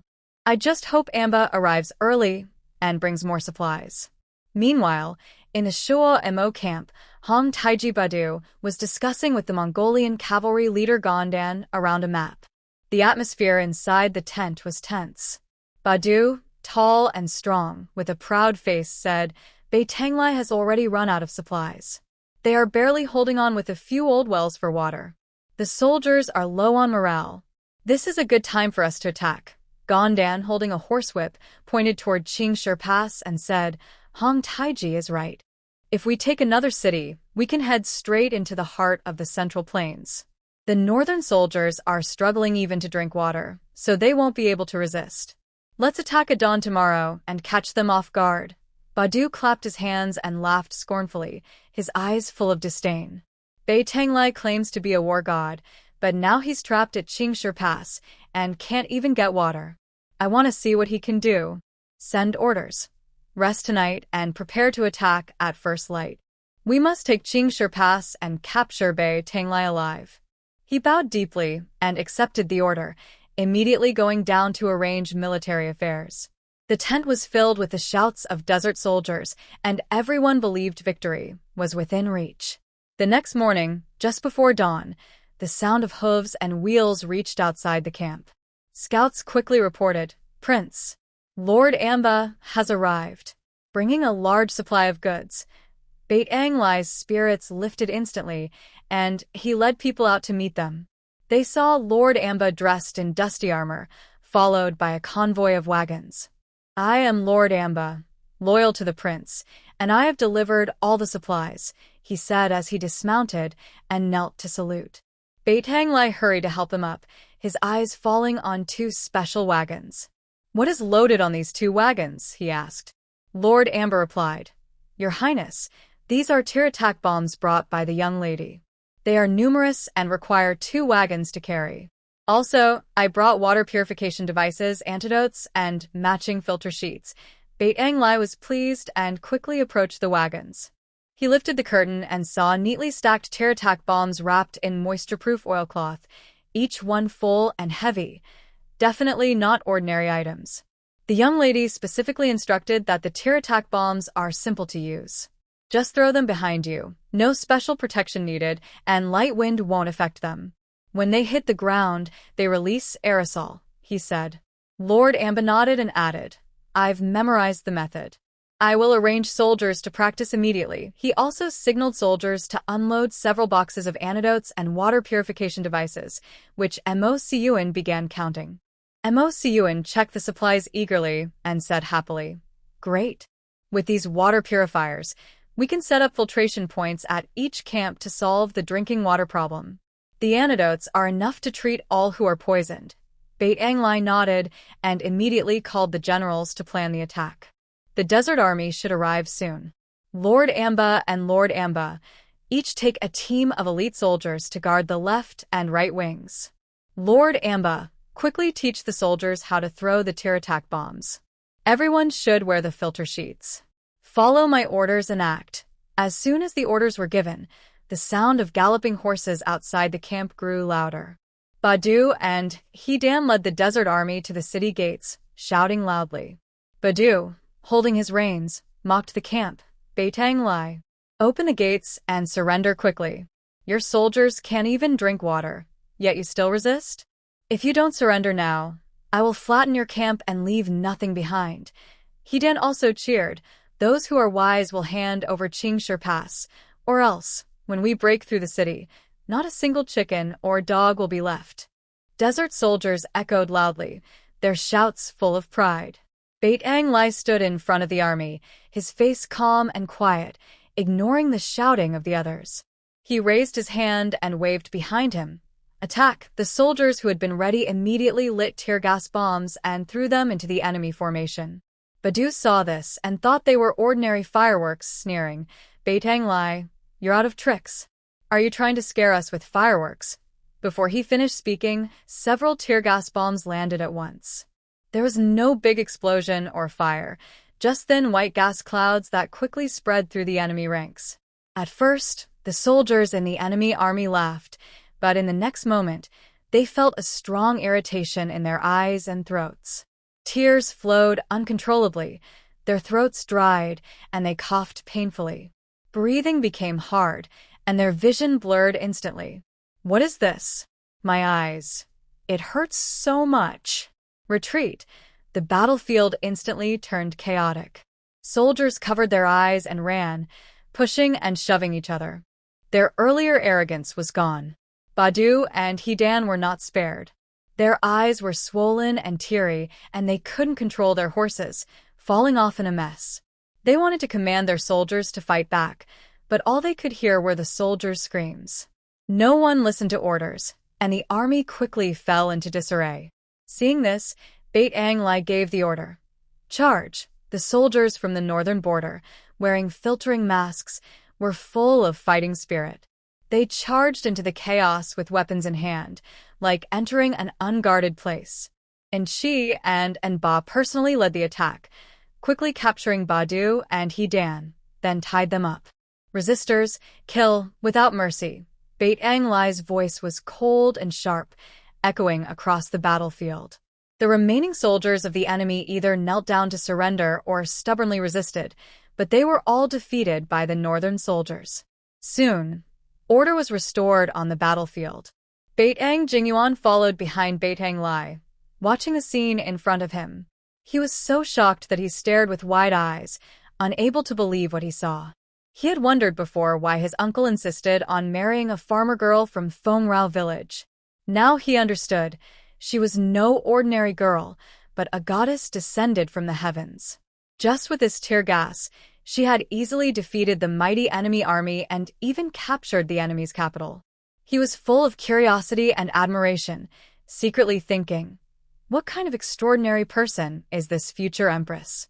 Not only can she produce antidotes and rescue potions, but she also has such powerful secret weapons. Following her is like winning without fighting. He really wanted to meet her immediately and see what this woman, who can plan and win battles from afar, looks like. The soldiers are busy cleaning the battlefield, counting the spoils, and preparing for a celebration. Mo Tsiyuan, along with the doctors, tends to the wounded soldiers and prisoners, giving antidotes to those heavily poisoned. Dark 8 approaches Bait Ang Lai, bows, and reports, "Prince, the remaining tear attack bombs have been safely stored behind the grain camp, guarded by dedicated personnel. Miss has instructed that if more supplies are needed, she can be contacted at any time and she will arrange for urgent delivery." Bait Ang Lai looks at the wooden box holding the tear attack bombs, a gentle smile on his face. His gaze drifts toward the prosperous village in the south. He silently thinks, "Thank you, Star. With you here, the northern border is safe. I will soon end the chaos and return to your side." Inside the northern camp, soldiers cheer happily, busy counting their spoils and preparing a victory feast.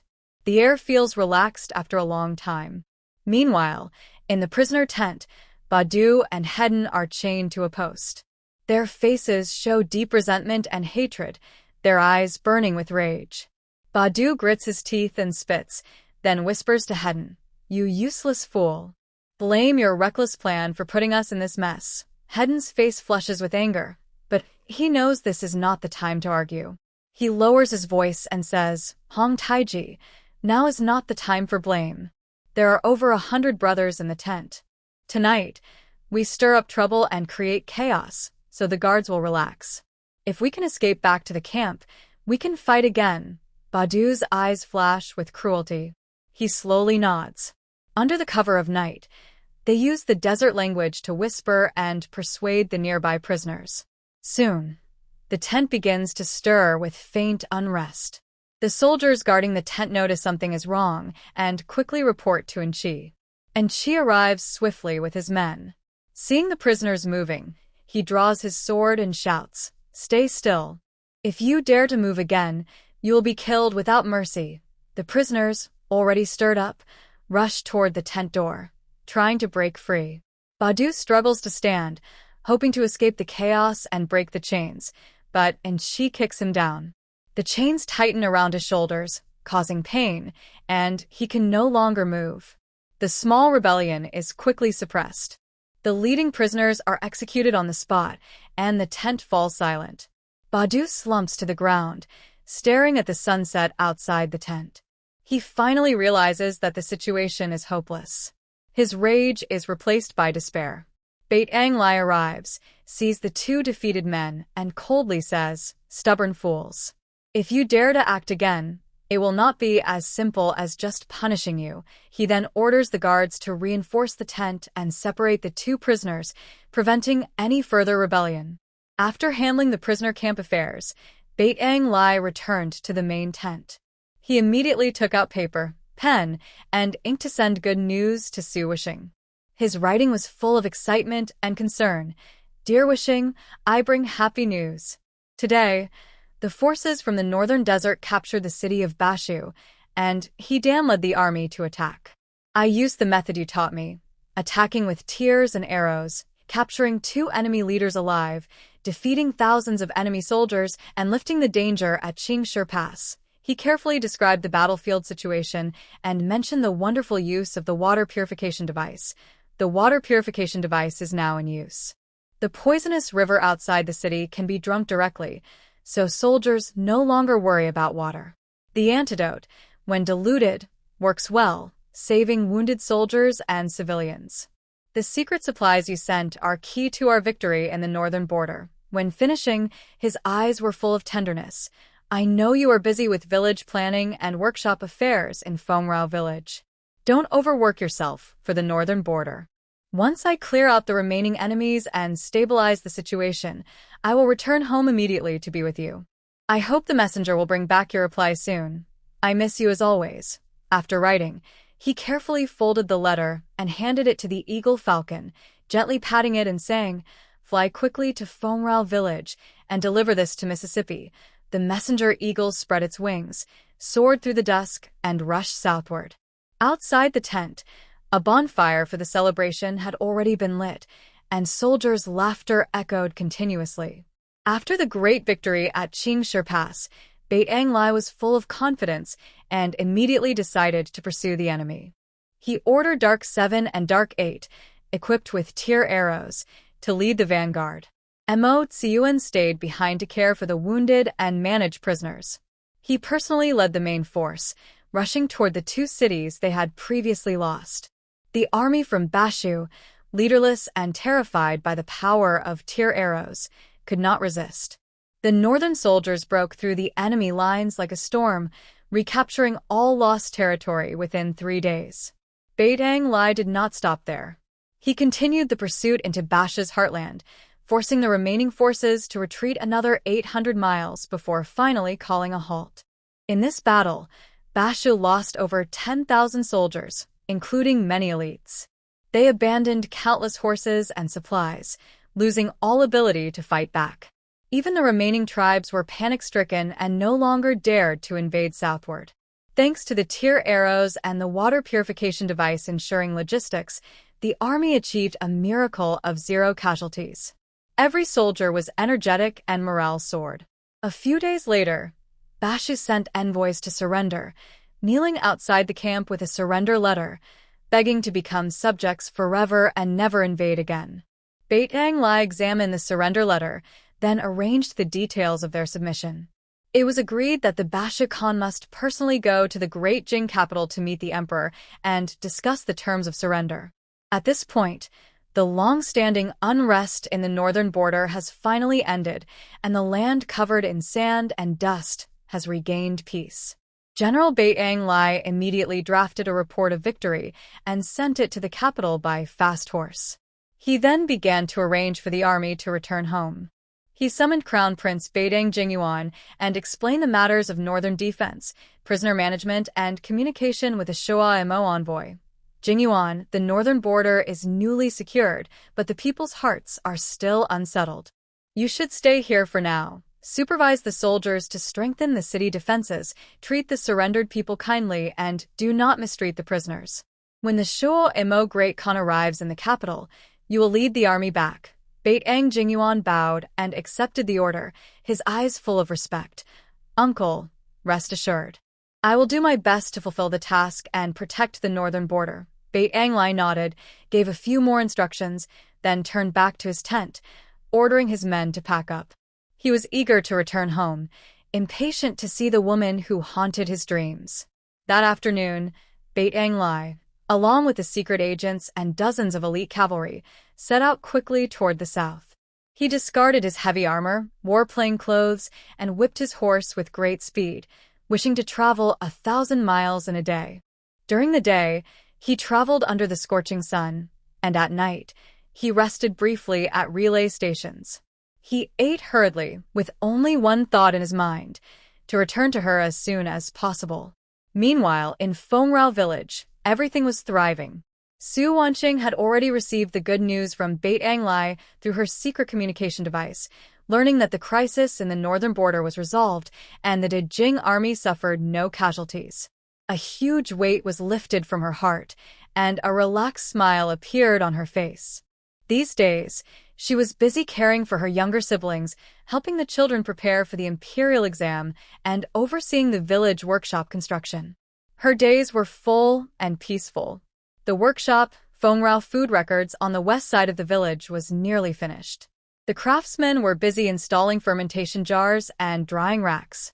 Suli checked the progress daily, hoping it would soon start production.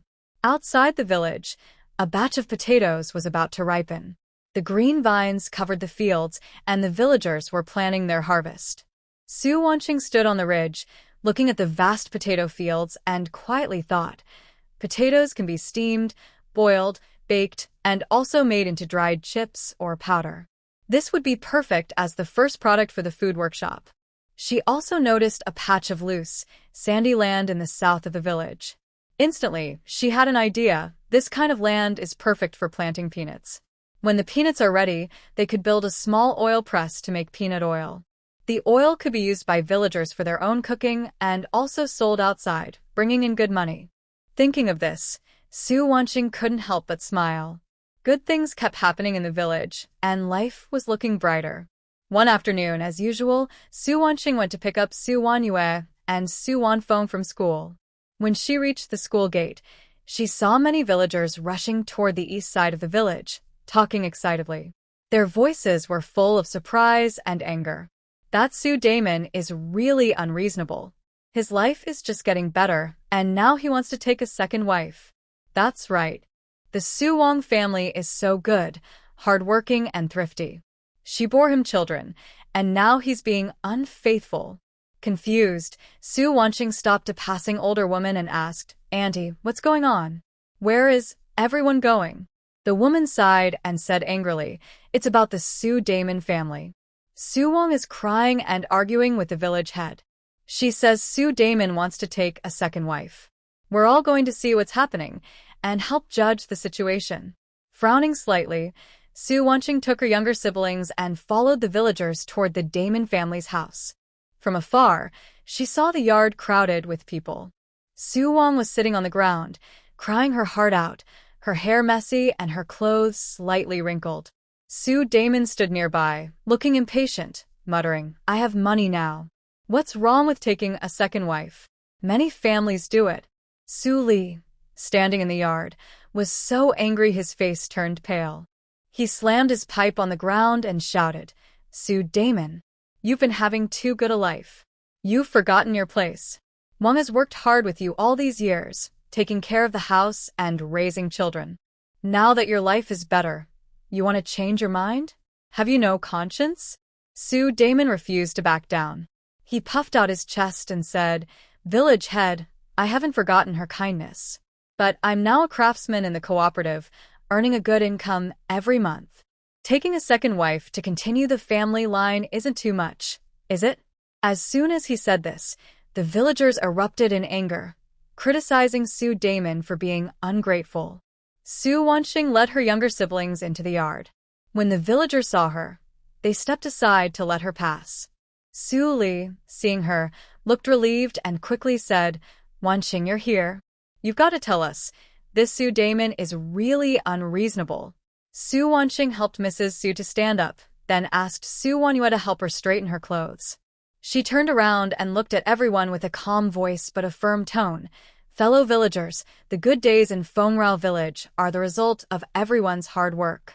Harmony in the village depends on each family living peacefully. When the family is stable, the village will be strong. We all understand this." She looked at Su Damon and spoke slowly. "I know some people think that when life gets better, they can marry more wives. But in Fengrao village, we don't accept such ideas. I set a rule. All villagers must follow the one husband, one wife policy." As soon as she finished speaking, Su Damon hurriedly argued, "But I want a son to carry on the family name. What should I do?" Su Wanqing replied calmly, "I have thought about that. If both spouses agree that the wife cannot have children and the husband insists on having a son, he can marry another wife after he turns 40. He must treat his first wife well and not mistreat her.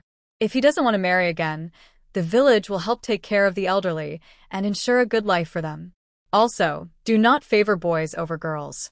Girls can also manage the household and be filial to their parents. If they want to stay close to their parents, they can even invite a daughter-in-law to join the family." She paused and said more firmly, "Apart from this, no one is allowed to have concubines. Today, I make this rule clear. Those who agree to follow it can stay in Fengrao village, enjoy the benefits of the workshops, and help build our home. If you disagree, we won't force you. The village will buy your houses and land with money, and you can leave. But once you leave, you cannot participate in any village workshops or enjoy any village benefits." After she finished, Su Wanqing looked at the villagers and asked, "Does everyone agree with this rule?" The villagers responded immediately, "Yes. We agree. Wanqing is right, it should be like this. One husband, one wife is best for family harmony." Their voices were in unison, showing they all supported the rule. Su Damon's face turned red and white. Under everyone's criticism and the rule's pressure, he finally lowered his head. Feeling guilty, He went to Mrs. Su, bowed, and apologized. Mrs. Wang, I was wrong. I shouldn't have been confused and wanted to take a concubine. I won't mention it again. I will live well with you and take care of our family. Mrs. Su saw him admit his mistake and started crying again, but this time her tears were full of sadness and relief. Su Li saw the situation and his face eased a little. He said to everyone, since the village chief has admitted his mistake, let's end this matter here. From now on, anyone who dares to mention taking concubines will be punished according to the rules set by Sister Wanqing, and they will be expelled from the village. Good, the villagers responded in unison. The crowd gradually dispersed. Su Damon helped Mrs. Su back into the house, and soon the yard was quiet again. Su Wanqing held her younger siblings' hands and slowly walked out of Damon's house. The sunset shone on them, warm and gentle. Su Lijing followed behind her, sighing, Sister Wanqing, thanks to you. Otherwise the village's customs might get worse. Su Wanqing smiled and said, Village elder, for our village to grow well, we need rules. Only when every family lives peacefully can the village become better and better. Just then, a hurried sound of horse hooves came from afar. Su Wanqing's heart moved, and she instinctively looked north. Could it be him returning? The urgent sound of hooves broke the peace of Fengrao village. He dismounted quickly, his clothes still dusty from the journey. A thick beard covered his chin, and his eyes showed exhaustion, but his eager longing to return was clear. His gaze swept over the familiar courtyard, and he hurried forward, pushing open the door and asking. But Su Wanqing was not at home. Bei Tanglai felt a sudden panic. He turned to run outside. As he stepped out of the gate, he saw Su Wanqing walking slowly along the small path not far away, holding hands with Su Wanfeng and Su Wanyue, heading home. The sunset cast a gentle golden glow on her, her eyebrows and eyes soft and warm, just as he had been dreaming of. His long-held longing suddenly overwhelmed him. Bei Tanglai forgot his fatigue and dust, rushing towards Su Wanqing. When Su Wanfeng and Su Wanyue saw a strange, dusty man rushing at their sister, they instinctively stepped in front of her, their little faces full of alertness. They clenched their fists, ready to protect her. Who are you? Don't come any closer, Bei Tanglai paused, stopping in his tracks. His gaze fell on the two children, then gently returned to Su Wanqing's face. She held back a smile, gently patting her younger sibling's shoulders and softly explaining, Wanfeng, Wanyue, don't be afraid. This is Mr. Bei, who came to our house before. The children looked uncertainly at their sister, then cautiously at Bei Tanglai, finally lowering their guard a little, but still sticking close to her. Su Wanqing gestured to the dark Ji, not far away. Dark Ji, take Wanfeng and Wanyue home first. Yes, miss. Dark Ju approached gently and said to the two children, Little master, let's go back and wait for the young lady. Su Wanfeng and Su Wanyue hesitated for a moment, but still followed Dark Jiu. Before leaving, they looked back at Bei Tanglai. On the way, only the two of them were left. They looked at each other, unsure of what to say first, feeling words stuck in their hearts. Bei Tanglai looked into Su Wanqing's clear eyes, instinctively raised his hand to hug her. But when his hand was halfway there, he saw his dusty sleeve and rough hand and quickly withdrew it, showing a shy expression. He was too tired and dusty to be bold with her. Su Wanqing saw his small action and couldn't help but smile. Her eyes curved like a crescent moon, and her voice was gentle. You must be tired after rushing all this way. Her voice was as soothing as a clear spring, easing all Bei Tanglai's nervousness and fatigue. Bei Tanglai nodded repeatedly, his gaze fixed on her, unwilling to look away. His voice was a little hoarse, not tired. Seeing you makes everything else unimportant. Let's go home first. Wash up well. Mother Chiao should have prepared food. We can eat and talk. Su Wanqing turned around and led the way. Bei Tanglai followed closely behind, his eyes always on her back. As they entered the courtyard, and she and Ba respectfully stood on either side. When they saw the two come in, they bowed. Greetings, Miss and Lord Wang. Su Wanqing waved her hand calmly. You've all worked hard. Go find Mother Lu to arrange your washing and resting, and enjoy a hot meal. Thank you, miss, they replied and stepped back. Su Wanxing turned to instruct Mother Lu, who was coming forward. Mother Lu, prepare a clean room for Mr. Bye. Later, let Xiaonyang boil the spring water I prepared and send it over for him to wash. All right, got it, Mother Lu responded happily. She looked at Baitang Lai with a full smile of approval. Everyone in the village could see how much she cared for her young lady. Baitang Lai followed Mother Lu to the clean room, while Su Wansheng went to the main hall. She found Su Wanfeng and Su Wanyue, who were playing with small toys. When the children saw their sister, they immediately gathered around her. Su Wanfeng asked curiously, Sister, does Mr. Bei like you? Su Wanxing sat down with the children, her tone gentle but serious. Mr. Bei is not an ordinary person. He is the current regent king, Baitang Lai. He just returned victorious from the northern battlefield. Regent king? Su Wanyu blinked her big eyes, seeming to understand but not quite, then furrowed her small brows and whispered, I want to ask too. Does he like sister? Su Wanxing was momentarily stunned, then gently nodded, a faint blush on her face. Yes, he likes sister. Now sister also kind of likes him. Hearing this, Su Wanyu's eyes instantly turned red. She tugged at Su Wanxing's sleeve, with a crying tone asking, So, will sister go with him in the future? Will sister still want us? Su Wanfeng also stopped being curious, staring tightly at sister with a look full of worry. Su Wanxing softened her heart, holding the two children close and gently patting their backs, softly comforting them. Silly children, sister will never leave you. No matter what happens in the future, sister will be with you. We will always be a family. Her voice was firm and gentle, easing the children's worries.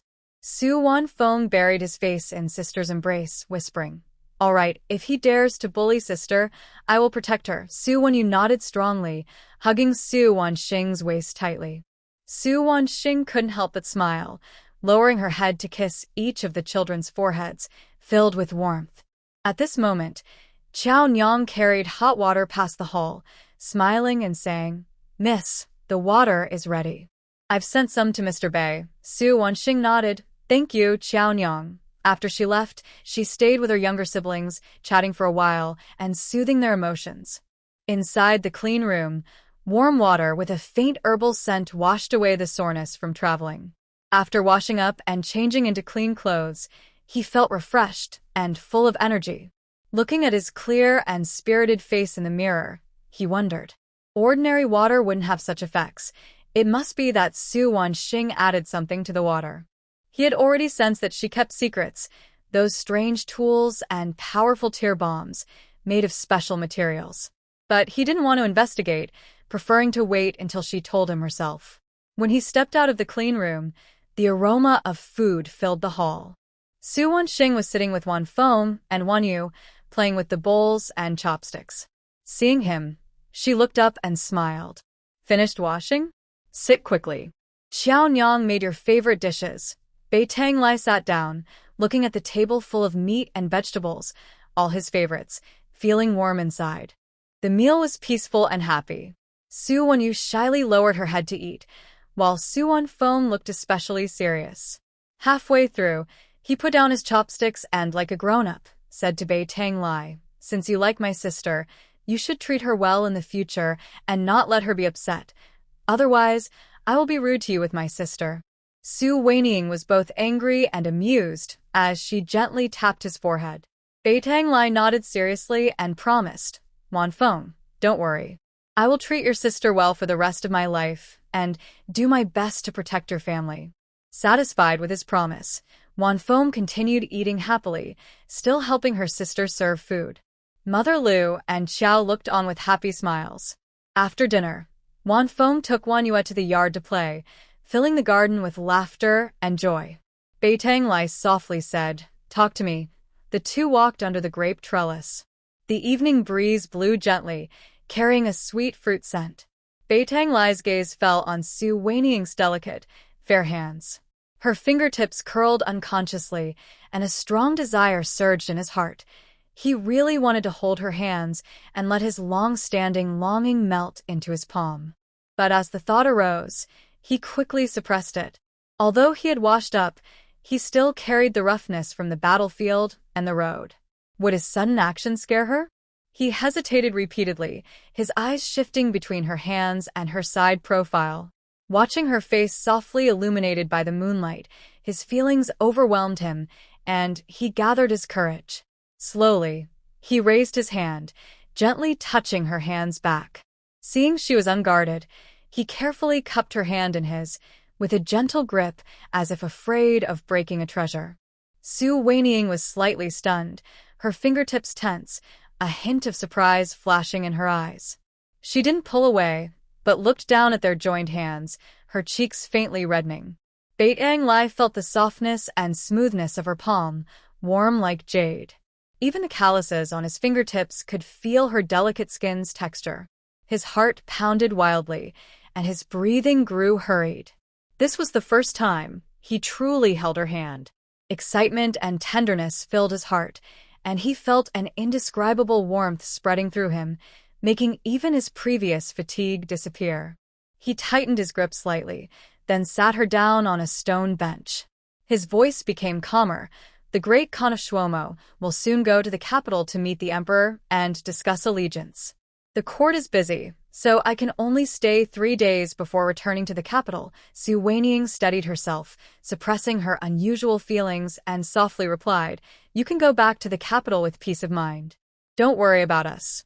Su Weiniang then spoke about important matters. The defeat and surrender of Shuomo is only a temporary peace. A surrender letter alone cannot ensure long-lasting peace. They have horses and cattle, but lack grain and cloth. Dai has plenty of food and handicrafts, but needs high-quality warhorses. Only by exchanging resources can peace be maintained. North Tang Lai nodded in agreement, but looked troubled. I also have this idea, but Shuomo relies on herding for a living and isn't good at farming. She doesn't have enough supplies for exchange. I've thought of that, Su Wanqing said with a small smile. Shuomo has little water, and rainfall is scarce. The main water source comes from melting snow and ice, but it evaporates quickly, which makes farming difficult. I can provide water management plans suitable for the terrain, like building water storage tanks and underground channels to reduce evaporation and solve irrigation problems. I also have drought-resistant seeds for medicinal herbs, fruits, and cotton that grow well locally. They have short growing cycles, so they can feed people and be sold as medicine. She looked at Baitang Lai with bright eyes. True peace is about mutual benefit. When the people of Shuomo live stable lives, they will cherish peace. Only then can the two countries stay friendly and free of war. Baitang Lai was deeply moved and respectful. He reached out and hugged her.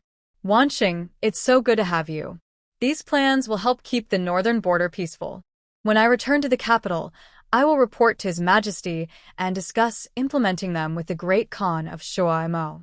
Su Wanqing softly replied, I'll prepare the plans and seeds quickly. You can come to pick them up or send someone.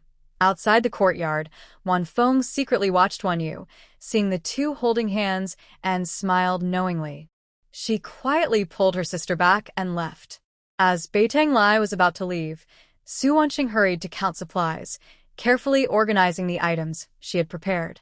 At dawn, she ordered someone to bring the sky messenger hawk into the courtyard. The hawk was strong and sharp-eyed, standing steadily on a wooden perch. Baitang Lai had just finished washing and entered the courtyard. He saw the majestic hawk and looked surprised.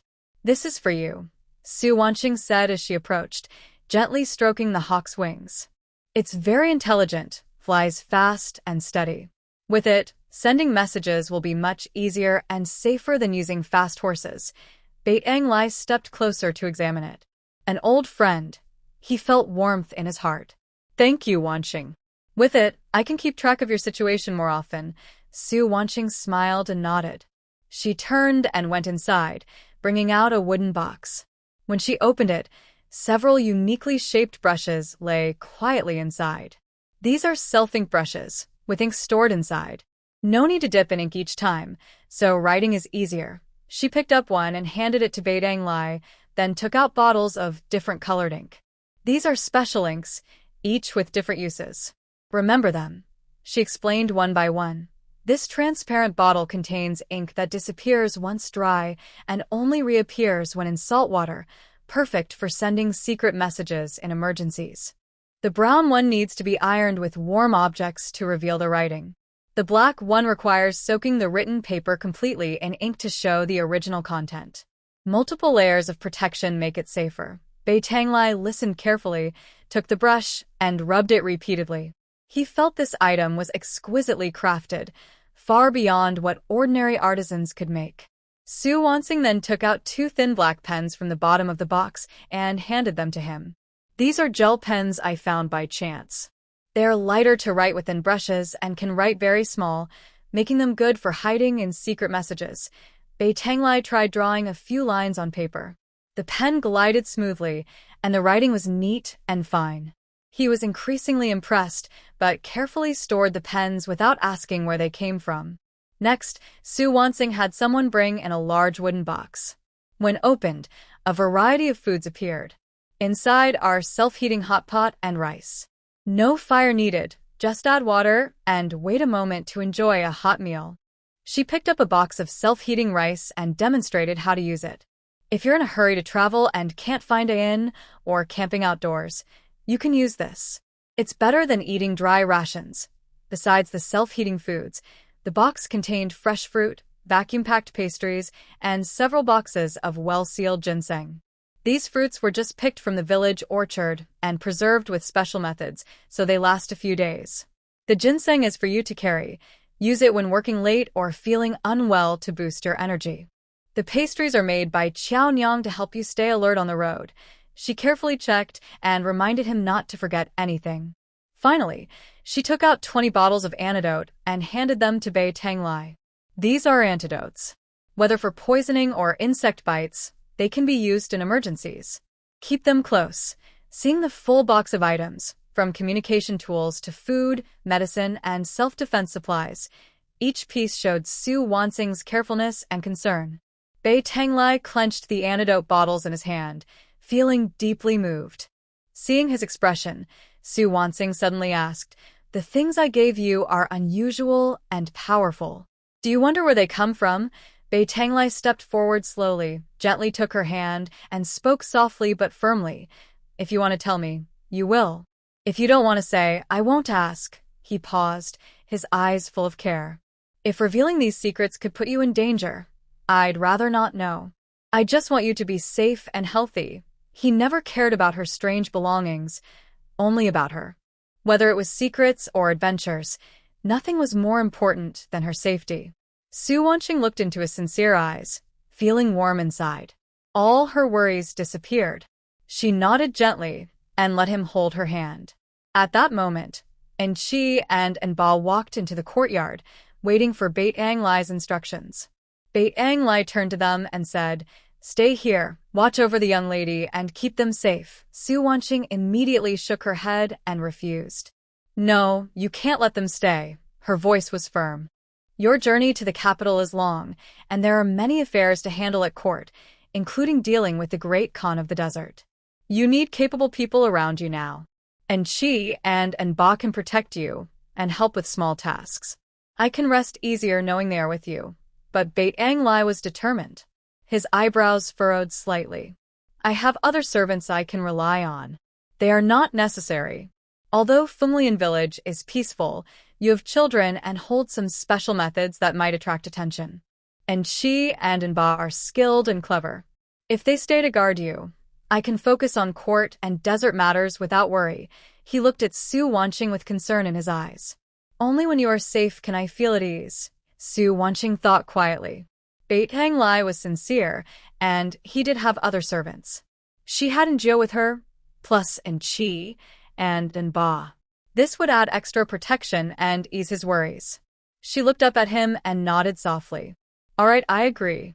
Let Enchi and Enba stay." Bei Tanglai's tense expression eased, and he smiled with relief. Su Wanqing smiled slightly, turned around, and took out a small, elegant box. She opened it to reveal simple-looking earrings, buttons, and a ring with a jade pattern. "These are your self-defense items. Wear them close to your body.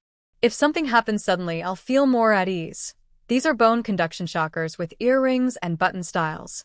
You can use them by sticking them on your skin, she explained carefully. They send low-frequency shock waves through bones. When aimed at the temple or chest from close range, they can instantly disable someone without causing visible injuries. Ancient doctors wouldn't be able to find the cause. It relies on the human body's energy storage, and each one can be used over 100 times. You can use it yourself or share it with trusted subordinates for backup. She then picked up the ring again. This is a pressure needle ring. Inside, it hides 10 thin titanium alloy needles, with tips coated in a natural numbing herb extract. When you press the inside of the ring, the needles shoot out quickly, too fast to see and silent. Usually, it looks like an ordinary jade ring, so it won't attract attention. She gently placed the ring on Baitang Lai's finger, fitting perfectly at the joint. With this, even if you're caught off guard, you can escape calmly. You tell them to stay and protect me. This item protects you. We can both feel safe. Baitang Lai stroked the ring on his hand, feeling the smooth warmth of the jade, and looked at the small but deadly self-defense tools. He felt both shock and reassurance. He knew Su Wanqing was never a woman who depended on others. She had her own strength to protect those she cared about. He carefully stored the stun device again, his eyes full of value and emotion. And she and Ba, after I leave, you must stay close and protect Miss and the children. Follow the lady's orders in everything. And she and Ba bowed together. Understood. We will protect Miss and the young master's safety. Then everyone moved the wooden box and various items onto the carriage, securing everything carefully. Baitang Lai's horse was led aside, neighing loudly, as if urging to set off. He walked over to Su Wanqing, gently took her hand, and spoke softly. Take good care of yourself, don't overwork. The village workshop and fields, do what you can, don't push yourself too hard. He then bent down, reached out to pat Su Wanfeng's head and smiled. Wanfeng, I'll send books, ink, and fun toys. You must take good care of your sister and younger sister, understand? Su Wanfeng pouted proudly, frowning slightly and saying disdainfully, Do I need you to tell me? I already protect my sister and younger sister. Though her words sounded stiff, her eyes showed less suspicion than before and more acceptance. Baitang Lai couldn't help but smile, rubbing her head, then straightened and looked at Su Wanyue, gently reminding her, Wanyue, eat well, study hard, and be a good girl. Su Wanyue nodded softly and whispered, Mr. Bei, goodbye. Su Wanqing looked at him and softly said, Be careful on the road. The court affairs are complicated, so take care of your health. The water conservancy plans and seeds from the desert area will be prepared as soon as possible. I will wait for your message before sending someone to deliver them to you. Okay, Baitang Lai nodded firmly, reluctant to let go of her hand. Only when the accompanying servant softly reminded him did he slowly withdraw his hand, turn around, and mount his horse. Holding the reins, he cast a deep glance at Su Wanxing and the children, then whispered to the nearby guards, Protect them well. He then shouted loudly, Let's go. The warhorse galloped swiftly, and the hawk spread its wings and soared high, following closely behind. They gradually disappeared at the end of the road. Su Wanxing held her younger siblings' hands, standing at the village entrance, watching their distant figures, and didn't move for a long time. She thought that some supplies should be taken out early, so they wouldn't be short when urgently needed. Meanwhile, on the road, Baitang Lai looked back toward Fengrao village, clenched his ring tightly, and glanced at the soaring hawk in the sky, feeling a warm sense of comfort. After Baitang Lai left, Su Wanxing started her days by urging Wanfeng and Wanyue to exercise, sending her younger siblings to school, and in the mornings checking the progress at the workshop. The Fengrao Clever Craftsman Society kept receiving orders for farming tools. In the afternoons, she played games with her siblings in the yard, had a slide made, or went to check the crops on the field ridges. Her days were fulfilling and peaceful. That day was a school holiday, and with the imperial exam approaching, Wanfeng studied diligently but always looked a bit tense. Su Wanxing noticed this and suggested taking her siblings to visit Qingxi County for a day. Wanfeng, don't stay cooped up reading. Let's go to the county to relax. Only then can you focus better on your studies. Hearing this, Wanfeng and Wanyue's eyes lit up, and they cheered happily. After packing up, they set out, with Anqi, Amba, and Angie following closely to protect them. The road outside Fengrao village was now smooth and wide, making the carriage ride comfortable and steady, much better than the bumpy dirt roads before. Big sister, look how flat this road is. Wanyue pressed her face to the carriage window, excitedly pointing outside. Last time I came to town with Grandpa Li, the road was so bumpy, I almost threw up. Su Wanzing smiled and nodded, her gaze sweeping toward the direction of the county town ahead. The road into town was also smooth, but not as neat as the village roads. She thought to herself that after Wanfeng finished her exams, they could go out more often. The scenery was beautiful, mountains and clear waters, and if they had a vehicle to get around, they could enjoy the natural sights just like a leisurely road trip from the past. Soon, they arrived at Qingxi County City. Inside and outside the city gates, people were bustling with noise, selling goods and shouting. This was the first time that Manu saw such a lively scene. Her eyes widened with amazement. She tightly held Su Wanqing's hand, looking around in all directions. Su Wanqing first took them to a candied hawthorn stand at the corner of the street. She bought each of them a bright red candied hawthorn. Eat slowly, don't get it on your clothes. The siblings held their candied hawthorns and ate happily, their faces full of smiles. Su Wanqing also bought some soft osmanthus cakes and sesame crisps to keep for snacking later. They wandered along the street, passing a tastefully decorated jewelry shop. They went inside and chose a few small silver accessories. She picked a silver butterfly hairpin for Manu, a piece of black jade pendant for Wanfeng, and a simple yet delicate plain silver hairpin for Njio. After leaving the jewelry shop, they found a nearby clothing store. Su Wanqing planned to buy 2 new outfits for her younger siblings. However, Manu tugged at her sleeve and whispered, pointing at Njio, "Sister, Njio always wears black clothes. They don't look nice. Can we buy her something bright and pretty?" Njio quickly bowed and declined. "Young miss, I don't need anything. Dark-colored clothes are convenient for work, and I am used to them." Su Wanqing looked where Manu was pointing and saw Njio dressed in dark armor from head to toe, which made her look even colder. She hesitated, but then thought she would like to see how Njio would look in bright clothes. "It's okay. Sometimes a change is good." Su Wanqing didn't argue, and took Njio to the clothes rack. She picked out 2 bright dresses, one in pink and another in sky blue. "When we get home, she can change into these. I want to see how charming Njio can look." She also chose 2 sets of bright clothes for everyone. Manu picked a light yellow and a pale purple dress, making her look more lively. She selected 2 sets of light-colored casual clothes for Nqi and Ba to soften their serious appearance as guards. She chose dark and blue armor for Wanfeng, matching his heroic spirit. The shopkeeper quickly packed the clothes and praised Su Wanqing's good eye. They carried the clothes and left the clothing store. It was almost noon, and everyone was feeling a bit hungry. Su Wanqing looked around, trying to find a clean restaurant to eat. Suddenly, a commotion and shouting broke the lively street scene. They saw 2 burly men pulling and fighting over a woman. The woman wore plain clothes, her hair a bit messy. She struggled fiercely, shaking her head repeatedly, but she didn't say a word. One burly man looked angry and scolded the woman. "Sister, don't be stubborn. That man is not a good person. He has a wife at home. Following him will only bring you trouble." Another big man agreed. "Yes, listen to us and go home with your brothers. Our parents are almost worried sick. We should find an honest family, not follow that unfaithful man." They were rough, pulling the woman so she staggered and looked pale. People on the street stopped to watch. Some whispered, but no one dared to step in. Those 2 men looked strong and dangerous. Su Wanqing planned to walk around, thinking it was better not to get involved. But her eyes accidentally caught sight of the woman's neck, and she stopped. As they pulled, the woman's collar loosened a little, revealing a small wooden gourd pendant hanging around her neck. The gourd was simple and old-fashioned, with special carvings. Su Wanqing looked at it and felt it seemed familiar, like she had seen it somewhere before, but she couldn't remember where.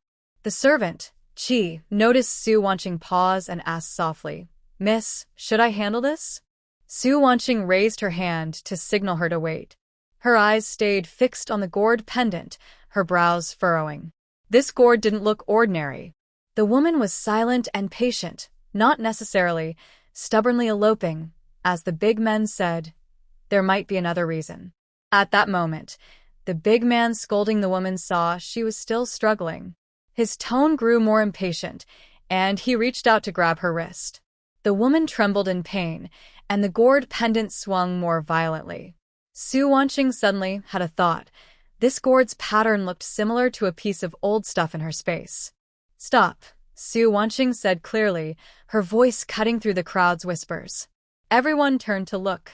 The two big men also stopped and looked at her with displeasure. Who are you? This is a family matter. Why do you interfere? Su Wanqing stepped forward slowly, looking at the pale face of the woman and then at the gourd around her neck. Family matters should be discussed properly. It's not good to pull and push in public. She paused and looked at the two men. You say she followed a married man, but do you have proof? Maybe it's just a misunderstanding, and it could ruin her reputation. The big man was stunned, then angrily said, We saw it with our own eyes. How could it be false? That girl is completely bewitched by that man. When the girl heard this, she struggled even more fiercely, tears welling in her eyes, but she still clenched her teeth and refused to speak. She kept shaking her head and instinctively looked at Su Wanqing, with a hint of pleading in her eyes. Dark Ju stepped forward and stood in front of Su Wanqing, his cold gaze fixed on the two tall men. His presence made the men involuntarily take a step back. Seeing the girl's plea in her eyes and recalling the familiar gourd, Su Wanqing made a firm decision. She was going to take charge of this matter. Whether it's true or not, it's not up to you to decide, Su Wanqing said calmly, but with firm authority. Either you let her go and find a place to explain everything clearly, or we go to the officials and let the magistrate judge who's in the wrong. The two men looked at each other, hesitating. If they took this to the authorities, the consequences could be serious. The girl seized the moment of their hesitation, suddenly breaking free and quickly hiding behind Su Wanqing. She tightly grabbed her sleeve, trembling slightly. Su Wanqing gently patted her hand, noticing the bruise on her wrist and the fear and despair in her eyes, far from what a normal sibling argument should look like. Her gaze returned to the gourd and suddenly remembered. This gourd was exactly the same as the one found in the old Su family house, hidden by Su Yuan and Li Tsuehua. The patterns and carvings were identical, only this one was a bit smaller. A sudden doubt arose in her mind. Su Wanqing leaned closer to the girl and whispered, Are you unable to speak? The girl's eyes showed a hint of surprise, and she nodded hard, tears sliding down her face. Su Wanqing immediately understood. These two must have drugged her, making her unable to speak or defend herself. She quickly took a small bottle of space spring water from her purse, unscrewed the lid, and offered it to the girl's lips. Don't be afraid, drink this. The girl hesitated for a moment, then looked into Su Wanqing's gentle eyes and finally took a few small sips. The spring water was cool and sweet. Soon, she felt a warm sensation in her throat, and her tense vocal cords gradually loosened. She opened her mouth and managed to say a few broken words. They're not. Brother. They kidnapped. Me. Drugged. I ran. As soon as she spoke, the onlookers were shocked. The two men's faces changed drastically, their previous confident expressions replaced by panic.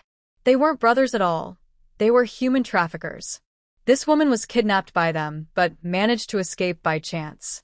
Fearing she might reveal the truth, they pretended to be siblings arguing, trying to forcibly take her away. Nonsense.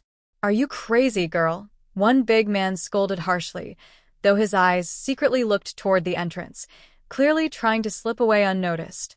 Another man echoed, quietly stepping back, both looking for a chance to run. Su Wanqing's eyes turned cold. She shouted sharply, Still pretending? You're really human traffickers. She then turned to An-Chi and ordered, An-Chi, catch them. Don't let them escape. An-Chi stepped forward quickly, agile as a leopard. Seeing this, the two men knew they couldn't hide it anymore. They swung their fists at An-Chi, trying to break free. But their strength was no match for her. And she dodged their punches, then struck an elbow into one man's chest. He grunted in pain and fell to the ground. The other man tried to turn and run, but Nba quickly caught up, grabbed his wrist, and pressed him hard to the ground, making him unable to move. When you clung tightly to Su Wanqing's sleeve, hiding behind her but still curious enough to peek out. Wan Feng frowned, full of anger. So they're bad people, daring to lie, Wan Yu whispered in agreement. So scary.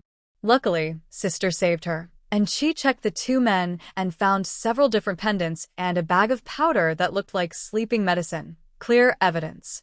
Miss, we found sleeping drugs and suspicious pendants. It seems they've kidnapped many people, Su Wanqing nodded. She looked at the struggling man on the ground and said coldly, they kidnapped a good girl in broad daylight and pretended to be siblings to hide it. Today, the authorities will punish them. Then she turned to the woman beside her, her tone softer. You rest a bit. When your voice is better, come with us to the officials and tell them everything. We'll help find your family. As Su Wanqing helped Miss Sheng to walk toward the county office, the woman suddenly grabbed her sleeve, her throat hoarse with urgent pleas, her voice weak but desperate. Sister. Save. Save my little aunt. She is hurt. Every word was faint, her eyes full of worry. Su Wanqing's heart tightened. She quickly said, don't worry, take your time. Where's your little aunt? The woman gasped for breath and struggled to give a remote address, outside the city. Near the broken temple. In the woodshed. Before she finished, her body softened, nearly collapsing, clearly exhausted from the medicine's effects. And she immediately take people to this address to rescue them. Make sure to protect that young lady's safety. If there are other trapped individuals, rescue them all, Su Wanqing quickly ordered, then turned to Njio. Go to the county office and report. Say we caught the human traffickers and ask the county magistrate to send officers here. Understood. The two responded and went their separate ways. Su Wanqing helped Miss Sheng home and handed her some spring water to sip gently, softly comforting her. Don't be afraid. Our people are already on their way. Your young aunt will be fine. The woman held the porcelain bottle, tears falling again, but she nodded firmly. In less than half an hour, hurried footsteps approached. Magistrate Qin and a group of officers arrived quickly, followed by a stretcher carried by a coroner. From afar, he saw Su Wanqing and hurried over, his steps quickening with a respectful smile. Miss Su, I am late. I heard you caught the traffickers. Please show us. Magistrate Qin had already heard about Su Wanqing's relationship with Regent King Beidang Lai and knew she was the future regent princess. Naturally, he didn't dare to delay, skipping usual procedures and hoping to handle everything smoothly. Su Wanqing briefly explained the situation. Magistrate Qin immediately ordered, keep some people to guard the traffickers. The rest follow me to the office. Prepare the courtroom and start the trial immediately. In the courtroom, officers lined up on both sides, their voices commanding. Two strong men were brought in. One had been knocked out by Nqi and was just waking up, lying on the ground in a daze. The other was trembling with fear, and before Magistrate Qin could ask, he kept kowtowing and begging for mercy. Magistrate Qin struck the wooden block and asked sternly, daring criminal, kidnapping a good girl in broad daylight and injuring someone. Tell the truth now. The awake man trembled and stammered. Your Honor, I was wrong. Someone ordered us to do this. That person paid us 500 taels of silver to sell the two women we caught to the lowest brothel. But they resisted fiercely, and we lost control, injuring the older one. It wasn't intentional. Who is behind this? Magistrate Qin pressed. How old are they? What do they look like? The man frowned, thinking hard, then hesitated. It was an older woman, her face covered with a cloth, so I couldn't see her clearly. But when she handed us the silver note, I noticed her small hand was strange, like it was shorter than normal. That's all I know. He kept kowtowing and said, Your Honor, that's everything I know. Please forgive me, Your Excellency. I will never dare to do it again. The Magistrate Qin's eyes darkened, and he pointed to the pendant found on him. Where did these pendants come from? The man hesitated, his eyes flickering. "We stole them. Please have mercy, Your Excellency." Magistrate Qin then looked at Miss Xing standing nearby and spoke more gently. "Miss, please tell us who you are and why these two kidnapped you." Su Wanxing helped the woman step forward and handed her some water to sip. Once she regained some strength, she signaled for her to speak. Her throat was better, and although her voice was still soft, she could speak clearly. "Yes, Your Excellency. I am Miss Sheng from Tongsu County. My father is Sheng Honyuan, the current head of the Sheng family." The woman lowered her eyes. "My father and brother suddenly fell ill and lost consciousness a few days ago. We couldn't find a cure, so I, along with my younger sister-in-law, went to Chomin Temple to pray, hoping for their recovery. But halfway there, the carriage broke down. The driver said he needed to check the carriage and told us to wait. After that, I don't remember anything. I woke up to find myself, my sister-in-law, and the maid Bai Xiao Bai Shi tied up in a dirty room. My sister-in-law took the chance when they weren't paying attention to untie my ropes and told me to run and report the crime." She choked up and her eyes reddened as she spoke. Su Wanxing was shocked. Sheng family. She immediately remembered the peachwood gourd carved with the character Sheng in her space. It looked exactly like the one around the woman's neck. This was no coincidence. The gourd in the old Su family house must be connected to the Sheng family in some way. After hearing this, Magistrate Qin turned to the man and asked sternly, "You said her sister-in-law fought back and was injured. Why did you have to fight with her?" The man shivered and shrank back. It was the masked woman's order. She said the older one knew medicine and told us to be careful with the medicine so she wouldn't notice it working too early. We increased the dose of the sleeping powder, but she still found out. She fought fiercely, and we lost control. We had to use a knife and hurt her. Soon after they entered the county office, and she hurried over supporting an injured woman. The woman looked about 25 or 26, dressed in plain clothes covered in dirt and blood. Her left arm was wrapped in a tattered cloth, with blood seeping through.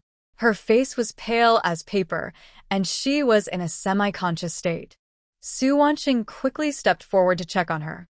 Seeing her weak breath, he immediately took out space spring water and gave her a few sips. He also briefly examined her wound and said in a serious tone, "The wound is deep, like a knife injury. We need to stop the bleeding and bandage it quickly." County Magistrate Qin had already sent someone to call a doctor. Now, he hurriedly ordered people to carry the injured woman to a side room to rest. And she continued to report, "I found them in a firewood shed next to an abandoned temple outside the city. Besides this young lady, there are 2 unconscious maids, probably with her. There are also 2 guards. I knocked them out and tied them up outside the shed."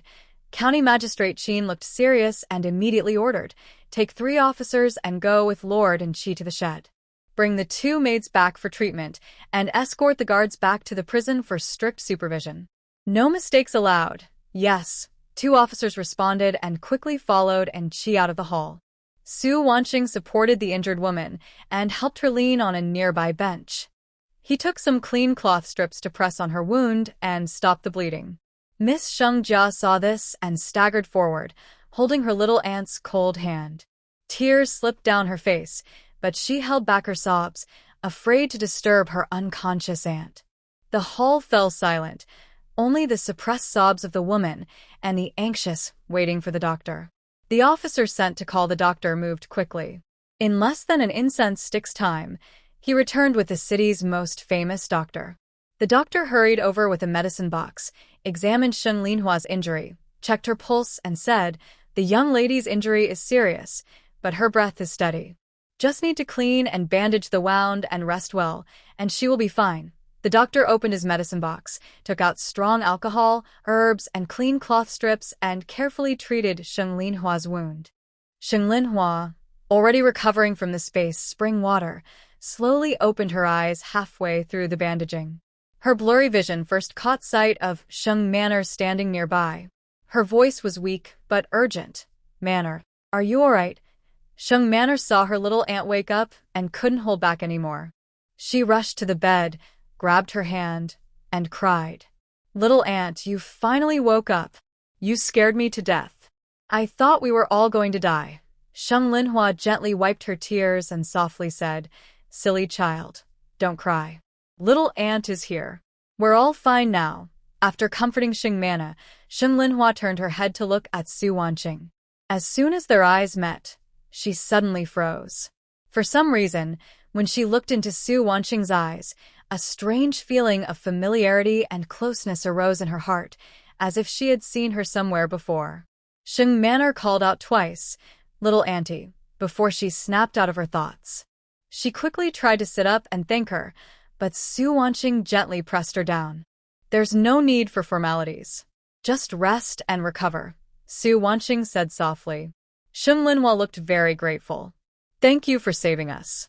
If it weren't for you, Manor and I might not have made it today. This place is a day's journey from Tongsu County, Su Wanqing said calmly, her tone becoming more serious. The people who planned to harm you knew your travel plans and even warned you to be careful. They must be someone you know well. Since your injuries are still fresh, going back now would be very unsafe. Hearing this, Manor became more anxious, her eyes turning red. But my father and brother are still unconscious. I can't leave them like this. Su Wanqing thought for a moment and then said slowly, You can leave the investigation of the traffickers and the mastermind to Magistrate Qin. He will do his best to handle it.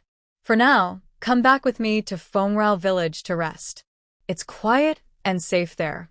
I also have some matters to discuss with you, she was secretly thinking.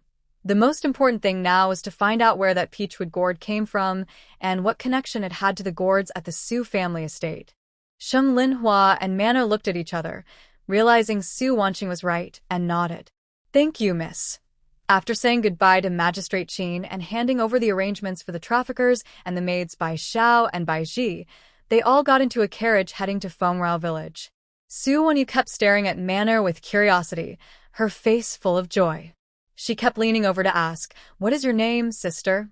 Does it hurt, sister? And even held her hand, saying, You look so pretty. I like you very much. The young girl's enthusiasm made Manor feel more relaxed, and she responded patiently. Su Wanyu also introduced everyone. This is my older sister, Su Wanqing. This is my older brother, Su Wanfeng. We also have a very well-behaved little dog called Tuanzi. Manor smiled and nodded, and the atmosphere inside the carriage became warm and friendly. Soon, the carriage arrived at Fengrao village. Su Wanqing led the Sheng family's main servant and maid into the house, where Mother Lu and Swear had already been waiting at the door. Mother Lu, Swear, arrange the guest rooms and prepare some light food and medicine for the injuries, Su Wanqing instructed. Fortunately, when I built the house earlier, I specifically added 2 rows of guest rooms. Now, they're just right for use, saving me a lot of trouble. When the courtyard's dumpling saw strangers, it immediately perked up its ears and cautiously circled around the group twice, softly whimpering. Su Wanyu stepped forward, gently patted its head to comfort it, saying, Dumpling, these are our people. Don't be afraid.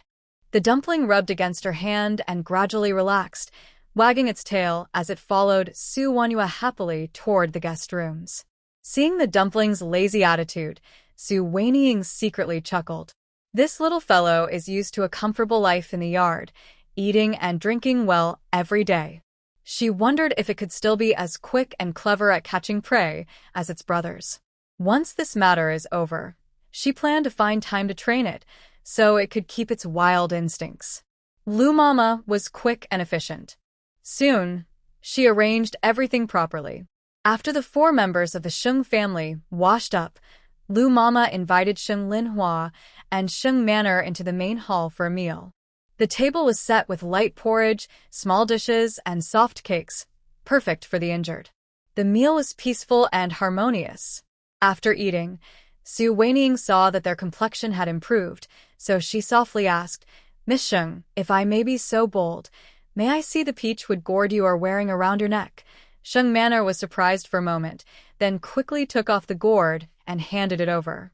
Of course, Sister Su. Su Wanyu took the gourd, her fingertips brushing the smooth surface of the warm peach wood as she examined it carefully. The gourd was round at the belly with a narrow neck, polished smoothly. Turning to the bottom, She saw it was engraved with a character, Sheng, in a sunny style, surrounded by a pattern of entwined lotus vines, exactly like the gourd in her space, with the same carving style and markings. Her heart stirred slightly, and she looked up to ask, "May I ask about the origin of this gourd?"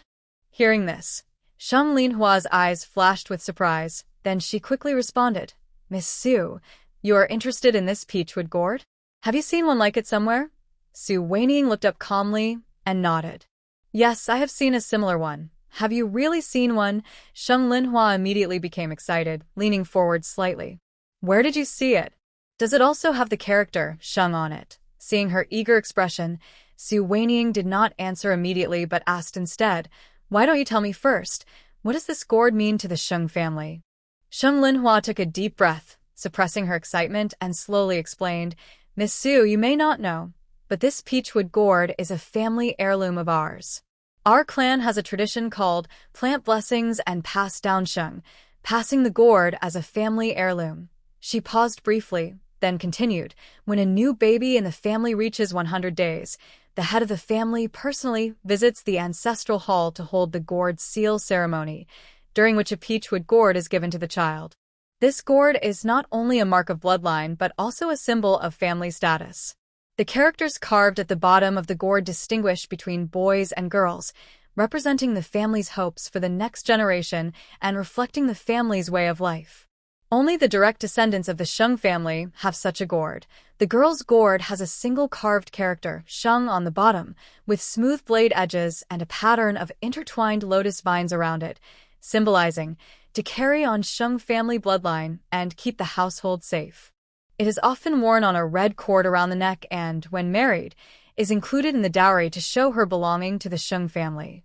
The boy's gourd is carved with Sheng plus a character from his name, with strong, upright blade edges and a border of swirling patterns, symbolizing to inherit the family legacy and expand the family business. It is hung on a black silk cord at the waist as a mark of his standing. This gourd is kept by the family storage, crafted by an old artisan trusted by the Sheng family for generations. The materials and carvings are always precise. If a family member behaves badly or makes mistakes, the head of the family can take back the gourd and temporarily revoke their family status. When a girl gets married or a boy establishes his household, the gourd becomes a personal token. Others see the carved pattern and know immediately that she or he is a direct Sheng descendant, so they do not dare to treat them lightly. As for the origin of this tradition, it is also related to the Sheng family's rise. The first family had once traveled the streets selling gourd crafts to make a living. With help from a noble benefactor, he managed to establish himself. Because of this, he set this family rule, so future generations would remember to stay true to their roots, expand their business, and carry on the bloodline. Su Wanqing gently touched the peachwood gourd in her hand, her fingers stopping at the Sheng character at the bottom. She remembered the identical gourd in the space and asked, "So, only the gourd with a single Sheng carved on it is a token for a direct Sheng daughter? Does anyone else in your family have such a gourd?" Hearing this, Sheng Linhua suddenly shivered, then quickly reached up and touched her neck, removing a peachwood gourd similar to Sheng manners. Her fingers turned slightly white from the grip, and her voice trembled with excitement. There's my older sister, Sheng Linyue. This pair of gourds was given to us by our father when we turned 100 days old." Her voice grew choked with emotion, tears welling in her eyes as painful memories flooded back. "But when I was 10, my sister suddenly disappeared. My parents frantically searched everywhere, traveling through nearby counties, but they found no trace of her. My mother cried all day and night, overthinking herself into illness, and soon she passed away. After my mother left, my father couldn't bear the double blow of losing his wife and daughter. He became very ill and eventually couldn't survive that winter."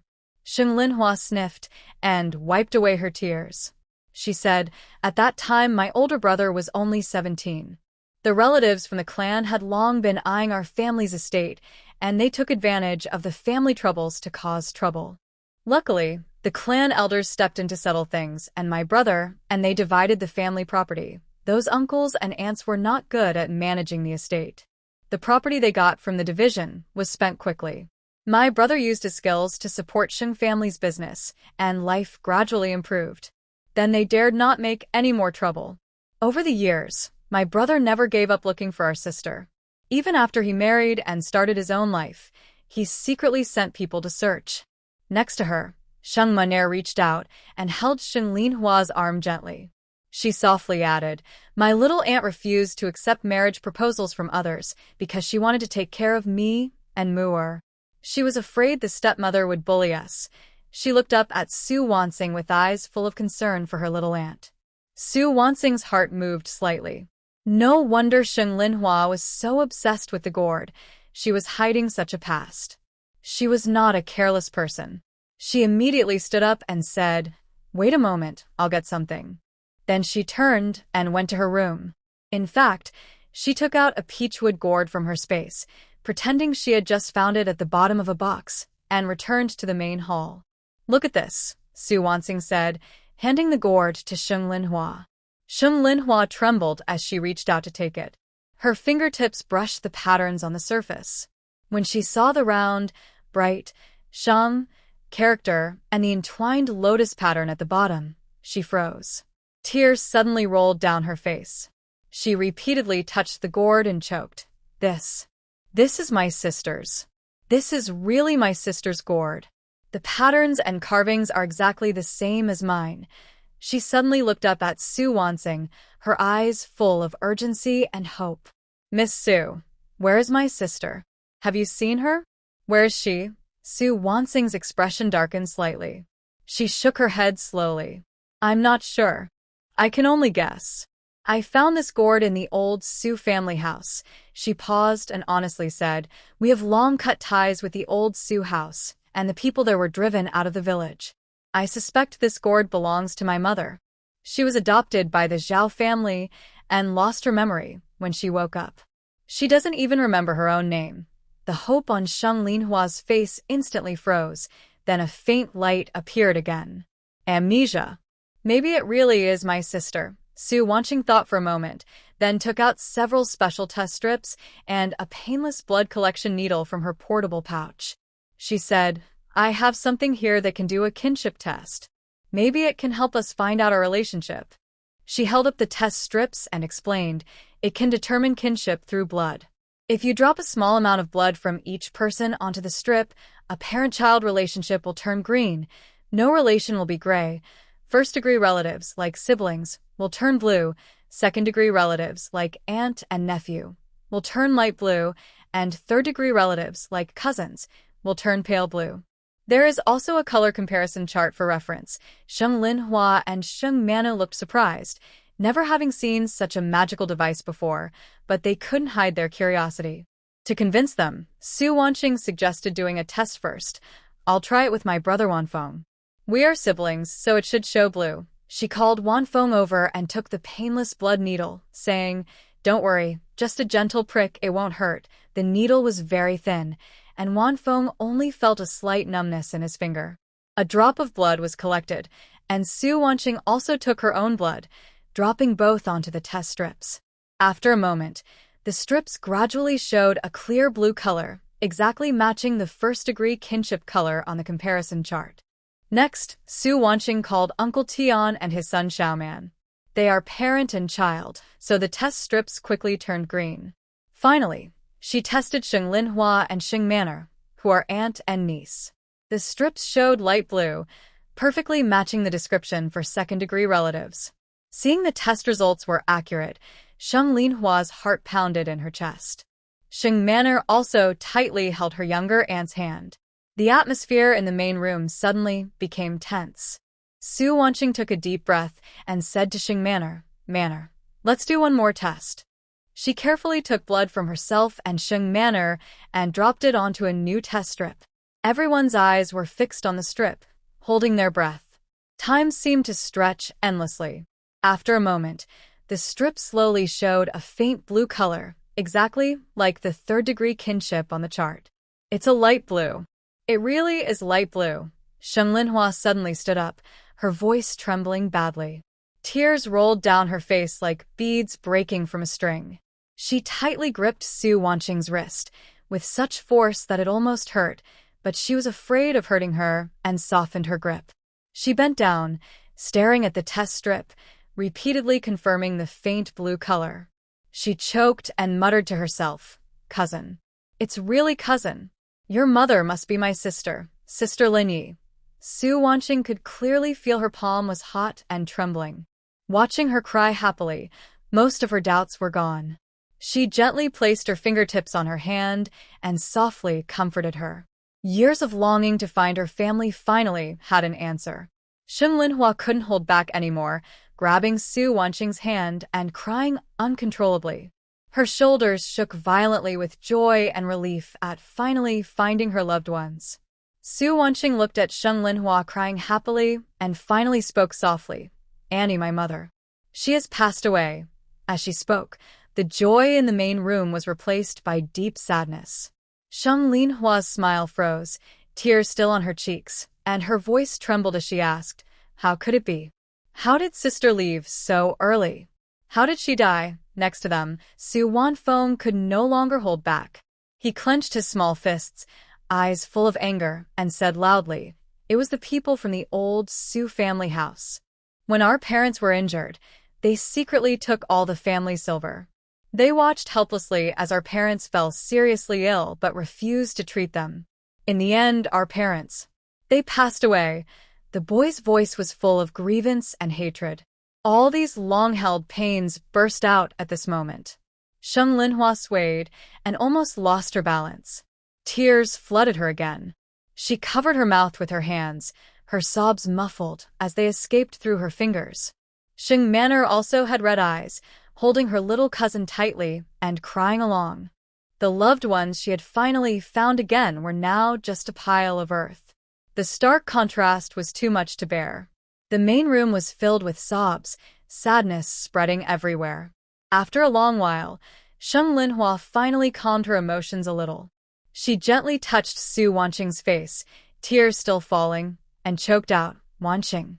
Auntie is sorry." "Sorry, sister. I couldn't find you earlier." She took a deep breath and said seriously, "From now on, Auntie will protect you and your younger siblings." "Wanqing, I am your aunt." Su Wanqing's nose prickled, and she softly called, "Auntie." She then turned to the children beside her, Wanfeng and Wanyu, and said, "Wanfeng, Wanyu, call Auntie." The two children obediently replied together, "Auntie." Eagerly, Sheng Linhua embraced the three children in her arms. Tears once again soaked her clothes, and her voice carried deep longing. "Wanqing, take me to see my sister. I want to talk to her. After all these years, I have so much to say." Su Wanqing looked uncomfortable. "Auntie, your injuries are not fully healed, and you're still weak. It's okay to wait until you're better. It's fine." Sheng Linhua shook her head gently, her eyes firm yet sad. "I'm not afraid. I just miss my sister so much. I want to be close to her, talk about our family, and tell her we've been looking for her all this time.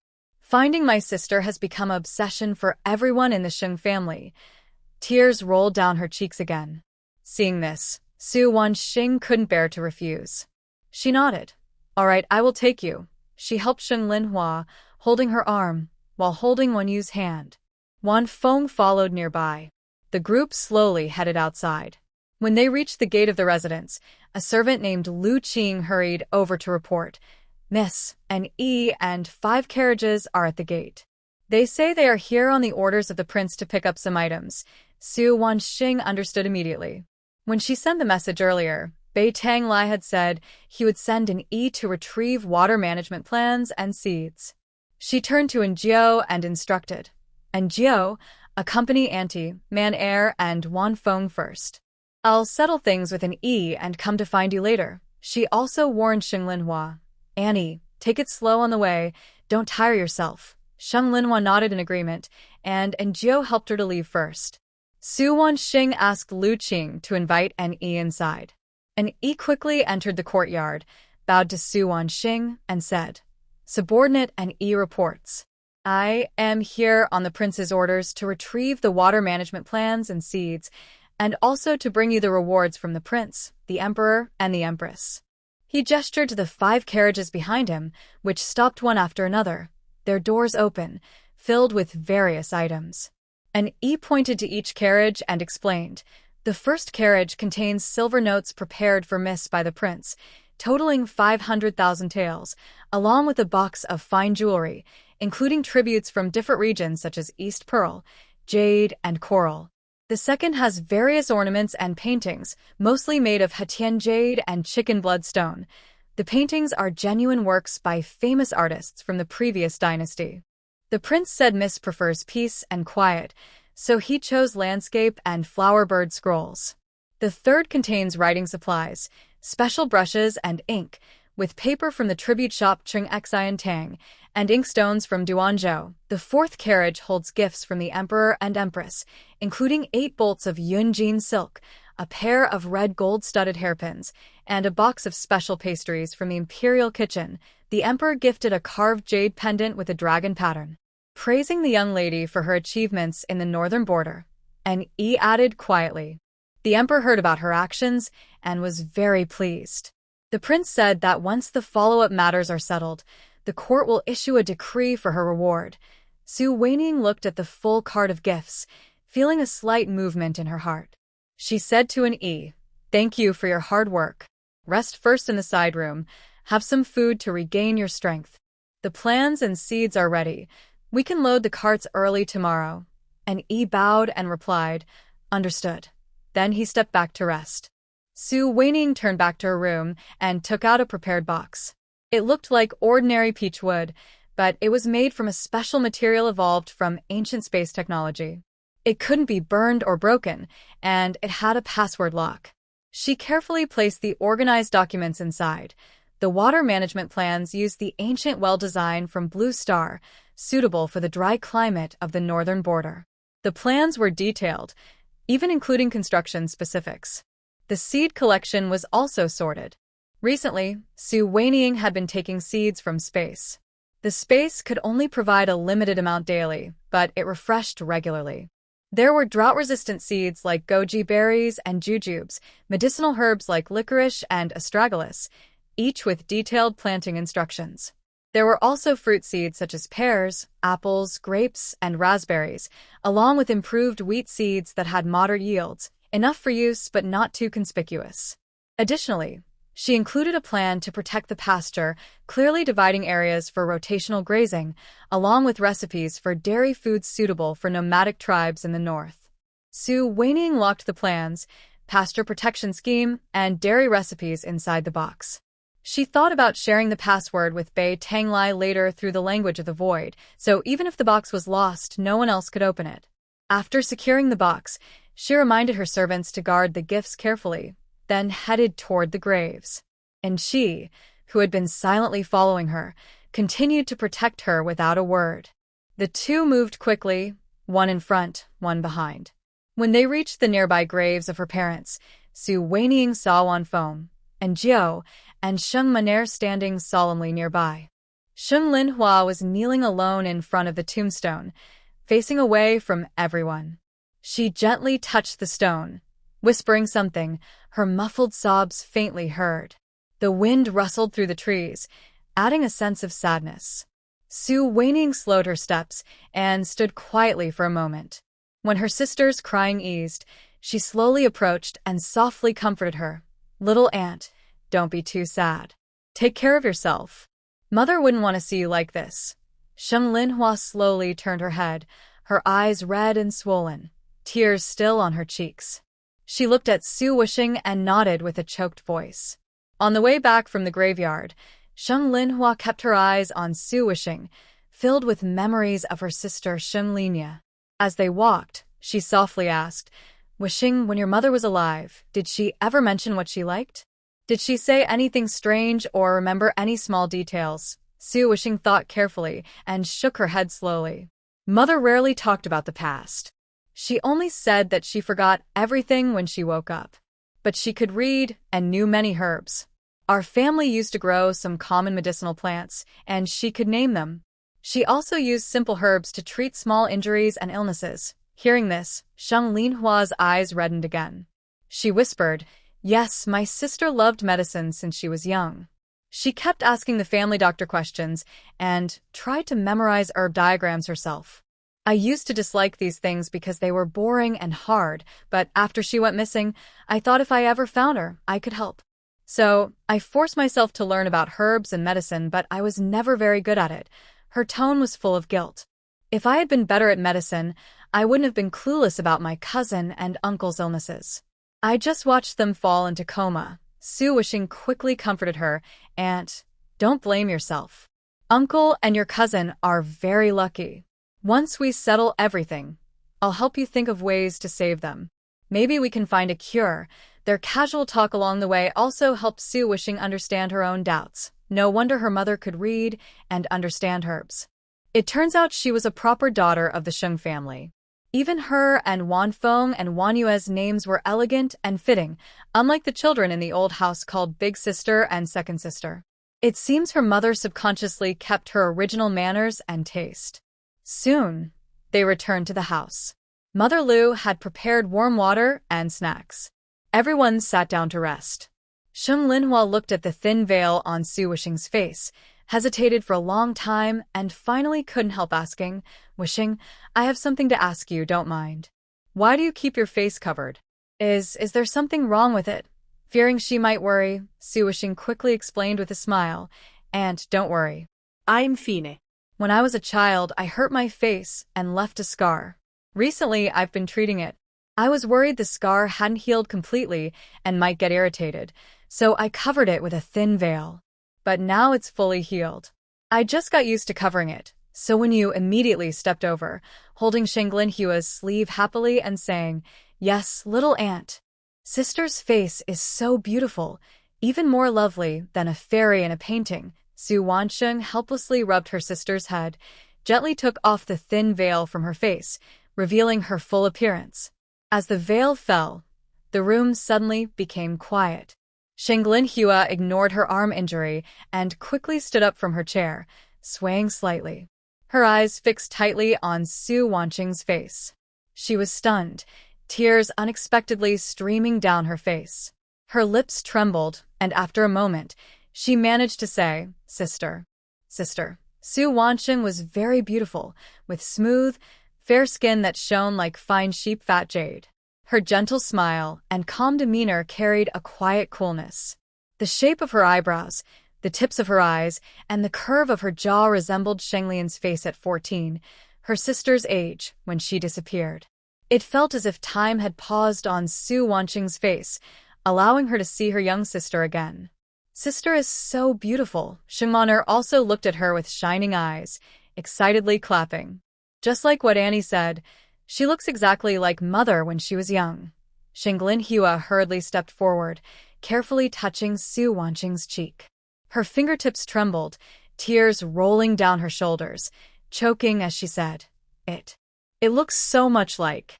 Just like your mother when she was a child." Su Wansheng let her touch her face, feeling both sour and warm inside. She softly called, "Little aunt." Sheng Linhua tightly held her hand, took a long time to calm her emotions, then asked about daily life, chatting endlessly, treasuring this rare reunion. As evening approached, Su Wansheng worried that Sheng Linhua's injury might worsen, or that she might tire herself out. She smiled and advised, "Little aunt, you've had a long day. Rest in your room with manner first. We can talk more tomorrow. Bai Xiao and Bai Ji should also be settled. I'll ask Mother Lu to make some calming soup for you." Sheng Linhua nodded and was led back to her room by Mother Lu. After everyone had gone to rest, Su Wansheng returned to her room alone. Looking at the many treasures in her space, she began to plan. The Emperor and Empress had given her many precious gifts. To show her gratitude and be appropriate, she decided to prepare some gifts in return. She started with what women like. Since the Empress was the queen, she must prefer delicate items. Most women love beauty products, so skincare and perfume would be good choices. She chose 10 bottles of perfume in glass containers, with clear bottles showcasing various scents. They looked elegant and high quality, so there was no need to pass them through the ancient transition zone. They were already suitable. Each scent was mild, either light floral or gentle fruity, fitting different occasions. She hesitated for a moment on skincare products. The high-tech skincare items in the space would look rough and out of place if placed in the ancient transition zone, losing their elegance. If she took them out directly, they might seem too conspicuous. After thinking carefully, she picked a simple yet well-made set with plain packaging that lacked high-tech features but was still impressive, mainly nourishing and moisturizing. She also selected a set of colorful lipsticks with smooth textures and gentle shades, suitable for court-style makeup. Next, she chose items for the emperor and shared use. She picked a set of crystal cups, clear and simple in design, suitable for wine or tea. Also a set of fine-boned china coffee cups with elegant patterns. For the emperor, she specially selected a purple clay tea set, made from high-quality clay with mountain and water carvings, matching the tastes of scholars and literati. Considering the difficulty of lighting at night in the palace, she also brought 6 solar lamps, designed to match the palace style. The lampstands were made of delicate purple sandalwood with cloud patterns carved on the edges, common auspicious symbols in the palace. The lampshades were made of semi-transparent frosted glass, warm and gentle, providing soft light that wouldn't disturb sleep. The bases were round and stable, with carved patterns and hidden solar panels at the bottom, cleverly concealed. The switches were small copper clasps disguised as decorative parts of the lampstand, hardly noticeable unless looked at closely. The design resembled finely crafted antique palace lanterns, but they didn't need fuel. During the day, they could be placed in the corridor to absorb sunlight and glow all night, safe and convenient without looking strange. She also added a set of modern jewelry for the empress, mainly pearls and agate, simple yet luxurious, more unique than typical elaborate palace styles. All items came with instructions explaining their effects and usage. She also considered giving some lingerie as a gift but thought better of it since she didn't know the empress's size and it was too private. She temporarily set aside medicinal supplements, as the royal kitchen and imperial hospital had everything needed, and giving them without proper knowledge might be inappropriate. Suddenly, her eyes lit up. There were still 2 bicycles in the space. This model, still considered vintage in the 23rd century, was from the 20th century and could be sent along with the others. The bikes were useful for travel, interesting, and good for promotion, especially when mass production started later. The space refreshed supplies daily. Since there were only 2 bikes now, she expected to find a few more tomorrow, enough for backup. Su Wansing carefully organized these items. The next morning, at dawn, Su Wansing got up early. Besides the prepared gift boxes and supplies, she added some special snacks, vacuum-packed jerky, crispy biscuits, and a few jars of sauce, all flavors that Bait Ang Lai liked before. She deliberately left 1 bicycle for Bait Ang Lai and put the remaining 3 into a carriage as a gift for the emperor, as something new and interesting to present. The supplies were packed neatly. 2 carriages carried various seeds, labeled and sorted for easy distribution by Bait Ang Lai. 1 carriage was reserved for Bait Ang Lai, holding his snacks and bicycle. The remaining 2 carriages contained grand gifts for the emperor and empress: crystal cups, tea sets, solar palace lamps, jewelry, all carefully arranged and cushioned to prevent damage. Su Wansing also took out a few boxes of instant food and handed them to An, softly instructing, "These are for your journey, to fill your stomach. The flavor is the same as what I brought for the prince last time. Just heat and eat." When An saw the instant food, a hint of joy appeared in his eyes. He quickly bowed and accepted it. "Thank you, miss. I remember these snacks. The prince liked them very much before." Su Wansing's expression grew serious. She emphasized, "Remember, if you encounter danger on the way, prioritize your safety. Money and valuables are just things. Even if the secret box is lost, no one without the password can open it. Never risk your life for material possessions."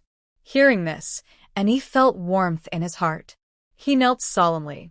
"Miss, rest assured. I will do my best to deliver all the supplies safely to the prince and protect my brothers and myself." Su Wansing nodded to signal him to stand. She added a few notes about loading the supplies, and then Len Chi and the others set out. Watching the convoy slowly leave the village entrance, Su Wansing turned back to the courtyard. She took out a silent speaker from the space. She wrote a short note, listing that an E had set out, the secret box's password and opening method, and mentioned she had found her mother's family. Once they were settled, she planned to send them back to Tongsu County to visit relatives. She folded the note and tied it to the leg of the eagle falcon, signaling it to fly toward the capital. Sending away the hawk and falcon, Su Wanqing summoned In Chi, who looked serious as he ordered, "Go find out where everyone is at the old Su family house." Su Wanqing wanted to know how the peachwood gourd ended up in Su Yuan's hands. Also, since Su Yuan usually treated his father badly, there might be another reason behind it. Although she didn't want to get involved with the old house anymore, she needed to clear up these doubts. "Yes, I will check right away," and she bowed and quietly left the house. As he left, he happened to pass by Sheng Linhua, who was looking for Su Wanqing. Sheng Linhua didn't hear all their words, but he caught the words "old Su house" and "investigate," so he paused for a moment. In the main hall, Sheng Linhua saw Su Wanqing staring at the peachwood gourd on the table, looking lost in thought.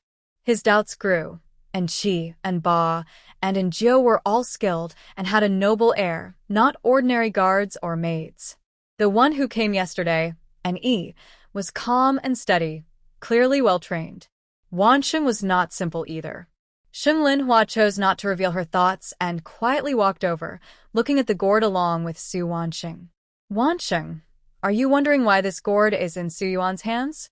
Sheng Linhua asked softly. Su Wanqing nodded, yes.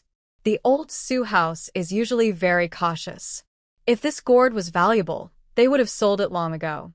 It seems to be just an ordinary peachwood object, so it's still here. Sheng Linhua shook her head and reached out to pick up the gourd. She gently tapped its surface with her fingertips. This gourd looks like it's made of peachwood, but actually, it's shaped with peachwood on the outside, hiding a core carved from fine jade inside. This is a special craft called wood surface, jade core. It's a secret of Sheng family. Others think it's just a normal peachwood gourd. Even if someone copies it, you can tell real from fake by knocking on the surface or shining a strong light. Su Wanqing was surprised. She had never thought about this before and hadn't tried to use her space's transparent mirror to check. She took the gourd and examined it carefully. She could faintly feel that the inside was different from the outer peachwood. She sighed inwardly. Sheng family was clever to hide this, and she was even more sure that this gourd was her mother's personal item. "Auntie, over the past 2 days, you and Mana have recovered quite well." Su Wanqing changed the subject. "I'll go with you back to Tongsu County to see Uncle and Muir. It's also a good chance to check on their health and see if I can help." Over the past 2 days, she had been giving Sheng Linhua and her daughter spring water from her space every day. Their injuries healed quickly, and their complexion had returned to normal. Sheng Linhua felt warm inside and nodded repeatedly. "Thank you, Wanqing." After dinner, and she quietly returned to the house and reported the investigation results to Su Wanqing. "Miss, after everyone from the Su family left the village, they went to the town to seek help from Su Guangzong. Su Guangzong encouraged Su Yuan and Su Changhe to marry off the 3 daughters of the Su family in exchange for bride price. Later, they rented a broken house in town to live in." He paused briefly before continuing.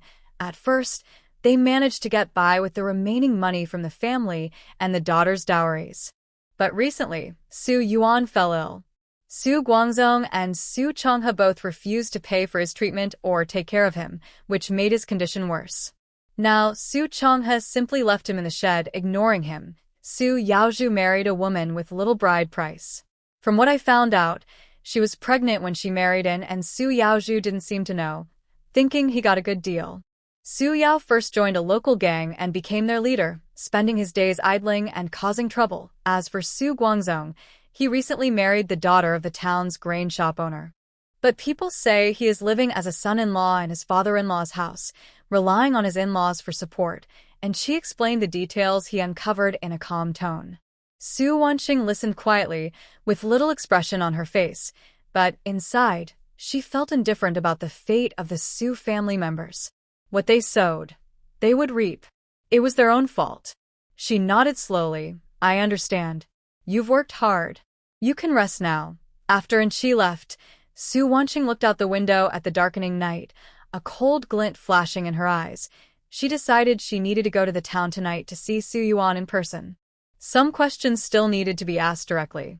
Later that night, Su Wanqing took out the shadow wing from her space. It was a common flying device from the 23rd century, without a cabin, equipped with a small power core on the back, capable of high-speed flight. It could skim close to the ground, adapt to complex terrain, and had holographic navigation and body-sensing controls, making it very practical. She put on the shadow wing, opened the door, and set off. She left a doll on her bed, and when AI Joe sensed something unusual and asked, "Miss, are you asleep?" Su Wanqing replied with her telepathic voice, "I'll read a bit more before sleeping." Only then did AI Joe feel reassured and go to sleep.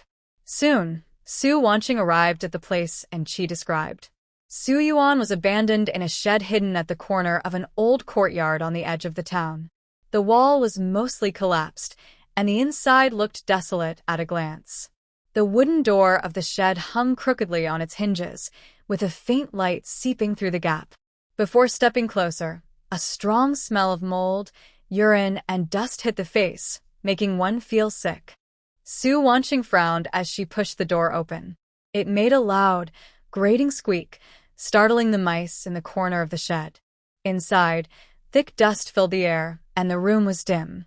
Only a few rays of moonlight shone through a hole in the roof, barely revealing the scene. The floor was covered with damp straw, on top of which lay a tattered, blackened, and hard old quilt. Su Yuan was curled up inside it, looking very thin and weak, with a pale face, cracked lips, and shallow breathing. His clothes were torn and stained with dirt and filth, looking like he was about to run out of strength and wouldn't last many days. Su Wanqing slowly approached, her footsteps making soft sounds on the straw. Su Yuan's cloudy eyes moved slowly, and he seemed to see a shadow, thinking it was a hallucination. He mumbled, "Water. Give me water." Su Wanqing didn't answer. She took out a potion with a dream-inducing agent from her space. The drug worked quickly, and Su Yuan's eyes became vacant as he drifted into a half-dream, half-wake state. "I ask you, where did you get that peachwood gourd?" Su Wanqing's voice was cold and firm, with a strong, unresistible tone. Su Yuan unconsciously bit his lip and mumbled. "The peachwood gourd was snatched from third sister's wife by Cuehua." "Third sister's wife?" Su Wanqing asked again. "You mean Zhao's wife? Why did you steal what looks like an ordinary peachwood gourd?" When mentioning this, Su Yuan's face twisted with a foolish pride. He said in a silly voice, "That woman. She doesn't remember the past, but she treasures that gourd, keeps it close every day, stealing it. So I can control her, make her obey, and work, not dare to resist." Hearing this, Su Wanqing's heart was filled with disbelief and contempt, so it was just such a ridiculous and mean reason that led her to steal her mother's only hope.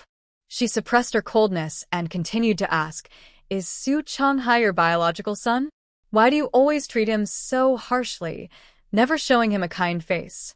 Su Yuan's eyes grew more distant as he fell into a long-forgotten memory, speaking with a hint of guilt and resentment.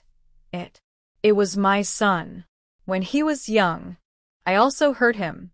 Later, I was dating Cui Ting, Cuehua's sister, on the mountain. And when we returned, I saw him at the foot of the mountain. I don't know if he saw me. I'm afraid he might tell someone. And Cuehua would find out. So I cut off contact with Cui Ting. I tried to test him later. He seemed to know nothing. But I didn't dare to gamble. The more I looked at him, the more I disliked him. So I found ways to make things difficult for him. Over time, I really started to dislike him." He paused, then added, "If it weren't for that woman, who knew some herbs and helped the family, and protected him, he would have died outside long ago." Su Wanqing listened quietly, her fingertips tightening slightly. It turned out that all the bullying and harshness stemmed from Su Yuan's own filthiness and guilt. Such a selfish and vile person was unworthy of being a father or husband. Watching Su Yuan's dying state, she felt no pity, only that he brought this on himself. There was no need to ask further. Su Wanqing turned and left the wooden hut. As the evening breeze blew, it slightly cleared the strange smell on her body. She looked at the simple, dilapidated courtyard before her, with no thoughts of revenge. Given the nature of the Su family, constantly blaming each other and greedily taking, they would eventually ruin themselves without her needing to act. Spreading her shadow wings, Su Wanqing silently returned to Fengrao village. It was still before dawn. She went to her room, changed out of her night clothes, and her mind drifted toward Tongsu County. Most of her mother's mysterious past had been uncovered. Now, the most urgent thing was to accompany her aunt to visit her uncle and cousin, to find out why they were unconscious. But one thing after another kept coming, making her feel that the peaceful life she longed for was slipping further away. The Wenfeng Imperial examination was still a few days away. She secretly decided to return before the exam to help her brother prepare. After dawn, Su Wanqing began to get ready for her journey, carefully organizing everything at home. She summoned the secret guards, Enqi, Enba, and Enjio, and ordered in a serious tone, "This time, I will only take Enjio to Tongsu County. Enqi and Enba, you two stay behind and make sure Wanfeng and Wanyu are safe. No mistakes allowed." The two replied in unison. Understood. Su Wanqing had someone bring out the family's horse-drawn carriage. The horse drank specially prepared spring water from her space every day, making it strong and intelligent, able to understand commands easily. Dark Nine took the lead and drove the carriage, smiling as she said, "Miss, don't worry. With this horse, the journey will be quick and steady. I hardly need to do anything. If I don't need to pretend, it can go by itself." Su Wanqing nodded and went inside to pack some essential medicines, silver, and supplies. Then she called over Wanfeng and Wanyue. She took out the eagle falcon, Kong Yuzhe, from her space. When Wanfeng saw the strong, sharp-eyed bird, her eyes lit up with curiosity. She leaned in to look but didn't dare to touch it, just observing carefully. "This is an eagle falcon. It can help us send messages and protect you," Su Wanqing explained. She specifically told Wanfeng, "When I am not at home, you must take your sister with you at all times. Never separate. The school and the house are your only places. Don't go to remote areas alone. If there's an urgent matter, write a letter and give it to the bird. It will deliver it to me immediately." She then handed a small note to the eagle falcon. The bird grabbed it with its claws, raised its wings, and flew high into the sky, disappearing quickly. Wanfeng nodded firmly, with a determined look. "Don't worry, sister. I will take good care of my sister, study hard, and wait for you to come back so we can take the imperial exam together." Wanyue also clutched Su Wanqing's sleeve tightly and nodded strongly. "Sister, I will listen to you."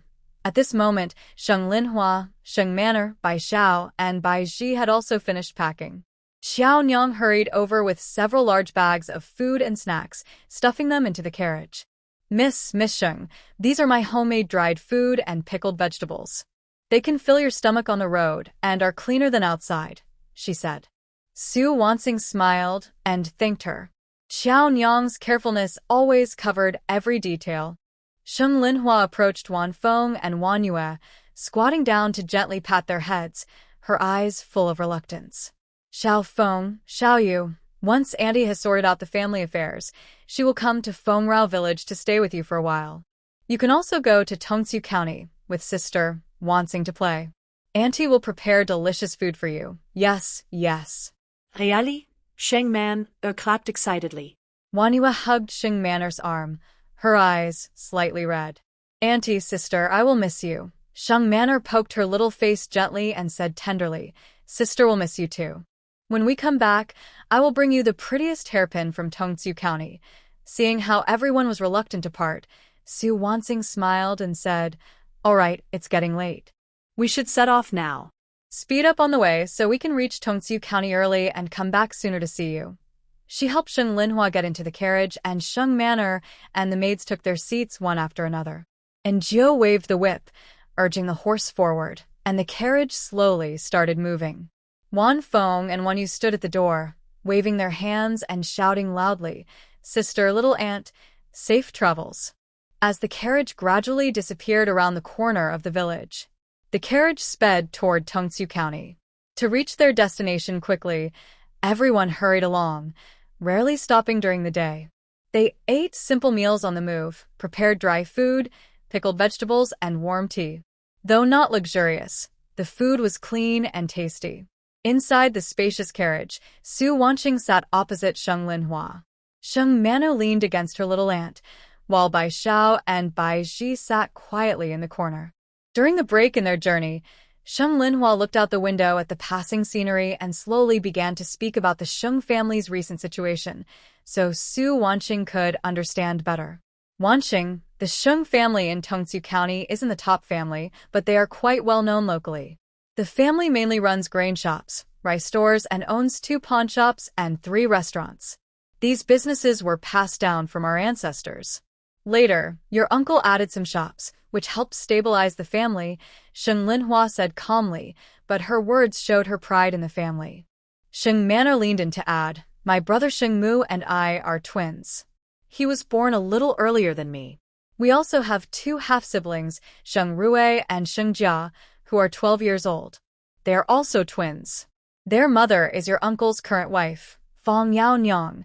Sheng Linhua mentioned this name with a slightly colder tone, without much emotion. Su Wanqing, sitting nearby, quickly caught the key point and interrupted, "Little aunt, Manor is 13, and Sheng Rui and Sheng Jia are 12? So, your uncle married Fang Yang not long after his first wife passed away?" Sheng Mana nodded and blinked. "Yes, Sister Su. Ruier and Jia are a year younger than me and my brother. Aunt Fang married Dad later, and then gave birth to them." Su Wanqing nodded thoughtfully, tapping her knee lightly but not asking more, signaling Sheng Linhua to continue. Sheng Linhua sighed softly, her eyes drifting into the distance as if lost in memory. "Actually, your mother was the most talented in business in the family. My father often said that my sister was clever and had good judgment. He wanted to wait until she was a bit older to let her manage the core family businesses. Your uncle originally had no such ambitions. He loved reading from a young age and wanted to pursue the path of official examinations. At that time, he had already passed the Imperial Scholar exam and his future looked bright. However, this stability and hope were eventually shattered by unexpected events. Later, your aunt suddenly disappeared, and your parents fell ill and passed away one after another. The relatives saw this and became greedy, fighting over the family's assets. I have never been good at business, and at that time, I was overwhelmed with grief from losing my loved ones. I felt helpless and unable to do anything. To protect the Sheng family, your uncle gritted his teeth and gave up the imperial exams. He threw himself into complicated business dealings. The elders favored his uncles, and most of the family's assets were divided up. They all thought that my sibling and I were helpless and wouldn't amount to much. But your uncle is stubborn. With great determination, he spent 3 years rebuilding the business. Not only did he recover the shops we lost, but he also expanded the business threefold, giving a strong slap to those uncles. Since then, no one dared to bully us easily. When talking about your aunt, Sheng Linhua's eyes softened, and her tone became warmer. Your uncle met your Aunt Lu while inspecting the shops. Lu came from an ordinary family. Her father was a scholar who taught at a local school, and her mother raised her with excellent embroidery skills. Lu's embroidery was even better than most professional embroiderers. One day, your aunt went to our fabric shop to deliver embroidered goods. The shopkeeper was out, and the shop boy had bad intentions, trying to cheat her out of her money and making things difficult. Lu is strong-willed and refused to back down, so she argued with the shop boy. Luckily, your uncle, passing by, saw the scene. He immediately fired the shop boy and specially ordered a large batch of embroidery from Lu for our shop. Over time, they became familiar and developed feelings for each other. Later, my brother wanted to marry his wife, but the elders in the family disagreed, saying Lu was from a lowly background and not suitable for the Sheng family. But your uncle was firm. He even used family silver to threaten them, saying that if they didn't agree, he would stop offering respect to the elders. The elders then dared not oppose him and reluctantly agreed to the marriage. My older brother and sister-in-law are very loving. Lu is gentle and kind, and she treats me very well, always thinking of me, just like your mother did. Not long after, my sister-in-law became pregnant, and our family was filled with joy, eagerly awaiting the arrival of the baby. Sheng Linhua's voice gradually grew softer, and tears appeared in her eyes. On the day Moner and Muir were born, my older brother and I were so happy we almost went crazy. My uncle suddenly had a son and a daughter, completing the word good, and I finally had a little nephew and niece. But this happiness lasted only a moment before it was shattered by sudden bad news. Not long after the baby was born, midwife hurried out, saying the lady was in bad condition and bleeding heavily. When we rushed into the room, my sister-in-law was already pale-faced, weak all over, and the room was filled with the smell of blood. Just a moment ago, she was fine. How did she suddenly become like this? After the doctor came and checked her pulse, he shook his head and said to prepare for the worst. The bleeding couldn't be stopped, and he was helpless. Sheng Linhua wiped her tears and spoke with a tone full of guilt and regret. I hated myself then, hated that I didn't learn medicine well. If only I had better skills, could I have saved my sister-in-law? Could I have prevented Moner and Muir from losing their mother so early? The death of her sister-in-law cast an unprecedented shadow over the Sheng family. Your uncle was completely broken down, depressed every day, locking himself in his room and refusing to come out. My sister-in-law's parents only had her, and they mourned her deeply, crying their hearts out. Moner and Muir were still so young, they couldn't even remember what their mother looked like. Sheng Linhua sniffed. Seeing the state of the family, I forced myself to stay strong, personally caring for Moner and Muir. Luckily, Lu's parents helped out, or I would have been at a loss. Your uncle said he would never marry again in this life. His heart was only with his wife, Sheng Linhua said with a hint of complexity in her tone. But not long after he said that, another trouble arose at home. During that time, my uncle was distracted and didn't manage the business well. The shops were run by managers, but they lost many big orders and many old customers. Later, the shop managers couldn't hold on and came to report. They also reminded your uncle that he needed to attend the monthly merchant meetings, which were key to maintaining relationships and saving the business. It was at the banquet at Juman Lu that your uncle met Fong Yaonyang. Sheng Linhua paused here, and the carriage fell silent, only the sound of the wheels turning. The silence inside the carriage was broken by Su Wanqing's voice. She looked at Sheng Linhua's complicated expression and said confidently, "Auntie, is there some hidden story behind all this? Uncle did not truly want to marry Madame Fong?" Sheng Linhua nodded slowly, a hint of anger and helplessness in his eyes. He was tricked. That day at the discussion banquet, my brother only drank a few ordinary drinks with the merchants. Soon after, he felt dizzy and weak all over, much more than when he usually drinks, and became very drowsy. He said he wanted to go outside for some fresh air to sober up, then left the private room alone. When he regained consciousness, he was in a guest room at Jimin Tower, with Fong Yaonyang both undressed. Sheng Linhua's voice lowered further. My brother was shocked and angry, ready to explain, but Fong Yaonyang was sitting on the bed crying nonstop, saying she lost her innocence and was too ashamed to see anyone, even threatening to hit the wall and end her life. The clan elders and some familiar merchants happened to be nearby and rushed over when they heard the commotion. Seeing the scene, everyone advised my brother to take responsibility. Faced with the pressure of damaging his reputation and risking his life, my older brother, despite feeling unwilling, could only grit his teeth and agree to marry her. Sheng Linhua added softly, without blame, only showing concern for his brother's situation.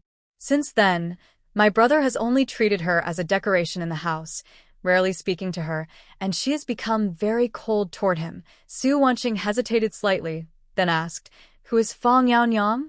How did she appear at the discussion banquet, and how could she have planned this so precisely to target Uncle?"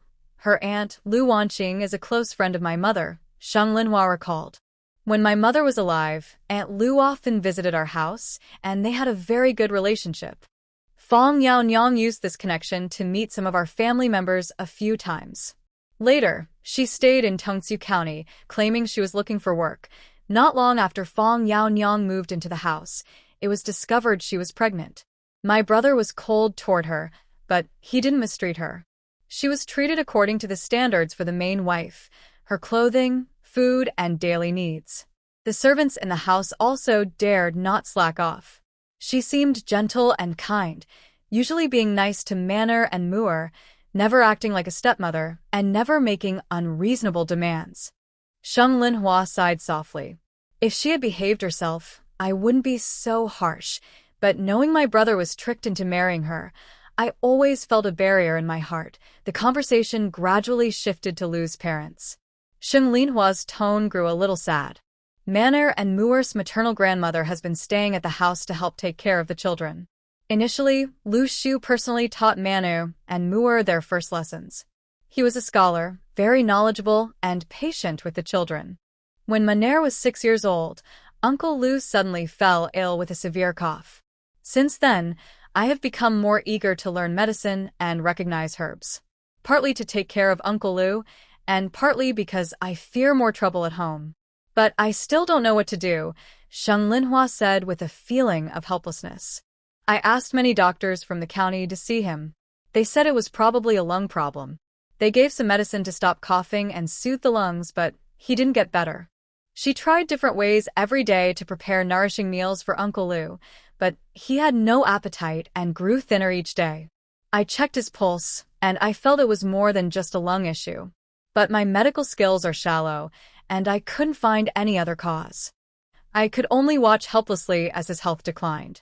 In the end, I couldn't save Uncle Lu. Now, Sheng Honyuan and Sheng Mu have been unconscious for over a month, which has left her feeling even more helpless. The doctors from the county have all come to see them. They checked their pulses and looks, but found nothing unusual.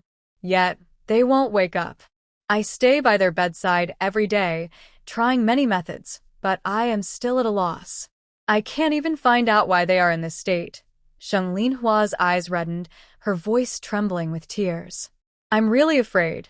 Afraid that my brother and Muir will also leave us just like Uncle Lu. Su Wanqing gently patted her hand and spoke softly. Auntie, don't worry too much. There will be a way. I know some medicine. When we get to Sheng's house, I will help Uncle and Muir check. Maybe I can find out what's wrong. With the antidote and instruments in the space, she believed she could uncover the cause. Sheng Linhua looked at her, a faint light shining in her eyes, and nodded firmly. As the sky darkened, the sunset painted the horizon orange red. The carriage entered Duan Town. Su Wanqing suggested they rest there for the night to regain their strength before continuing. Sheng Linhua and her daughter agreed naturally. Anjio was the first to get off the carriage, found a clean and tidy inn, and booked several adjoining rooms, allowing everyone to settle in peacefully. After dinner, Su Wanqing returned alone to her room. Her mind replayed the events of the day, Lady Fong's deliberate schemes, Uncle Lu's mysterious cough, and her uncle and Muir suddenly falling into unconsciousness. Each incident seemed suspicious, full of doubts. She used to love writing stories, creating many plots involving schemes and tricks. Now, comparing these events in the Sheng family, she felt more and more that there was a hidden connection behind it all. Actually, figuring it out isn't that hard. Su Wanqing secretly calculated that the illusion potion in the space was very effective. As long as she found the key person, she could directly ask questions using the potion, saving time and being efficient. It avoided the tedious process of checking step by step. Anyway, she didn't need to use the good things in the space, which seemed pretentious. She tossed and turned until late at night, completely exhausted, and then entered the space to lie on the soft bed in her bedroom, enjoying a good sleep. The next morning, just after dawn, Anjio and Bai Xiao had already bought breakfast, including porridge, buns, and side dishes. Everyone quickly finished eating, tidied up, and set out again. The carriage moved forward, and by the afternoon, after traveling for 2 more hours, they finally reached the entrance of Tongsu County. Tongsu County was much busier than Fengrao Village. The streets were crowded with cars and shops lined up, with lively market sounds. Sheng Manor pressed her face against the window, excitedly pointing at the scenery outside, constantly introducing it to Su Wanqing. She also occasionally pointed the way. "Sister Su, turn at that street corner ahead, then go down 2 alleys, and we'll reach our home." Soon, the carriage stopped in front of a grand residence. The crimson gate was closed, flanked by stone lions. A gold-plated plaque hung above the door with the words, "Sheng Residence," showing the family's noble status. A servant at the gate quickly stepped forward to open the curtain, and someone ran into the residence to report. As soon as Su Wanqing got off the carriage, Anjo quietly approached her side and whispered, "Miss, there are 2 suspicious men at the alley entrance, watching us. They don't seem to be from the residence, nor are they ordinary villagers." Su Wanqing's eyes turned cold. She calmly looked toward the alley, then signaled Anjo with her eyes to follow and investigate, making sure to find out who they were and their purpose. Anjo nodded slightly and silently blended into the crowd, heading toward the alley. At that moment, the residence gate opened.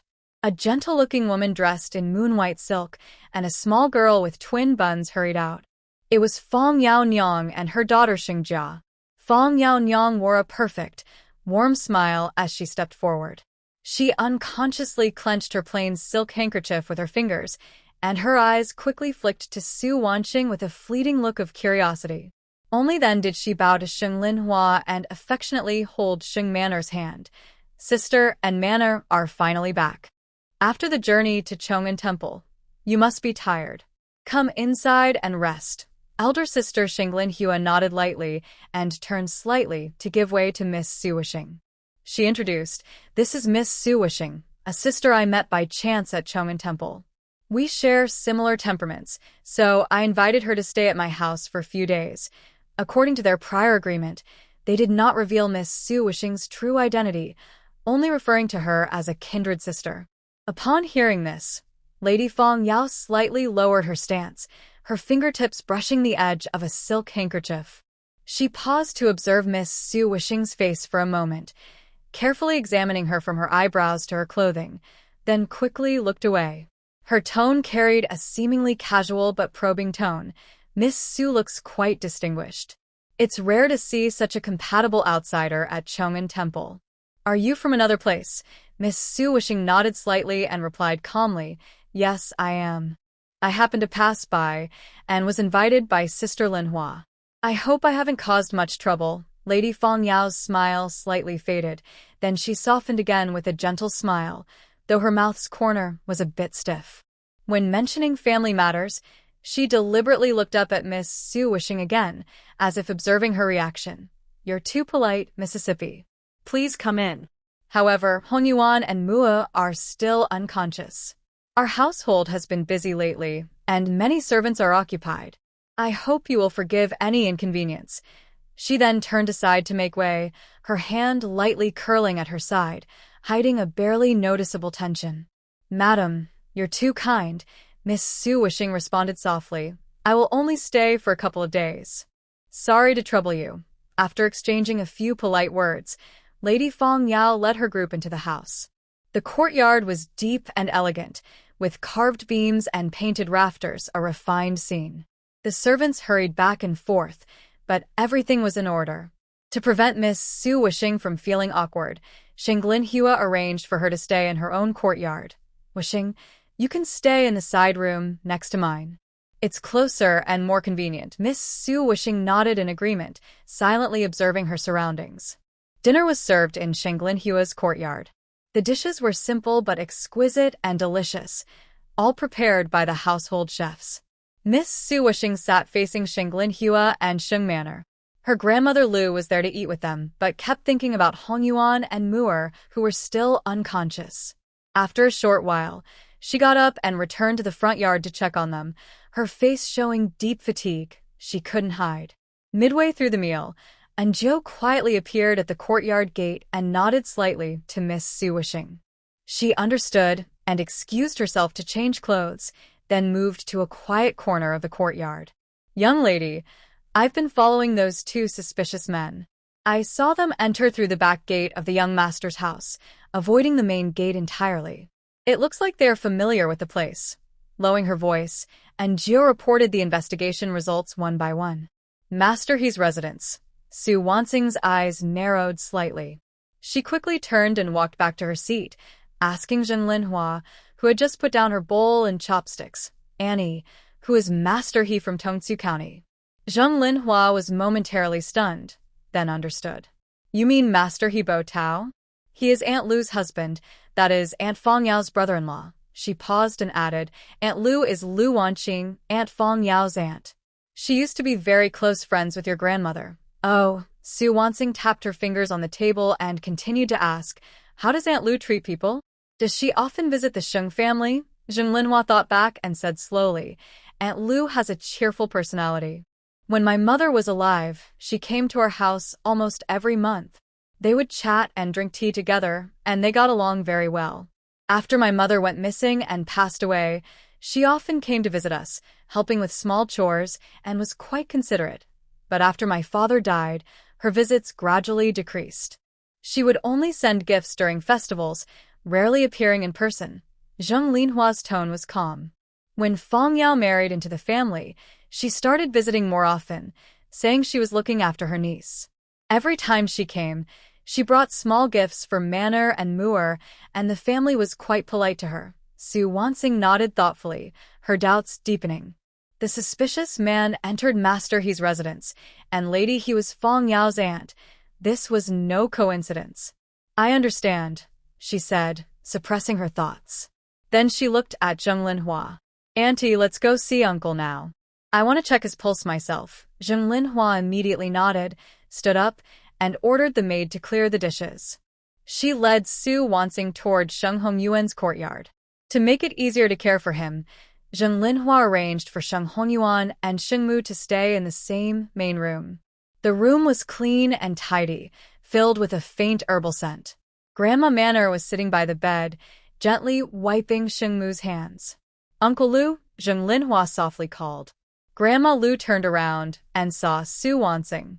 She showed a gentle smile, though her face looked tired. Miss Wanqing is here too. Su Wanqing stepped forward and nodded politely, her gaze falling on the two unconscious men on the bed. Sheng Hongyuan's face was pale, his breathing weak but steady. Beside him, Sheng Mu's face was yellowish, her brows slightly furrowed, looking very pitiful. After exchanging greetings, Su Wanqing walked to Sheng Hongyuan's bedside. She leaned over and felt his pulse with her fingertips. The pulse was steady and calm, showing no signs of serious illness or sudden crisis. Based on the pulse alone, he seemed fine.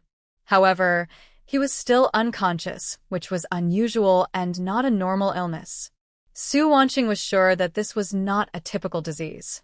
It seemed more like he had been poisoned secretly, something that made him fall into deep sleep without affecting his pulse.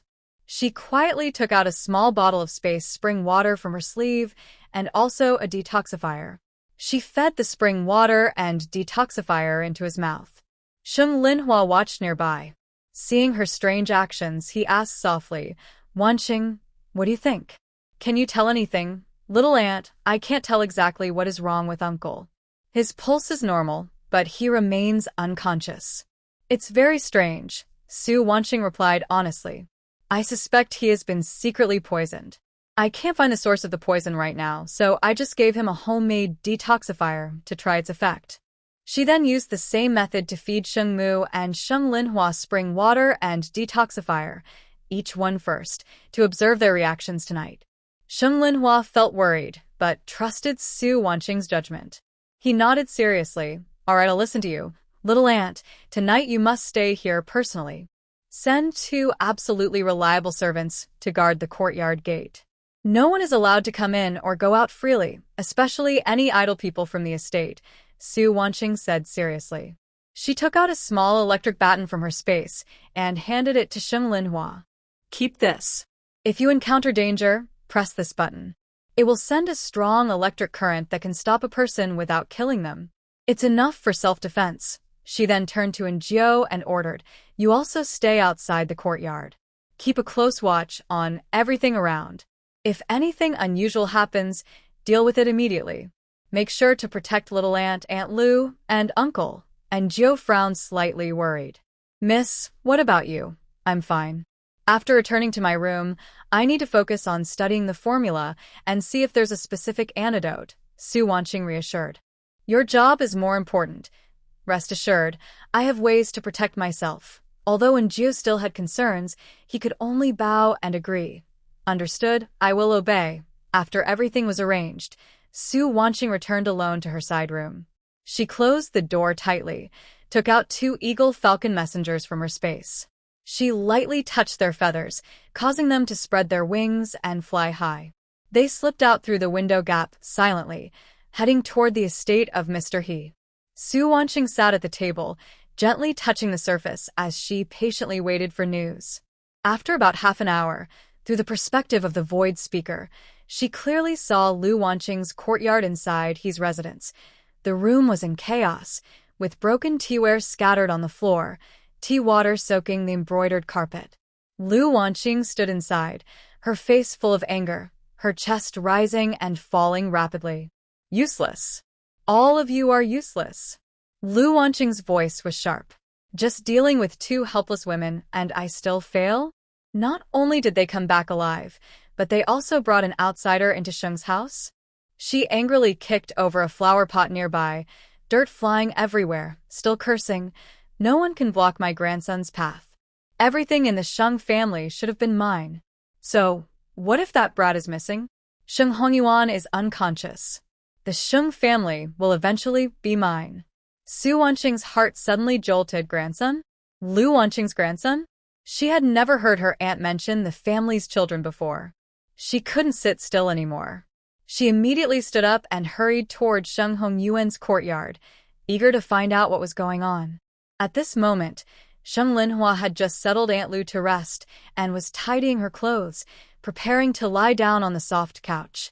When she saw Su Wanqing rushing in with a serious expression, she couldn't help but feel worried and asked, Wanqing, what's wrong? Little aunt, sorry to bother your rest. I have a question I want to ask you. Su Wanqing approached her solemnly. Who is Lu Wanqing's grandson? What does he do? Sheng Linhua was taken aback by the question, then frowned and thought carefully.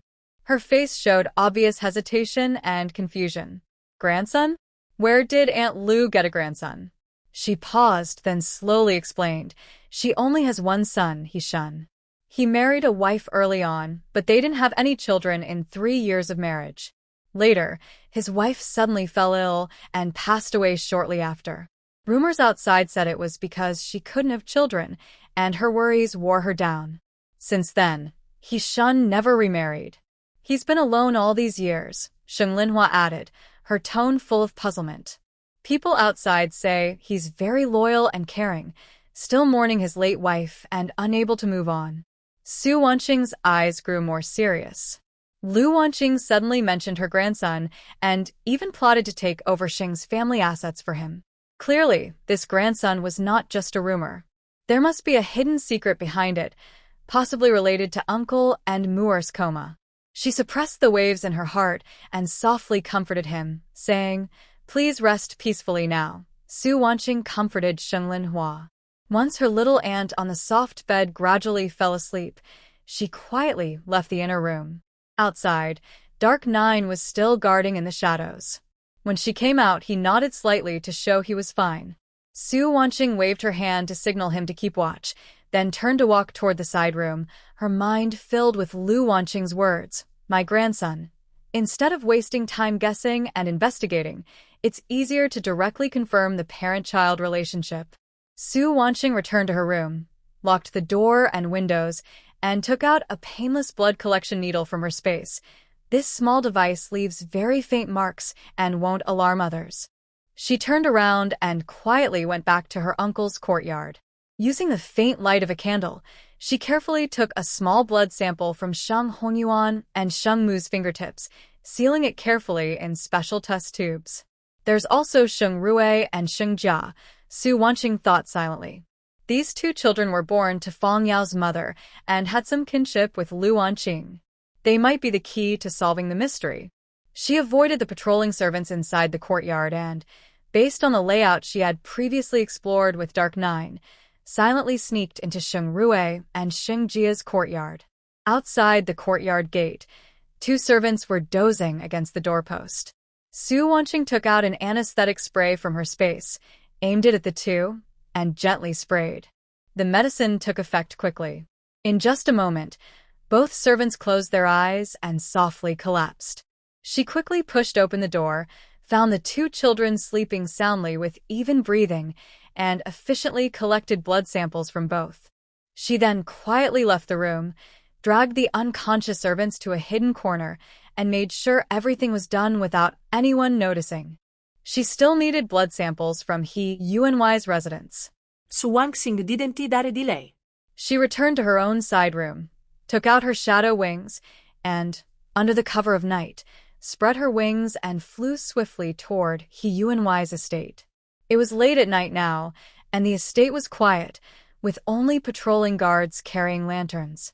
She silently infiltrated the estate, first reaching Lu Wanqing's residence, used the anesthetic spray to collect a blood sample, then successively found He Bo Tao and He Shun's courtyards and smoothly obtained their blood samples. All the samples were collected. A sly smile appeared in Su Wanqing's eyes. Since I've come this far, I shouldn't return empty-handed. It's a good opportunity to keep some unjust wealth for them. Using the space's built-in detection function, she quickly located Lu Wanqing's private secret room, hidden behind a concealed compartment in her bedroom wardrobe. The compartment was small but packed tightly, a rosewood box filled with neat stacks of banknotes, high-quality gold and silver ingots, jewelry, all of Lu Wanqing's private savings accumulated over the years. Su Wanqing waved her hand, collecting all the valuables into her space, leaving no thread behind. After dealing with the private stash, she sneaked into the He family storeroom. The room was guarded by two old servants taking a nap at the door. Su Wanqing gently sprayed anesthetic to knock them out, then pushed the door open. Inside, items were sorted into sections. The east side held grains, cloth, and silk. The west side stored rare herbs, porcelain ornaments, and several boxes of sealed fine wine. She didn't see much gold or silver. She focused on collecting rare herbs and high-quality silk and porcelain, leaving the heavy supplies like grain untouched. Her movements were quick and silent, without making a sound. When she finished looting, dawn was breaking, and faint light appeared in the east. Su Wanqing didn't dare stay longer. She spread her wings and swiftly returned to Sheng House, quietly slipping back into her room. The household staff had started to wake and get busy. She quickly entered her space, heading straight to her bedroom to rest before conducting her tests. After sleeping for 2 hours, Su Wanqing woke up refreshed and stood in front of the testing device, carefully removing the blood samples she had collected. She first placed the samples of Sheng Hongyuan and Sheng Mu into the machine, tapping the screen to start the test, her eyes fixed on the fluctuating numbers.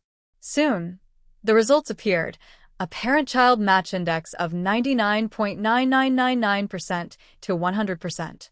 Indeed, they are biological father and son, that was expected. Su Wanqing nodded, then took out Sheng Hongyuan's and Sheng Rui's blood samples and put them into the machine.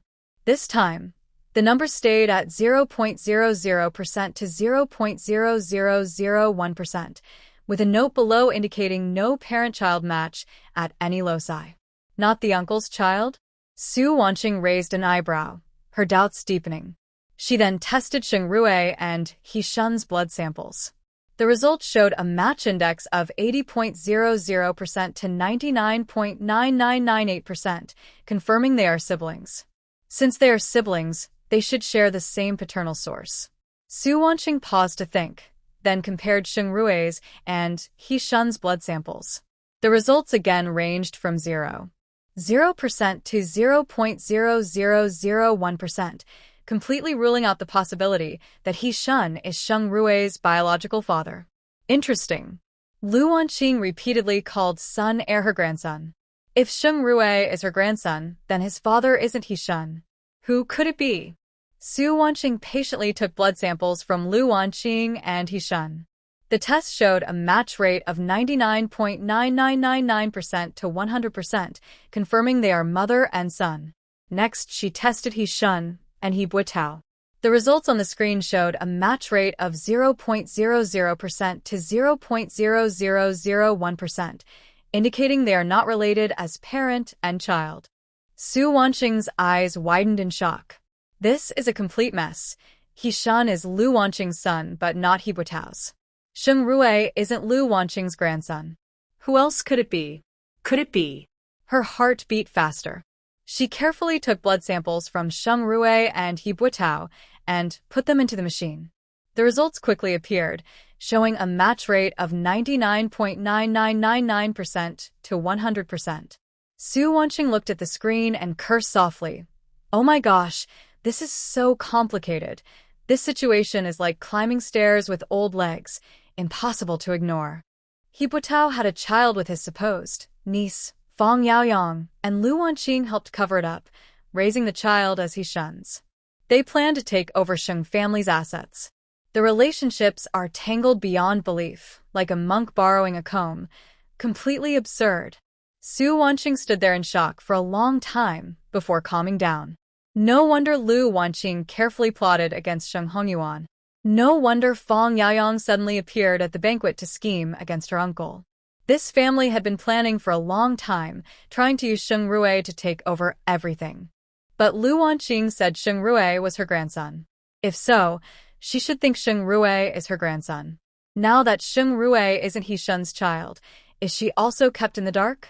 Who did He Shun have children with?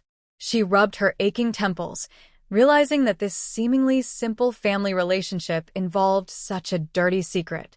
The uncle and Moor's coma probably also relate to this family. Perhaps they were poisoned slowly to prevent the truth from coming out, aiming to eliminate the uncle completely.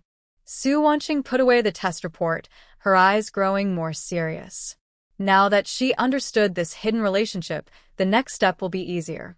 At dawn, Su Wanqing just stepped out of the space when Injo hurried over to report urgently, unable to hide his anxiety.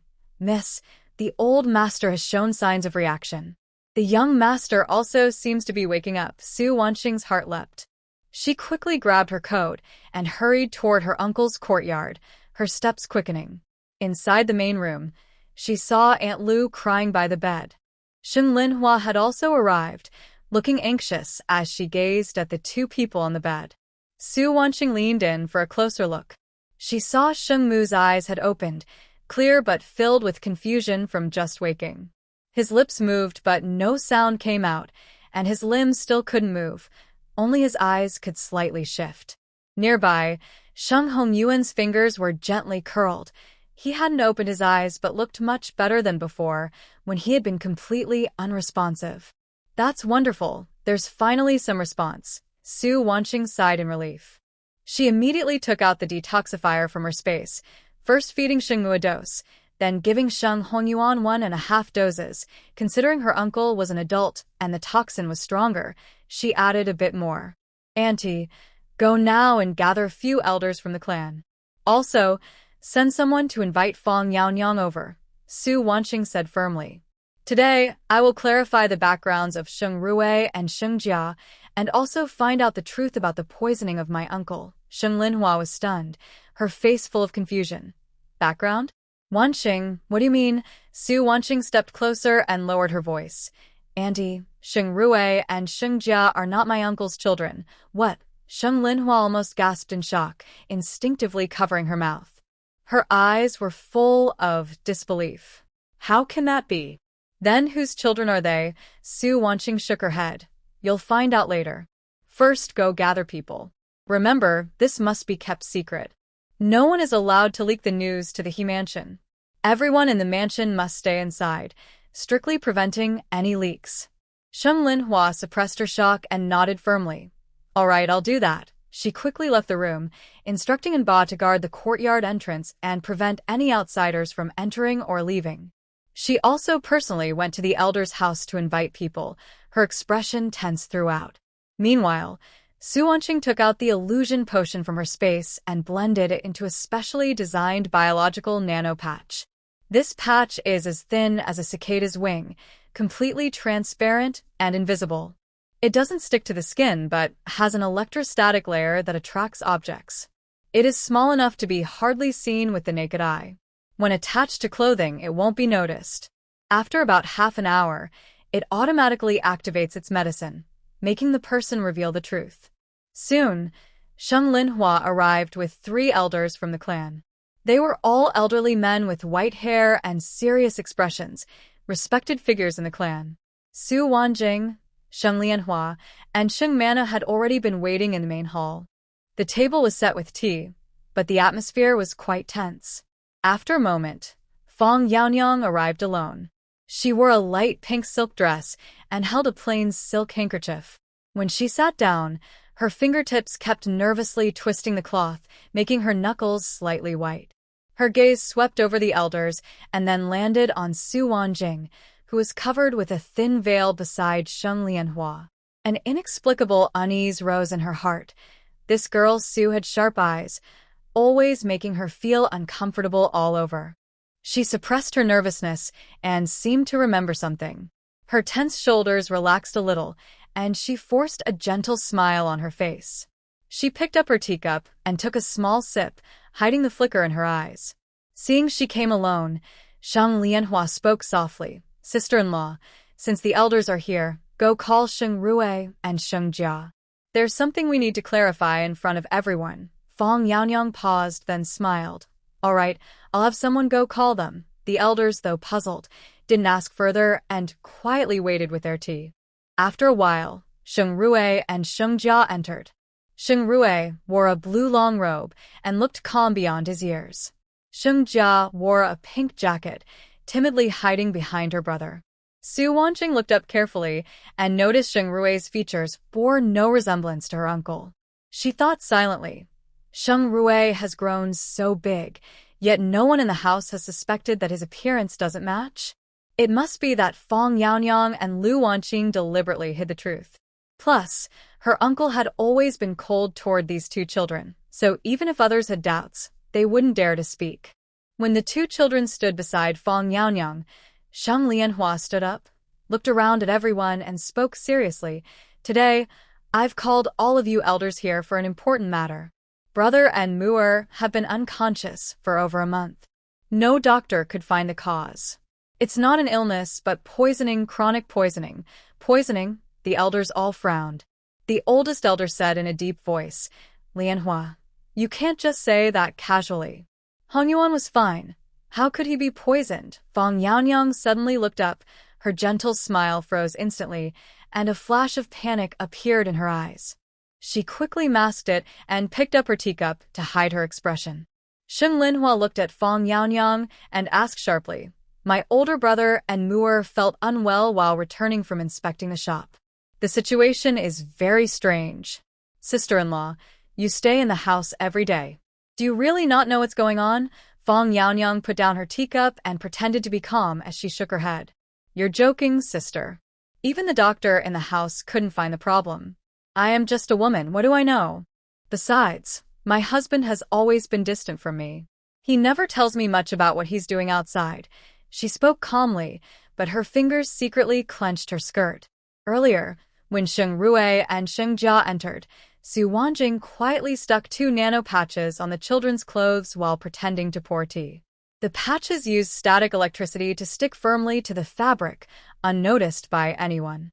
Now, seeing Fong Yaonyang's excuse, Sheng Linhua changed the subject sharply and directly hit the core issue. "Fong Yaonyang, I ask you again, are Sheng Rui and Sheng Jia really my older brother's children?" The sudden change of topic caught Fong Yaonyang off guard. Her eyes flickered, and after a moment of hesitation, she forced herself to answer, "Of course. They were born 10 months after I conceived. How could they not be Hong Yuan's children? All the elders are here to testify. Today, I want to clear my brother's name and restore Sheng family's innocence." Sheng Linhua stepped forward, her tone more determined. "Fong Yaonyang, this is the last time I ask you. Are they really my older brother's children? Tell the truth." Fong Yaonyang's face turned slightly pale, but she still stubbornly argued. "Sheng Linhua, why are you pushing so hard? No matter how many times you ask, they are still Sheng family's children, Hong Yuan's biological children." She tried to stay calm, but her eyes were full of guilt, and she dared not meet the elder's gaze. "Huh. You won't cry until you see the coffin," Su Wanjing sneered coldly, full of sarcasm. Fong Yaonyang suddenly turned her head to look at her, her eyes unfriendly, and her tone sharp. You outsider, how dare you interfere in our Shing family's affairs? It's not your place to speak here. Su Wanjing smiled faintly, lifting her veil confidently. I may not be part of the Shing family, but I have a way to prove their identity. Instead of pretending to be calm here, you might as well tell the truth early. A way to prove. Fong Yaonyang's heart tightened. She wanted to ask more, but Sheng Rui stepped forward, shielding Sheng Jia behind him. The small figure looked stubborn as he said to Su Wanzing and Sheng Linhua, "You are not allowed to bully my mother. My sister and I are Dad's children. Don't try to slander us." Sheng Jia also tightly grabbed his brother's sleeve, timidly agreeing. Yes, we are Dad's children. Seeing this, Fong Yaonyang felt warm inside. She quickly reached out to hug the two children, looking at everyone with more confidence. Look, even the children say so. Sheng Linhua, Miss Su, if you continue to slander without proof, I will have to ask the elders to decide for me. The elders looked at each other, unsure what to do, waiting for Miss Su to present her so-called solution. Su Wanzing leaned back in her chair, her expression calm. Don't worry, the real show is just beginning. Su Wanzing tapped lightly on the table with her fingertips, the sound sharp in the silence, each tap like a strike on Fong Yaonyang's heart. The medicine from the nano patch was taking effect, and her defenses were slowly breaking down. When the time was right, Su Wanzing spoke slowly, her tone calm but with an undeniable pressure. Fong Yaonyang, I want to ask you, what really happened between you and Sheng Honyuan at Jumanlo all those years ago? Fong Yaonyang stiffened all over. She instinctively wanted to deny it, but her throat felt as if pulled by an invisible force, and her words spilled out uncontrollably. Nothing happened. As soon as she said it, she wanted to cover her mouth, her eyes full of panic. This was not what she wanted to say. Oh? Nothing happened. Su Wanzing raised an eyebrow and sneered, stepping closer. Then where did Sheng Rui and Sheng Jia come from? Did they just appear out of nowhere? This sentence seemed to break the last barrier. Fong Yaonyang's face turned pale, her eyes hollow as she muttered, Yes. I lied to you. The children. The children are not Sheng Hongyuan's. The room instantly erupted in chaos. Sheng Linhua staggered a step, face full of disbelief. The elders clenched their canes tightly, their faces pale. Sheng Maner was trembling with anger, glaring at Fong Yaonyang. Su Wanzing remained expressionless and continued to ask, why did Sheng Hongyuan suddenly get drunk and faint back then? This wasn't an accident, was it?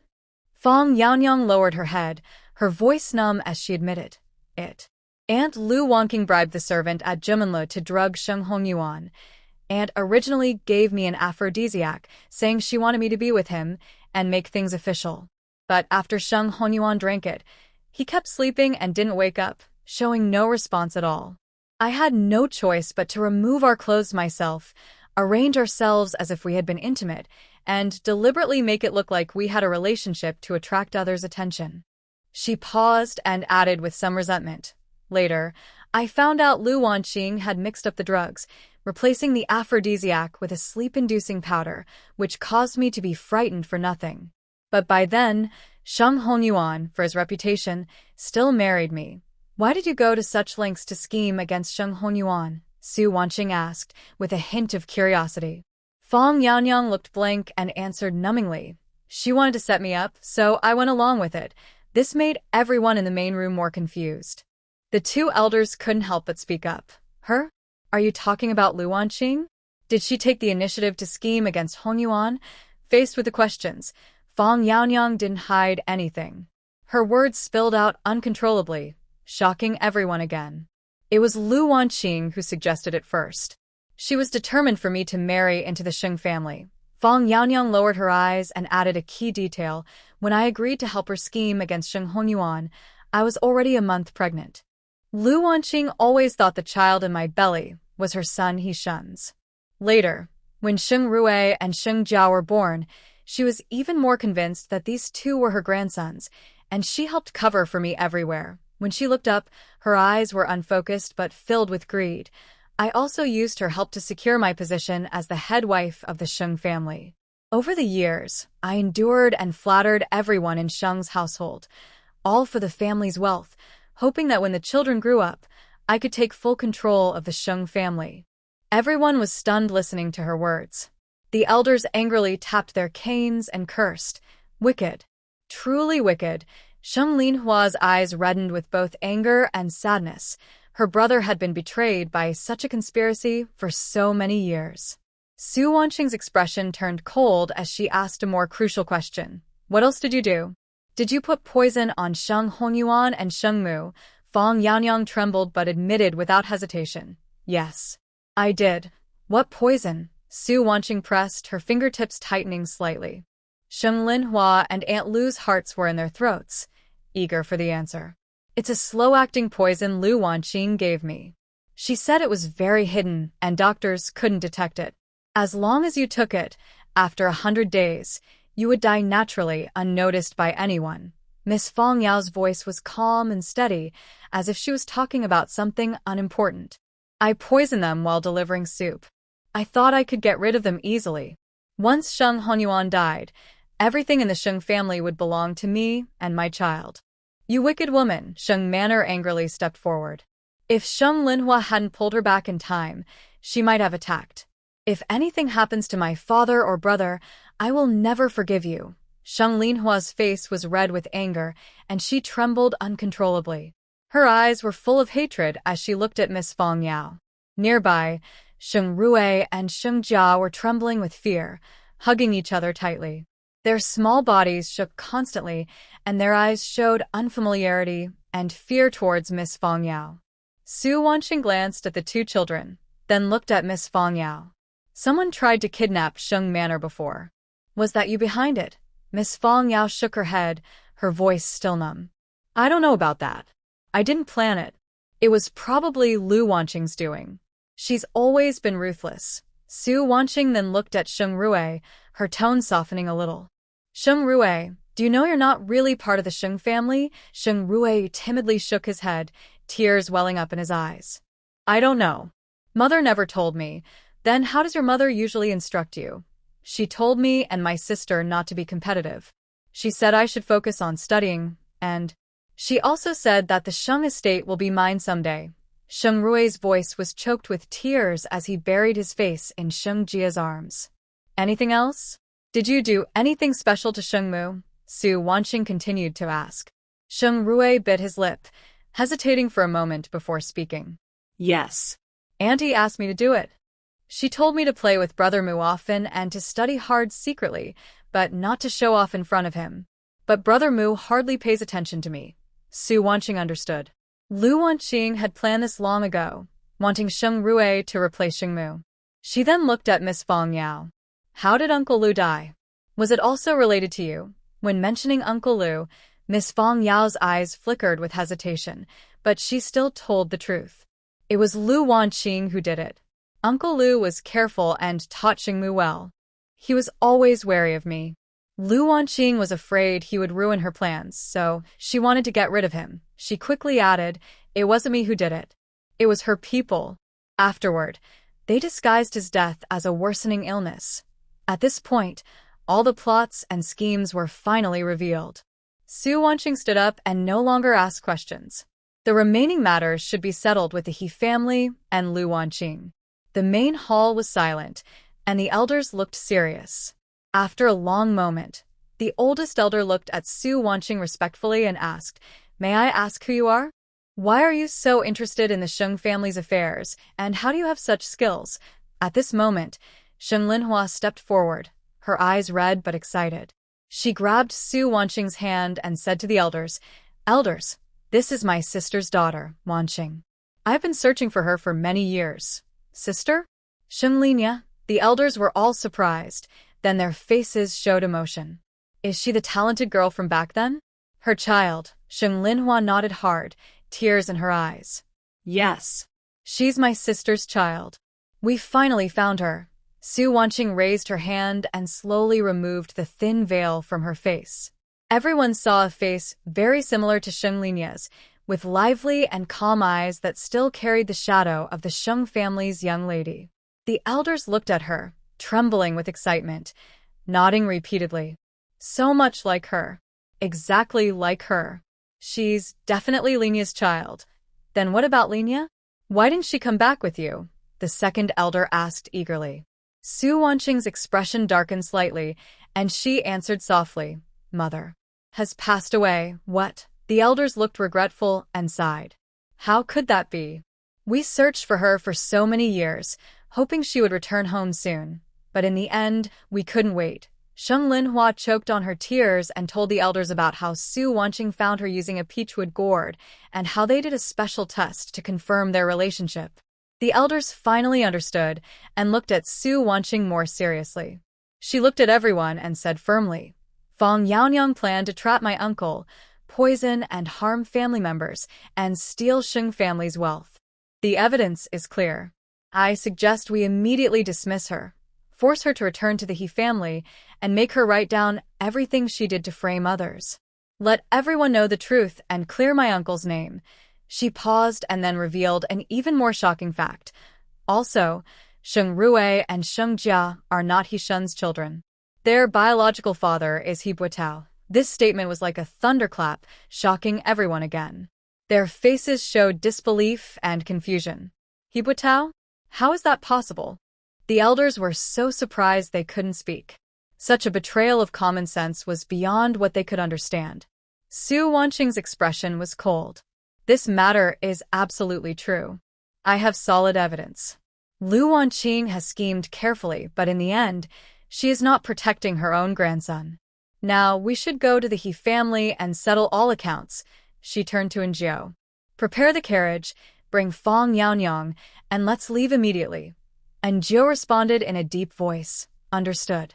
Sheng Linhua's eyes were firm. I am going too. I want to ask Lu Wanqing personally why she is hurting our Sheng family like this. The elders also stood up one after another. We will go with you to testify for Hongyuan and seek justice. A group of people, escorting a dejected Fang Yaonyang, arrived loudly in front of the He residence. Before entering, they heard noisy voices inside, very different from the usual orderly and solemn atmosphere. The gate was wide open, and several officials in official uniforms were inspecting the scene. There were overturned boxes and fabrics on the ground, clearly indicating a theft.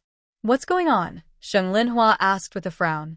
The servant guarding the gate saw the Sheng family and Fang Yaonyang, looking nervous, hesitated and said, This morning, we discovered a theft in the house. Many medicines and silks in the storeroom were stolen. Lady Lu's private chambers were also ransacked. Most of the gold, silver, jewelry, and banknotes are gone. We have reported to the authorities, and the officials are investigating inside. A hint of amusement flickered in Su Wanqing's eyes, and she curled her lips into a cold smile. What a coincidence.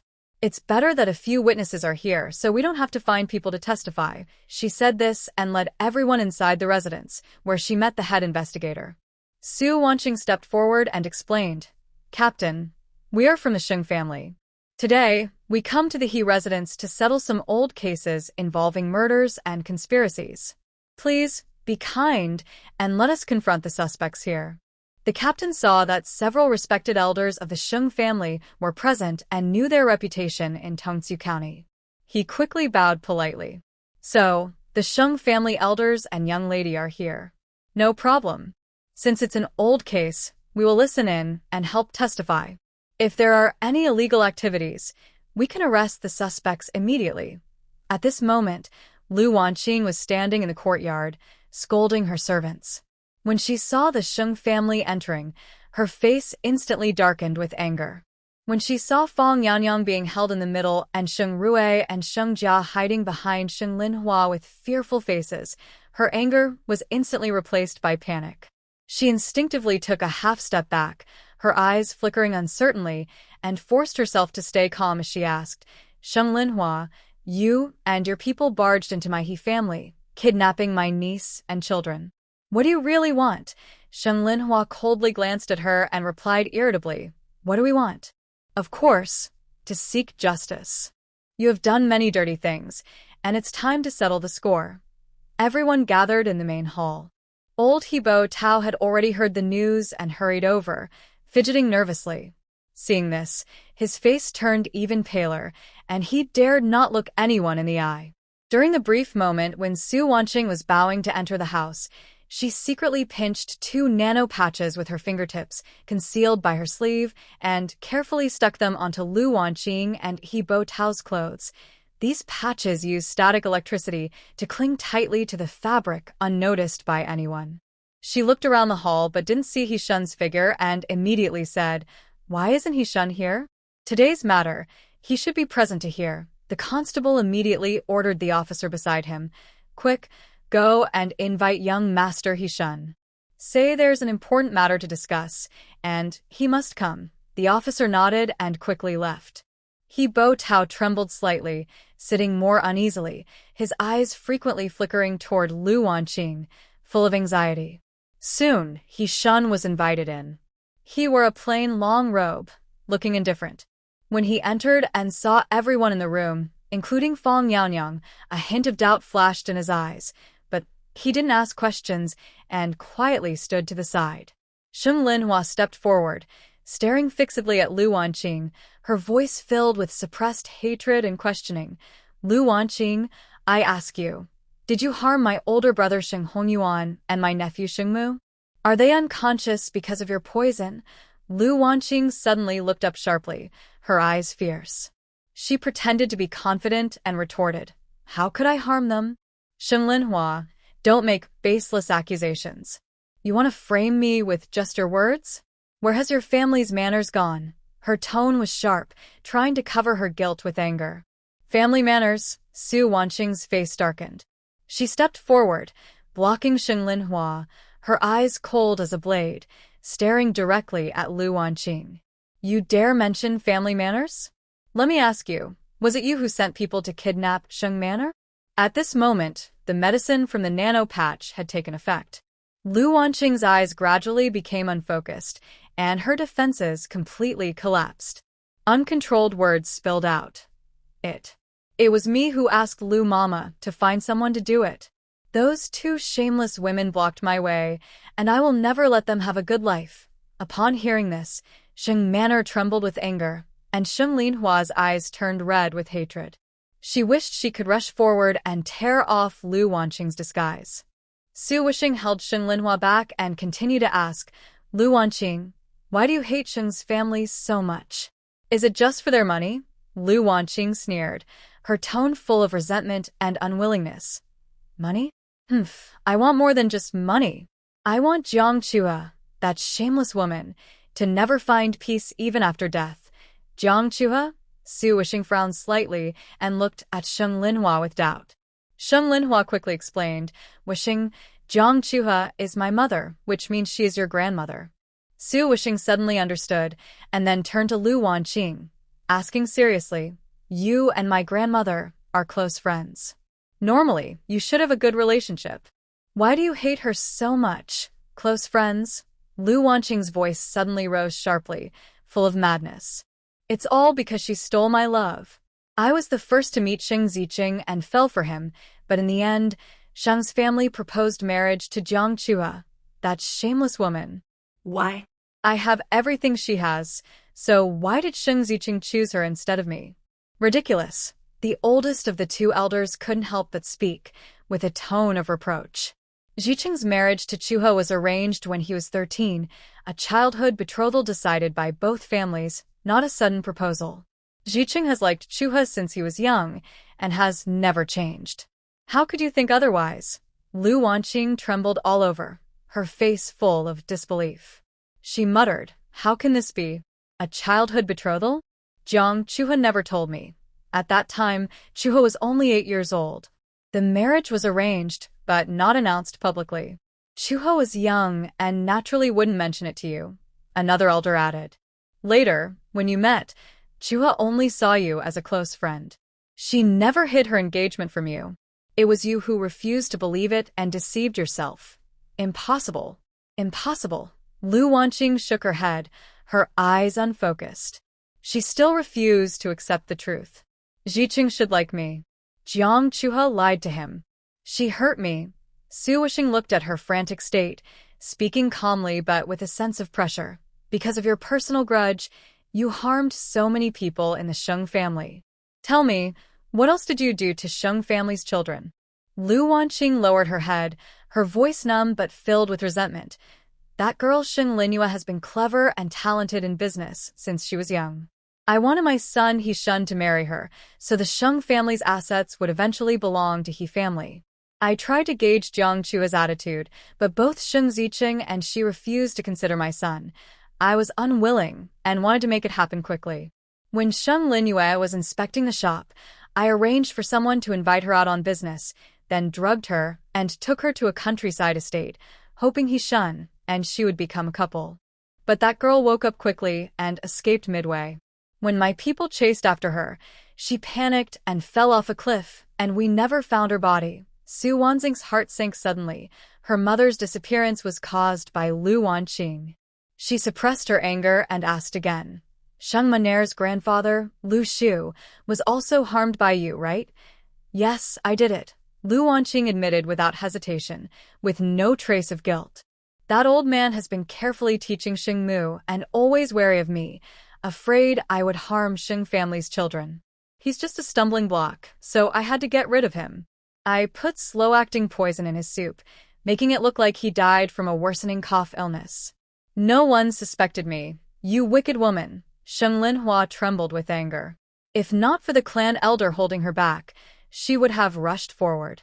Su Wanxing took a deep breath and asked, then why did you plan to marry Sheng Hongyuan to Fang Yaonyang?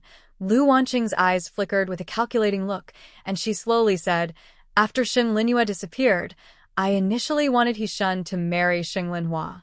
But at that time, the Sheng family was splitting, and Sheng Hongyuan's business was just starting, with uncertain prospects. Moreover, He Shun strongly resisted marriage and disliked Sheng Linhua, even threatening to die. I had no choice but to give up that idea. Later, Sheng Hongyuan married Lu Shi, and their business grew bigger. The couple is very loving. Why can Jiang Chua's children live so happily? I want them to taste the pain of losing loved ones. Lu Wanqing's voice was full of malice. When Lu Shi was giving birth, I bribed one of the midwives to harm her. I wanted to kill Lu Shi and her 2 children, but the midwife was too slow, and the medicine took effect late. The 2 children ended up safe and sound. I was planning to find another chance to strike when I saw Fang Yaonyang. I suddenly thought that Sheng's family could raise my descendants.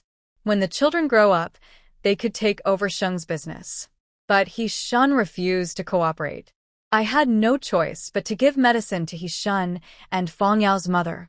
Later, I convinced her to plan against Sheng Hongyuan, promising that once it was done, everything in Sheng's family would belong to her. Luckily, Fang Yao's mother was also carrying twins, so even if she gave birth early, no one would suspect. Everyone in the room was shocked and angry after hearing this. The guards also looked furious. No one expected Lu Wanqing to be so cruel. She harmed so many people for her own revenge. He Shun stood nearby, his face pale, looking at Lu Wanqing with a mix of unfamiliarity and disappointment. He never thought his mother could be so ruthless. Su Wanqing's eyes were cold. She stepped forward and asked 2 final important questions. Lu Wanqing, I ask you again, whose child is He Shun? And where did you get all those secret poisons? The medicine in the nano patches still worked perfectly. Lu Wanqing was tightly controlled, her mind blank, unable to resist revealing all her secrets. She slowly spoke, clearly and sharply, like thunder in the main hall. He Shun is not Bo Tao's son. His biological father is Yan Shu, a disciple of the Western poison doctor. Her words were straightforward and shocking, causing everyone in the room to be stunned. Western poison doctor, the elders gasped, pulling their beards in surprise. The guards and officials looked serious. The Western poison doctor was always mysterious and dangerous, known for making poisons that were impossible to cure. No one expected it to involve such a person. Bo Tao was hit hard. He rushed forward, grabbing Lu Wanqing's collar, his eyes red and voice hoarse. What did you say? He Shun is not my son? You dared to lie to me for decades. Impossible. I refused to believe it. His hands trembled as he held her collar, full of anger, shame, and disbelief. The son he raised for decades was actually someone else's child, and even a Western person's. This was a terrible shock for him. Lu Wanqing was choked by him, her neck tight, but she just looked down blankly, unable to resist. He Shun stood nearby, pale as paper, staring at the ground with a cold heart. Su Wanqing quickly stepped forward and pulled Bo Tao back. Her voice was cold as she asked, "Where is Yan Shu now?" Lu Wanqing's throat moved and she slowly replied, "He is hiding in Chongmen Temple, disguised as a craftsman to avoid detection. He rarely goes out. Do you have any further plans?" Lu Wanqing shook her head, her eyes unfocused. "I only know that once Sheng Hongyuan dies, Sheng Rue and Sheng Jiao will gradually take control of the Sheng family's business and take everything away from them. As for Yan Shu's other schemes, he never told me. How can you be sure Sheng Hongyuan won't survive?" Su Wanqing's gaze was sharp, like a knife, directly piercing Lu Wanqing. She even smiled a sickly smile, her tone full of a villain's pride. "I used 100-day sleep poison, which is very hidden. It looks normal on the pulse, but within 100 days, he will die without fail. There's no antidote in the world, so he will definitely die. 100-day sleep." Sheng Linhua's legs went weak, and tears burst out instantly. Sheng Manor tightly hugged her little aunt, trembling as she cried. Su Wanqing secretly relaxed. Luckily, she had an antidote that could counteract the poison. The 100-day sleep might not be enough to trap someone, but she couldn't reveal it now to avoid alerting others. "What does Yan Shu look like? What are his features?" Su Wanqing continued to ask for key details. Lu Wanqing slowly spoke, her speech slow but clear. "He has a black mole at the corner of his eye. When he was young, he was very handsome. Even now, as he's older, his aura is far beyond ordinary people. But he is skilled at disguises and often changes his appearance, rarely showing his true face. The only thing is he has a wounded left leg and walks with a limp. Since you've been secretly working together for so many years, why did you only attack the Sheng family now?" This question hit Lu Wanqing's sore spot. A trace of resentment flashed in her eyes. "After I got together with Yan Shu, he suddenly disappeared. He was gone for 20 years. I dared not make a move against the Sheng family. Do you know where he has been these 20 years? What is his true identity?" Lu Wanqing shook her head blankly. "I don't know. I only know he is from the western regions. When he reappeared, he became even more ruthless and refused to talk about his past. I asked him several times, but he scolded me harshly. After that, I didn't dare ask again." Su Wanqing had a plan in mind. She signaled to Enjio with a glance and quietly whispered, "Take this outside and leave it there." Enjio understood and bowed to obey, quietly retreating. This shadow needle is a simple military weapon from the 23rd century, about the size of a palm. It has monitoring, tracking, and launching functions, with a built-in powerful anesthetic needle. It's not top-tier equipment, but it's more than enough for the current situation. After dark, Anji carefully placed the acupuncture needles. Su Wanqing used the remote control on the space screen, causing 2 needles to float into the air and quickly head toward Chongmen Temple. They precisely targeted a general area and silently began to investigate. After completing this, she turned to Lu Wanqing and asked a new question. "How can you be sure that Fang Yao's child is Yishun's?" Lu Wanqing showed a calculating look. "I gave medicine to Yishun and Yao. I suspected he didn't like women. Seeing him grow older without interest in marriage made me anxious. That time, I gave both of them medicine. Yao said she was pregnant afterward, and it was confirmed that Fang Yao was pregnant. Naturally, the baby is Yishun's." Su Wanqing looked at Yishun and asked calmly, "Do you like women?" Yishun suddenly looked up, full of resistance and disgust, and replied straightforwardly, "No, I find it disgusting." Everyone was stunned by this answer, and the previous doubts were suddenly clear. "Then what about your wife before?" When mentioning his late wife, Yishun's expression softened slightly, but remained indifferent. "I never wanted to marry. My mother often drugged me to make me get close to women. It was too much. I reluctantly agreed to marry, just to hide the truth and stop her from bothering me. That day, she drugged me again." Seeing Fang Yao's look, I felt sick. Even with the drug, I couldn't get interested, so I knocked her out and found my own way to deal with it. My mother didn't give me love potion, so I avoided much trouble. He-shun spoke without guilt, as if it was a trivial matter. Su Wanqing's gaze shifted to Hibuotao, trembling all over, and she pressed him with her tone. Hibuotao, what role did you play? Are Sheng Rui and Sheng Jiao really your children? Hibuotao's face turned pale, his lips trembling. Under everyone's watch, he finally couldn't hide it and admitted in a low voice, yes, they are my children. That day, I saw He-shun stumble out of the room, looking panicked and confused. Curious, I went in to check. I saw Fong Yao lying on the bed, face flushed, half-dressed, still affected by the medicine. I was momentarily confused and couldn't resist, he said softly. In the middle, Fong Yao Nyang woke up and saw it was me. She wanted to scream, but I quickly covered her mouth and told her that things had gone this far. If it got out, her reputation as an unmarried girl would be ruined, and it wouldn't be good for anyone.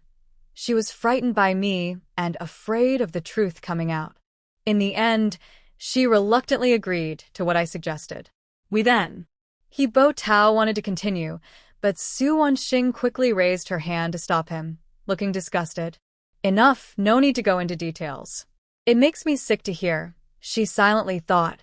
This isn't persuasion, it's taking advantage of someone in a vulnerable moment. Truly, the old lady is drinking porridge against the wall. Despicable, shameless, and immoral. Did you keep in touch afterward? Su Wanqing asked. Hibuotao said, not regularly. Just once or twice a month, no more. Over the years, I was always worried about being found out, so I didn't get too involved. He sounded anxious. Su Wanqing sneered, thinking, that's not enough, he's really shameless. Her gaze shifted again to He-shun, her tone cold. Your previous wife, was she really dead? Did you marry her just to hide the truth and appease your mother? He-shun nodded calmly, with a hint of guilt in his voice, but mostly numbness. Yes. My mother was very insistent. I had no choice but to marry her. But I truly couldn't develop feelings for her. On our wedding night, I didn't even want to touch her. I came up with a plan. I paid a servant in the household to enter my wife's room after her bath and sleep with her first, hoping to make it seem like they had already been together, so I could fool my mother. But after he went in, I regretted it.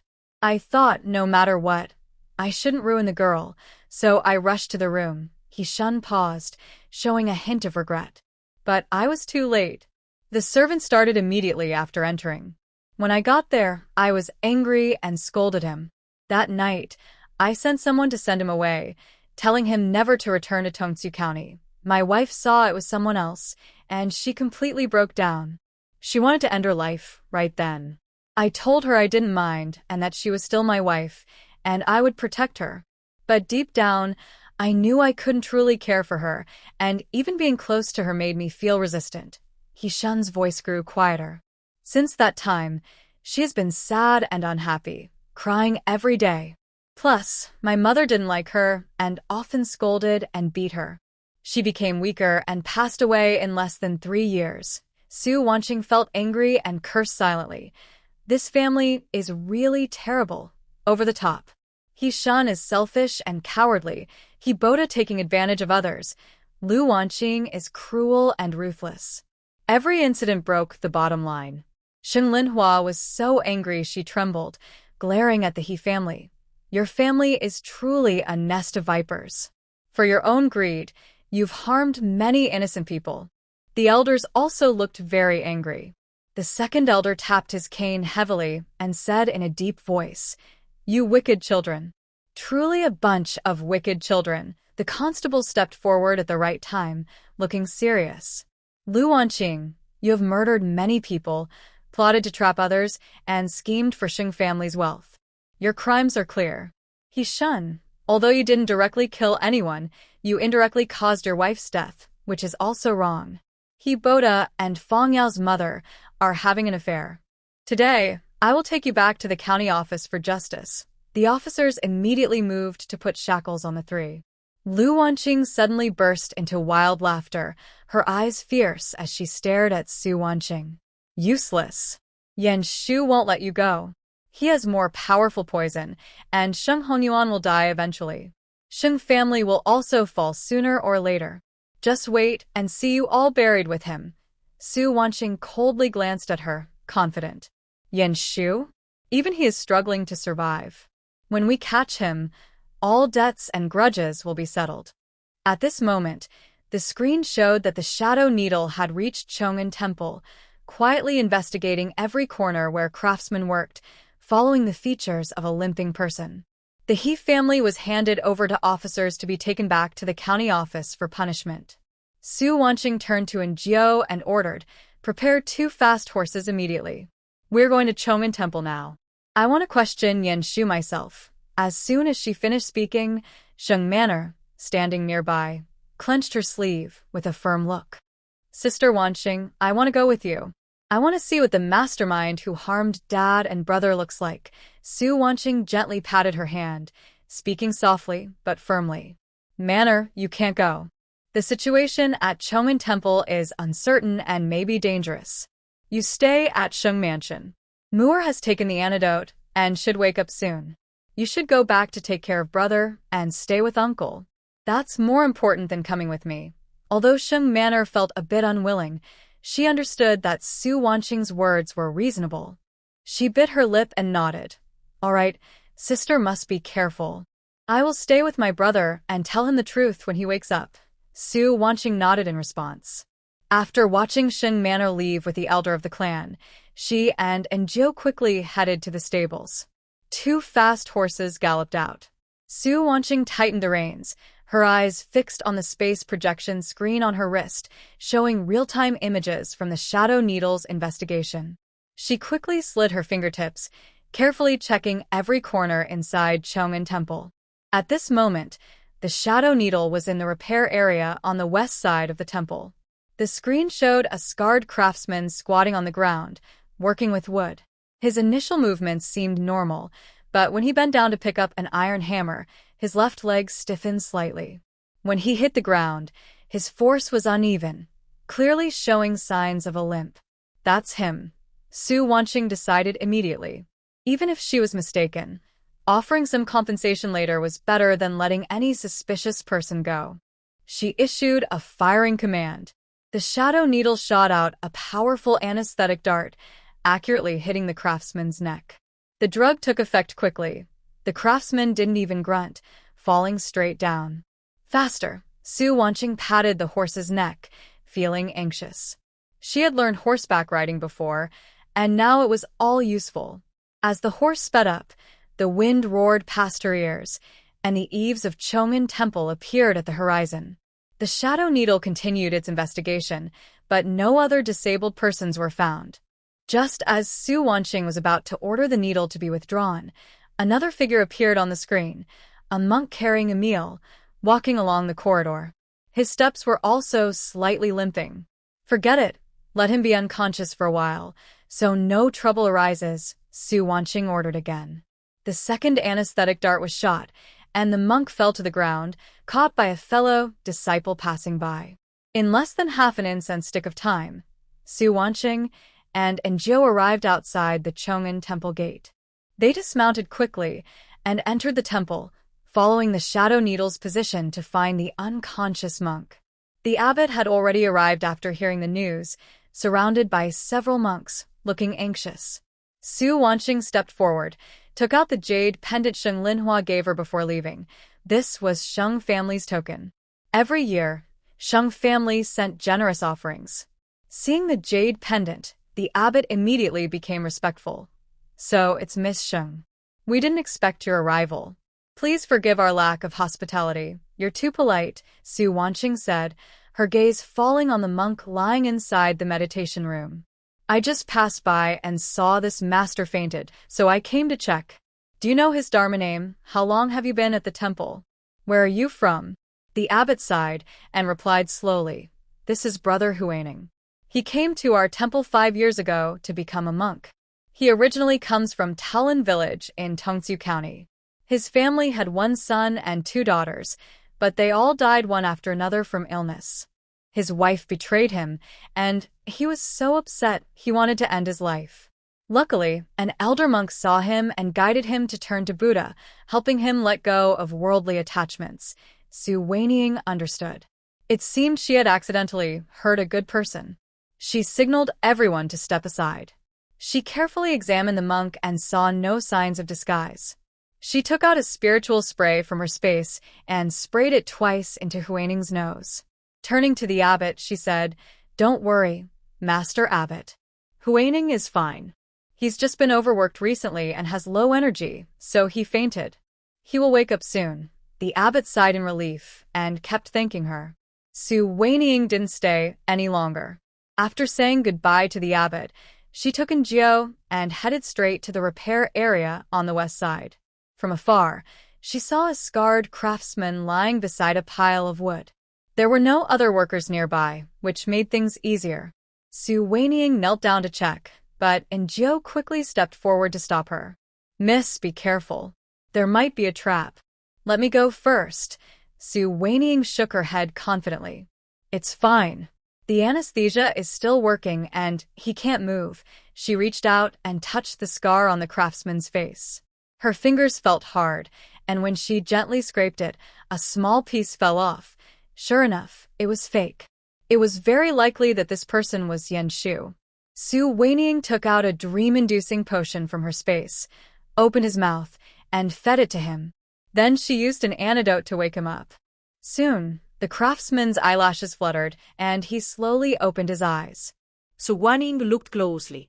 After removing the scar disguise, his face showed signs of age, but still had clear features, a handsome face, and a distinctive black mole at the corner of his eye. Even over 50, his presence was extraordinary. "What is your real name? Where are you from?" Su Wenying asked coldly and directly. The craftsman's eyes flickered for a moment.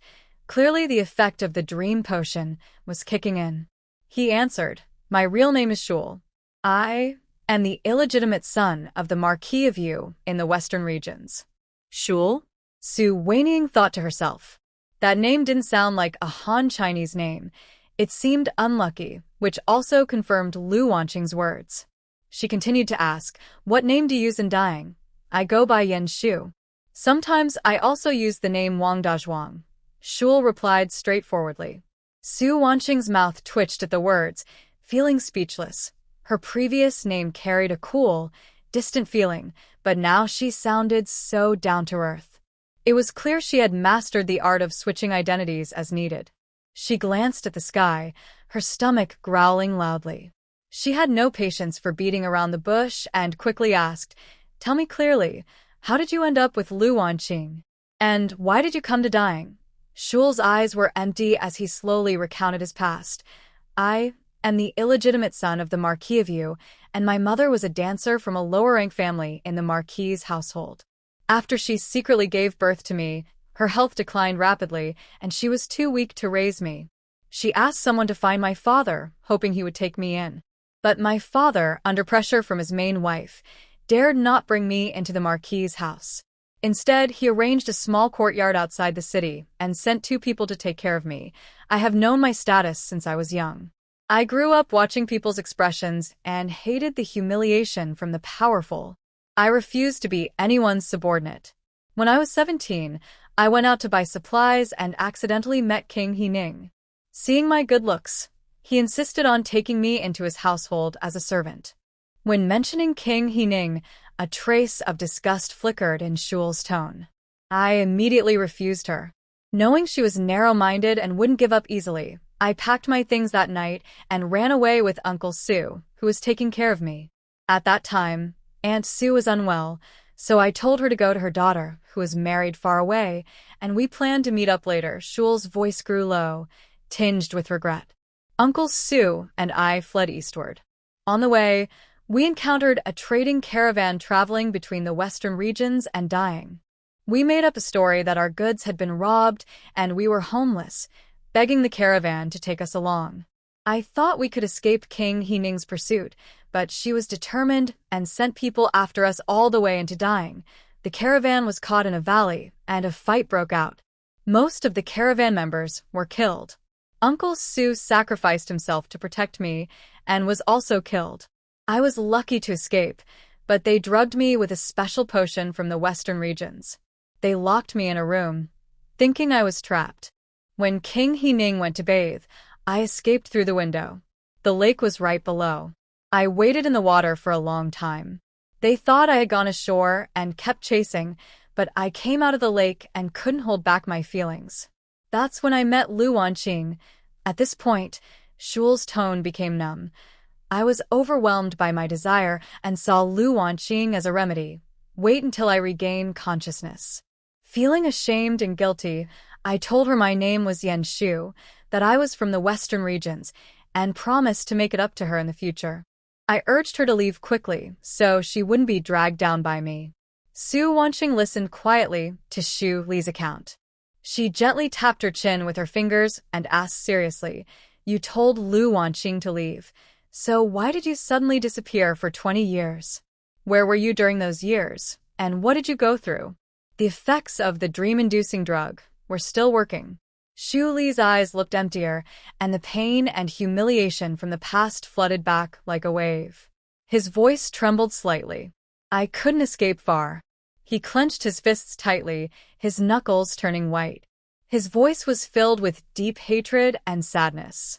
The claws of Ning's people were like a deadly infection. I had only gone half a mile when they dragged me back to the Western Region Princess's residence.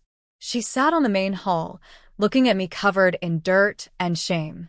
There was no kindness in her eyes, only burning anger that seemed to want to tear me apart alive. She came down and grabbed my hair, smashing my face against the pillar. She cursed me for being ungrateful, saying I preferred to serve wild women rather than submit to her. She even threatened that if she found out who that woman was, she would skin her alive, pull out her tendons, and make her suffer until she died. Shu Li's body trembled violently, as if he was reliving the pain from that time. Then she threw me into the filthy hell beneath the princess's residence. That place wasn't fit for humans. It was a den where she pleased the Western officials and nobles, and I became a toy for their cruelty. The fat, arrogant officials reeked of disgusting smells and humiliated me endlessly. Ning sat nearby, drinking wine and sneering as she watched me being trampled on. She saw me struggle and fight back, but only received harsher beatings. Whips, hot irons, poison needles in my joints, all the methods to break a person's will. She tried them all on me. His voice was hoarse and broken. His eyes showed fear and anger, still unsettled from the trauma. 10 whole years. I was kept in a dark, underground place, without sunlight or dignity. My body was torn apart, and I lost my ability to have children. I lived like a dog, but she wouldn't even let me die. She just watched me suffer and cling to life in shame. Su Wanqing frowned deeply upon hearing this. Although she harbored deep hatred for Shul's harm to the Shu family, she also felt a complex mix of emotions about her own experience. Her feelings towards the ruthless ruler Ning Junju had become so intense. The fire that broke out that night was the only chance I ever had in my life, Shul said with relief, yet her voice was tinged with deep hatred. That night, the candle flame ignited the silk curtains, and the fire spread wildly with the wind. The thick smoke made it hard to breathe. The guards only cared about grabbing valuables and escaping, ignoring me, their toy. In the chaos, I used my bloodied, chain-roughened hands to force open the cell door, then ran through the flames and over the bodies. I hid and ran east and west, not daring to stop. Eventually, I was too exhausted and collapsed in a deserted forest. I thought I would die there, but unexpectedly, someone saved me.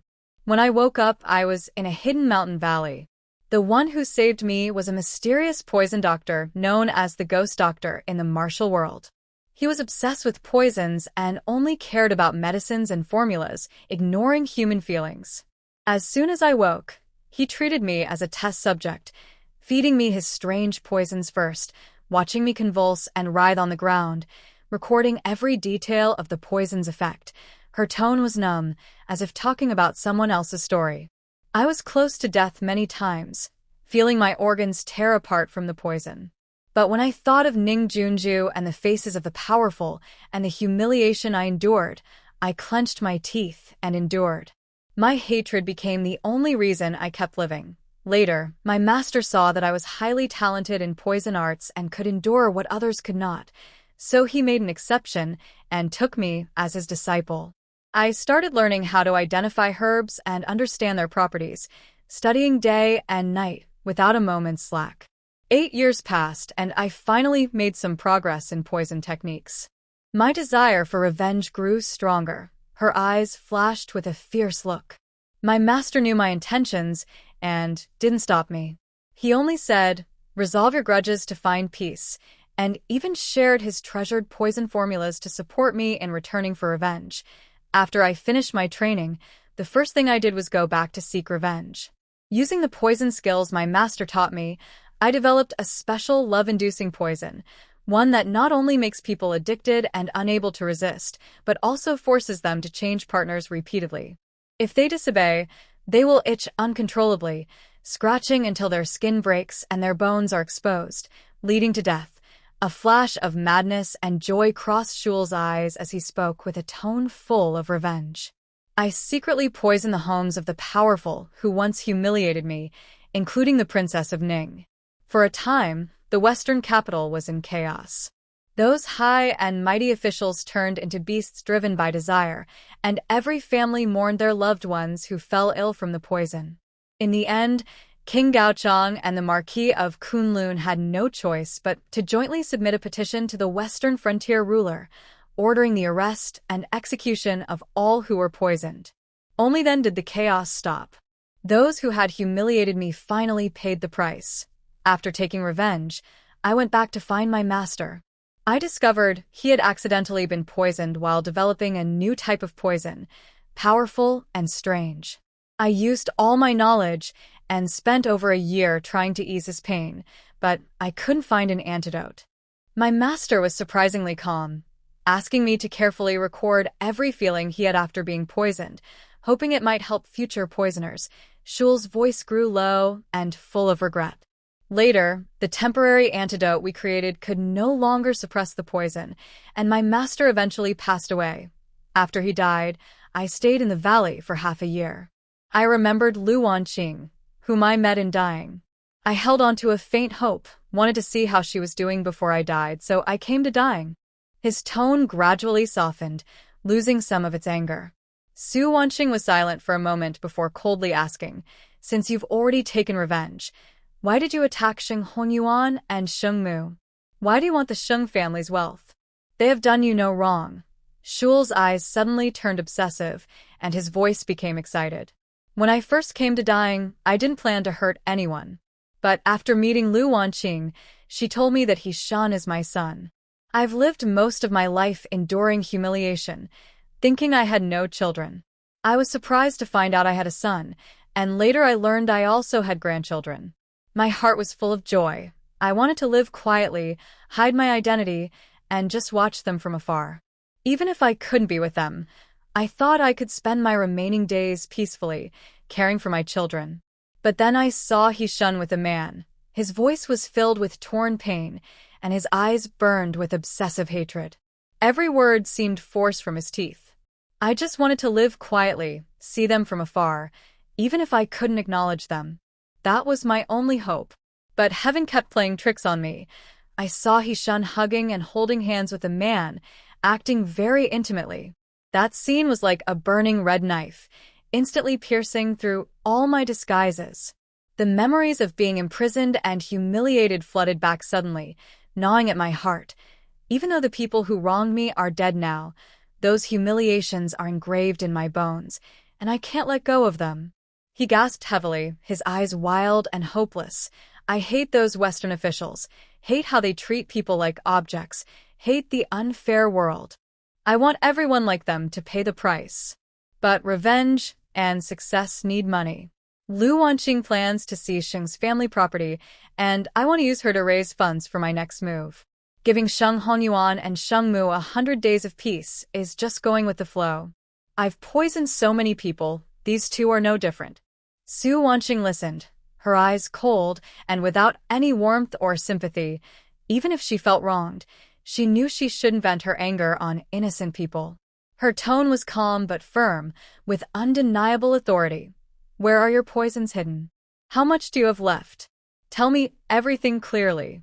The illusion's effects hadn't faded, and Shul didn't hide anything, explaining several hiding spots, behind the rocks on Chong'an Temple's back mountain, and in a small hut outside the temple, even detailing the amount and use of each poison. Su Wanqing turned to Enjiu and ordered, "Go get all the poisons and come back quickly." "Yes, miss," and Enjiu bowed and responded, then disappeared behind the woodpile with swift, precise movements. In less than half an incense stick's time, he returned carrying a cloth bag, reporting in a deep voice, "Miss, all the poisons are here, matching the quantities," he told me. Su Wanqing nodded, signaling Enjiu to open the bag. Inside were over a dozen small porcelain bottles, each marked differently, faintly emitting a strange medicinal smell. "Go inform the previous officials and have them come with people," she paused, noticing Enjiu hesitating, and added, "Don't worry, there are no other dangers here. I'll wait here. Nothing will happen." Enjiu responded and left.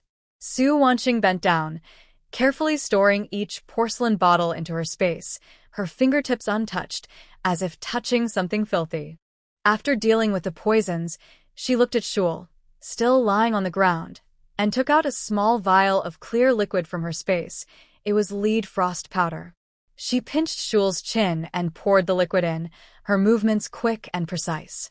This lead-based poison acts slowly but fiercely. After taking it, the victim first appears pale and weak, then their limbs become stiff, speech becomes slurred, and they experience ongoing stomach pain. Eventually, organ failure and sudden heart stoppage occur. There is no antidote for this poison, which is a fitting punishment for him. Shul's eyes show a hint of fear, but due to the drug's effects, he cannot resist and can only let the liquid enter his throat. Soon, Enjiu arrives with a few guards. Su Wanqing points at Shul on the ground and says to the constable, "This man is Yen Shul, also known as Shul. He is a disciple of the Western poison doctor and one of the main planners who poisoned the people of Sheng House. Take him back for a strict interrogation and confront him with Lu Wanqing and others from He House." The constable, already aware of the case, quickly orders his men to put shackles on Shul and help him up. At this moment, the poison begins to take effect. Shul's face turns pale, his steps become unsteady, and he is dragged away by the guards. Once the guards are out of sight, Su Wanqing breathes a sigh of relief, rubs her empty stomach, and smiles at Enjiu, saying, "It's finally over. It's past noon. Let's hurry back to Sheng House to see Andy for lunch. I'm starving." The two mount their horses and ride quickly away from Chong'an Temple. Their tense nerves from earlier are now relaxed. The breeze along the way feels warmer, and sunlight filters through the leaves onto their horses, easing their heavy hearts. Soon, the bright red gates of Sheng House come into view. As they arrive, a young servant happily rushes forward, voice full of excitement. "Miss Wanqing. Miss Enjiu. That's wonderful. You're back." Master and young Master Mu are awake. Miss Manna, and Old Lady Lu are waiting in the west courtyard, just waiting for your news. So Wanqing feels a warm glow inside. When she dismounts, her movements are lighter, and she quickly says, "They've really woken up. Let's go, hurry," her tone is eager. And Enjiu follows closely behind. The two rush through the house corridors. The servants along the way look happy and whisper about the awakening of the master and young master. The long, heavy atmosphere in the house finally begins to lift with this burst of life. As they enter the courtyard, they see many people gathered inside. Aunt Lu has red eyes, clearly just crying. Sheng Linhua and Sheng Manner stand by the bed, looking both happy and tired. On the bed, Sheng Hongyuan and Sheng Mu sit leaning against the headboard. Their faces are still a bit pale, but they look much better. Seeing Su Wanqing come in, Sheng Linhua immediately stands up and gestures, "Big brother, look, this is Wanqing. She's your sister's daughter, our niece." Su Wanqing slowly removed the thin veil from her face, revealing a face very similar to Sheng Linyue's. She walked to the bed and softly called out, "Uncle." Nearby, Sheng Mu also weakly spoke, full of gratitude, Sister, thank you. Sheng Honyuan stared at Su Wanqing with a dazed look, almost whispering, younger sister. As soon as he said this, he suddenly came to himself, his eyes reddening, and he choked up, so much like her, exactly like your mother when she was young. Su Wanqing felt warm inside, knowing that Sheng Linyu and Sheng Mana had already told him everything. The past, including Uncle Lu's death and Lu Wanqing and Shuel's schemes. She held Sheng Linyu's hand gently but firmly, saying softly but clearly, Uncle, little aunt, grandmother, everything is over now. Those bad people will be punished as they should. Uncle Lu is watching over us from heaven and wouldn't want to see you all so sad. She then turned to Aunt Lu, gently patting her hand. Grandmother, you must take care of your health. Muir and Manor still need you. Uncle just woke up, and if you collapse, what will happen to them? My mother's greatest wish was for our family to be safe and happy. The departed are gone, and the living must carry on. Living well is the best comfort for those who have passed. Things will only get better in the future. With me here, no one will bully us again. Her kind words made Aunt Lu cry, but also gradually calm down. She nodded and said, All right, grandmother will listen to Wanqing. I will live well and see you all happy. Sheng Linyu also had tears in her eyes, reaching out to hug Su Wanqing's shoulders, full of relief. Su Wanqing's stomach suddenly growled loudly. She smiled a little embarrassed and turned to Sheng Linyu, acting spoiled. Dear little aunt, your niece has been busy since morning and hasn't eaten a single bite. I'm starving. When will we eat? Sheng Linyu was amused and quickly patted her forehead. Oh, I forgot. I was so happy I forgot about this. I'll tell the kitchen to bring the food quickly, your favorite dishes. Su Wanqing then pulled Jiu along. Come on, Jiu, let's go eat. You've been busy all morning too. Just as they were about to leave, Su Wanqing suddenly remembered something. She stopped and went to the table, pouring water into cups for Sheng Honyuan and Sheng Mu, using water secretly replaced with special water that could remove the residual toxins from the 100 days' sleep and nourish their bodies. Uncle, younger brother, you just woke up and are still weak. Quickly drink this water. It will help you recover. Sheng Honyuan smiled as he took the cup and nodded repeatedly. Yes, this is from Wanqing. Uncle will definitely drink it. You should go eat. Don't let yourself get too hungry. Su Wanqing smiled and agreed, then left with Sheng Linhua from the west courtyard. Inside, Sheng Honyuan and Sheng Mu drank the water and immediately felt a warm sensation slide down their throats, spreading through their limbs. Their originally weak bodies gradually gained strength, and their spirits felt clearer. Sheng Honyuan looked out the window. The sunlight was just right, shining on the courtyard and dispelling the gloom of many days. After the midday meal, Sheng Linhua asked someone to clear the dishes. She sat with Su Wanqing in the corridor of the west courtyard to enjoy the shade. Su Wanqing briefly explained Shu Lue's situation. Sheng Linhua listened and sighed softly, her eyes showing some complexity. Speaking of him, he's also an unfortunate person, trapped in humiliation for half his life. But no matter how hard it is, he shouldn't take out his anger on innocent people. Hurting others also destroys himself. Her words were gentle but revealed the bottom line of right and wrong. Sympathy does not mean forgiveness. Mistakes must be paid for. Su Wanqing nodded in agreement, then changed the subject. Auntie, Uncle and Muir's remaining toxins are mostly cleared. With good rest, their bodies will fully recover and there won't be any serious issues. I and Jiu will return to the village tomorrow. Wan Feng is about to take the imperial exam, so we need to stay and support him.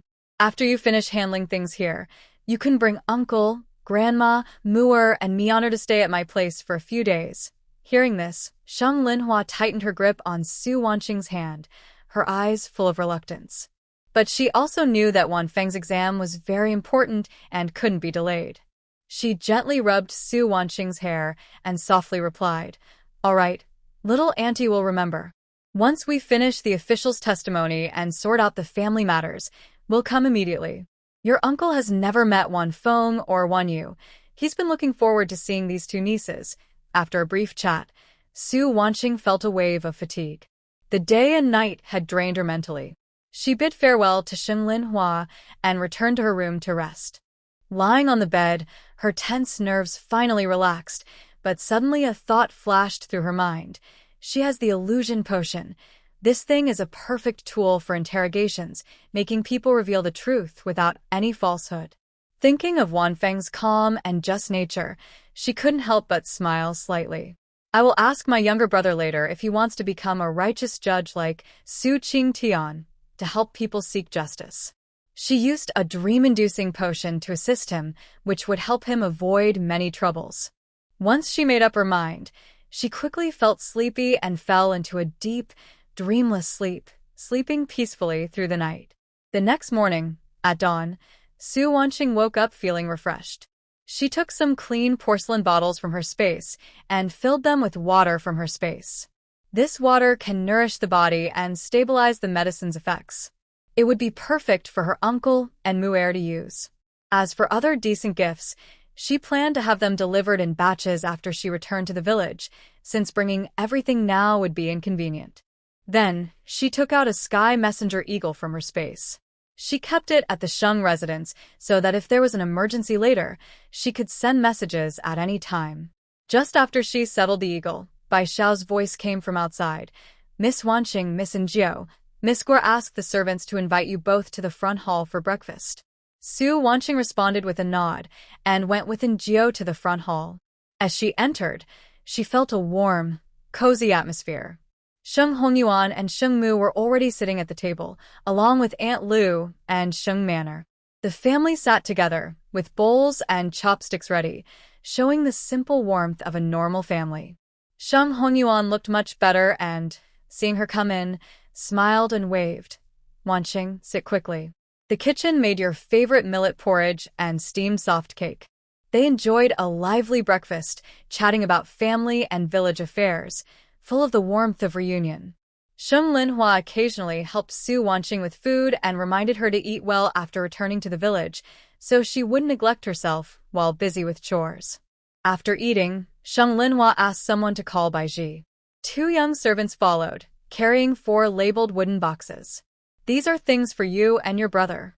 There are ink, paper, and brushes for Wanfeng, silk clothes for Wanyu, and supplements for you and the elders in the village. They are all labeled. Take them back and share. Su Wanqing looked at the 4 full boxes and smiled helplessly.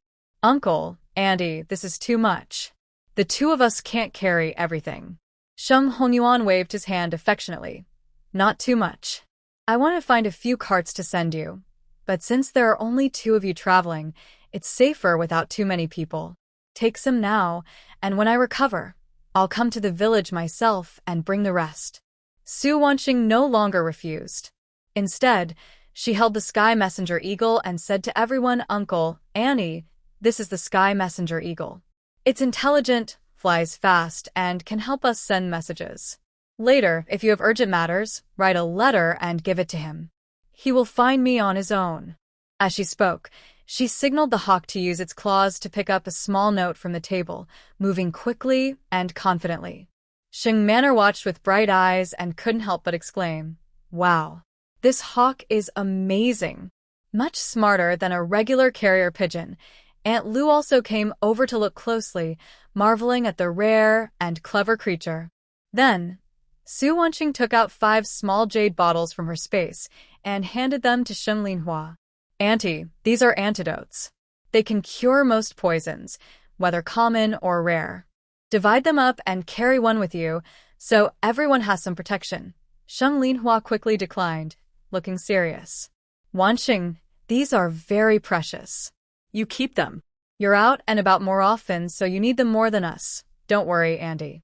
I can make more. You can rest assured to carry these, Su Wanqing said firmly, pressing the bottles into her hand. Seeing this, Sheng Linhua had no choice but to accept, feeling deeply touched. After tidying up, everyone saw Su Wanqing and Njio off at the gate of the residence. The servant had already prepared a carriage. Sheng Hongyuan insisted on seeing them off to the county town but was stopped by Su Wanqing. Uncle, you just woke up and are still weak. Go back to rest at the house. There are many things to handle later. You need to recover your strength first. and Jio and I can safely return to the village. Sheng Hong Yuan couldn't argue and had to agree, repeatedly telling them to be careful on the way and to send a message when they arrived safely. Sheng Manor tugged at Su Wanxing's sleeve, reluctant to part. Sister Wanxing, I'll see you soon. I really want to go with you. Okay, we'll meet again soon. Write me a letter, Su Wanxing said with a smile, gently ruffling her hair. After waving goodbye to everyone, Su Wanxing and Zhou got into the carriage. The driver waved his whip, and the carriage slowly left Sheng's residence. Su Wanxing lifted the curtain and looked at the gradually receding red lacquer gate, softly saying to Zhou, "Don't rush too fast. Just go at a normal pace. I'll take over driving later." And Zhou was surprised and quickly replied, "Miss, no need to trouble yourself. I can handle it alone. You just sit and rest." Su Wanxing waved her hand casually. "It's fine. I want to move around a bit, and this horse doesn't need much effort to drive. It understands voice commands." Knowing her personality, and Zhou didn't refuse and simply agreed. All right. The carriage reached a small river outside the city. Su Wanxing asked the driver to stop, planning to rest there for a while. The two people got out of the carriage. A gentle breeze by the river brushed their faces, and the smell of grass and trees filled the air. The water was clear and reflected the green trees and colorful flowers along the bank. Su Wanxing took a deep breath and couldn't help but think, this air is really good. It's much cleaner than on Blue Star in the 23rd century. On Blue Star, industrial pollution was serious and clean air was rare. Forest oxygen bars were hard to find. Because of this, she especially liked this ancient countryside. It was a place to avoid conflicts and enjoy beautiful scenery, living peacefully. She took out 2 self-heating spicy hot pots and 2 bottles of soda from her space.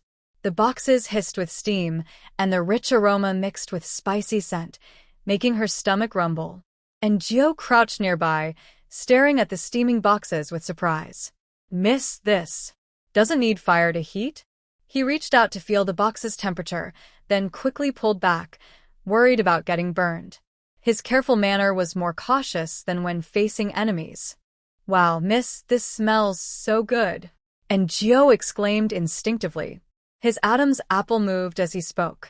When the hot pot was fully heated, he picked up chopsticks and tentatively took a vegetable, tasting it. The spicy, fragrant flavor exploded on his tongue. It was hot, and he frowned slightly, but he didn't want to spit it out. He chewed quickly and swallowed. Her eyes lit up like she'd discovered a new world. Her previous indifference disappeared, replaced by pure joy. Her speech sped up a little. "This tastes amazing. Even better than the dishes cooked by the chef in the mansion." Su Wanxing watched him gobble the food and smiled, pushing a bottle of soda toward him. "Eat slowly, don't choke. Drink this with it."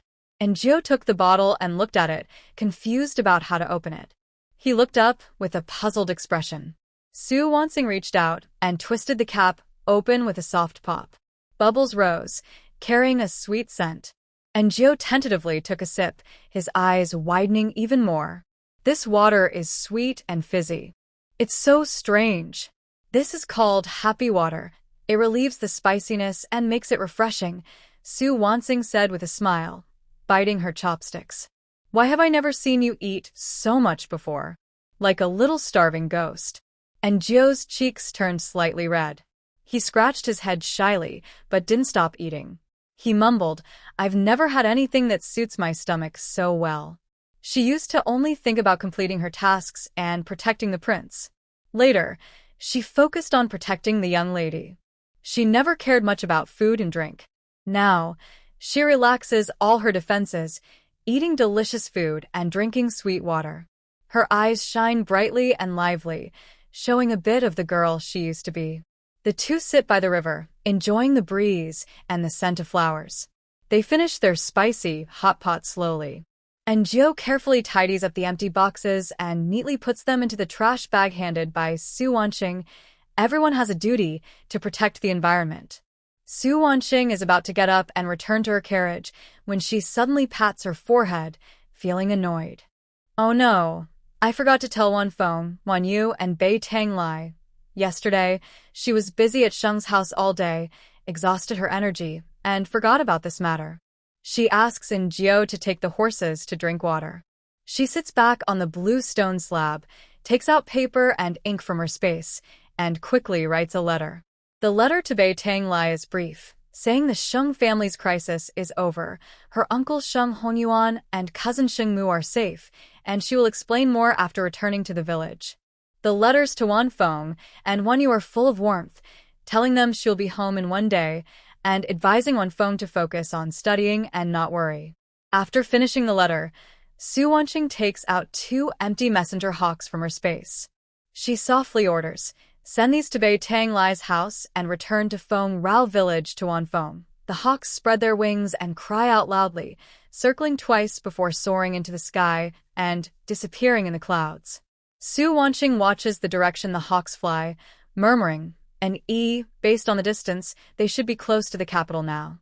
Meanwhile, in Su Wanqing's courtyard in Feng Rao village, the sunlight is just right. Today is a holiday from school. Su Wanyu is sitting on a swing, her skirt fluttering in the wind.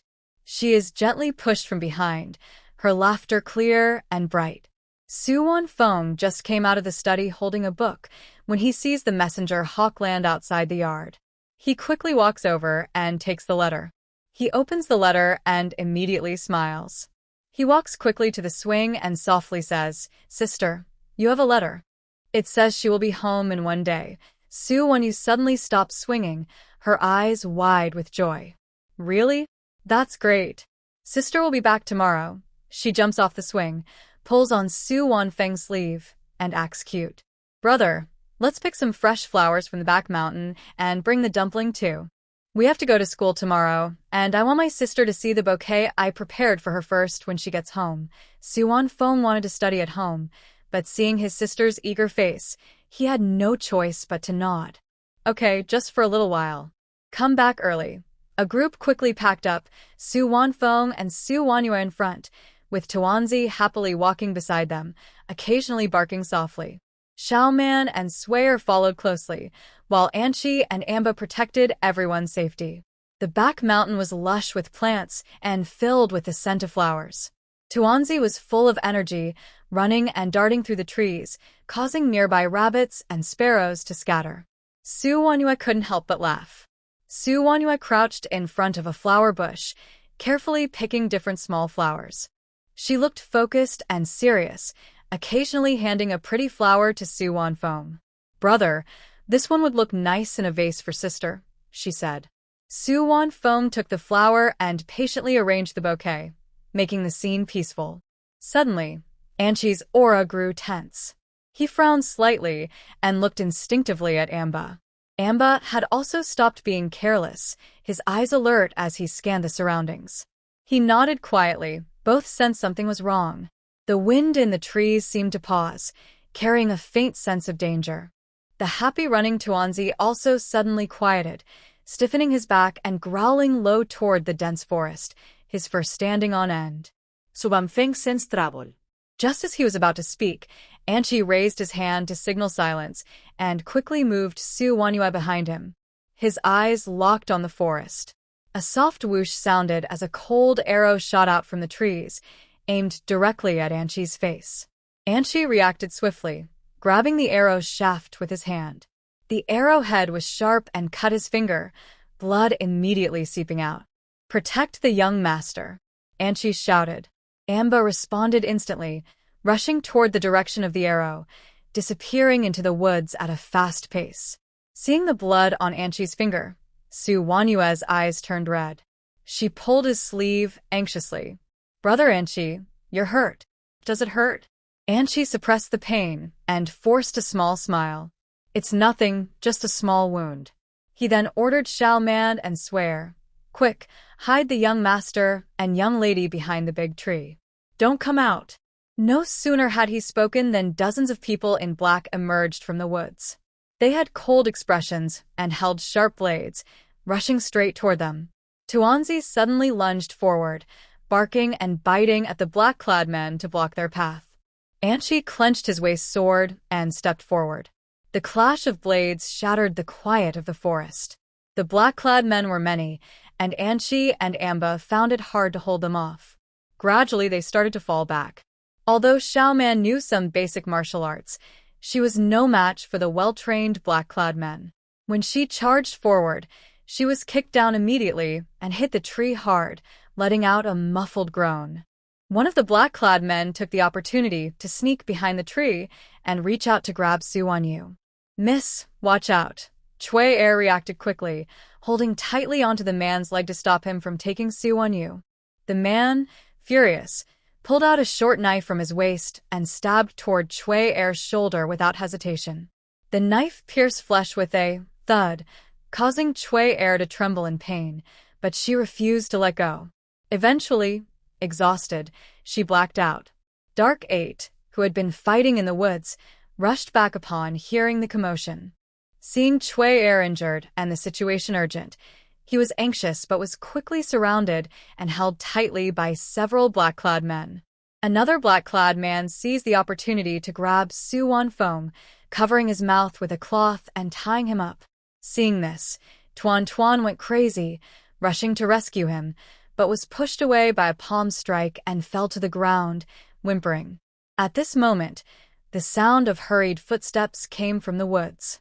A pack of wolves, led by the wolf father and mother, ran out from the dense forest. Tuan Tuan's call for help had attracted the pack.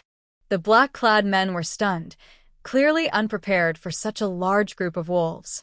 The wolf father and mother charged at the nearest black-clad men, followed by the entire wolf pack, fighting fiercely. The situation quickly turned around. Meanwhile, far outside by the river, Su Wanxing was monitoring the situation at home through a space screen. When Dark 7 sensed something was wrong, she used the Eagle Falcon to capture the unusual scene. Her heart tightened, and she immediately took out the Shadow Needle, rushing at full speed to support from the back mountain. She set the Shadow Needle to maximum speed. On the screen, the Shadow Needle precisely targeted the black-clad man holding Su Wanyu and shot a powerful anesthetic dart. The man collapsed instantly and fainted. Seizing the opportunity, Su Wanyu broke free and ran towards Su Wanfeng. The Shadow Needle then turned to other black-clad men, firing darts one after another, knocking more of them to the ground. Soon, the remaining black-clad men were also subdued. The Shadow Needle then locked onto the man tying up Su Wanfeng. With a flash of cold light, the anesthetic dart hit its mark, and the man swayed and fell silent. Su Wanfeng quickly bent down, tearing off the cloth covering his mouth and freeing his hands. He immediately protected Su Wanyu behind him, watching the remaining black-clad men warily. The Shadow Needle kept firing, sweeping at the stubborn remaining enemies. After a while, all the black-clad men were knocked out and lay scattered on the ground in the woods. The wolf pack saw this, their eyes turning red with anger.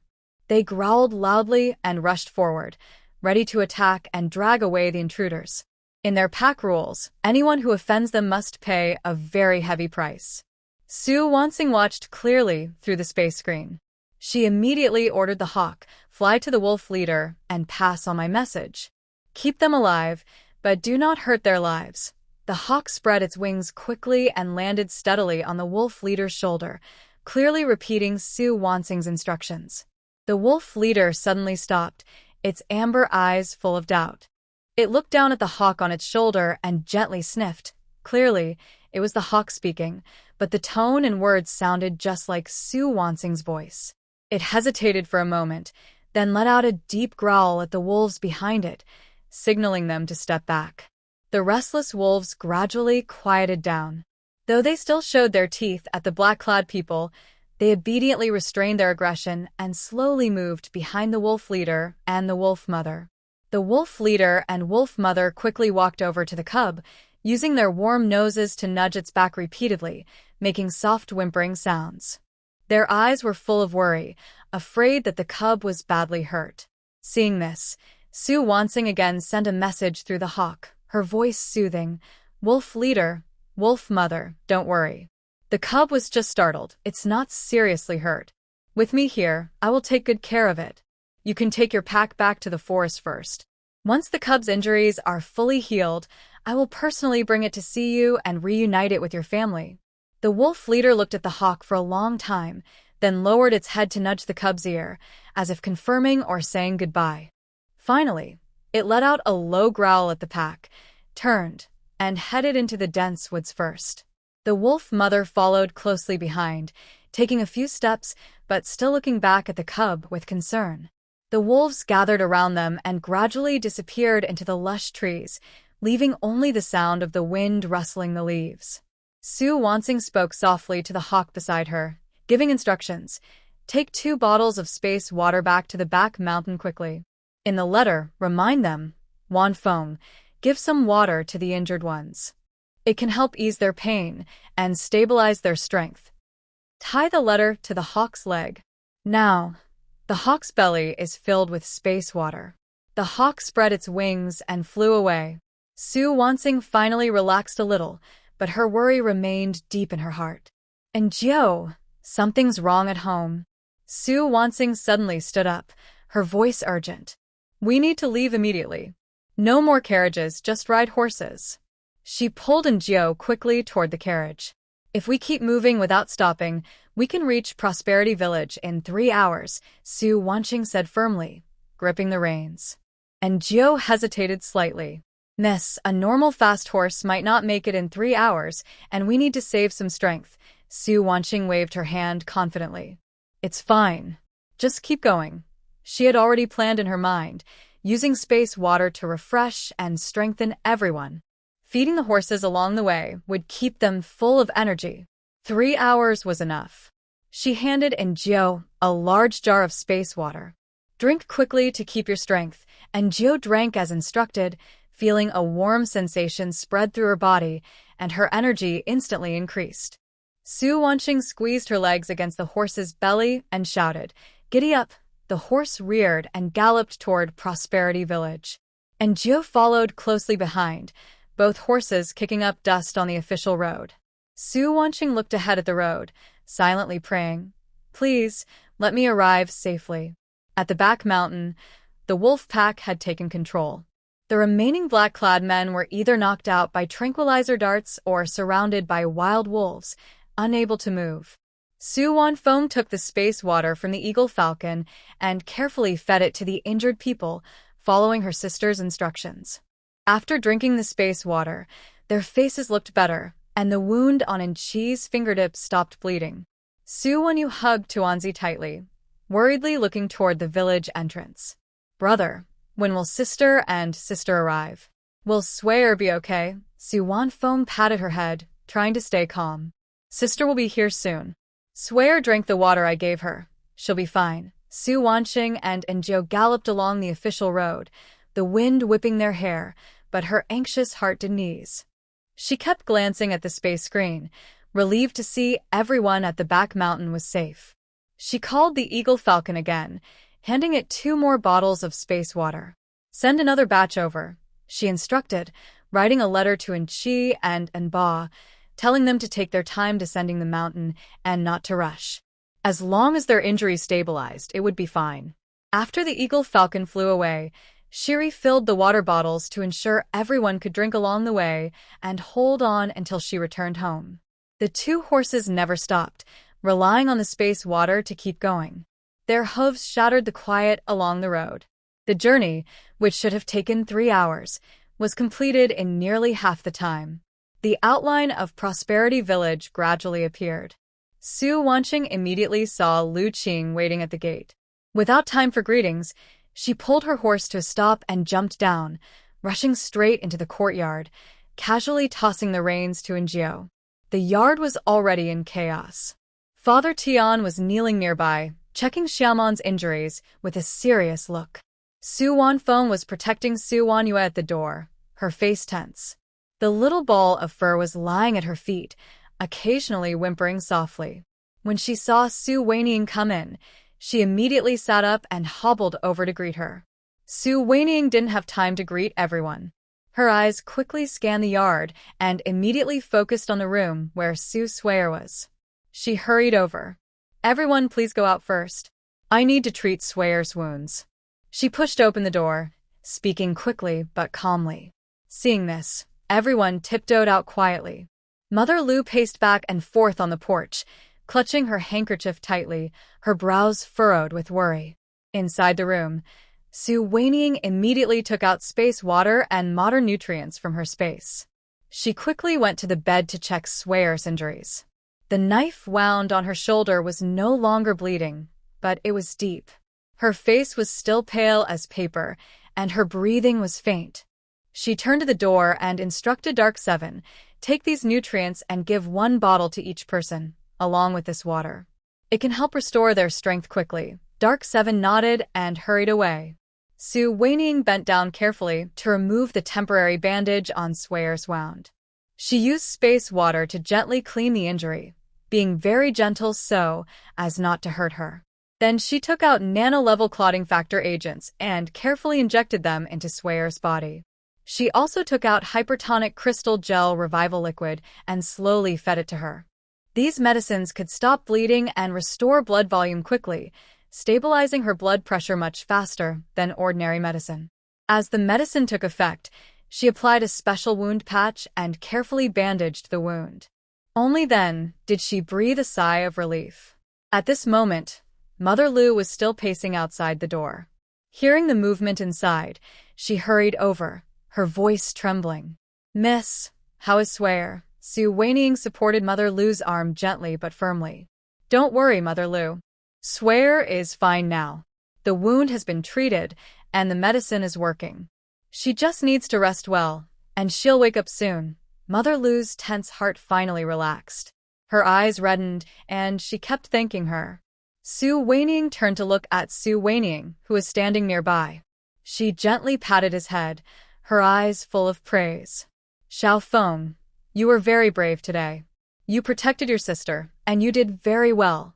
Don't blame yourself. It's not your fault." Su Weiniang bit her lip, her tense expression easing slightly. She nodded and said, "I understand, sister." She looked again at Su Wanyua nearby. The young girl clutched her clothes, looking shy and hesitant to approach. Softly, Su Wanqing reached out and hugged her, gently patting her back. "Yeah, are you scared? Don't worry, big sister is back. I will stay with you from now on." At that moment, Su Wanyua's long-held emotions burst out. Tears rolled down her cheeks as she choked out, "Big sister, it's all my fault. I insisted on pulling my brother to pick flowers on the mountain, and that's how the bad people came. If I hadn't gone, Sister Sui wouldn't have gotten hurt." Su Wanqing gently wiped her tears, speaking softly but firmly. "Silly Yaya, it's not your fault. Those people came to kidnap you and your brother, not because of the flowers. I promise I will punish those bad people and make sure this never happens again." Wiping her tear-streaked face, Wenwa looked worried. "Will Sister Sui be okay? I'm so scared she might never wake up. Please, big sister, you have to save her." "Don't worry," Su Wanqing said, holding her small hand to give her a sense of safety. "I've given Sister Sui the best medicine. She'll wake up soon and can play on the swing with you again. Don't cry, okay?" Wanyua nodded, hugging Su Wanqing tightly, gradually stopping her tears. After calming Wanyua, Su Wanqing noticed the injuries on Anqi and Amba. Anqi's hands and arms were still stained with blood. The wounds weren't deep but had torn flesh. Amba's pants were torn, and blood seeped from his lower leg, making him walk with a slight limp. She quickly took out water, bandages, and disinfectant from her space, and led Anqi to a stone table. "Xiaofeng, watch and learn how to treat wounds," Su Wanqing said, gesturing for Su Wanfeng to come forward. She used the space water to clean Anqi's wounds while explaining. "First, rinse the wound with this clean medicine, then cover it with this bandage. It helps it heal quickly and prevents scars." She worked efficiently, treating Anqi's injuries in no time. Then she handed the medicine and bandages to Wanfeng. "You handle Amba's wounds now. Be careful and gentle." Wanfeng took the supplies seriously, following her sister's instructions carefully. Though a bit inexperienced, she was very careful in treating Amba's injuries.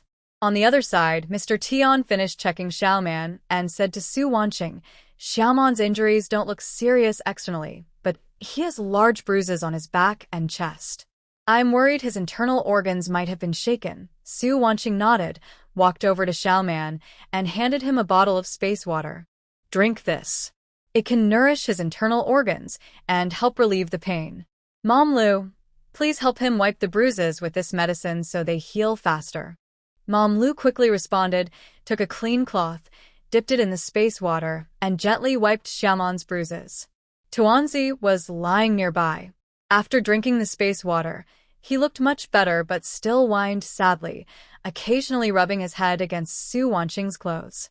Su Wanqing squatted down and gently patted his head, softly saying, "Tuanzi, be good. Come back to my room with me, okay? The pain will go away soon." Tuanzi seemed to understand and obediently got up, limping as he followed her into the room. Su Wanqing arranged for Qiaonyang and Mom Lu to take turns caring for Swayer. She also told Njio to rest for an hour to regain her strength. "In an hour, we'll go to the back mountain to focus on identifying the black-clad people. They're very targeted. They're definitely not ordinary bandits." And she and Ba still wanted to follow, but Su Wanqing told them to rest well. She and Njio would go alone. Both agreed and found places to rest and recover. As Nchi passed by Su Wanqing, he suddenly added, "Miss, those black-clad people are fierce and deadly with every move. They don't seem like ordinary bandits. They look like trained killers." Su Wanqing's eyes darkened, and she took note of his words. She entered the room and immediately activated her space, carrying Tuanzi inside. The space was lush with plants and full of spiritual energy. Although she didn't know much about veterinary medicine, she understood the power of space water. She thought that soaking Tuanzi in it might help his injuries heal faster. Tuanzi, after soaking in the space water, immediately wagged his tail excitedly, his previous grievances gone. He splashed happily in the water, clearly loving the environment and feeling very comfortable with the warm temperature. Su Wanqing sat by the pond, watching Tuanzi happily, but her heart gradually grew heavy. She got up and went to the storage area of the space, rummaging through the modern supplies. The black-clad attackers had come fiercely and with clear purpose, showing they were well prepared. She didn't know who was behind it or if there would be more attacks. Some things might no longer need to be hidden. She decided to share what she had with those around her, so they could protect themselves better. They couldn't afford to be caught off guard like today again. "I thought I would find peace in this mountain village, but I didn't expect it to be so thrilling." Su Wanqing picked out a few boxes of portable first aid patches, blood-clotting medicines, and some bottles of nutritional supplements. She set them aside to give to Nchi and the others later. She looked at the happy little ball in the water pool, her eyes growing firm. No matter who the mastermind is, if they dare to hurt her family or friends, she will make them pay a heavy price. An hour quickly passed. Su Wanqing and the little ball stepped out of the space. The little ball's spirit was mostly recovered, and it was walking steadily. And she came over with a serious look and reported, "Miss, the men in black are still unconscious. When I checked, I found that each of them had a tiny black iron badge sewn on their lower back. The pattern is strange, not a common sect mark or a symbol of the government guards." He handed over a damaged badge torn from one of the men's clothes. The badge was black as ink, with a twisted character Xian engraved on it, and small red gems embedded around the edge. Su Wanqing took the badge, her fingers tracing the cold pattern. Her brow furrowed. She had never seen this craftsmanship before. Why would they target her family? At this moment, Anba also stepped forward to add, "While fighting them, I noticed their internal energy was cold and similar to the black-clad assassins who tried to kill the prince years ago, but they are even more ruthless." Su Wanqing was shocked. She stored the badge in her space and called on Njio in a low voice, "Let's go. After we ask at the back mountain, we'll know everything." And she and Ba wanted to accompany her, but Su Wanqing told them to stay and protect the family at home. Thinking of this, she hesitated for a moment. She needed to prepare some self-defense tools for them. She quickly returned to her room and searched for a Xuanma bead, disguised as a Buddhist prayer bead, bracelet, or pendant. It looked just like a normal bead, but when crushed, it instantly released a colorless, odorless Xuanma gas mist within a meter. When inhaled for 2 seconds, it caused dizziness and paralysis, but it had no effect on the user. The bead had a directional release layer that only spread outward. She also found an electromagnetic shock wristband, disguised as an ancient leather cuff in the ancient zone. It contained a miniature low-voltage electromagnetic module powered by the pulse of the wearer. When activated, it would cause muscle paralysis in the target, making them unable to move, but it wouldn't be lethal. These were the 2 tools she chose for now. They weren't very special. Su Wanqing took out all her Buddhist prayer beads, bracelets, and pendants and told En-chi to give them to her family and explain how to use them. She also took out 4 wristbands and handed them to En-chi, En-ba, En-jiu, and Lu Qing. Su Wanqing carried a bamboo box and led En-jiu and Tuanzi into the mountains toward the back hill. The air grew heavier with tension. When they arrived, sunlight filtered through the leaves, falling on the unconscious men in black. Su Wanqing handed some nano patches to En-jiu and told him to place them on the men. The forest was so quiet that only the rustling of leaves could be heard. Standing beside the unconscious men, Su Wanqing held a dark iron emblem between her fingers, her eyes fixed on the twisted character engraved on it, her heart full of doubt. She waited for the dream-inducing medicine to take full effect. En-jiu nodded silently, standing tall beside her, scanning the surroundings with full alertness. Soon the medicine began to work. Su Wanqing raised her hand and tossed an antidote to En-jiu. Go, remove their surface anesthesia. En-jiu caught it neatly and fed the antidote to each man. Moments later, the men in black opened their eyes one by one, their gazes empty and unfocused, their bodies stiff. They were completely under hypnosis. Su Wanqing stood and walked among them, her calm voice carrying a commanding tone. Your leader stepped forward. As soon as she spoke, a tall man in black lifted his head mechanically and stood straight. Suppressing her emotions, Su Wanqing asked, Who are you? Why did you kidnap Su Wanfeng and Su Wanyue? The leader replied in a dull voice, We are the secret guards raised by Minister Lu Yitu of the Ministry of Rights. By his order, we captured Su Wanfeng and Su Wanyue to force Su Wanqing to hand over the divine weapon. Why is Lu Yitu so obsessed with the divine weapon? Does he plan to rebel? She asked coldly. The leader answered, Minister Lu's daughter is noble consort Jean, mother of the 1st and 3rd princes. The 1st prince died young, leaving only the 3rd prince, Baitang Jingyu. In the recent Northern War, the crown prince led the army to victory, earning the emperor's great favor. Noble consort Jean grew anxious and wanted to bring the crown prince down. Rumors spread in the palace that the divine weapon came from Fengrao village, later traced to the future regent's consort Yu. Minister Lu believed you must have the blueprints or more weapons and ordered us to make you hand them over. Su Wanqing's heart sank, her tone turning colder. If I give up the blueprints and weapons, what will you do? The leader's eyes remained lifeless as he replied, Eliminate all traces. Minister Lu is ruthless. Since he knows of your existence and your weaknesses, he will not leave any loose ends. You, your family, and everyone close to you would not survive. Su Wanqing stepped forward, raised the dark iron emblem in his hand, and held it up to his eyes. What does the character Xian on this badge mean? The leader in black lips moved slightly, and he answered in a flat, emotionless voice, This is our rank insignia. Xian level is the highest.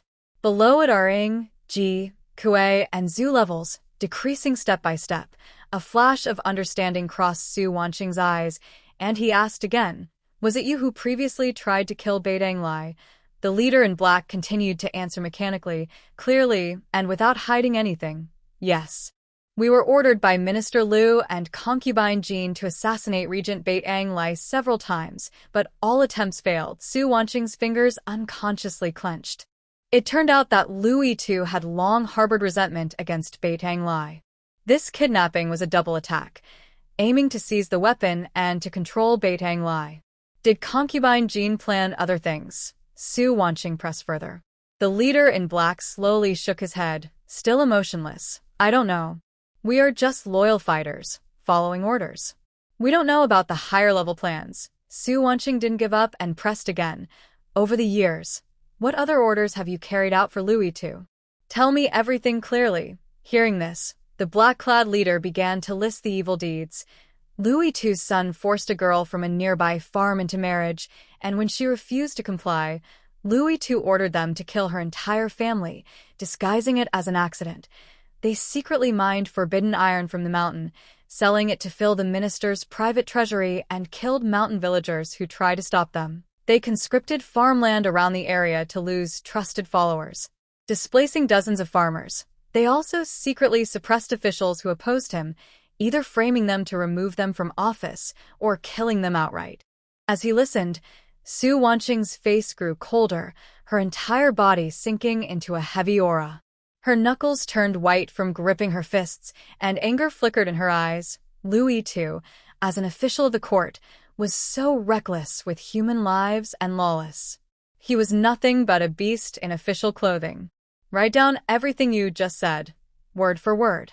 Do not miss a single detail. She turned around and took out paper and brush from a bamboo box, which was actually transferred from her space. Dark Nine quickly stepped forward, took the writing tools, and handed them out to each black-clad person. He looked at their blank, mechanical expressions as they held their brushes, then glanced at the calm and composed Su Wanqing. His heart was secretly shocked. The future princess had such strange methods of controlling people, involving even shadow needles and clearly ranked loyal fighters. Her strength was deeper and more unfathomable than rumors suggested.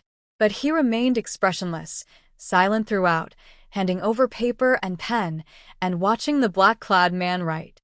His movements were quick and neat. Deeply aware, Anjio knew that a good secret guard was not interested in the master's secrets, but was committed to their duty, obeying orders without asking questions. Even if they knew about the illusion magic, they would never inquire. They only silently carried out commands to protect the princess. Although the black-clad men moved stiffly, their writing was tidy. Soon, they finished and handed their statements to Anjio. Su Wanqing signaled for Anjio to keep the statements. She controlled the shadow needles, accurately piercing each black-clad man's neck. They couldn't even groan before closing their eyes and losing consciousness again, this time in a deep faint, not in an illusion. Su Wanqing bent down and gently petted the approaching Tuanzi. She softly said, "Tuanzi, go call Wolf Father and Wolf Mother with the pack. We have work for them." Tuanzi seemed to understand, immediately wagging its tail, excitedly barking, and rushing into the dense forest. In a moment, it disappeared from sight. Soon, the sound of hurried footsteps came from the woods. Tuanzi led Wolf Father and Wolf Mother, followed by dozens of wild wolves. Wolf Father's amber eyes swept over the unconscious black-clad men on the ground, then looked at Su Wanqing with a questioning gaze. She smiled and waved her hand. "Xiao Bai, help me drag these people into the deep mountains and deal with them. Leave no trace." Hearing this, Wolf Father's expression suddenly turned strange. Its amber eyes showed disdain, as if saying, "This name is too rustic." Surprised by its reaction, Su Wanqing chuckled. "Then I won't call you Xiao Bai. I'll call you to Bai." Wolf Father shot her a speechless look, tilting its head slightly, as if unwilling to respond. All right, I won't tease you anymore." Su Wanqing raised her hands in surrender. She took 2 water pouches filled with space well water from a bamboo box and handed them to Wolf Father. "Share these with your pack to restore your strength. Once this is done, I'll think of a powerful name for you. I'll also give you more good things as a reward." Wolf Father sniffed the water pouch, smelling the familiar sweet scent, and let out a call, as if agreeing. It took the pouch from her mouth and handed it to Wolf Mother, then growled at the pack. The wild wolves immediately stepped forward, grabbing the collars or limbs of the black-clad men and dragging them into the deep mountains. Watching the wolf pack disappear into the dense forest, Su Wanqing turned around and led Anjio and Tuanzi toward Fomrao village. The breeze in the woods gradually softened. As she walked, she instructed Anjio beside her, "When we get back, call in Chi and Ba over. I have some questions for you both." Anjio bowed and replied, "Yes, miss." The two walked side by side, while Tongzi happily darted around, occasionally glancing back at Su Wanzing. Su Wanzing looked at the confession in her hand, her eyes cold.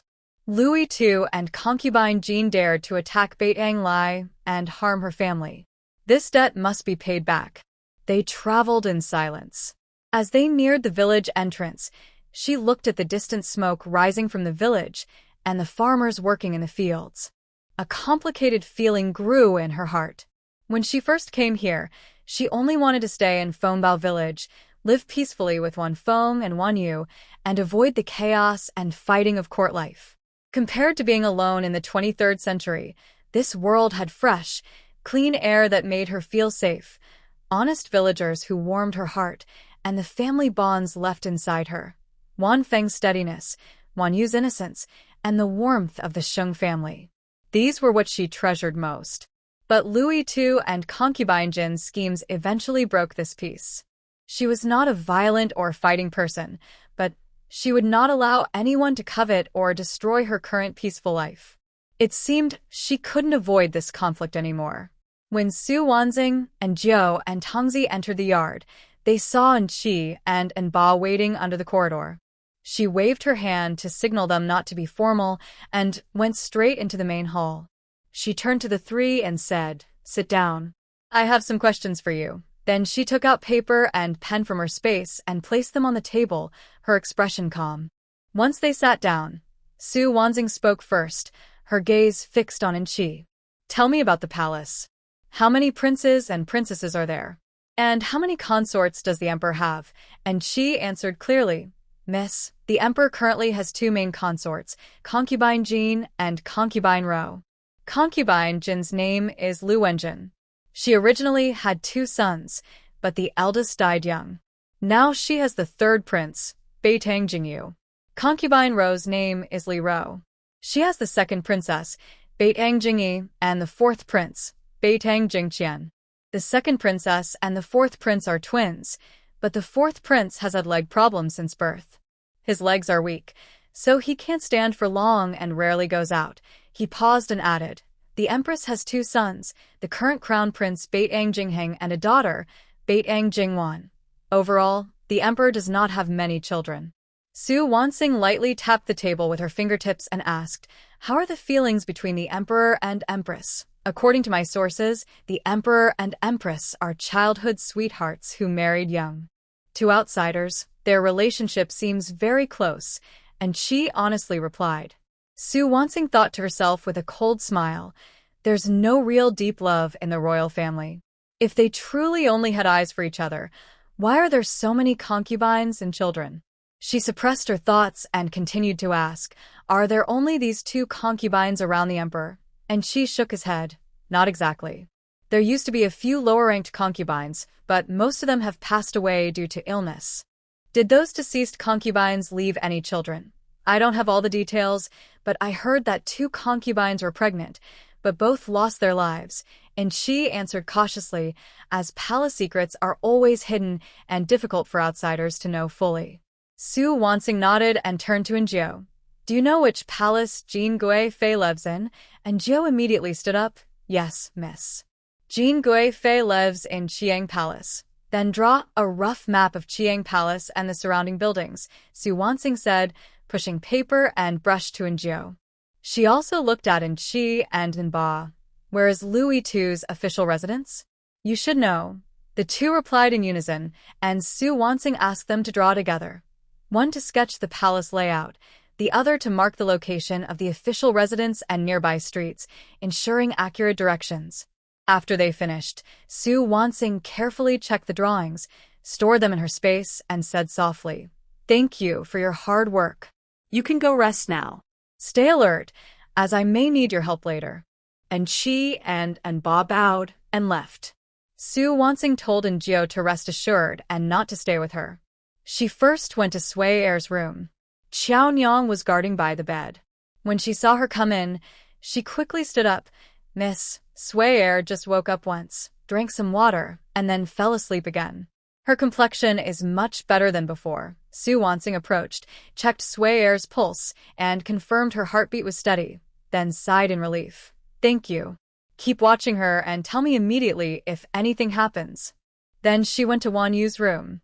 Under the candlelight, the young girl was tossing and turning in bed, her brows furrowed, clearly frightened and unable to sleep peacefully. Su Wanxing tiptoed over, sat by her bed, gently patted her back, and softly said, "Yeah, don't be afraid. Sister is here. The bad people have been driven away." Su Wanyu blinked drowsily and opened her eyes. She saw Su Wanxing and immediately snuggled into her arms, whispering, "Sister, I'm scared. Don't be afraid, don't be afraid." Su Wanxing comforted her softly. She also called Tuan Tuan to the bed, saying, "Let Tuan Tuan stay with you. Tuan Tuan will protect you." Tuan Tuan obediently lay by the bed and nudged Su Wanyu's hand with his head. Seeing Tuan Tuan, Su Wanyu's mood gradually calmed, and she soon fell into a deep sleep. Su Wanxing gently tucked her in and quietly left the room. Back in her own room, Su Wanxing lit an oil lamp and picked up her brush to write a letter to Bei Tanglai. In the letter, she briefly mentioned the black-clad people, revealing that the masterminds behind them were Lu Yitu and concubine Jean. She included some confessions from the black-clad individuals, warning Bei Tanglai to quickly gather evidence of Lu Yitu's corruption and secret training of loyal guards. She also mentioned that more news would come soon and asked him to wait patiently. After finishing the letter, she summoned the silent messenger eagle and placed the letter on its back. She softly instructed, "Quickly go to the regent's palace and deliver this to Bei Tanglai." Once the eagle flew away, Su Wanxing turned and entered her space. She took out shadow needles and various medicines, half of the shadow needles soaked in illusion potion for interrogation, and the other half coated with lead powder to make people feel that life is worse than death. She commanded in the air, then activated the space screen, watching the shadow needles' movements closely. The needles moved very fast and soon reached the Imperial City. Following the coordinates marked by Njio, they precisely found Xiyang Palace. It was late at night. Most of the palace lights were out. Only a few oil lamps in Xiyang Palace remained lit.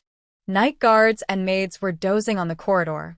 Su Wanxing flicked her fingers, silently guiding the shadow needles into the palace. She aimed them at concubine Jean and the maids outside the hall, shooting them with the needles. After a moment, the illusion potion took effect, and their eyes became vacant as they fell into a hypnotic state. She then transmitted her commands through the silent messenger eagle, her voice penetrating with hypnotic power. "Lu and Jean, you had your father Lu Yitu kidnap Su Wanfeng and Su Wanyu. What is your real goal in threatening Su Wanxing?" Concubine Jean sat on the bed, answering involuntarily. "I found out that the regent is infatuated with Su Wanxing. She also has a powerful weapon to defeat enemies. The regent has always supported the crown prince. In this northern war, the crown prince achieved great success, and the emperor is paying more attention to him. We couldn't wait any longer. We must get the weapon to increase our leverage and bring down the crown prince. Are you trying to help the third prince seize the throne?" Su Wanxing asked further. Consort Jin's eyes suddenly filled with obsessive hatred, and her voice trembled slightly. "My eldest son should have been the crown prince. He was the firstborn, so he deserved to be the heir. But he was so small he died from a cold. I took great care of him, but he still left us. Just when he died, the Empress was pregnant. Isn't that because she killed my son?" Her emotions grew more intense, and her tone was full of spite. "I was mourning my loss, but they were happily waiting for the baby to be born. The Empress didn't get pregnant for 2 years after her marriage, but right after my son died, she did? She must have exchanged my son's life for her own child. Such a shameless woman." Consort Jean took a deep breath and continued, "I wanted to harm her child, but the emperor valued that unborn baby too much. He sent many trusted servants to guard it, so I couldn't get close. I had no choice but to think of another plan. I desperately needed to have another son, but the emperor ignored me and rarely visited the Qiyang Palace." "So, what did you do?" Su Wanxing asked coldly. Consort Jean calmly admitted, "I used the excuse of the eldest son to invite the emperor over, then asked my father to find me some Heian incense. Did you dare to drug the emperor? Aren't you afraid of being caught?" Su Wanxing asked sharply. The drug's effect lasts only half an hour and doesn't harm the body. I thought it would be unnoticed, Consort Jean said with some regret. But afterward, the emperor sensed something. He believed I wouldn't develop feelings for him, and in his anger, he told me to reflect in Qiyang Palace. He only didn't investigate further because of the eldest son. I was hoping to get pregnant that time, but in the end, I was disappointed. Su Wanqing's heart tightened, and she asked, "And how is the third prince, Beit Angjingyu, conceived?" Hearing this, Consort Jean fell silent for a moment before uttering a shocking statement. "He isn't the emperor's son." Su Wanqing clenched her fists tightly and asked sharply, "Then whose son is he?" "He's the son of a guard." "I don't know which one exactly." "Anyway, they are all dead," Consort Jean replied numbly. Su Wanqing's body stiffened, feeling a sudden explosion in her mind.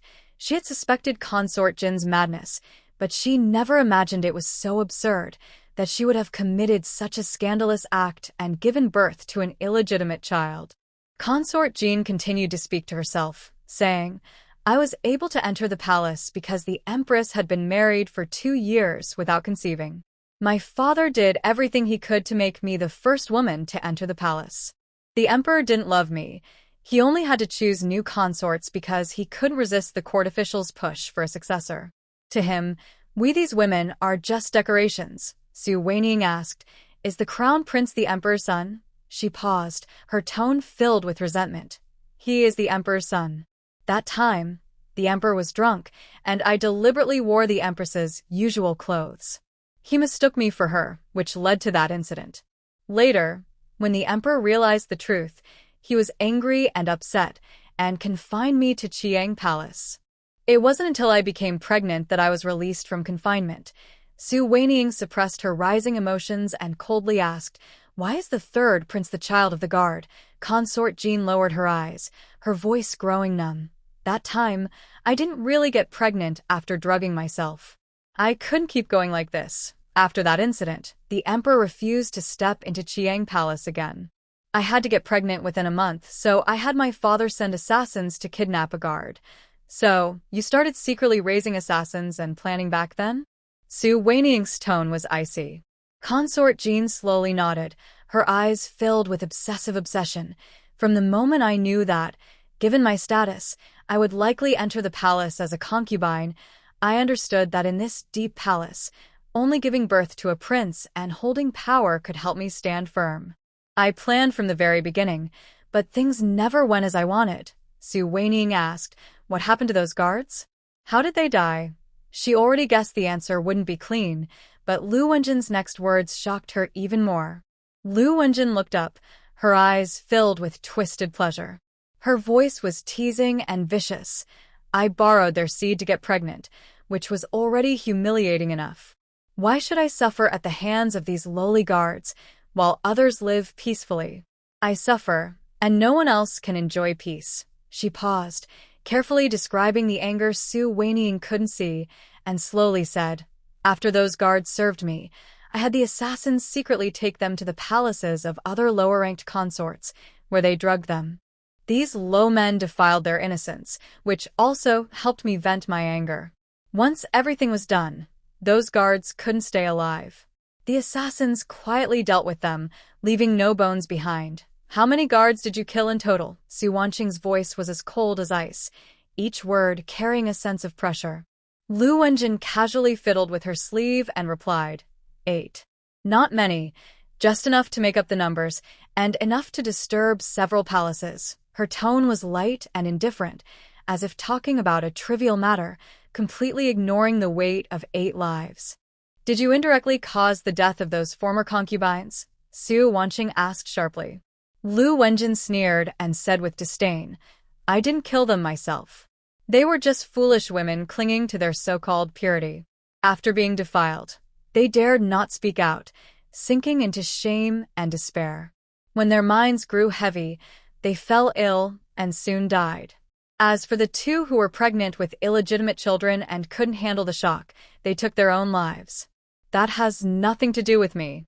Her coldness made Su Wanqing's heart burn with anger, but he forced himself to ask calmly, "And Consort Ro? You didn't harm her? Are the 4th prince and the 2nd princess really the emperor's children?" When mentioning Consort Ro, Lu Wenjin's tone carried some resentment and bitterness, but she still answered truthfully, "Those two children are indeed the emperor's. This is also thanks to my useless half-sister. At the time I was pregnant but unsure if it was a boy or girl, so I wanted to keep an extra layer of security. I asked my father to bring my half-sister into the palace, planning for her to also become pregnant with the emperor's child, so we could support each other in the future." Lu Wenjin recalled the past, a calculating look flashing in her eyes. "I used my pregnancy as an excuse to ask the emperor to visit me. At first, he ignored me, but later, perhaps thinking of the late crown prince, he finally stepped into Chiang Palace. I apologized and begged him, repeatedly mentioning the late crown prince. He didn't scold me but ate a meal with me. However, the emperor was always wary of me. The food he ate was tested 3 times with silver needles by guards before he would eat." She snorted coldly, full of mockery. "I knew he disliked me. I never expected love or affection. All I wanted was power and status. That day, I added a special ingredient to the food, an aphrodisiac from the western regions, brought back by a deadly assassin, to tempt desire." Su Wanqing's heart tightened immediately, and he asked quickly, "From the western regions? Who did you buy it from?" Lu Wenjin raised an eyebrow, her tone somewhat confused. "It's called Ghost Doctor in the martial world.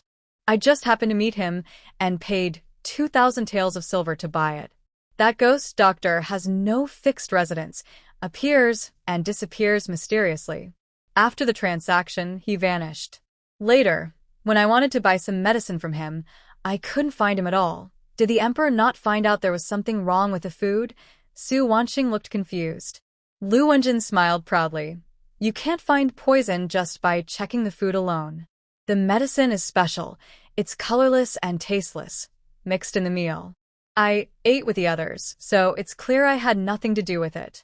After dinner, I even personally took the emperor to the palace gate to clear myself of suspicion. I had my younger sister wait in the garden. She carried a fragrant pouch that could attract poison. I thought the emperor would be drawn to the scent and fall for her, but that fool couldn't keep quiet and went ahead to say she was my sister. The emperor immediately sensed something was wrong, tried to leave, and ordered guards to take my sister away. When he reached this point, Lu Wenjin's tone was full of regret. The emperor's close people wanted to see the imperial doctor, but the medicine was very strong and could make someone lose their mind instantly. When he went to his private chambers, he happened to meet Li Ro, and he ended up favoring her. I planned everything carefully, but in the end, I was used as a tool by others. We quickly destroyed the fragrant pouch. Although the emperor suspected me, there was no proof. The doctor couldn't find any traces of medicine in his body. Considering my father's influence, it was all left unresolved. After this, he never set foot in Chiang Palace again. Lu Wenjin's voice grew quieter, filled with resentment and frustration. Su Wanqing paused for a moment and then asked, "Since you're so unhappy, why did you allow Princess Ro's child to be born? Why didn't you secretly get rid of them?" Lu Wenjin sneered lightly, with a contemptuous tone. "After poisoning the emperor twice, I dared not act rashly again. I could only focus on nurturing my pregnancy and protecting my own child. Princess Ro's family is ordinary, with no powerful backing, so she's not a threat. I even planned to have her give birth early. If she had a boy, I wanted to switch the babies. Even if the child didn't survive, it would ruin her hopes. But I didn't expect her to give birth to a pair of twins, one a boy and one a girl. The 4th prince was born with a leg disease, unable to stand steadily, destined to be unfit for the throne. Since that's the case, I saw no need to switch the children. They pose no threat to me, so I didn't want to dirty my hands." Lu Wenjin's eyes were full of scheming, completely lacking maternal softness, driven only by a deep desire for power.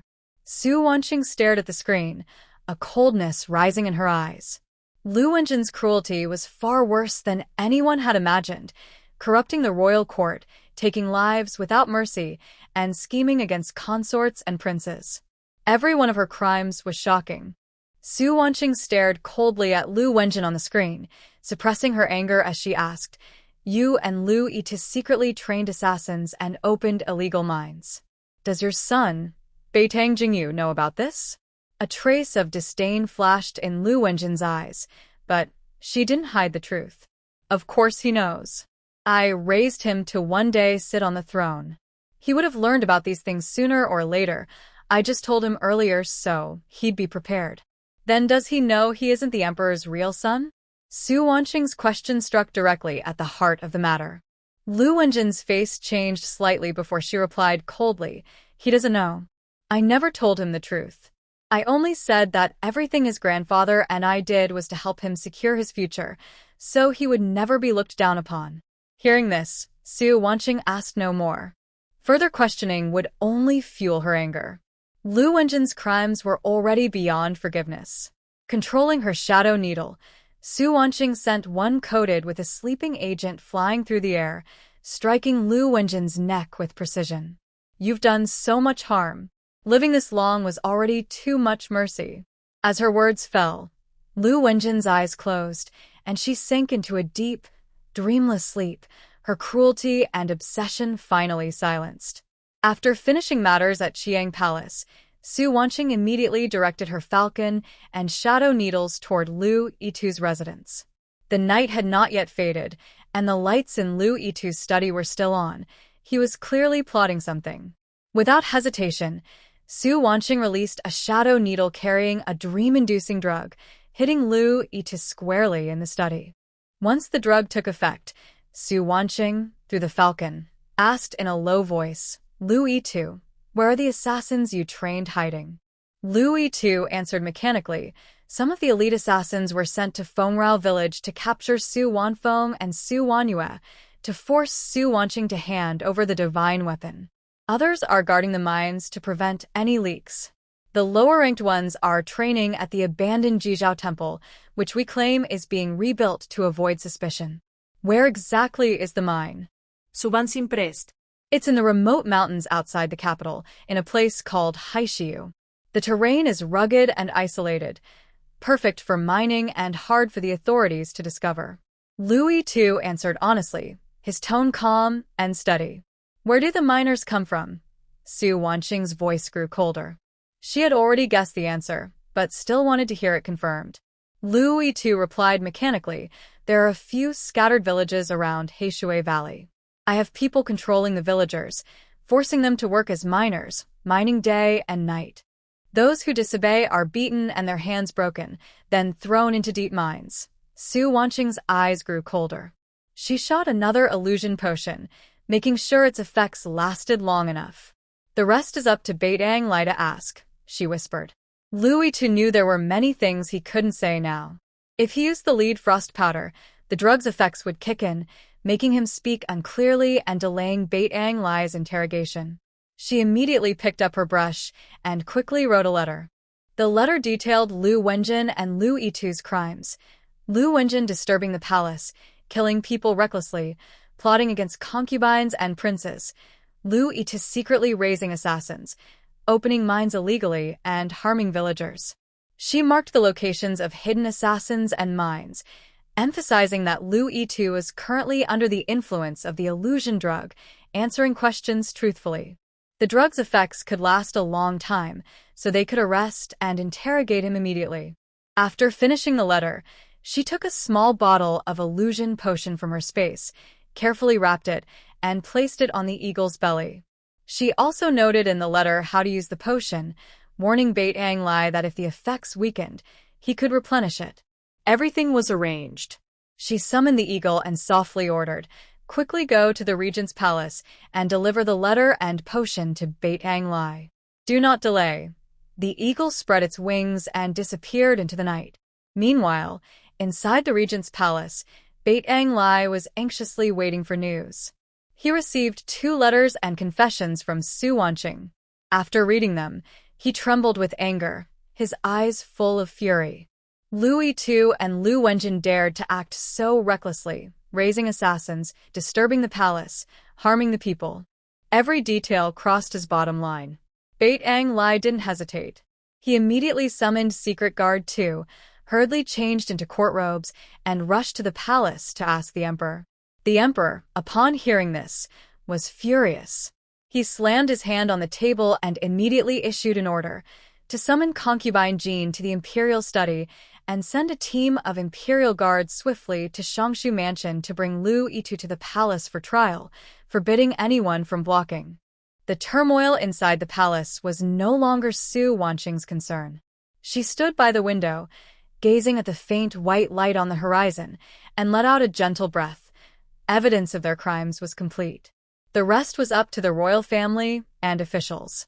She only needed to wait for the results. During this time, a series of kidnappings, interrogations, and schemes left her physically and mentally exhausted. Her original goal of staying peacefully in Fengrao village and living a quiet life was drifting further away. As dawn broke, warm sunlight spread over every corner of Fengrao village, dispelling the coldness of the night and easing the gloom of recent days. The small mountain village remained peaceful and calm, with no sounds of palace disputes, only birds singing and villagers starting their daily work. Su Wanqing got up and left her room, first going to Sui's house. Sui was now able to get out of bed and was looking much healthier. When she saw Su Wanqing, she quickly stood up and bowed. "Miss," she said. Su Wanqing smiled and waved her hand. No need for formalities. Rest well and aim to recover fully soon.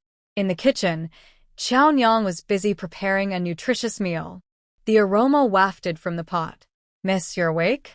I've cooked millet porridge, chicken soup, and the vegetables you asked for to help Sui, and when you recover." Su Wanqing nodded, watching Qiao Nyang work, feeling a warm sense of happiness. This was the life she wanted. Simple, warm, free of schemes, filled with everyday joys. While chatting, Su Wanqing remembered that in 3 days, the imperial examination for young scholars would take place. Children from the village, regardless of age, had to participate, some as young as 6. There was no limit to how many times they could take the exam. The children participated to gain experience, and if lucky enough to pass, it would bring great honor to their families. Seeing their eager faces, a deeper smile appeared on Su Wanqing's lips. Watching her family's gradually returning smiles and the lively scene in the yard, Su Wanqing suddenly had an idea. She wanted a rocking chair. The grape arbor in the yard was perfect. The grapes had ripened, hanging in bunches of green and purple, heavy on the vines. Sitting under the grape arbor, rocking in a chair, sipping flower tea, feeling the gentle breeze, and watching the lively garden, how wonderful that would be. She immediately returned to her room, drew a design for the rocking chair, and called Lu Qing. She handed her the drawing. "Lu Qing, take this design to the village workshop and ask them to make a rocking chair according to the plan. Make it carefully. The cost can be deducted from my share of the workshop's profits." Lu Qing took the drawing, examined it carefully, and smiled. "Yes, Mississippi. I'll get it done right away and make sure the workshop finishes quickly." Soon after Lu Qing left, a hawk landed on the grape trellis in the yard. Su Wanqing stepped forward, took the letter from the hawk, and opened it. It was from her aunt and uncle. The letter said that the case of Lu Wanqing and Yan Shu had been finished. Both were found guilty of serious crimes and sentenced to execution, with all their property confiscated by the government. He Shun was sentenced to exile 3,000 miles away. He Bo Tao and He Fengyao were whipped 70 times, had all their property taken, and became slaves for generations. The letter also said that once they finished handling their remaining family affairs, they would come immediately to Fengrao village to visit Su Wanqing and the children. After reading the letter, Su Wanqing felt a big weight lift from her heart. She picked up her pen and wrote back, telling them she was safe and well, that everything in Fengrao village was going smoothly, and they were always welcome to visit. Just after she finished her reply, she saw the village chief and Lu Qing walk in together. The village chief held a design drawing of a rocking chair, his face full of joy. He said, "Wanqing, I just saw the design drawing Lu Qing brought. This rocking chair is wonderful. I was thinking, could our village's workshop produce these chairs in large quantities? They would surely sell well." Su Wanqing smiled and nodded. "Of course, you can use the design drawings freely. If it helps our village's workshop earn more, I'm happy." Hearing this, the village chief was even more pleased. He asked, Wanjing, since the design is so good, how much should our workshop pay you? Just tell me. Su Wanjing waved her hand gently and said softly, Village chief, you don't need to pay me. I don't usually manage the workshop much. It's all you and everyone else working hard to handle orders, which is why it's doing well now. I hope Fengrao village gets better and better. She paused and added, but I do have a request. I want to buy the mountain behind our village. Just the one behind my house. The village chief thought for a moment and nodded. That's fine. There's no problem with that. Our village is doing well now, and the villagers' lives are getting better. The village has more than doubled in size, and most people don't go up the mountain to chop wood or hunt anymore. That mountain is just sitting idle. We just need to go to the government to handle the paperwork. The village chief also added, as for the money to buy the mountain, you can use your design drawings as payment. You don't need to pay extra. And if you want to develop the mountain further, the village will cover all the costs. Our collective profits are still large enough. All of this is thanks to you bringing benefits to our village. We're doing these things because we should. The village head spoke proudly. Look at our village now, neat, grand, and beautiful. Among the villages within 100 miles, Fengrao village is definitely the best. Even the town streets can't compare. I will call a meeting with the villagers to talk about this. Everyone will surely support you. Su Wanqing felt warm inside. She didn't refuse and nodded, saying, Thank you, Grandpa Village Head, and thank you, villagers. She didn't really need the money. She just wanted to see if her efforts for Fengrao village had truly been appreciated. That morning, the village head held a meeting with all the villagers. He explained Su Wanqing's plan to buy the mountain, improve it, and use the design drawings as collateral for money, with the village funding the renovation. To her surprise, everyone agreed, with just a raise of hands. Even the children mimicked the adults, raising their small hands high. One villager loudly said, Wanqing has done so much for our village. Buying the mountain is nothing. If we need workers to improve it, we'll go. No pay needed, just enough to eat. Other villagers nodded in agreement, their words full of sincerity and gratitude. Su Wanqing watched these honest, passionate villagers with a gentle smile on her face. But she knew deep down that a peaceful life isn't something given by others or earned just through effort. She cherished the simple happiness of the moment, grateful for the villagers' kindness, but she remained clear-headed. People's hearts can change, and the world is unpredictable. Only by staying true to herself and holding on to her confidence can she protect her peace and warmth, moving forward and backward with ease. Early the next morning, Su Wanqing packed her things. The exam for the young scholars was the next day. She decided to leave for the town a day early, to help Wanfeng get used to the environment and to avoid the rush the next day. Unexpectedly, the other children from the village also decided to leave a day early. Soon, they formed a small group. Luckily, Chen Shozhua had already gone ahead to prepare in the town. Everyone just needed to go directly and settle in, saving a lot of trouble. The group set out at dawn, children chattering happily, full of excitement and nervousness about the exam. Su Wanqing held Wenyu's hand, walking beside the group. The children's laughter filled the air, and she felt peaceful inside. Halfway there, a hawk landed in front of Su Wanqing. It was sent by Baitang Lai to deliver a message. Su Wanqing stopped, took the letter from the hawk's leg, and carefully read it. A faint smile appeared on her face. Baitang Lai was quicker than she expected. The letter said that after Lu Yitu is punished, all involved in the case from the Lu family were sentenced to death. The maids who had not participated in the conspiracy were sold into slavery, and the matter was fully settled. Empress Jingui and the third prince Baitang Jingyu, due to royal face, announced they had died from illness, but they had actually been secretly dealt with. Using the illusion potion Su Wanqing provided, he had successfully uncovered corrupt officials and powerful ministers colluding with Lu Yitu, breaking up Lu Yitu's faction. Additionally, an E had arrived in the capital with blueprints and high-yield seeds Su Wanqing had given earlier. The Khan of the deserted desert kingdom was also nearing the city. Finally, Baitang Lai mentioned that once he finished dealing with these city affairs, he would come to Fengrao village to visit her. Su Wanqing carefully kept the letter, feeling much less tired after days of effort. She looked into the distance, where the sun was shining brightly and the road ahead was clear. All those troublesome plots and schemes were finally coming to an end. The group arrived safely at the town and settled into a house arranged by Chinshojua. They each rested to prepare for the next day's civil service exam.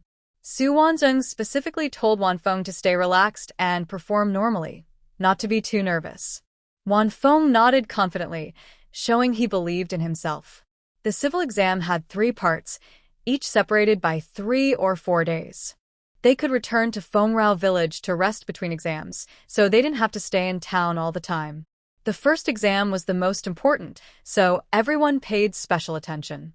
After the first exam, the children looked different, some excited, some nervous. Only Wanfeng remained calm. When he left the exam, he still talked easily with Su Wanjing about the questions. "Sister, I think I did well. I don't think there's a problem." Wanfeng spoke confidently, and Su Wanjing smiled, ruffling his hair and praising him. After packing up, they headed back to Fengrao village to rest for a few days before going to town for the second exam. Not long after they entered the house, Lu Qing hurried in from outside, looking puzzled. "Miss, there's a convoy outside, several carriages. They look very grand. I don't know who's here to see you." Su Wanqing was momentarily stunned and felt a bit confused. Besides the villagers, she had no close friends or relatives she usually interacted with in this prosperous village. Who could be visiting her intentionally? She quickly stood up, bringing Wanfeng and Wanyue out of the yard. Outside the yard gate, several beautifully decorated carriages were parked by the roadside. The curtain of the lead carriage was lifted, revealing a man dressed in a brocade robe with a kind face. It was Su Wanqing's uncle, Sheng Hongyuan. Soon after, the curtain moved again, and her aunt Sheng Wanyu, her cousin Sheng Mano, and her younger brother Sheng Mir stepped out, all smiling happily. "Uncle." Auntie. Su Wanqing's eyes lit up.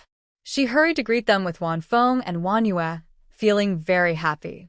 Wanfeng and Wanyue also bowed politely, calling out uncle and auntie warmly. Sheng Hongyuan smiled as he helped the 3 children up, his eyes full of love. "Good children, uncle finally gets to see you."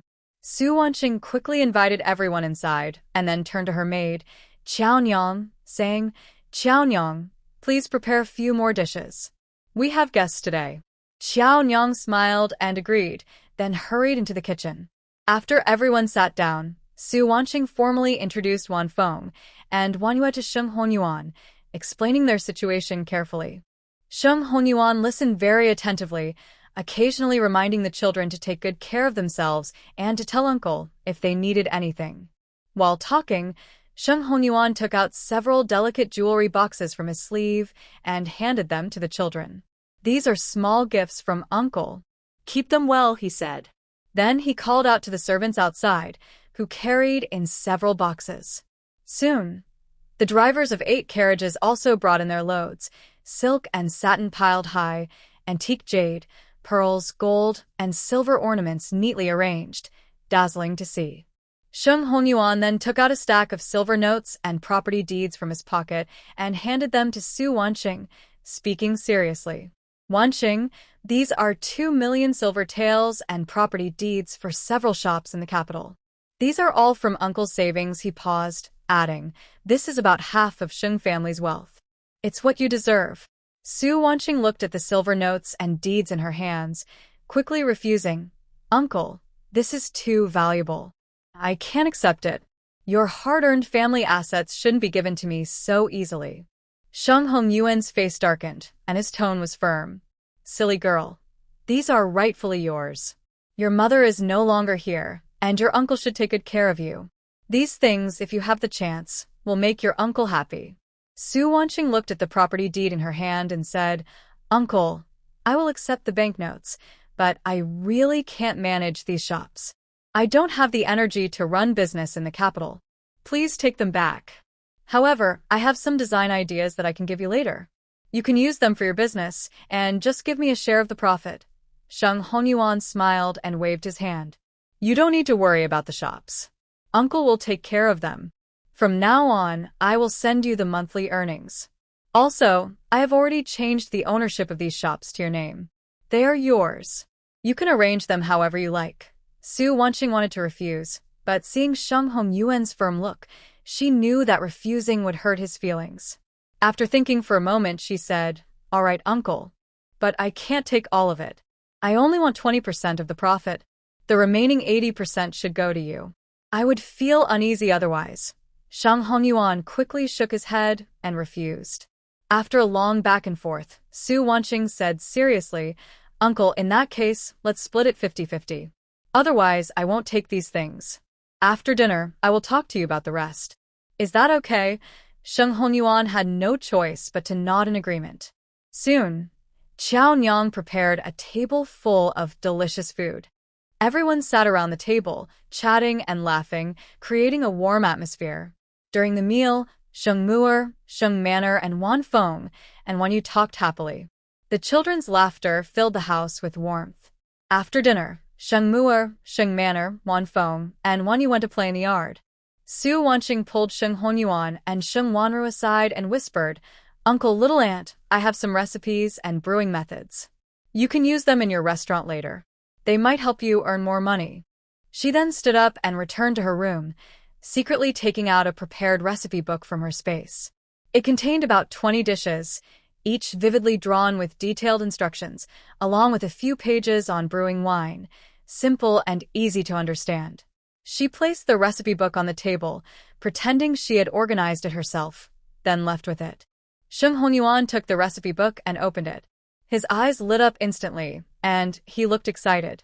"Wanqing, these dishes are so exquisite. The drawings are so realistic, and the instructions are very detailed. I really want to taste these dishes right now." Swen Wanru leaned over to look and kept praising, her eyes full of surprise. Su Wanjing smiled and said, "Uncle, don't worry. Tomorrow, Qiao Nyang will follow the recipe to make a few dishes, and we can try them together." Sheng Hongyuan nodded repeatedly, carefully keeping the recipe as if it were a rare treasure.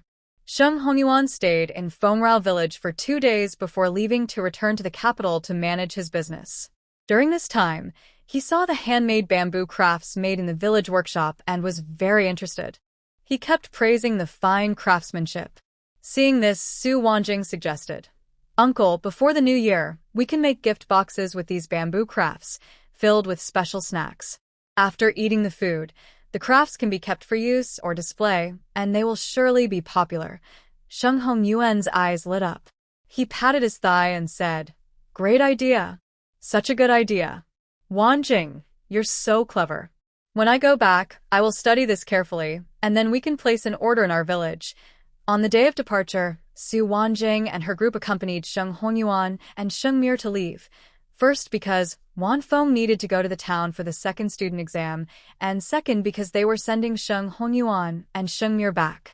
Meanwhile, Sheng Wanru and Sheng Manner decided to stay in Fengrao village to spend some time with Su Wanjing and her siblings.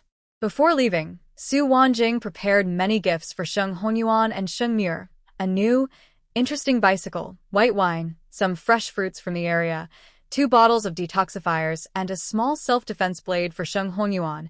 For Sheng Mir, she gave many books, ink brushes, a few quick-drying pens, and a box of new, interesting toys like Rubik's Cubes. These toys Feng Feng often played with, and Sheng Mir had heard about them before and was very interested.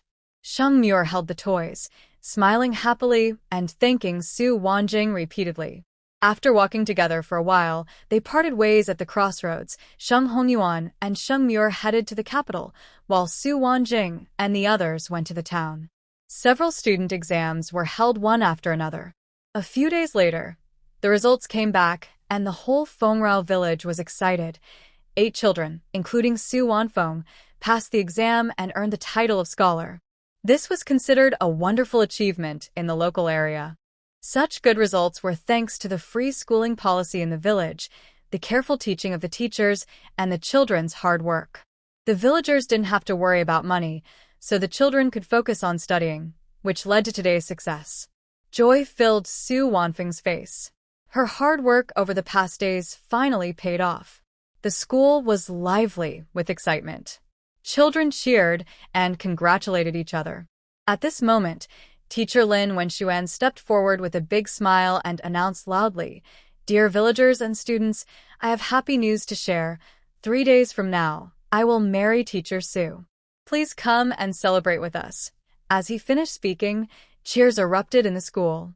Villagers and children stepped forward, saying, "Congratulations, teacher, and congratulations, Teacher Su." The joyful mood spread throughout Feng Rao village. The cheers in the school continued, blending children's excitement and villagers' congratulations. Warmth filled every corner of Feng Rao village. Su Wanqing stood outside the crowd, watching the lively scene with a gentle smile. Her mind drifted back to when she first arrived in this world. At that time, she had just taken over the original owner's body and was stuck in the old Su family's troubles. Now that life was better, she still thought about the old Su family. Before the imperial exam, she had sent someone to check on them, not out of old feelings, but to see what fate awaited those who had bullied and schemed against her. The results of the investigation appeared in her mind. Su Yuan, the old man who once controlled everything in the old Su family and was cold to her family, had already died. Su Wanqing remembered she had the power to deal with Su Yuan but chose not to. She wanted him to taste what it was like to be abandoned by his own beloved son and left without anyone to care for him. That mental torment was worse than death. Su Changhe, the father of Su Yaozu, was addicted to gambling and could not change. He spent all the family money and owed huge debts. Desperate, he cruelly sold his wife, Wang Xiulan, just to pay his debts. Now he was no longer the proud man he once was. Even his son, Su Yaozu, ignored him. Su Yaozu was struggling to take care of himself, so he had no energy to care for his hopeless father. The investigation revealed that Su Yaozu's wife was already unhappy with him. She secretly poisoned him slowly. Now, Su Yaozu was just a figurehead in the family, holding the title of husband, but unable to control his own fate. The reason he still kept Su Yaozu alive was simply to give his own child a legitimate father. In the end, Su Changhe was unable to pay his gambling debts and was cut off at the ankles by the casino people, left at the alley entrance of the town, barely alive and ignored by everyone. Another son of the old Su family, Su Changjiang, also had a hard life. He was implicated by his son, Su Yaoxian, who stole and was caught. Su Yaoxian then forced Su Changjiang to take the blame. Su Changjiang was confused but agreed, and now he was suffering in prison. To pay the fine after his son's imprisonment, Su Yaoxian, who was not a good person, even betrayed his own mother. Although she was old, she was willing to accept any amount of money, but it was still not enough. Eventually, they turned to Su Guangzong for help, hoping to borrow money. However, Su Guangzong, being a son-in-law, had little money himself and refused. They argued fiercely. In a moment of anger, Su Yaoxian grabbed a nearby knife and slashed Su Guangzong's face. The wound was deep, almost ruining his looks and ending his hopes of passing the imperial exams. Scholars needed to look proper and dignified. With such a face, no matter how talented he was, he had no future. As a son-in-law, Su Guangzong was already looked down upon by his in-laws, and now he was in the state. They despised him even more. His life was utterly without dignity. Su Yaoxian, for deliberately hurting someone, was thrown into prison, where he reunited with Su Changjiang and his son. Lu Huidi, seeing her two sons fighting each other, lost all hope and hanged herself. There was also Su Baozhu's cousin. When she went to Zhang's residence to demand justice for the Su family, she offended some people there and was hated by Zhang's family. A big fire broke out at her home, spreading quickly. None of her family members escaped. They all perished in the flames. Su Wanjin closed her eyes, feeling no pity, only a sense of bitter satisfaction. She had never lifted a finger against the old Su family. She simply used her influence in Fengrao village to make the merchants aware of the Su Yuan family's evil deeds, cutting off their escape routes. She wanted these people to taste betrayal and abandonment by their loved ones. She wanted them to live in despair and torment. Sometimes, living was more painful than dying. A quick death might be a relief, but she would never let them have such an easy way out. Suddenly, the sound of drums and gongs brought Su Wanjin's thoughts back to reality. The 3 days had passed quickly, and the wedding of Master Lin and Master Su was held as scheduled. The entire Prosperity Village was filled with a joyful atmosphere. Villagers hurried over to offer their blessings.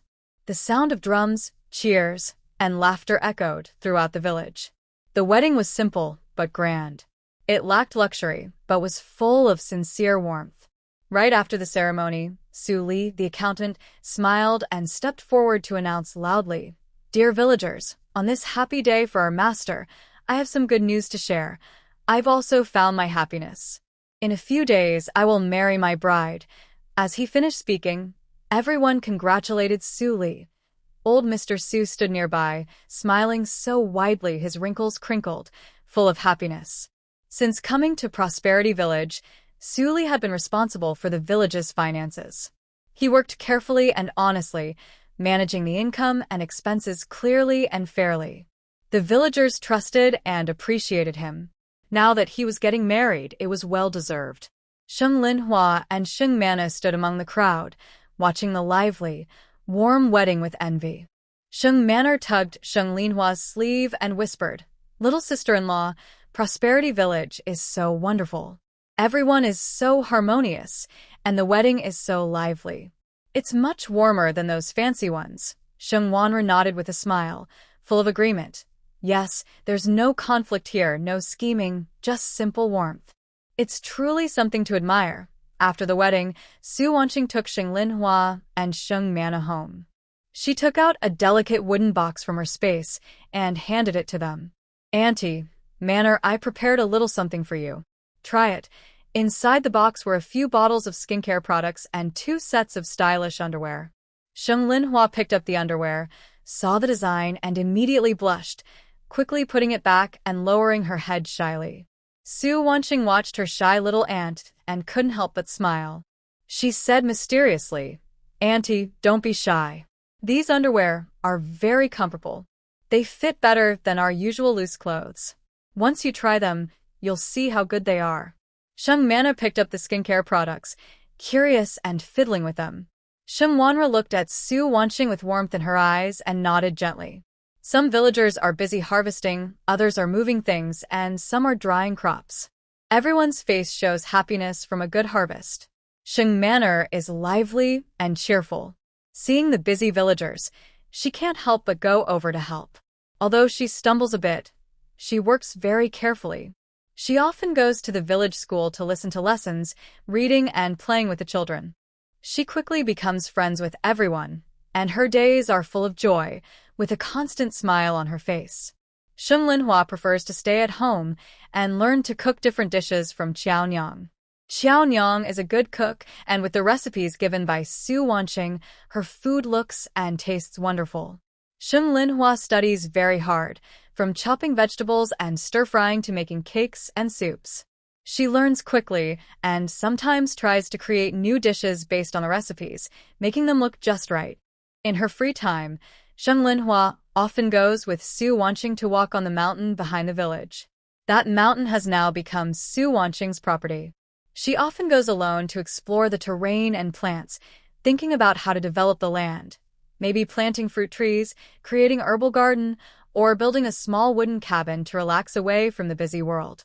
Sheng Linhua walks with Su Wanqing along the mountain trail, looking at the lush plants, singing birds, and fragrant flowers. She softly says, "Wanqing, the scenery here is so beautiful. If we plan it well, it will be even more lovely." Su Wanqing smiles and nods, full of hope. "Yes, I want to turn this place into a quiet, comfortable spot. In the future, we can come here often to relax and escape from worries." In the distance, Fengrao village is full of smoke from cooking and lively sounds of laughter. Nearby, the forest is filled with the scent of plants and the singing of birds. Su Wanqing looks at everything around her and feels peaceful. This is the life she has always wanted, simple, warm, and safe. No schemes or tricks, no deceit, just the ordinary joys of life. Su Wanqing is helping Sheng Linhua dry herbs in the yard. Qiao Nyang is busy preparing breakfast in the kitchen. From afar, the faint sounds of villagers working can be heard. Everything is as usual, calm and peaceful. Suddenly, outside the yard gate, there is a slight movement. It is different from the hurried steps of villagers, carrying a calm and steady presence. Su Wanqing looked up and saw several figures standing at the gate of the courtyard. The leading man wore a black brocade robe, tall and straight like a pine tree. His deep and gentle eyes were familiar. It was Beitang Lai. For a moment, Su Wanqing was stunned. The herbs in her hand almost slipped, and her eyes showed surprise. She never expected Beitang Lai to appear here suddenly, without any warning. The letter had said he would come after finishing some busy work in the capital. Behind Beitang Lai, there were a few people. Su Wanqing glanced and recognized Mo Siyuan. Besides him, there was a young man dressed in a light moon-white robe, with gentle features and a calm, noble air. He looked important. Beitang Lai took a step forward, but before he could speak his feelings of longing, Mo Siyuan rushed over first. From afar, he shouted loudly, "Master, I miss you so much." His loud voice was cheerful and a little childish, which didn't match his nearly 30 years. Su Wanqing rubbed her forehead, feeling a bit embarrassed. This didn't look like a man close to 30, more like a child who hadn't grown up, lacking any sense of steadiness. Standing next to Su Wanqing, Sheng Linhua couldn't help but smile softly. Her eyebrows curved like a crescent moon. She gently nudged Su Wanqing's arm and asked quietly, "Wanqing, is this your apprentice? He's quite lively." Mo Siyuan ran closer and was about to stick to Su Wanqing when his eyes suddenly fell on Sheng Linhua. He paused, and a look of amazement flashed in his eyes. The woman in front of him wore a simple moon-white dress, with gentle water-like features and smooth, white skin. She looked young but not rough, with a mature charm. Her eyebrows resembled distant mountains, and her elegant aura was like orchids, quiet but full of grace. She was as calm as a lady walking out of a southern misty rain, with just the right amount of gentle and noble beauty. Mo Siyuan stared at her, lost in admiration, forgetting to speak. At that moment, the young man in the moon-white robe stepped forward. He was tall and straight, speaking respectfully but curiously, bowing slightly to Su Wanqing, "Little auntie, I am Beitang Jingyuan." When the words Beitang came out, Sheng Linhua's smile froze instantly. Her eyes showed surprise, and she looked instinctively at Su Wanqing. The surname Beitang is very rare in the entire Great Jing dynasty, only used by the royal family. The young man in front of us is Beitang Jingyuan. As for his identity, Sheng Linhua's eyes are full of doubt. Her lips move, but she is too shy to ask directly. Instead, she signals Su Wishing with her gaze, waiting for her to explain later. Su Wishing notices Sheng Linhua's look. She nods gently, telling her to stay calm and wait for the explanation. Next to her, Beitang Lai can't hold back anymore. He quickly steps past Beitang Jingyuan and walks to Su Wishing's side, speaking with a tone full of urgency and sadness. "Wishing, don't mind them. I wanted to come alone to keep you company, but they insisted on coming along. I couldn't stop them." Seeing the longing and helplessness in his eyes, Su Wishing's surprise gradually fades. Instead, she feels warmth and smiles, saying, "Come in, everyone. You're tired from traveling." Everyone follows Su Wishing into the courtyard. Beitang Lai stays close by her side, lowering his voice with joy and gratitude. "Wishing, this time it's really thanks to you. If it weren't for the illusion potion you gave me, I wouldn't have been able to quickly clear the court of corruption and catch the greedy officials, let alone smoothly take control of the Shuaimo Khanate. When the emperor heard about it, he praised you highly, saying your achievements are too great. He even prepared a reward for you." He then takes out a bright yellow imperial decree and a delicate waist badge from his sleeve, continuing, "The emperor has appointed you as the lord of Qingxi County, giving you full authority over all affairs there. The county magistrate will cooperate fully with your orders and won't refuse. Also, the emperor granted you a county lord's residence in the capital. I suggested changing my regency prince's residence into your county lord's house, but the emperor told me to arrange it myself. He hands the waist badge to Su Wishing. It is made of gold and bedded with a few sparkling gemstones. The front bears the characters Su Wishing in bold, strong strokes. The back has 4 small characters, Tong Gong and Mian Bai, meaning open palace and no bowing. It feels cold to the touch and heavy. This is the Jinwen Tongjin waist badge. With it, you can enter and leave the palace freely without bowing. Beitang Lai's tone is full of affection.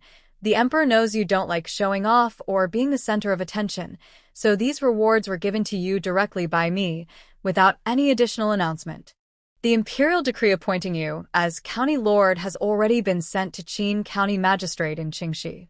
From now on, you can give him any plans or orders, and he will carry them out for you. He paused and added, such a reward is a first in our great Jing dynasty. Your older brother truly appreciates you and wants to give you enough dignity and confidence. The Empress Consort can't stop praising your gift, and your older brother says she seems to have returned to when they first married. Su Weining took the badge, looked at it briefly, then gently placed it on a nearby stone table. Her tone was calm. I never thought about wanting these, nor do I want to manage all the affairs of Qingxi County. I just want to live peacefully in Fengrao Village, with fewer troubles. And since the Empress likes it, I'll bring her some next time. She didn't dislike these rewards, but felt that the simple life in Fengrao Village was more comfortable than the power and status. Beidang Lai looked at her calm eyes and smiled helplessly and affectionately. All right, I'll listen to you. If you don't want to manage it, we won't. Anyway, with Magistrate Qin around, there's no need for you to worry about anything. Su Weining smiled. Let's not talk about this now. You're tired from traveling. I'll ask Xiaonyang to prepare some local dishes for us to eat first. Su Weining nodded, then turned to pull Shang Linhua aside and softly explained, Auntie, Beitang Lai is the current regent king. The young man earlier is Crown Prince Beitang Jingyuan.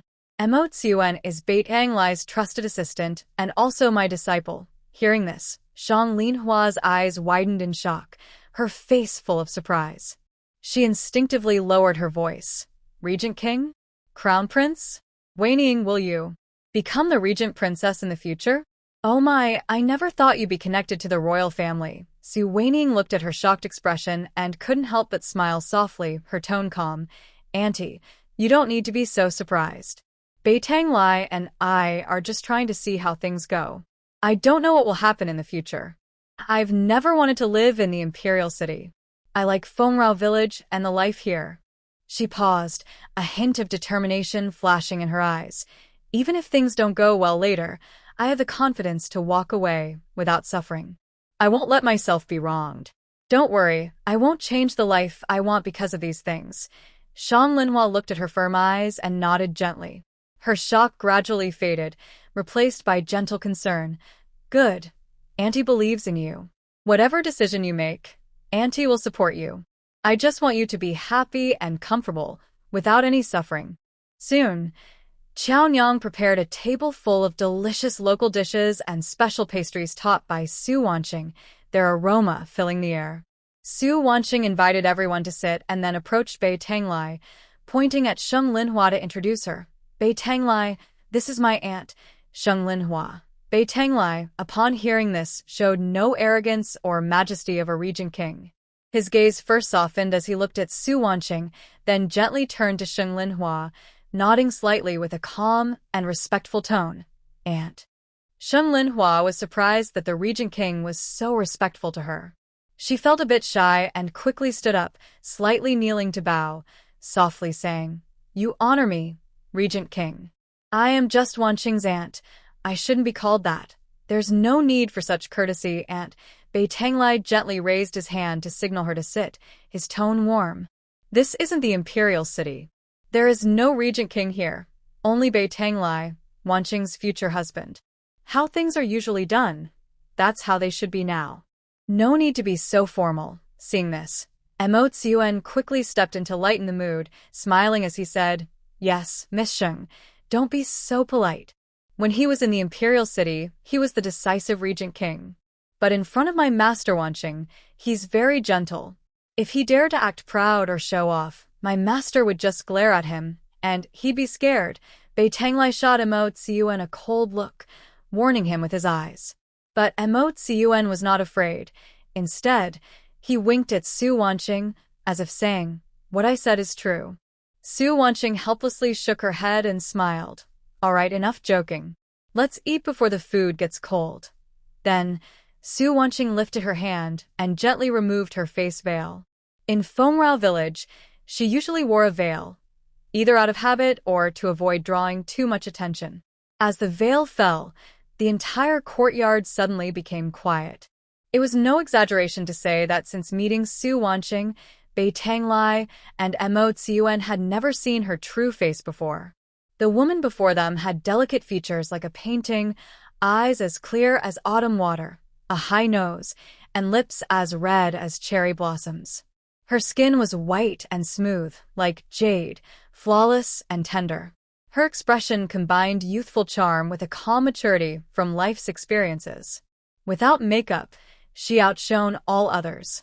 When she smiled, her eyes sparkled like stars, gentle yet dazzling, captivating everyone's gaze and making it hard to look away, even causing them to breathe more softly.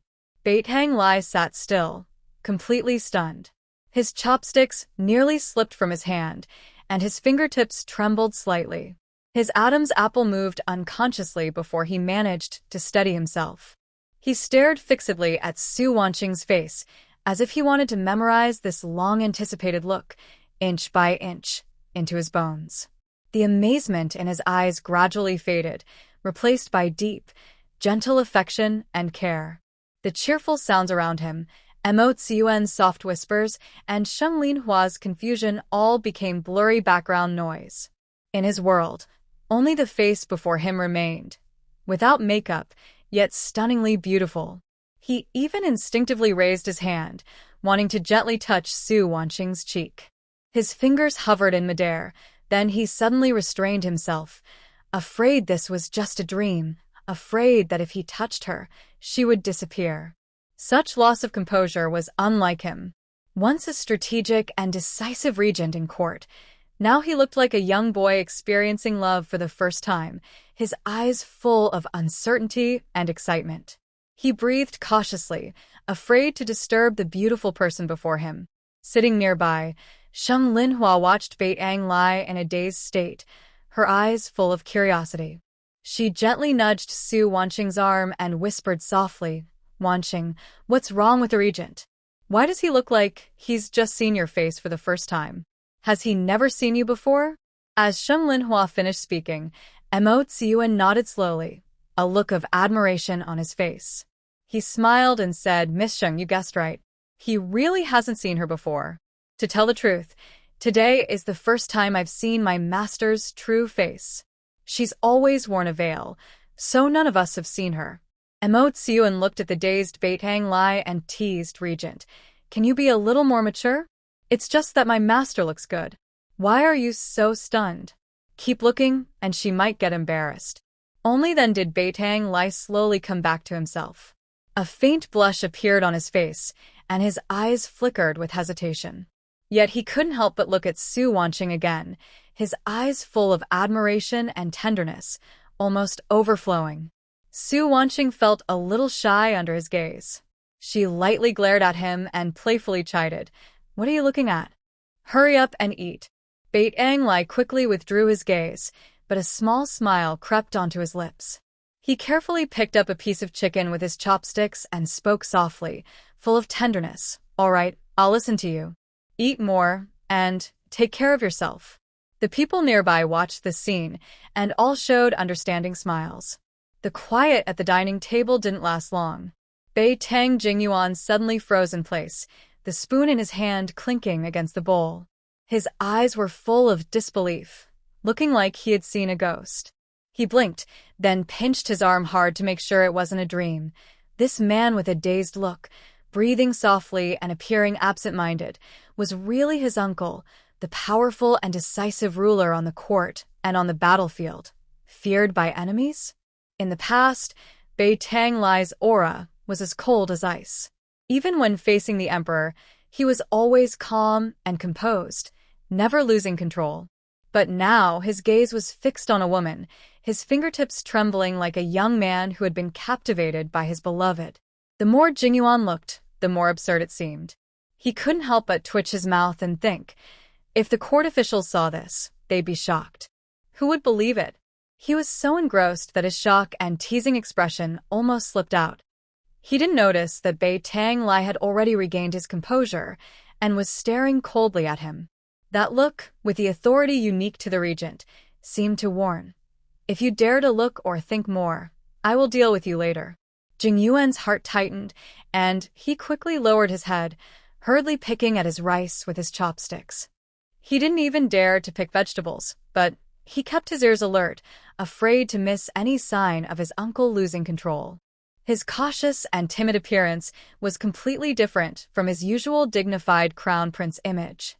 Seeing him understand, Bei Tanglai withdrew his warning gaze and looked back at Su Wanqing. The tenderness in his eyes suddenly returned, as if the cold regent's earlier expression was just an illusion. Sheng Linhua watched this scene and couldn't help but smile softly, understanding in her eyes. So even the regent had moments of protectiveness and losing control. It was clear he cared deeply for Wanqing. The meal was lively and warm. There was Bei Tanglai carefully watching over Su Wanqing, and Mo Xiuan chattering away, the prince acting shy and cautious, and children laughing happily. The whole courtyard was filled with warmth and joy. After dinner, Qiao Nyang brought people to clear the dishes, while Sheng Linhua took Manner and Wanfeng for a walk in the yard. Only Su Wanqing and Bei Tanglai remained there. Su Weiniang and Bei Tanglai walked under the grape arbor. The stone table was already set with cool tea and delicate pastries. The grapevines grew lush and green, with purple grapes hanging from the branches. When the breeze blew, it carried the sweet scent of grapes and the fresh aroma of plants, making the scene very pleasant. They sat facing each other.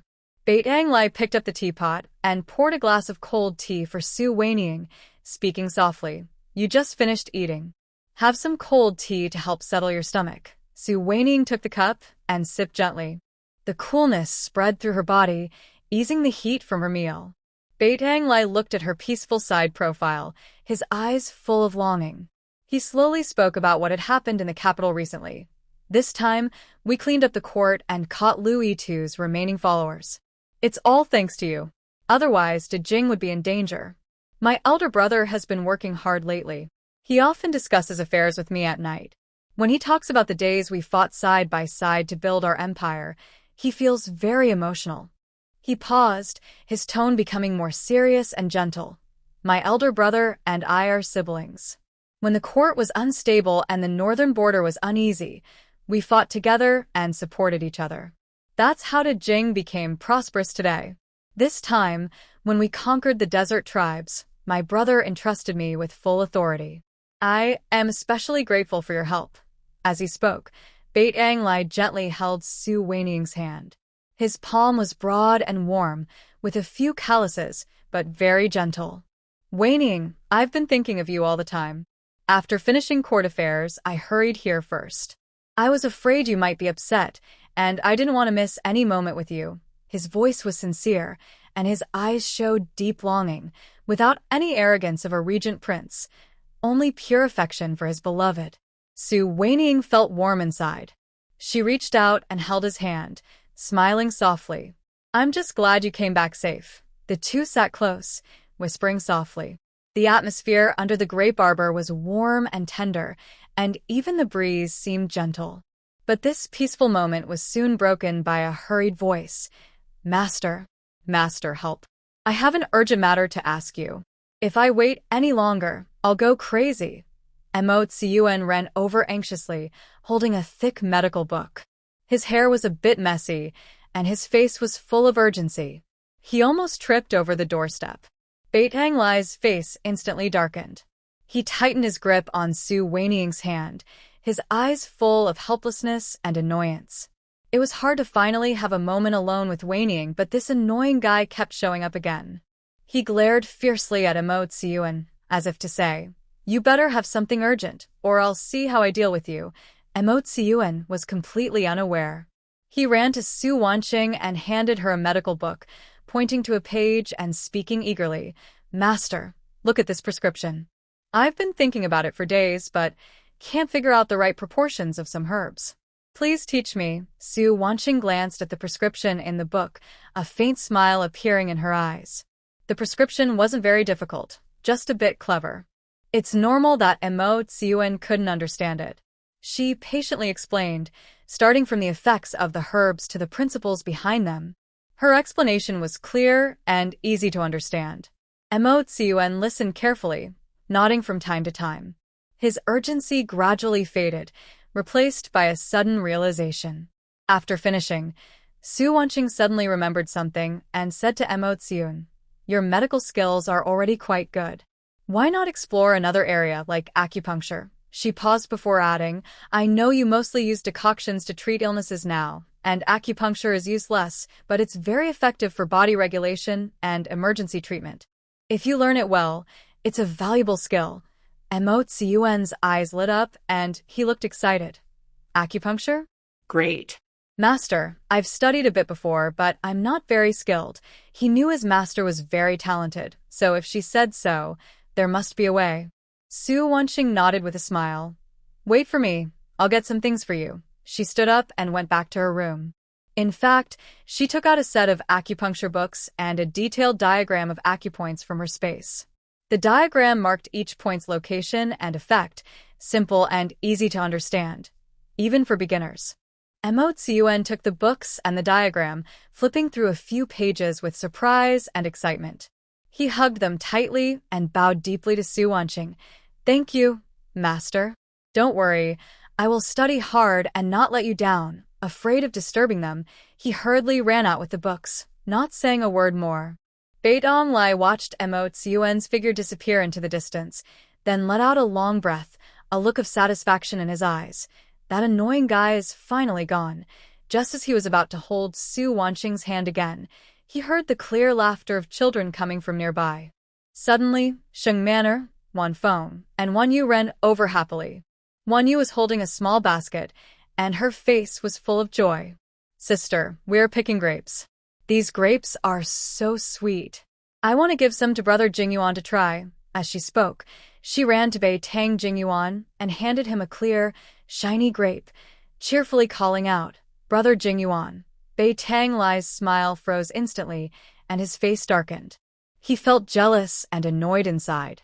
Wan Yu called Jingyuan brother. So, what should he be called? He is older than Jingyuan by a generation, but he is Wan Xing's beloved. If Wan Yu calls him Uncle Emperor, wouldn't that mess up their family ranks? Besides, he is much older than Wan Xing, which makes him look even older.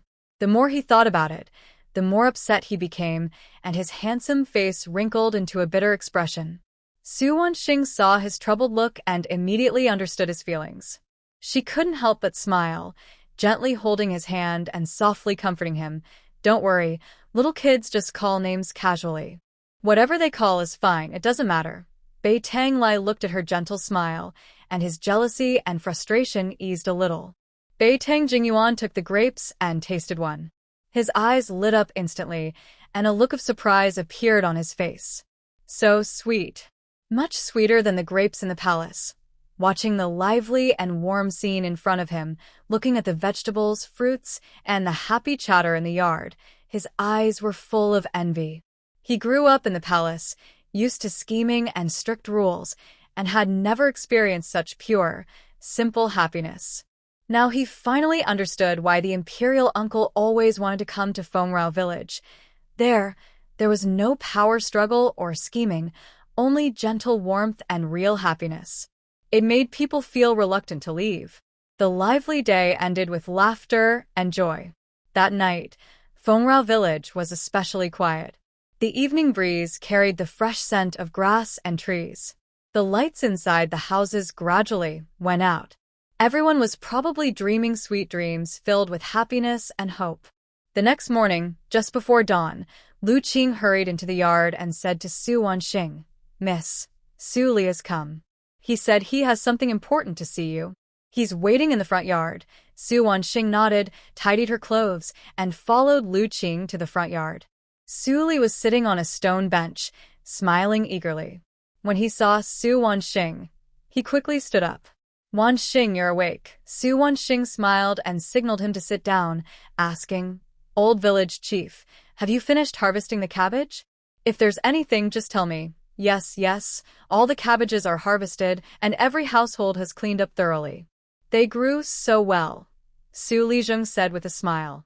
I'm here today to ask if we can start processing now that the cabbages are done. The villagers are waiting for your instructions. Su Wanxing nodded, took out 2 pieces of paper from her sleeve, and handed them to Su Lijung. Grandpa Lijung, these are the pickling methods for sauerkraut and spicy cabbage. The steps are similar to making salted vegetables before. Let the villagers process separately, mark them clearly to avoid mixing, and ensure hygiene and quality.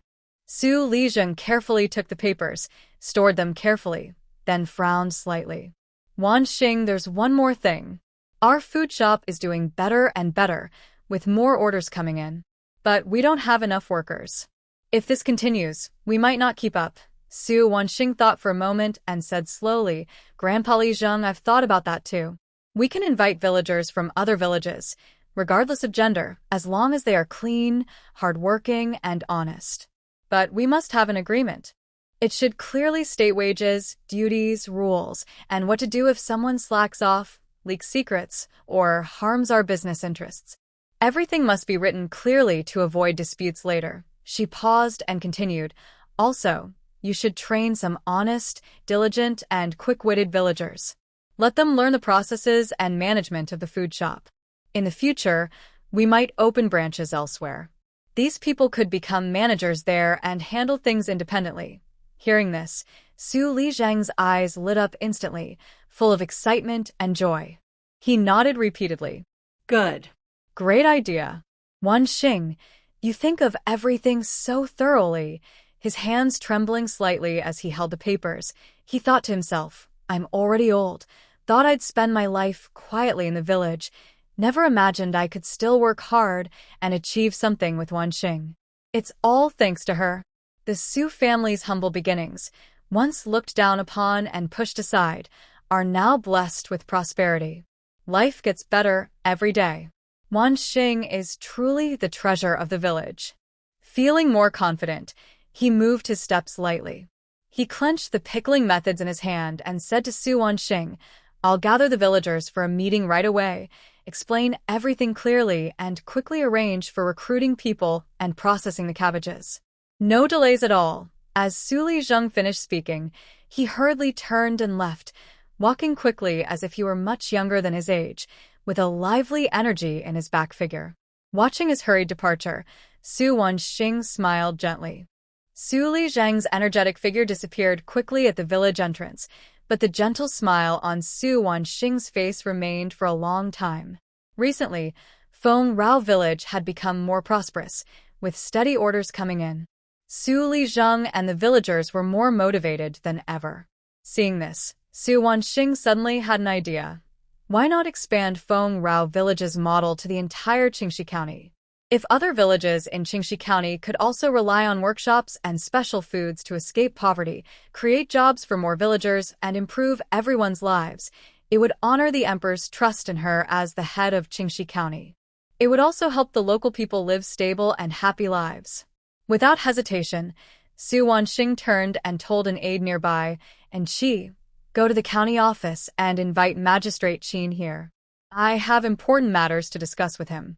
And Qi bowed and responded quickly, then disappeared from the yard with swift, decisive movements. Su Wanxing sat back under the grape trellis, gently tapping her fingers on the stone table as she carefully planned her next steps, how to choose the pilot villages, how to allocate investments, how to assign management, and how to divide profits. Every detail needed careful consideration to avoid problems later. Suddenly, she wondered, wasn't she just seeking a peaceful corner? Why was she still craving greater peace? Soon, light footsteps sounded outside the yard, and Qi led the way, followed by Magistrate Qin, dressed in plain clothes and looking respectful. As soon as Magistrate Qin stepped into the yard, his eyes immediately fell on Su Wanxing under the grape trellis. He quickly approached and bowed deeply, showing utmost respect. Your county lady, I am Qin Shifan, here to pay my respects. Su Wanxing looked up at Qin Shifan, who was bowing and respectful. Her tone was calm and gentle. She raised her hand to signal him. Magistrate Qin, no need for formalities. Stand and speak. Today I called you here to discuss the plan for Qingxi County. I want to tell you about it. Qin Shifan quickly stood upright, bowing his head and standing quietly beside her, hands at his sides. He looked respectful and serious, not daring to slack off. County lady, please speak. I will listen carefully and remember everything. I will do my best to carry out your instructions. When the emperor's decree reached the county office, it announced that Su Wanxing was appointed as the Lord of Qingxi County, responsible for all county affairs. Qin Huaiyan knew very well that this county lord was not an ordinary woman. Being favored by the regent and receiving special recognition from the emperor meant she must be extraordinary. Moreover, the current state of Fengrao village was clear to him, and he had already developed respect for her. Seeing his respectful attitude, Su Wanxing spoke slowly, explaining her plans one by one. Now, the craft workshops and food records in Fengrao village are developing very well, and the model is already mature. I want to expand this model across the entire Qingxi County, starting with a pilot program, selecting 2 villages as test sites. She paused briefly before adding, the locations for the pilot villages should be carefully chosen with a wide surrounding area. This way, we can better promote employment for nearby villagers and set an example. All initial investments will be covered by me, with no cost to the county or villagers. As for the management staff for the pilot workshops and food records, Fengrao village will select suitable people. Many villagers there are familiar with the processes and are hardworking and reliable. I will have Su Lijing choose the right candidates to oversee the work in the pilot villages. Hearing this, Qin Huaiyan's eyes lit up instantly, and his face was full of surprise and excitement. He nodded repeatedly. County Lord is wise. If this succeeds, it will greatly benefit the people of Qingxi County.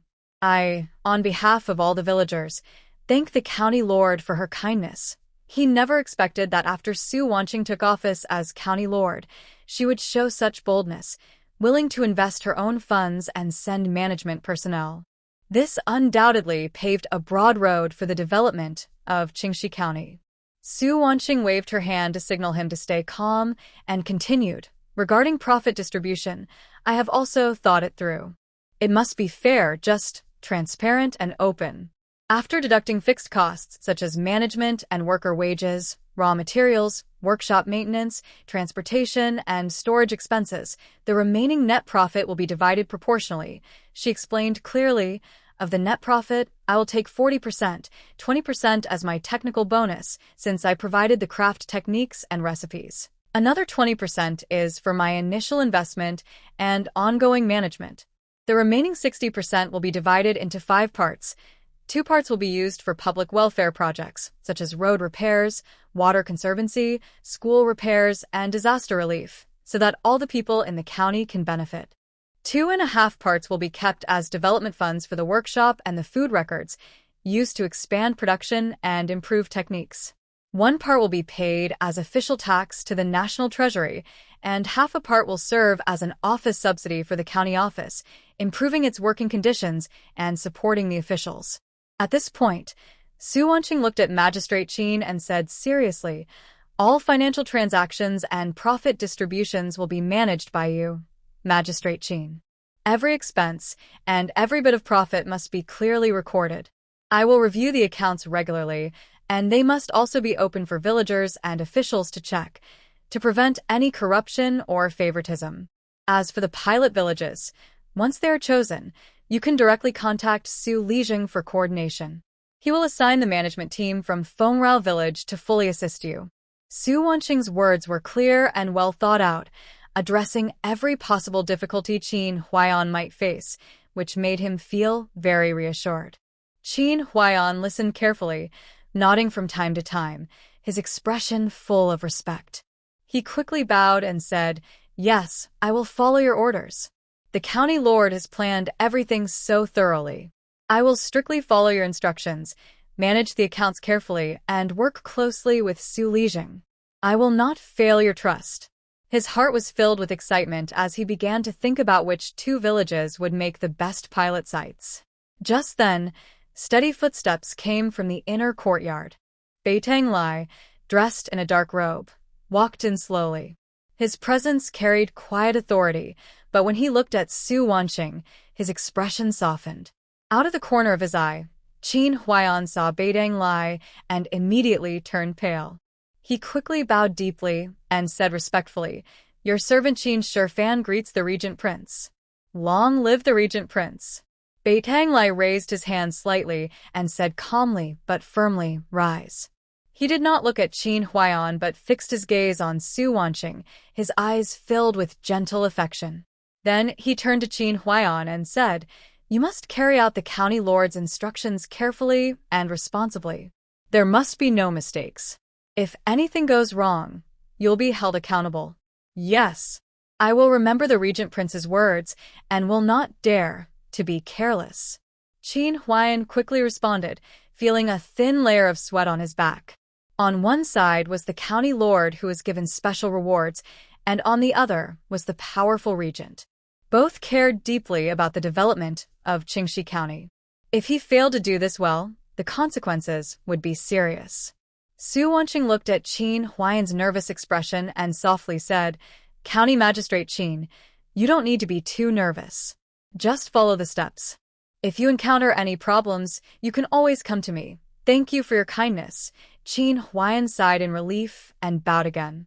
"I will go now to select a trial village, then coordinate with Su Lijing to push this forward quickly." He carefully kept the key points of the plan that Su Wanqing handed him, then turned and hurried away, walking lightly but cautiously. As he left Fengrao village, Qin Huaiyan's tension gradually disappeared, replaced by excitement and joy. His mind was racing with plans. He looked up at the neat, grand houses and lush fields of Fengrao village, his eyes full of hope. The current appearance of Fengrao village was what he had seen with his own eyes. Every household was prosperous and healthy, the village was clean and beautiful, even more impressive than the town. If the whole Qingxi County could develop like Fengrao village, he, as the county magistrate, would have made great achievements. He secretly thought, "This county lord Su is truly talented.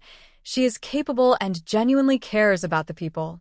Following such a county lord, it's not just about having food to eat, but about enjoying delicacies and making real achievements. Maybe he could even get promoted and rise to greater heights. The more he thought about it, the more excited he became.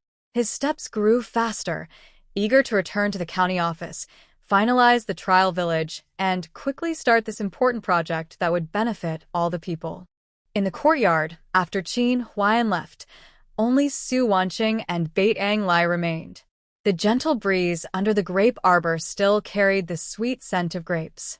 Beitang Lai walked over to Su Wanqing, gently took her hand, and sat beside her. His tone was soft. "I just saw you discussing matters with Qin Huaiyan. You spoke clearly and confidently, like a true county lord." Su Wanqing leaned on his shoulder, softly rubbing his hand with her fingertips. She looked a little hesitant, silent for a moment, then slowly spoke, her tone a bit tentative. "Beitang Lai, I don't want to settle in the capital in the future. I like the days in Fengrao village. I like the simple life here." "You." Before she finished, Beitang Lai gently interrupted her. Beitang Lai tightly held her hand, speaking with a firm and sincere tone. His eyes were full of gentle certainty. He slightly leaned forward, gazing into Su Wanjing's eyes, and said clearly, "Wanjing, no need to say more. I understand everything. In the past, when the court was unstable and the northern border was uneasy, I had to stay in the capital, planning and protecting the country, guarding the emperor and the crown prince. But now, the court is stable, Louis II's remnants have been completely eliminated, and the Shua Mo Khanate has been subdued. Now, the country is peaceful and safe." Beitang Lai's voice was gentle yet strong, filled with affection. "From now on, wherever you are, that is my home.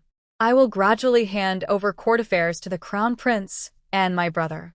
The crown prince has grown up to be mature and sensible, and with my brother's help, he will surely manage the court well." He raised his hand, gently brushing away a strand of Su Wanjing's hair, his tone soft and tender.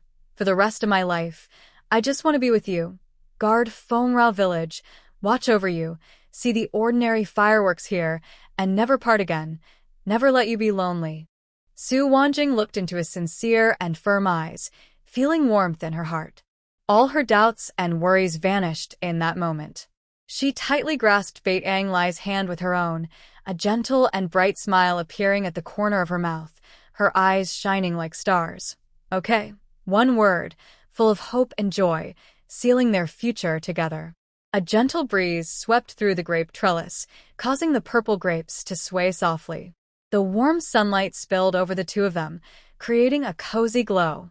In the distance, the villagers of Fongrao village were laughing and working happily, while nearby, the courtyard was quiet and peaceful. Over at Qin Huainan's side, he was already riding quickly back to the county office, immediately gathering his officials to discuss the site selection for the pilot village. Meanwhile, Su Lizheng, upon hearing the news, began choosing suitable managers and preparing for the pilot project. The new journey of Qingxi County had begun, and the happiness of Su Wanjing and Bait Ang Lai was slowly blossoming. Morning light spilled over the eaves of Fongrao village, turning the entire village into a warm golden hue. Su Wanjing sat under the grape trellis, flipping through the village roster sent by Magistrate Qin. As her fingers brushed a few pages, her attention was suddenly caught by movement in the corner of the courtyard. On a stone table in the corner, a clean coarse cloth was spread out. Sheng Linhua was sitting there, sorting herbs, her eyes lowered, her expression gentle. She wore a light green dress, her slender, fair fingers carefully categorizing and bundling the dried herbs, moving softly and skillfully. Mo Tsiuan, who should have been studying acupuncture charts in his room, was instead sitting by a stone table. He held a piece of dried mugwort in his hand, seeming careless, but his eyes kept drifting unconsciously toward Sheng Linhua. When Sheng Linhua reached out to grab the rope on the other side of the table, he quickly took it first and stubbornly said, "Miss Sheng, take your time. I can handle this small task. You're a girl. How can you do such rough work?" Sheng Linhua looked up at him with a faint smile in her eyes and softly thanked him. "Thank you, young Master Mo. This is a light task. I can do it myself." Her voice was gentle, and her cheeks slightly reddened as she instinctively avoided Mo Tsiuan's overly intense gaze. Mo Tsiuan scratched his head, feeling a bit embarrassed, but he still refused to let go. Clumsily, he helped tie the herbs, his movements awkward but earnest. He kept muttering, it's nothing, it's nothing. I'm already tired of watching, so I might as well come out and move around. Besides, if these herbs aren't tied properly, they might fall apart, and that would delay the master's work." Clearly, he had come to help but kept making excuses. His stubborn attitude made Su Wanjing chuckle quietly. This kind of scene had happened several times.